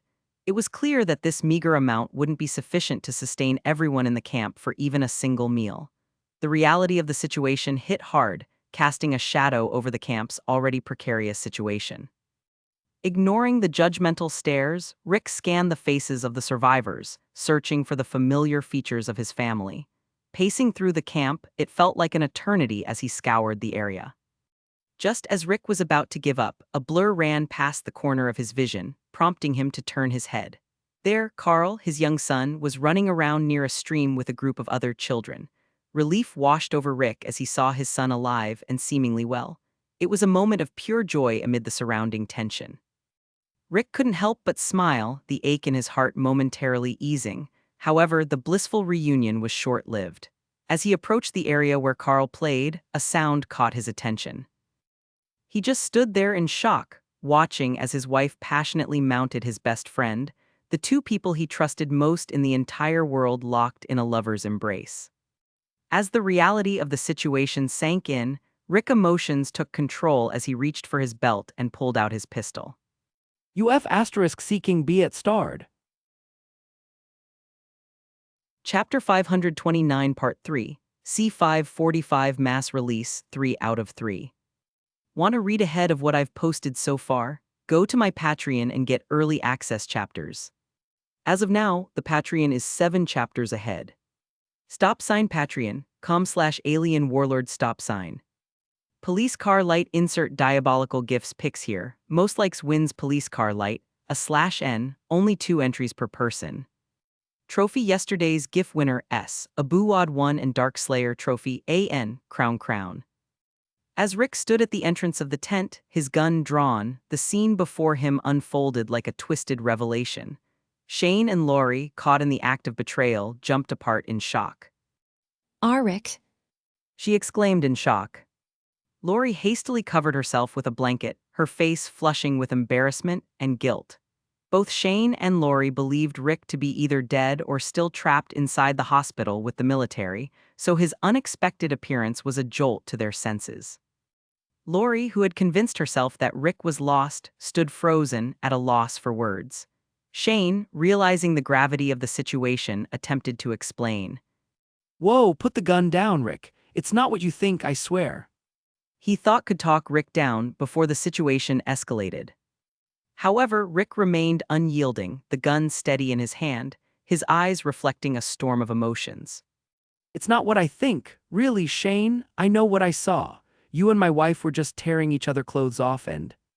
He froze for a moment, unable to continue that sentence. We both know that this isn't some misunderstanding, so don't you dare lie to me. Rick, it's really not what you think. Just put down the gun and give me a minute to explain, please. Shane stammered, attempting to rationalize his actions.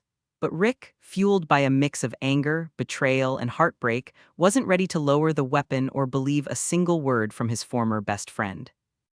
Meanwhile, the unfolding drama didn't go unnoticed.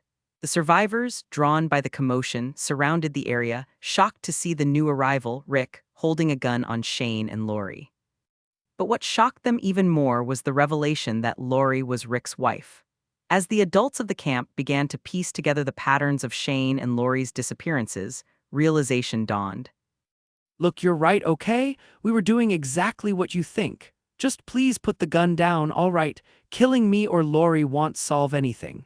You'll only regret killing your best friend and the mother of your child. Seeing Rick hesitate for a moment, Lori joined him, pleading with her husband not to kill Shane. Rick, put the gun down, please. However, rather than appease Rick, this plea only intensified his disgust. He had hoped for some semblance of remorse or an explanation that painted Shane as the true villain, but Lori's actions shattered those expectations. I trusted you. Rick muttered, his voice laced with betrayal.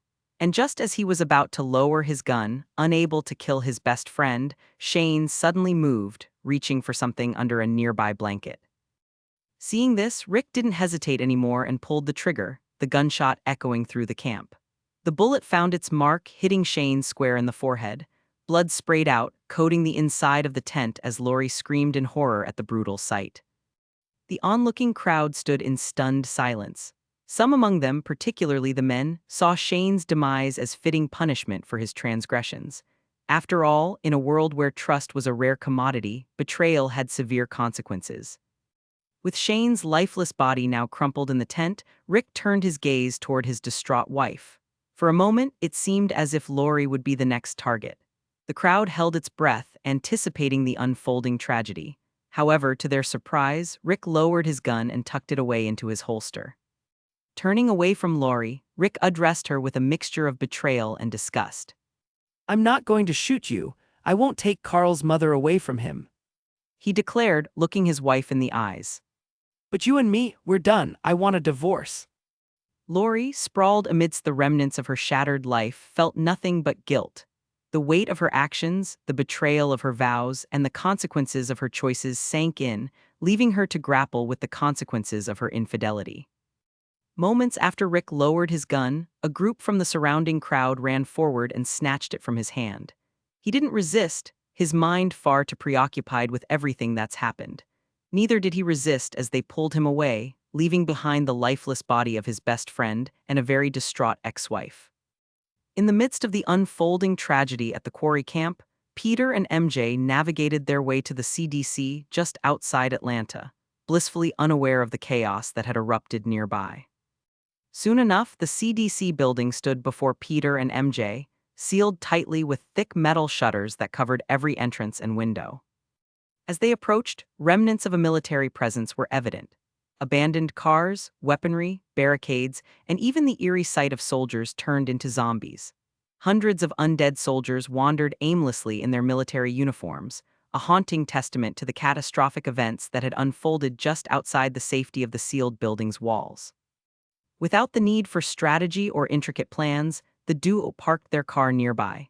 Stepping out into the eerie silence, they were greeted by the shuffling footsteps of the zombified soldiers, their hungry gaze fixed on the newcomers. Armed with Michan's katana, Peter took a defensive stance, while MJ wielded a metal baseball bat with a confident smirk. Finally joining Peter in the front lines of zombie killing, MJ was determined to have some fun. After all, she had been left behind to watch over the group during every other battle, and now it was her turn to take part in the action. As the undead soldiers broke into a sprint, Peter and MJ sprang into action.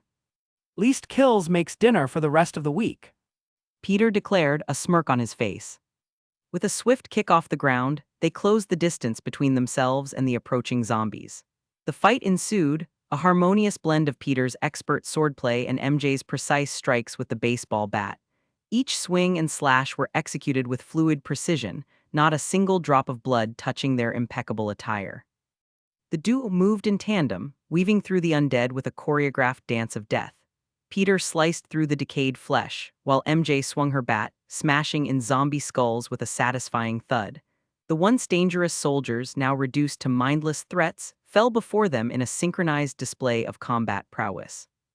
Their movements were efficient, a testament to the experience they had gained across the multiverse. The duo fought not out of necessity but as a form of catharsis, a release of pent-up energy from spending so long in the car. As MJ took care of the last few zombies, their bodies crumpling to the ground, Peter looked toward the entrance and noticed multiple cameras that were following their every movement. With a casual wave, his katana still dripping blood, Peter spoke up at the camera. Yo! Chapter 530, see 546 2 chapters. Want to read ahead of what I've posted so far? Go to my Patreon and get early access chapters. As of now, the Patreon is 8 chapters ahead. Stop sign Patreon.com/alien warlord stop sign. Police car light /n, 2 chapters today to continue the mass release. Don't get used to it though, because this isn't going to be a normal occurrence. Enjoy winking face PS GIF and pick contest in the next chapter. As Peter and MJ entered the CDC building, the heavy metal shutters dropped behind them, sealing off the outside world. Inside, the sterile environment of the lobby felt like a stark contrast to the chaos they had just encountered. Still watching over the cameras, Edwin Jenner, the head virologist, wasted no time in reacting. As soon as the duo was inside, he hit the emergency alarm, and a blaring sound echoed throughout the CDC. Within moments, a group of armed guards rushed into the lobby, surrounding Peter and MJ with their weapons drawn. The guards were on high alert, their eyes fixed on the intruders. However, the sight before them was perplexing. Instead of reacting with fear or panic, Peter and MJ sat calmly, almost as if the guns pointed at them were inconsequential.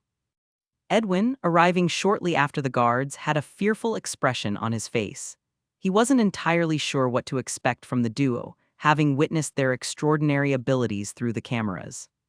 As he approached, Peter smiled and greeted him. Hello, sorry to barge in like that. I'm Peter and this. He introduced himself before gesturing to his right. The leading guard, sensing the potential danger, turned to Edwin and insisted that he leave the scene. Sir, you need to step away quickly. We can't risk you getting infected or killed. You're the only one who can make a cure. He urged, his eyes imploring Edwin to listen to him. Who's going to cure your wife if you're gone? His wife is still alive, Peter and MJ both thought at the same time. After all, she died in the show long before Rick and his group showed up. The stakes were as high as they could get. Edwin's expertise was crucial for the ongoing research to combat the fungal outbreak, and the guards wanted to minimize any risk to him. Edwin hesitated, torn between the urgency of his work and the unfolding situation. Reluctantly, he backed away, his gaze lingering on the guards and the peculiar intruders. With Edwin out of immediate danger, the guards remained focused on Peter and MJ, their guns unwavering. Peter, undeterred by the lethal threat, turned his attention to Edwin. You should really stop them. Things won't end well if this continues. You're right, they won't end well for you. The head guard spoke before Eden could reply. Now, on the ground with your hand behind your head. As the guards closed in, attempting to detain Peter and MJ, the atmosphere in the CDC lobby tensed. The armed men, fueled by the urgency of their duty, surrounded the intruders, their guns poised for action. However, Peter and MJ remained unfazed. No! He replied plainly. Despite the imminent threat, they sat calmly, the air thick with an unspoken confidence. The guards, growing impatient, decided to escalate the situation, attempting to physically subdue the intruders. In an instant, the dynamic shifted. Peter and MJ, demonstrating their exceptional physical prowess once again, shocking the guards who didn't see what Edwin saw through the cameras only minutes earlier. Peter, standing to his feet, sidestepped a guard's lunge, swiftly disarming him before smashing the stick of his rifle into his face. Simultaneously, MJ deftly incapacitated another guard with a calculated strike to the gut. Both collapsed to the ground, one unconscious, the other gasping for air. It became clear to the onlooking guards that these were no ordinary intruders. Their combat skills were extraordinary, and attempts to physically overpower them proved futile. After seeing their comrades beaten so easily, they decided to open fire on the intruders, but guns didn't seem to work either. Peter and MJ seemed to be able to dodge bullets as they ran circles around the guards, incapacitating them one by one. After a minute or two, Peter and MJ subdued all of the guards without causing severe any harm, though they would feel some aches and pains for next week or so. Once the guards were neutralized, Peter addressed Edwin, who was practically cowering in the corner at this point. Hey Doc, mind if we have a chat? He called out, his tone casual yet unwavering. Edwin nodded his head dumbly, too afraid to refuse. Sure. Sighing in annoyance, MJ reassured the scared scientist. We didn't come here cause trouble or harm anyone, so you can calm down. As long as you don't attack us, we won't attack you. The CDC lobby, once filled with tension, now stood in an uneasy calm. With the guards either knocked out or growing in pain on the floor, Peter and MJ walked over to Edwin, who still seemed wary and frightened of them. As they approached, Edwin couldn't help but ask. Who are you people? Peter, still composed and calm, extended a hand to the antsy virologist. Like I said, I'm Peter and this is MJ. We came here for supplies. I wanted to loot your equipment so I could make a cure for the infected, but we didn't expect anyone to be here. I see. Edwin muttered as he shook Peter's hand, finding the stranger's grip rather tight. Have you studied virology, or? He asked, subtly doubting Peter's capabilities. Peter smirked, more than ready to prove himself. Why don't we make a deal? You can ask me any questions pertaining to virology, and if I answer them all correctly, you have to let me examine your wife's condition. How does that sound? Edwin, still wary and curious about Peter and MJ's abilities, hesitated for a moment before accepting the challenge. All right then, Peter, if you're claiming to know virology, let's put that to the test. I'm going to ask you some advanced questions, and I want precise, detailed answers. Why wouldn't he accept? After all, having another set of hands who actually studied virology and understood the science would be a godsend for him right now. Worst case scenario, Peter will fail the test and stick around, possibly aiding in protecting the CDC. Best case scenario, Peter is a genius who could actually cure his wife or at least help him cure her. Peter, maintaining his calm demeanor, nodded in agreement. Sure, hit me with your best shot. Edwin, seizing the opportunity to gauge Peter's knowledge, delved into the intricacies of virology. Let's start with a complex one. Explain the process of reverse transcription in retroviruses and its significance in viral replication. Peter, without missing a beat, began to explain the complexities of retroviral replication. Reverse transcription is a key step in the life cycle of retroviruses, such as HIV.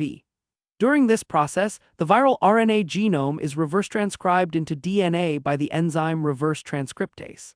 This results in the formation of a complementary DNA, cDNA strand, which is then integrated into the host cell genome by another viral enzyme, integrase. He continued, providing additional details. This integration allows the retrovirus to exist as a provirus within the host cell, lying dormant until later activation. The significance of reverse transcription lies in its unique nature among viruses, as most viruses utilize DNA-RNA replication. Retroviruses, however, reverse this process, making them distinct and posing challenges in terms of antiviral strategies. Thank you Google because I know nothing about this. And if there are any virologist readers, I apologize if this is cringe. Edwin, impressed but undeterred, threw another question at Peter. All right, let's explore the field of antiviral drugs. Explain the mechanism of action of nucleotide analogs and how they inhibit viral replication. Peter responded confidently. Nucleotide analogs are antiviral drugs designed to mimic the structure of nucleotides, the building blocks of DNA and RNA. These analogs are incorporated into the growing viral nucleic acid chain during replication, but due to their altered structure, they cause premature termination of the chain. He elaborated further, emphasizing the inhibitory effect on viral replication. By disrupting the synthesis of viral nucleic acids, nucleotide analogs prevent the completion of the viral genome, ultimately inhibiting viral replication. Notable examples include drugs like acyclovir for herpes viruses and tenofovir for HIV. Edwin, finding himself increasingly convinced of Peter's knowledge, decided to test the boundaries further. All right, one more question. How do viruses evade the host immune system, specifically focusing on mechanisms like antigenic variation? Peter, with a slight grin, delved into the complexities of viral immune evasion. Antigenic variation is a strategy employed by some viruses to escape recognition by the host immune system. This involves altering the surface proteins, such as the viral coat or spike proteins, making them unrecognizable to previously developed host antibodies. He continued, providing a detailed explanation. This continuous alteration in the viral antigenic profile hampers the host's ability to mount an effective immune response. It's commonly observed in influenza viruses, where mutations in hemagglutinin and neuraminidase proteins lead to the emergence of new viral strains requiring updated vaccines. Edwin, thoroughly impressed by Peter's in-depth responses, nodded approvingly. You certainly have a profound understanding of virology. I never expected someone to answer these questions with such precision. Who are you really? You're far too young to be this knowledgeable. Peter, thankful that he was forced to study virology in Camertage, offered a simple response. Just someone trying to help. Now, how about we go and see my new patient? Edwin hesitated, torn between the promise of a potential cure and the fear for his wife's safety. The apprehension lingered on his face as he considered whether to trust these mysterious intruders with the well-being of his wife. Just as the silence became almost unbearable, the intercom crackled to life. Candace's weak voice filled the room, breaking through Edwin's uncertainty. Edwin, bring them to the lab. I'll be waiting. A wave of relief washed over Edwin. He looked at Peter and MJ, a mix of gratitude and curiosity in his eyes. You heard her. Follow me. Edwin led them through the labyrinthine corridors of the CDC until they reached the main lab. There, in the center of the room, Candace sat on a hospital bed. Peter couldn't help but notice the ominous presence of the fungal infection on her arm. The tendrils seemed to snake into her flesh, a visible reminder of the relentless invasion. Without waiting for any formalities, Peter approached Candace, gently taking her arm into his hands. Impressive work, slowing the spread like this. He commented, observing the intricacies of the fungal invasion. How long have you been infected? Candace, her eyes reflecting a mixture of pain and resignation, replied. It happened on the day of the outbreak, about a week ago. Peter nodded thoughtfully, his mind already racing with possibilities. You've managed to hold it off for this long. That's promising. He turned to Edwin, who watched anxiously. I need some tools, a sterile environment, and your assistance. We might be able to slow this down further, if not cure it completely. Edwin, a small bit of hope flickering in his eyes, gestured towards the lab equipment. Anything you need, it's all at your disposal, but nothing experimental or life-threatening without my approval. I want to cure my wife, not kill her off even quicker. As Peter worked with precision, examining the extent of the infection, he engaged in conversation. Candace, you're lucky to have someone like Edwin looking out for you. Not everyone in this world has someone fighting for them. Candace managed a weak smile. I know, I'm grateful, but it's been getting worse, and I don't want him to get his hopes up. I can feel it spreading. I know that I don't have much time left. She said, her eyes turning up to Peter, a hint of hope shining through. Can you really help? Peter met her gaze with a mixture of determination and empathy. I've dealt with some unusual cases before. Trust me, you'll be fine, I promise. As Peter continued his examination and began preparing some nearby equipment, Edwin couldn't help but voice the question that weighed heavily on his mind. Can you cure her, truly? Peter looked up from his work, meeting Edwin's gaze. After a brief pause, he nodded. Yeah, just follow my lead, and she'll be back to normal by the end of the day. Edwin, though aware of the uncertainties, clung to the hope that had been rekindled. Do whatever it takes. Peter nodded solemnly, fully aware of the responsibility that rested on his shoulders. Don't worry, I got this. Chapter 531, C547 Cure. Want to read ahead of what I've posted so far? Go to my Patreon and get early access chapters. As of now, the Patreon is 8 chapters ahead. Patreon.com/alien warlord stop sign. Police car light insert godly gifts pics here. Most likes wins police car light, a /N, only 2 entries per person. Trophy yesterday's GIF winner, S. Darkslayer Trophy AN Crown. In the meticulously organized CDC lab, Peter gathered the compounds and ingredients Edwin hastily provided. Each vial and flask contained a piece of the puzzle he needed to unravel the intricacies of the fungal infection. The guards, now cautiously observing from a safe distance, both wary and scarred because of their earlier encounter with the seemingly superhuman intruders. Although nobody but MJ noticed, Peter had subtly employed the mystic arts to scan the fungal growth on Candace's arm. He knew that it would take far too much time if he did things the normal way. Though he also had to make the cure in a way that the inhabitants of this world could produce without him. So, in order to bypass all of the diagnoses and testing, Peter simply used magic to figure out exactly what he needed. The lab equipment hummed with anticipation as he mixed, measured, and manipulated the substances before him. The guards, still nursing their earlier bruises, exchanged glances, uncertain of what to make of this unexpected turn of events. In the midst of the scientific dance, Peter's hands moved with purpose.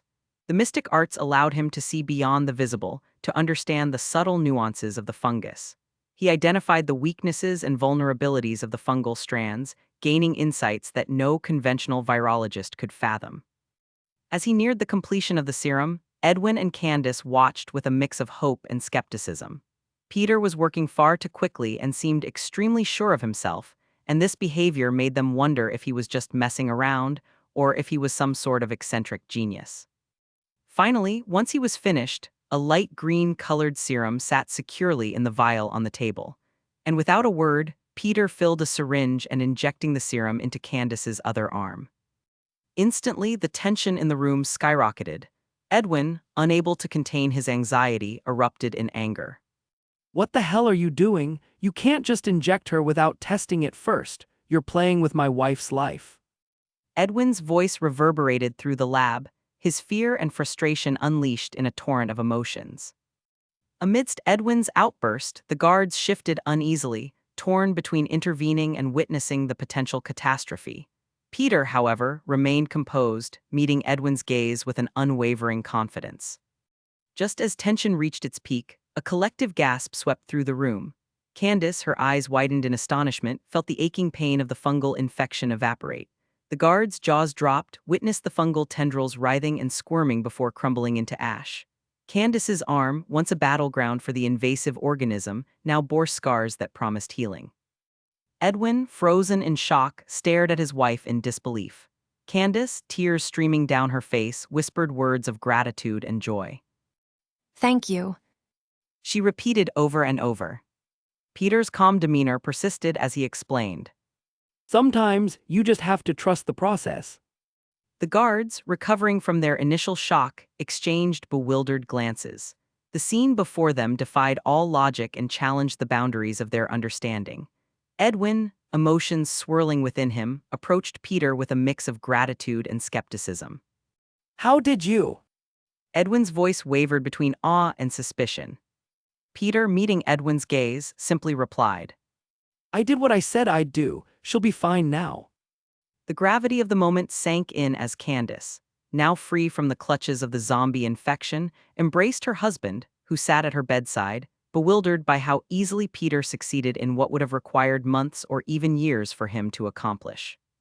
Edwin, overwhelmed with gratitude, couldn't find the words to express the magnitude of his emotions. I don't know how you did it, but thank you. He said, tears welling up in his eyes. In the aftermath of this miraculous intervention, Peter's unorthodox methods left a mark on everyone in the CDC. The crying couple, who refused to end their embrace even now, felt extremely indebted to Peter, but most of all, they were impressed. After all, they both studied virology for their entire lives, so they knew how gifted he must be. Even the guards, who were initially adversaries, now stood in respect after witnessing what appeared to be a miracle. After everyone in the lab calmed down, the earlier wariness and skepticism completely gone, Edwin began to disinfect and bandaging his wife's scarred arm. The scars served as a testament to the battle fought and won against an insidious foe. Candace, her eyes reflecting newfound hope, whispered her thanks once more. Edwin and Candace, now convinced of the serum's efficacy, bombarded Peter with questions, excited to finally rid the world of the outbreak. So your serum destroys the infected spores. What exactly does it do? Edwin questioned, his eyes gleaming with anticipation. Peter nodded, a casual smile on his face. As you said, it targets and destroys the spores, but it should also act as a sort of vaccination, arming your body to do so once again if it has to. Candace's body should now be equipped to fend off the spores on its own. Of course, we'll need to run some tests to be sure. Edwin couldn't contain his enthusiasm. We need to test this, make sure it works as you say. If it does, we could save so many lives.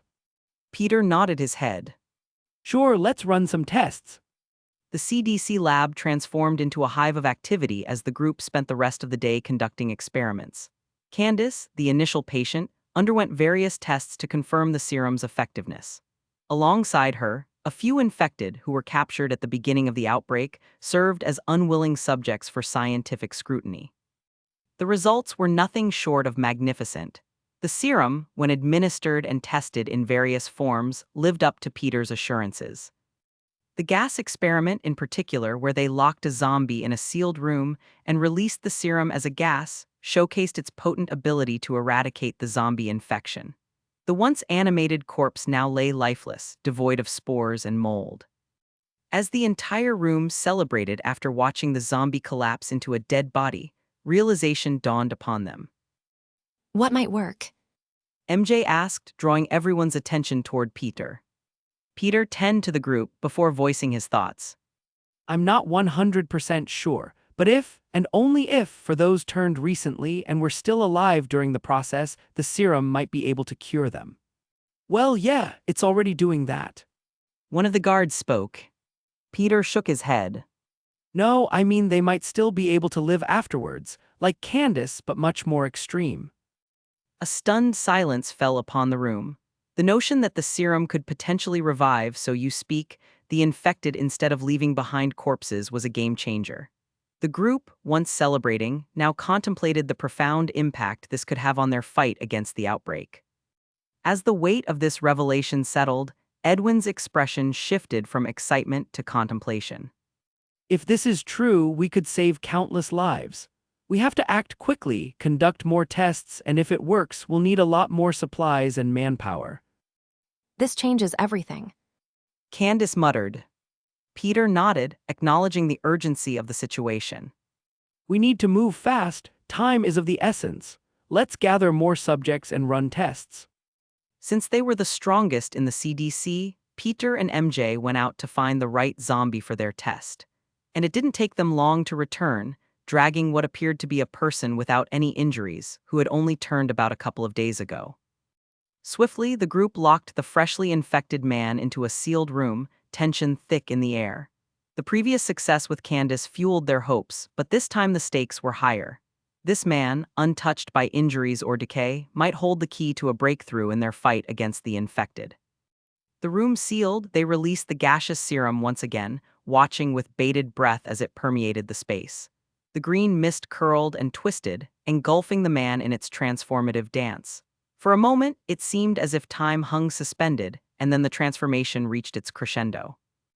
As the mist settled, the once infected man lay on the floor, appearing lifeless. Doubt crept into the room, faces etched with uncertainty.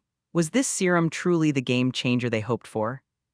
Edwin, a mix of anxiety and anticipation, rushed inside the room. Kneeling beside the man, he checked for a pulse. The room held its breath as Edwin's eyes widened with realization. He's alive.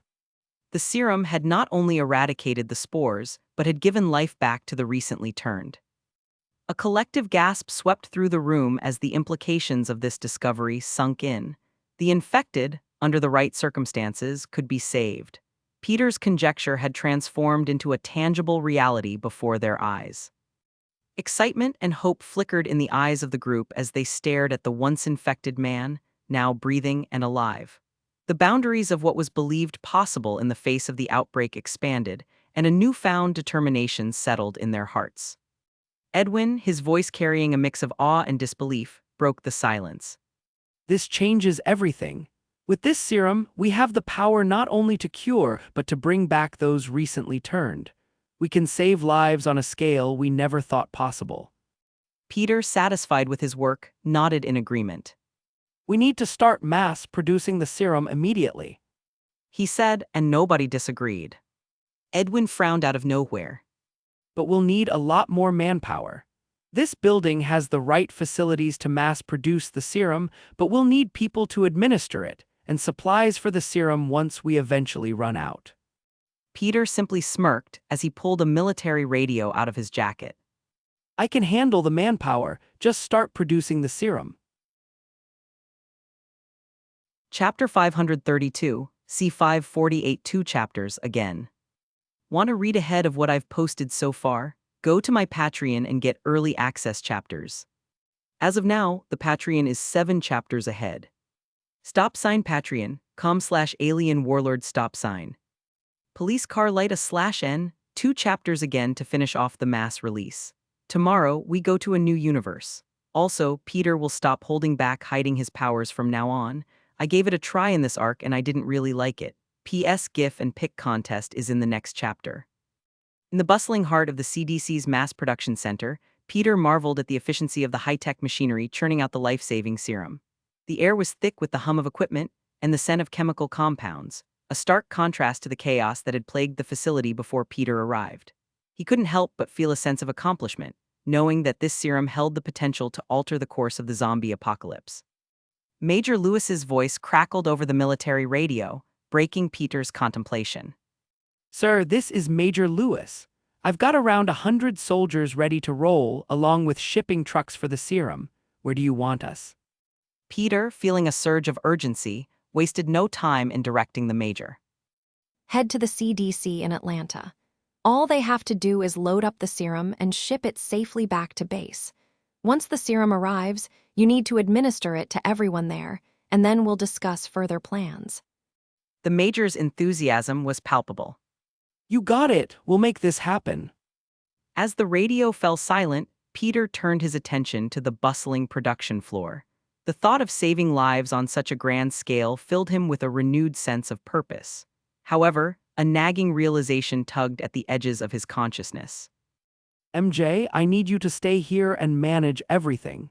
Make sure the serum is distributed as efficiently as possible. I have to go out there and reach the places we can't with just trucks. MJ met his gaze, understanding the gravity of the situation.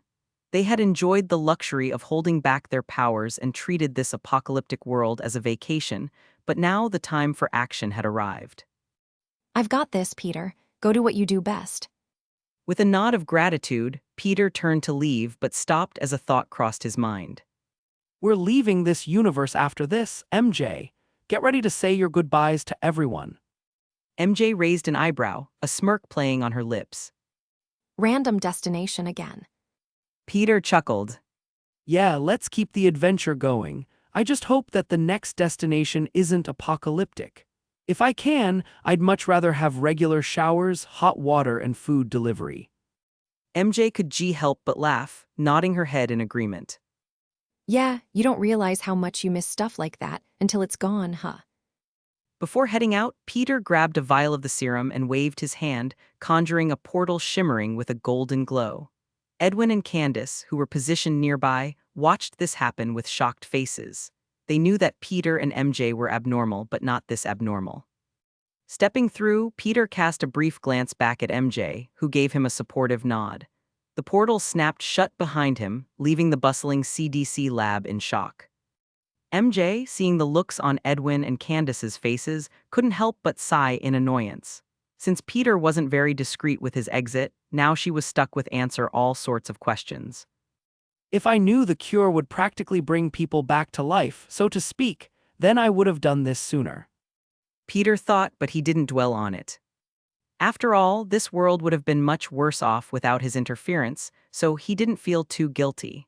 At least a big portion of the population would be saved, not to mention the fact that zombies will become completely extinct in a matter of weeks, maybe months. Before departing, Peter snapped his fingers, conjuring countless sheets of paper imbued with a concise message. The flyers fluttered down like gentle snow, spreading across the city. Each contained instructions on the cure's composition and how to reproduce it. Peter hoped that humanity, now given a lifeline, would seize the opportunity to rebuild. Opening a portal to his next destination, Peter cast a final glance over the revitalized city. The skyline, once shrouded in despair, now stood as a testament to the power of redemption. With a determined nod, he stepped through the portal, leaving behind a city reborn and venturing forth to repeat the miracle across every other major city across the globe. While Peter traversed city after city, leaving a trail of revitalized metropolises in his wake, the situation at the quarry camp outside Atlanta took a grim turn. The group, tasked with collecting food for the camp, returned with meager supplies and an unexpected addition to their ranks, Rick Grimes.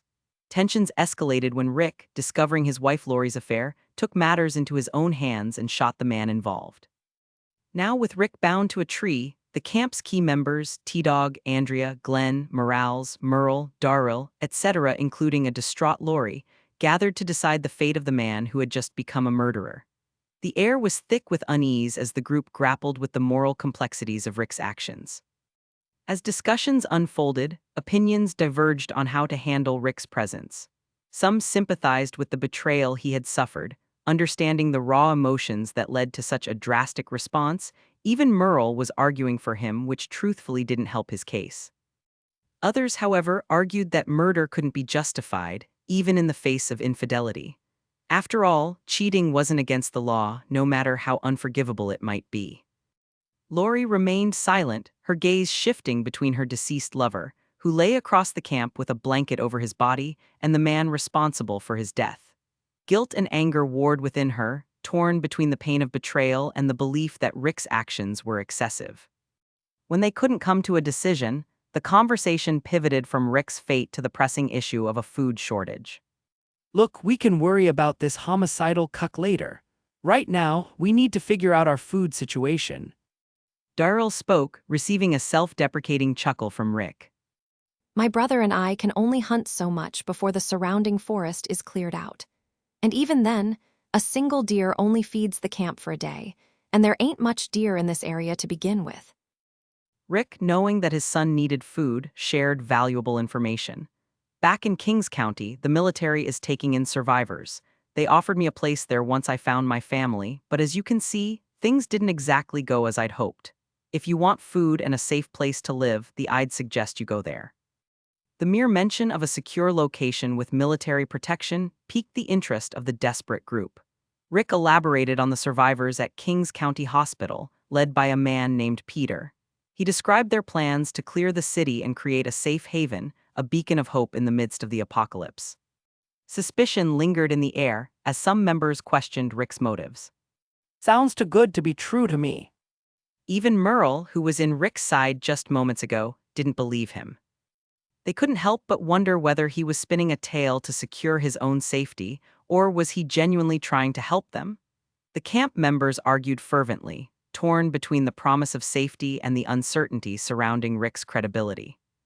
Rick, seemingly indifferent to the skepticism, shrugged. I ain't lying. He asserted, igniting a heated debate among the group. You can use that radio over there to contact them. He gestured to the radio sat in the pile of stuff that was confiscated after he killed Shane. Instantly, all eyes turned to the radio as everyone wondered, is he actually telling the truth? Chapter 533, C549 Camps Collide. Want to read ahead of what I've posted so far? Go to my Patreon and get early access chapters. As of now, the Patreon is 7 chapters ahead. Patreon.com/alien warlord stopsign.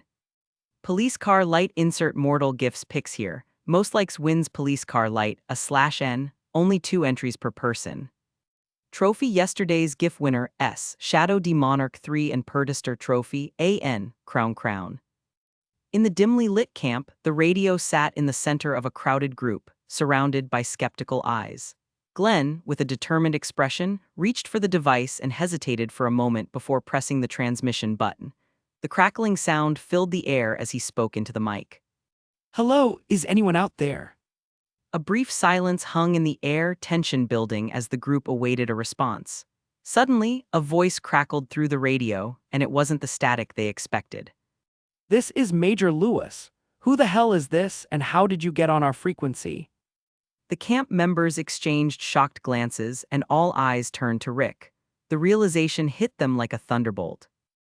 Major Lewis, sir, we didn't mean to intrude. We were just trying to figure out if this guy, Rick, was telling the truth about you. We didn't expect to get a real military guy on the radio. Glenn paused for a moment, working up the courage to finally ask. Sir, see, can we join your camp? We've got more than 50 people, children included, who all need food and water. If we don't get some help soon, I'm afraid we won't make it past the week. The major's response was laced with confusion. Rick, you mean the coma patient? Hold on a second. There was a pause, the static filling the void of silence. The gravity of the moment sank in, and the camp members exchanged astonished glances.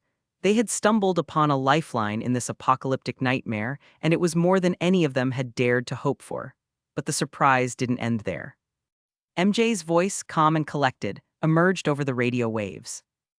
Major Lewis, this is MJ. I overheard your conversation. Peter gave Rick a radio before he left and invited him to join us again after he found his family. Can you pick them up? Major Lewis hesitated, processing the unexpected turn of events.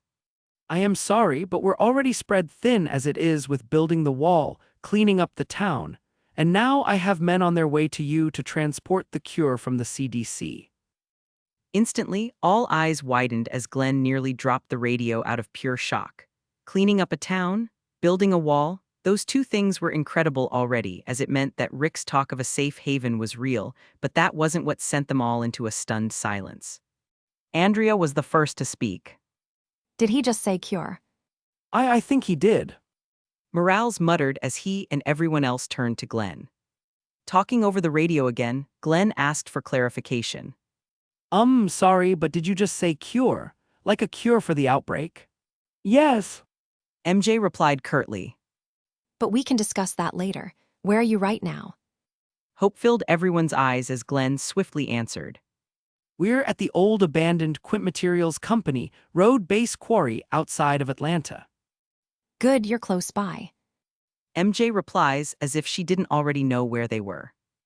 Start packing, and I'll send some soldiers over to pick you up by the end of the day tomorrow. The camp members, still in shock, listened to the exchange with wide-eyed amazement. The prospect of being rescued by the military felt like a dream come true.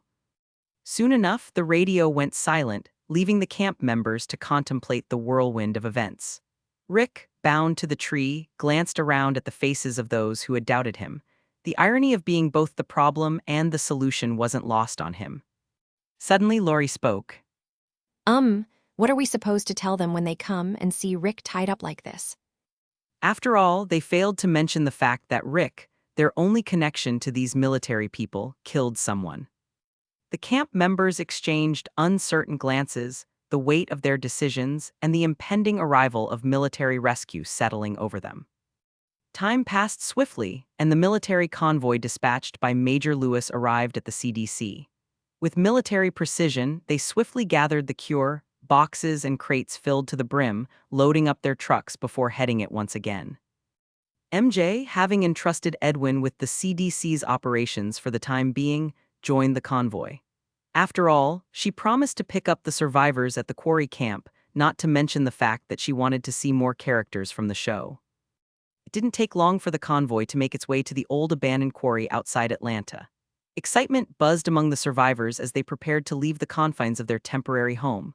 Meanwhile, Rick remained tied, a tense atmosphere surrounding him. MJ, who rode shotgun at the front of the convoy, surveyed the scene with a mixture of anticipation and concern. As the military vehicles rolled to a stop, the survivors greeted their saviors with eager smiles.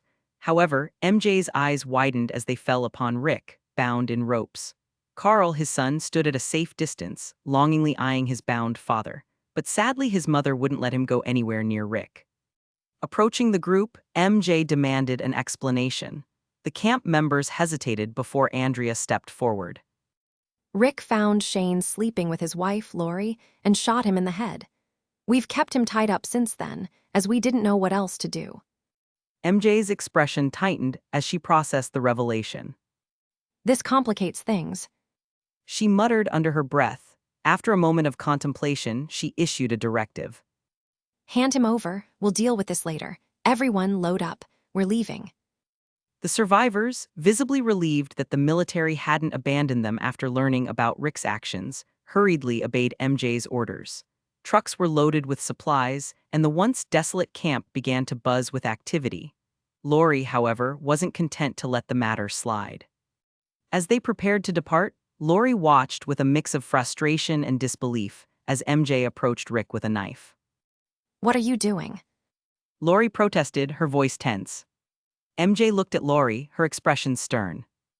Cutting him loose. With a swift motion, she sliced through the ropes binding Rick, his limbs freed. Lori, unable to contain her frustration, spoke up again. He killed Shane. What kind of justice is this? Darrell, who had been nearby, stepped in, his voice low and firm. Look, lady, you really want to argue with them. He gestured toward the armed soldiers that protectively followed MJ's every move. We're getting a ride to safety, so best keep quiet and enjoy it, understood? Lori bit her lip in contemplation, her gaze flickering between MJ, the soldiers, and her now free ex-husband. In the face of military authority and the prospect of safety, she reluctantly relented. Fine. As the trucks rumbled away, packed full of crates of serum and rescued survivors, MJ couldn't help but look over at Rick, wondering what they should do about him. Didn't he kill Shane in the show as well? She thought. Whatever, we're leaving soon anyway, so somebody else can deal with it. Chapter 534, C550 Peter. Want to read ahead of what I've posted so far? Go to my Patreon and get early access chapters. As of now, the Patreon is 8 chapters ahead. Patreon.com/alien warlord stop sign. Police car light insert magic gifts pics here. Most likes wins police car light, /N, only 2 entries per person. Trophy yesterday's GIF winner, S. Pertister and FR 1 day trophy, AN, crown. The night enveloped the hospital camp in a hushed stillness. MJ lay in bed, the soft glow of a nearby lamp casting a warm ambience across the room. Her eyes flickered with a mixture of exhaustion and anticipation as she awaited Peter's return. Midnight neared, and just as the quiet darkness seemed everlasting, a golden portal materialized in the room's center. Out stepped Peter, a smile playing on his lips as he spotted MJ waiting for him in bed. Hey, beautiful. He greeted, his voice a gentle murmur. MJ's expression softened into a smile as Peter jumped into bed beside her, pulling her into his comforting embrace. Hey, took you long enough. What's the story? Where have you been? Cuddling closer to her, Peter began recounting his journey. He described how he visited every major city, administering the cure and leaving instructions for its reproduction. The magic-infused serum, now a beacon of hope, had been spread far and wide.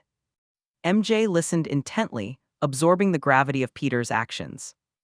So, you've been saving the world as usual. She said, a smirk playing on her lips. Yeah, pretty much. Peter nodded, a sense of accomplishment gleaming in his eyes. However, MJ raised an eyebrow. Is that it, though? I mean, you were gone for almost 2 days. With your powers, I thought you'd be back sooner. Leaning back against the headboard, Peter chuckled. Well, there's more. I did a little cleaning along the way as well. MJ's curiosity piqued. What kind of cleaning? Peter explained. I got rid of all the nukes, everywhere. I figured even after we deal with the zombies, the world might still be a chaotic mess. And the last thing we need is some maniac launching nukes which would trigger others to launch theirs in retaliation until the world is destroyed. I just didn't want the world to trade one apocalypse for another. I mean, imagine zombies plus radiation, not a great combo, so I just poofed them away. MJ's eyes widened in realization. Wait, you got rid of every nuke. She asked. What did you do with them? Peter nodded, his expression serious. Yeah, I just portaled them into the nearest black hole. Huh? MJ mused. I didn't even think of that. Peter smirked. Well, Ned watched The Walking Dead until the end and would always fill me in. Apparently, there's some nuke drama in the later seasons or spin-offs. Better safe than sorry, right? MJ nodded her head. Definitely. She agreed as a contemplative look appeared on her face. Then are we leaving tomorrow? Peter grinned, his eyes reflecting a playful spark. Yeah, excited for the next universe. MJ nodded as she rested her head against his chest. But there's still other characters to save, like the Green family, who are still hiding in their farm. Peter thinks it over for a moment before speaking. We can always leave behind some orders for the Major, or I can just portal them into the town before we leave.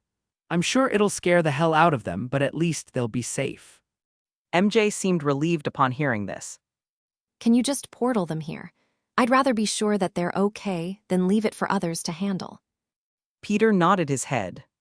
Sure, I'll drop them into town as we leave. We can let the Major deal with the aftermath as we sail off into a new universe. He said, washing away his wife's worries. The morning sun painted the sky with hues of gold as Peter and MJ woke up and set out on their mission to locate the remaining Walking Dead characters they intended to save. Portal after portal whisked them across the United States, appearing in various locations to find these familiar faces from their memories.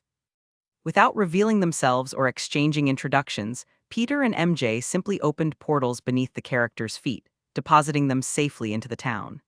As the unknown figures kept appearing, the Major, Joel, Tommy, Michan, Sarah, and bewildered soldiers and civilians observed the inexplicable spectacle. The Major, determined to get to the bottom of this, went looking for Peter, intending to report the unusual occurrences to him.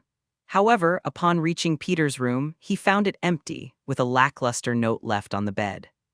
The note simply said, Yo, you're in charge now, Major. See ya. Beside it lay a hard drive filled with useful information, which Peter compiled on his first day in this world. The Major stared at the note in shock, wondering why Peter would leave, where he would even go, and what was the purpose of the hard drive. The sudden responsibility weighed on him as he contemplated the odd turn of events. Meanwhile, Peter and MJ concluded their rescue mission, returning to Texas to find their TARDIS-like ship unblemished in the apocalypse-riddled town, exactly where they parked it. Stepping into the ship and closing the door behind them, Peter headed towards the control panel. However, MJ interrupted him, expressing a hesitation that had been lingering. Maybe we should bring our friends back to our universe before moving on. I mean, I'd rather not leave people like Sarah and Michan's son, Andre, behind. She suggested.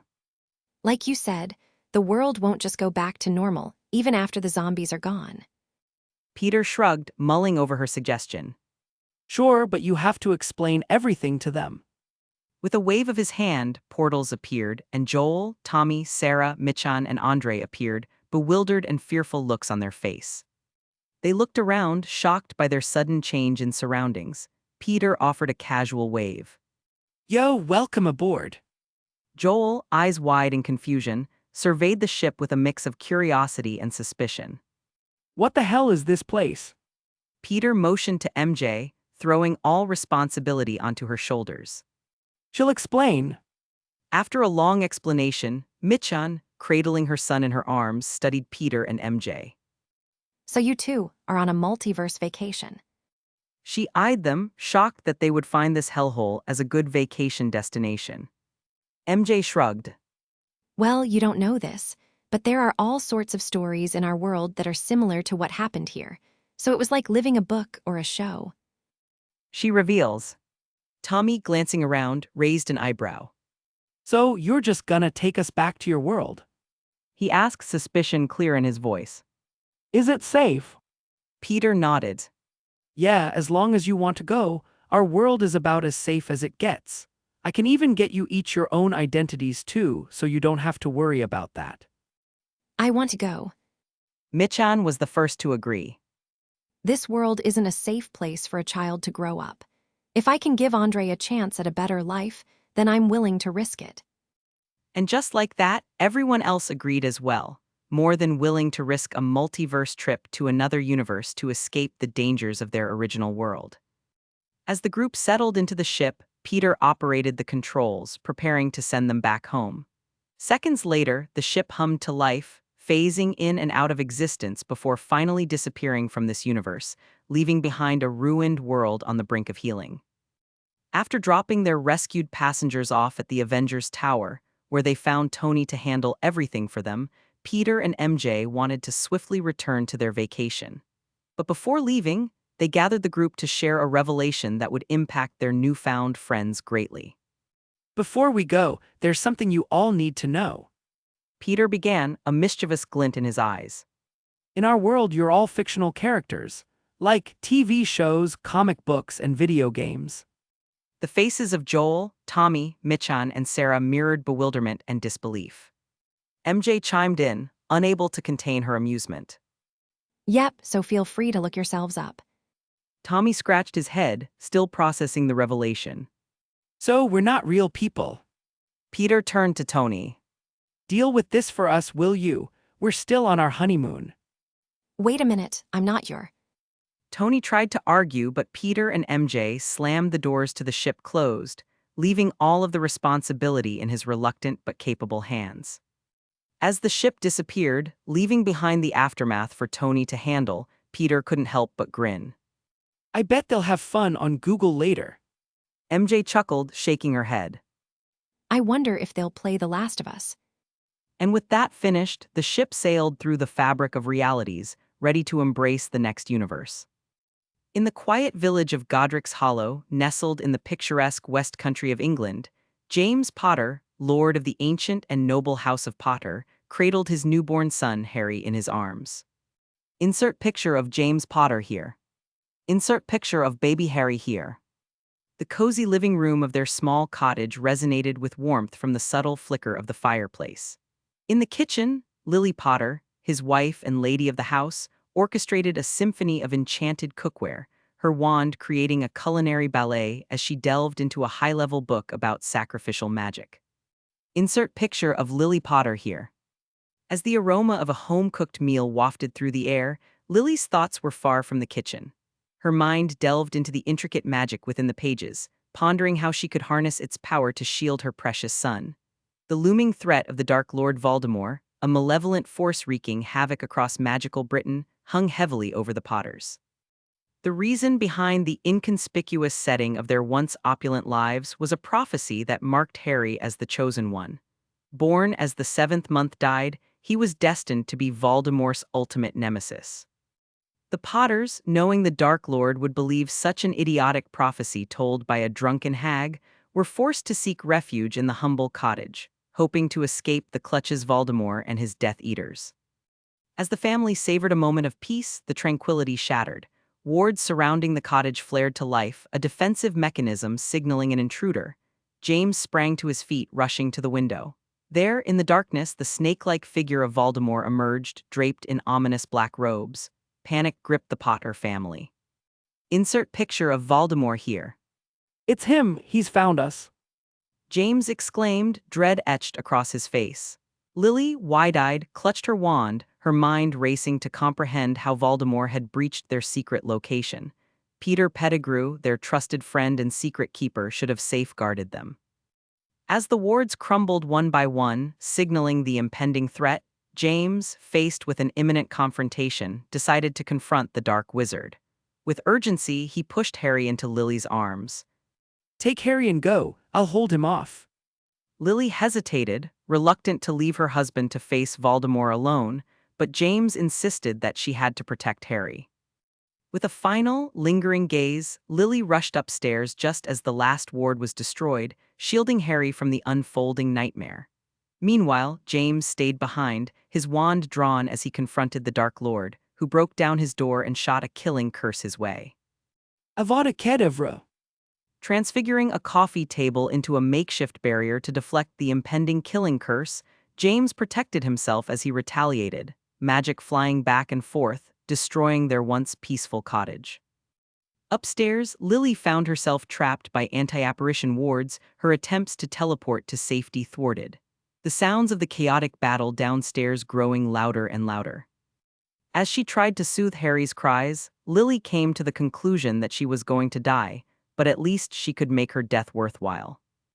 I haven't tested it yet, but it's not like I have a choice now. She thought as she smiled down at her son, tears welling up in her eyes as she placed him in his crib. Remember, Harry, Mommy and Daddy will always love you, even if we're not here too. Suddenly, before she could finish her heartfelt goodbye, the room lit up as a blue phone box materialized behind her. Lily, bewildered and alarmed, looked at the unexpected arrival, momentarily forgetting the imminent danger. Before she could even react, the door to the phone box swung open and a young man stuck his head out. Yo,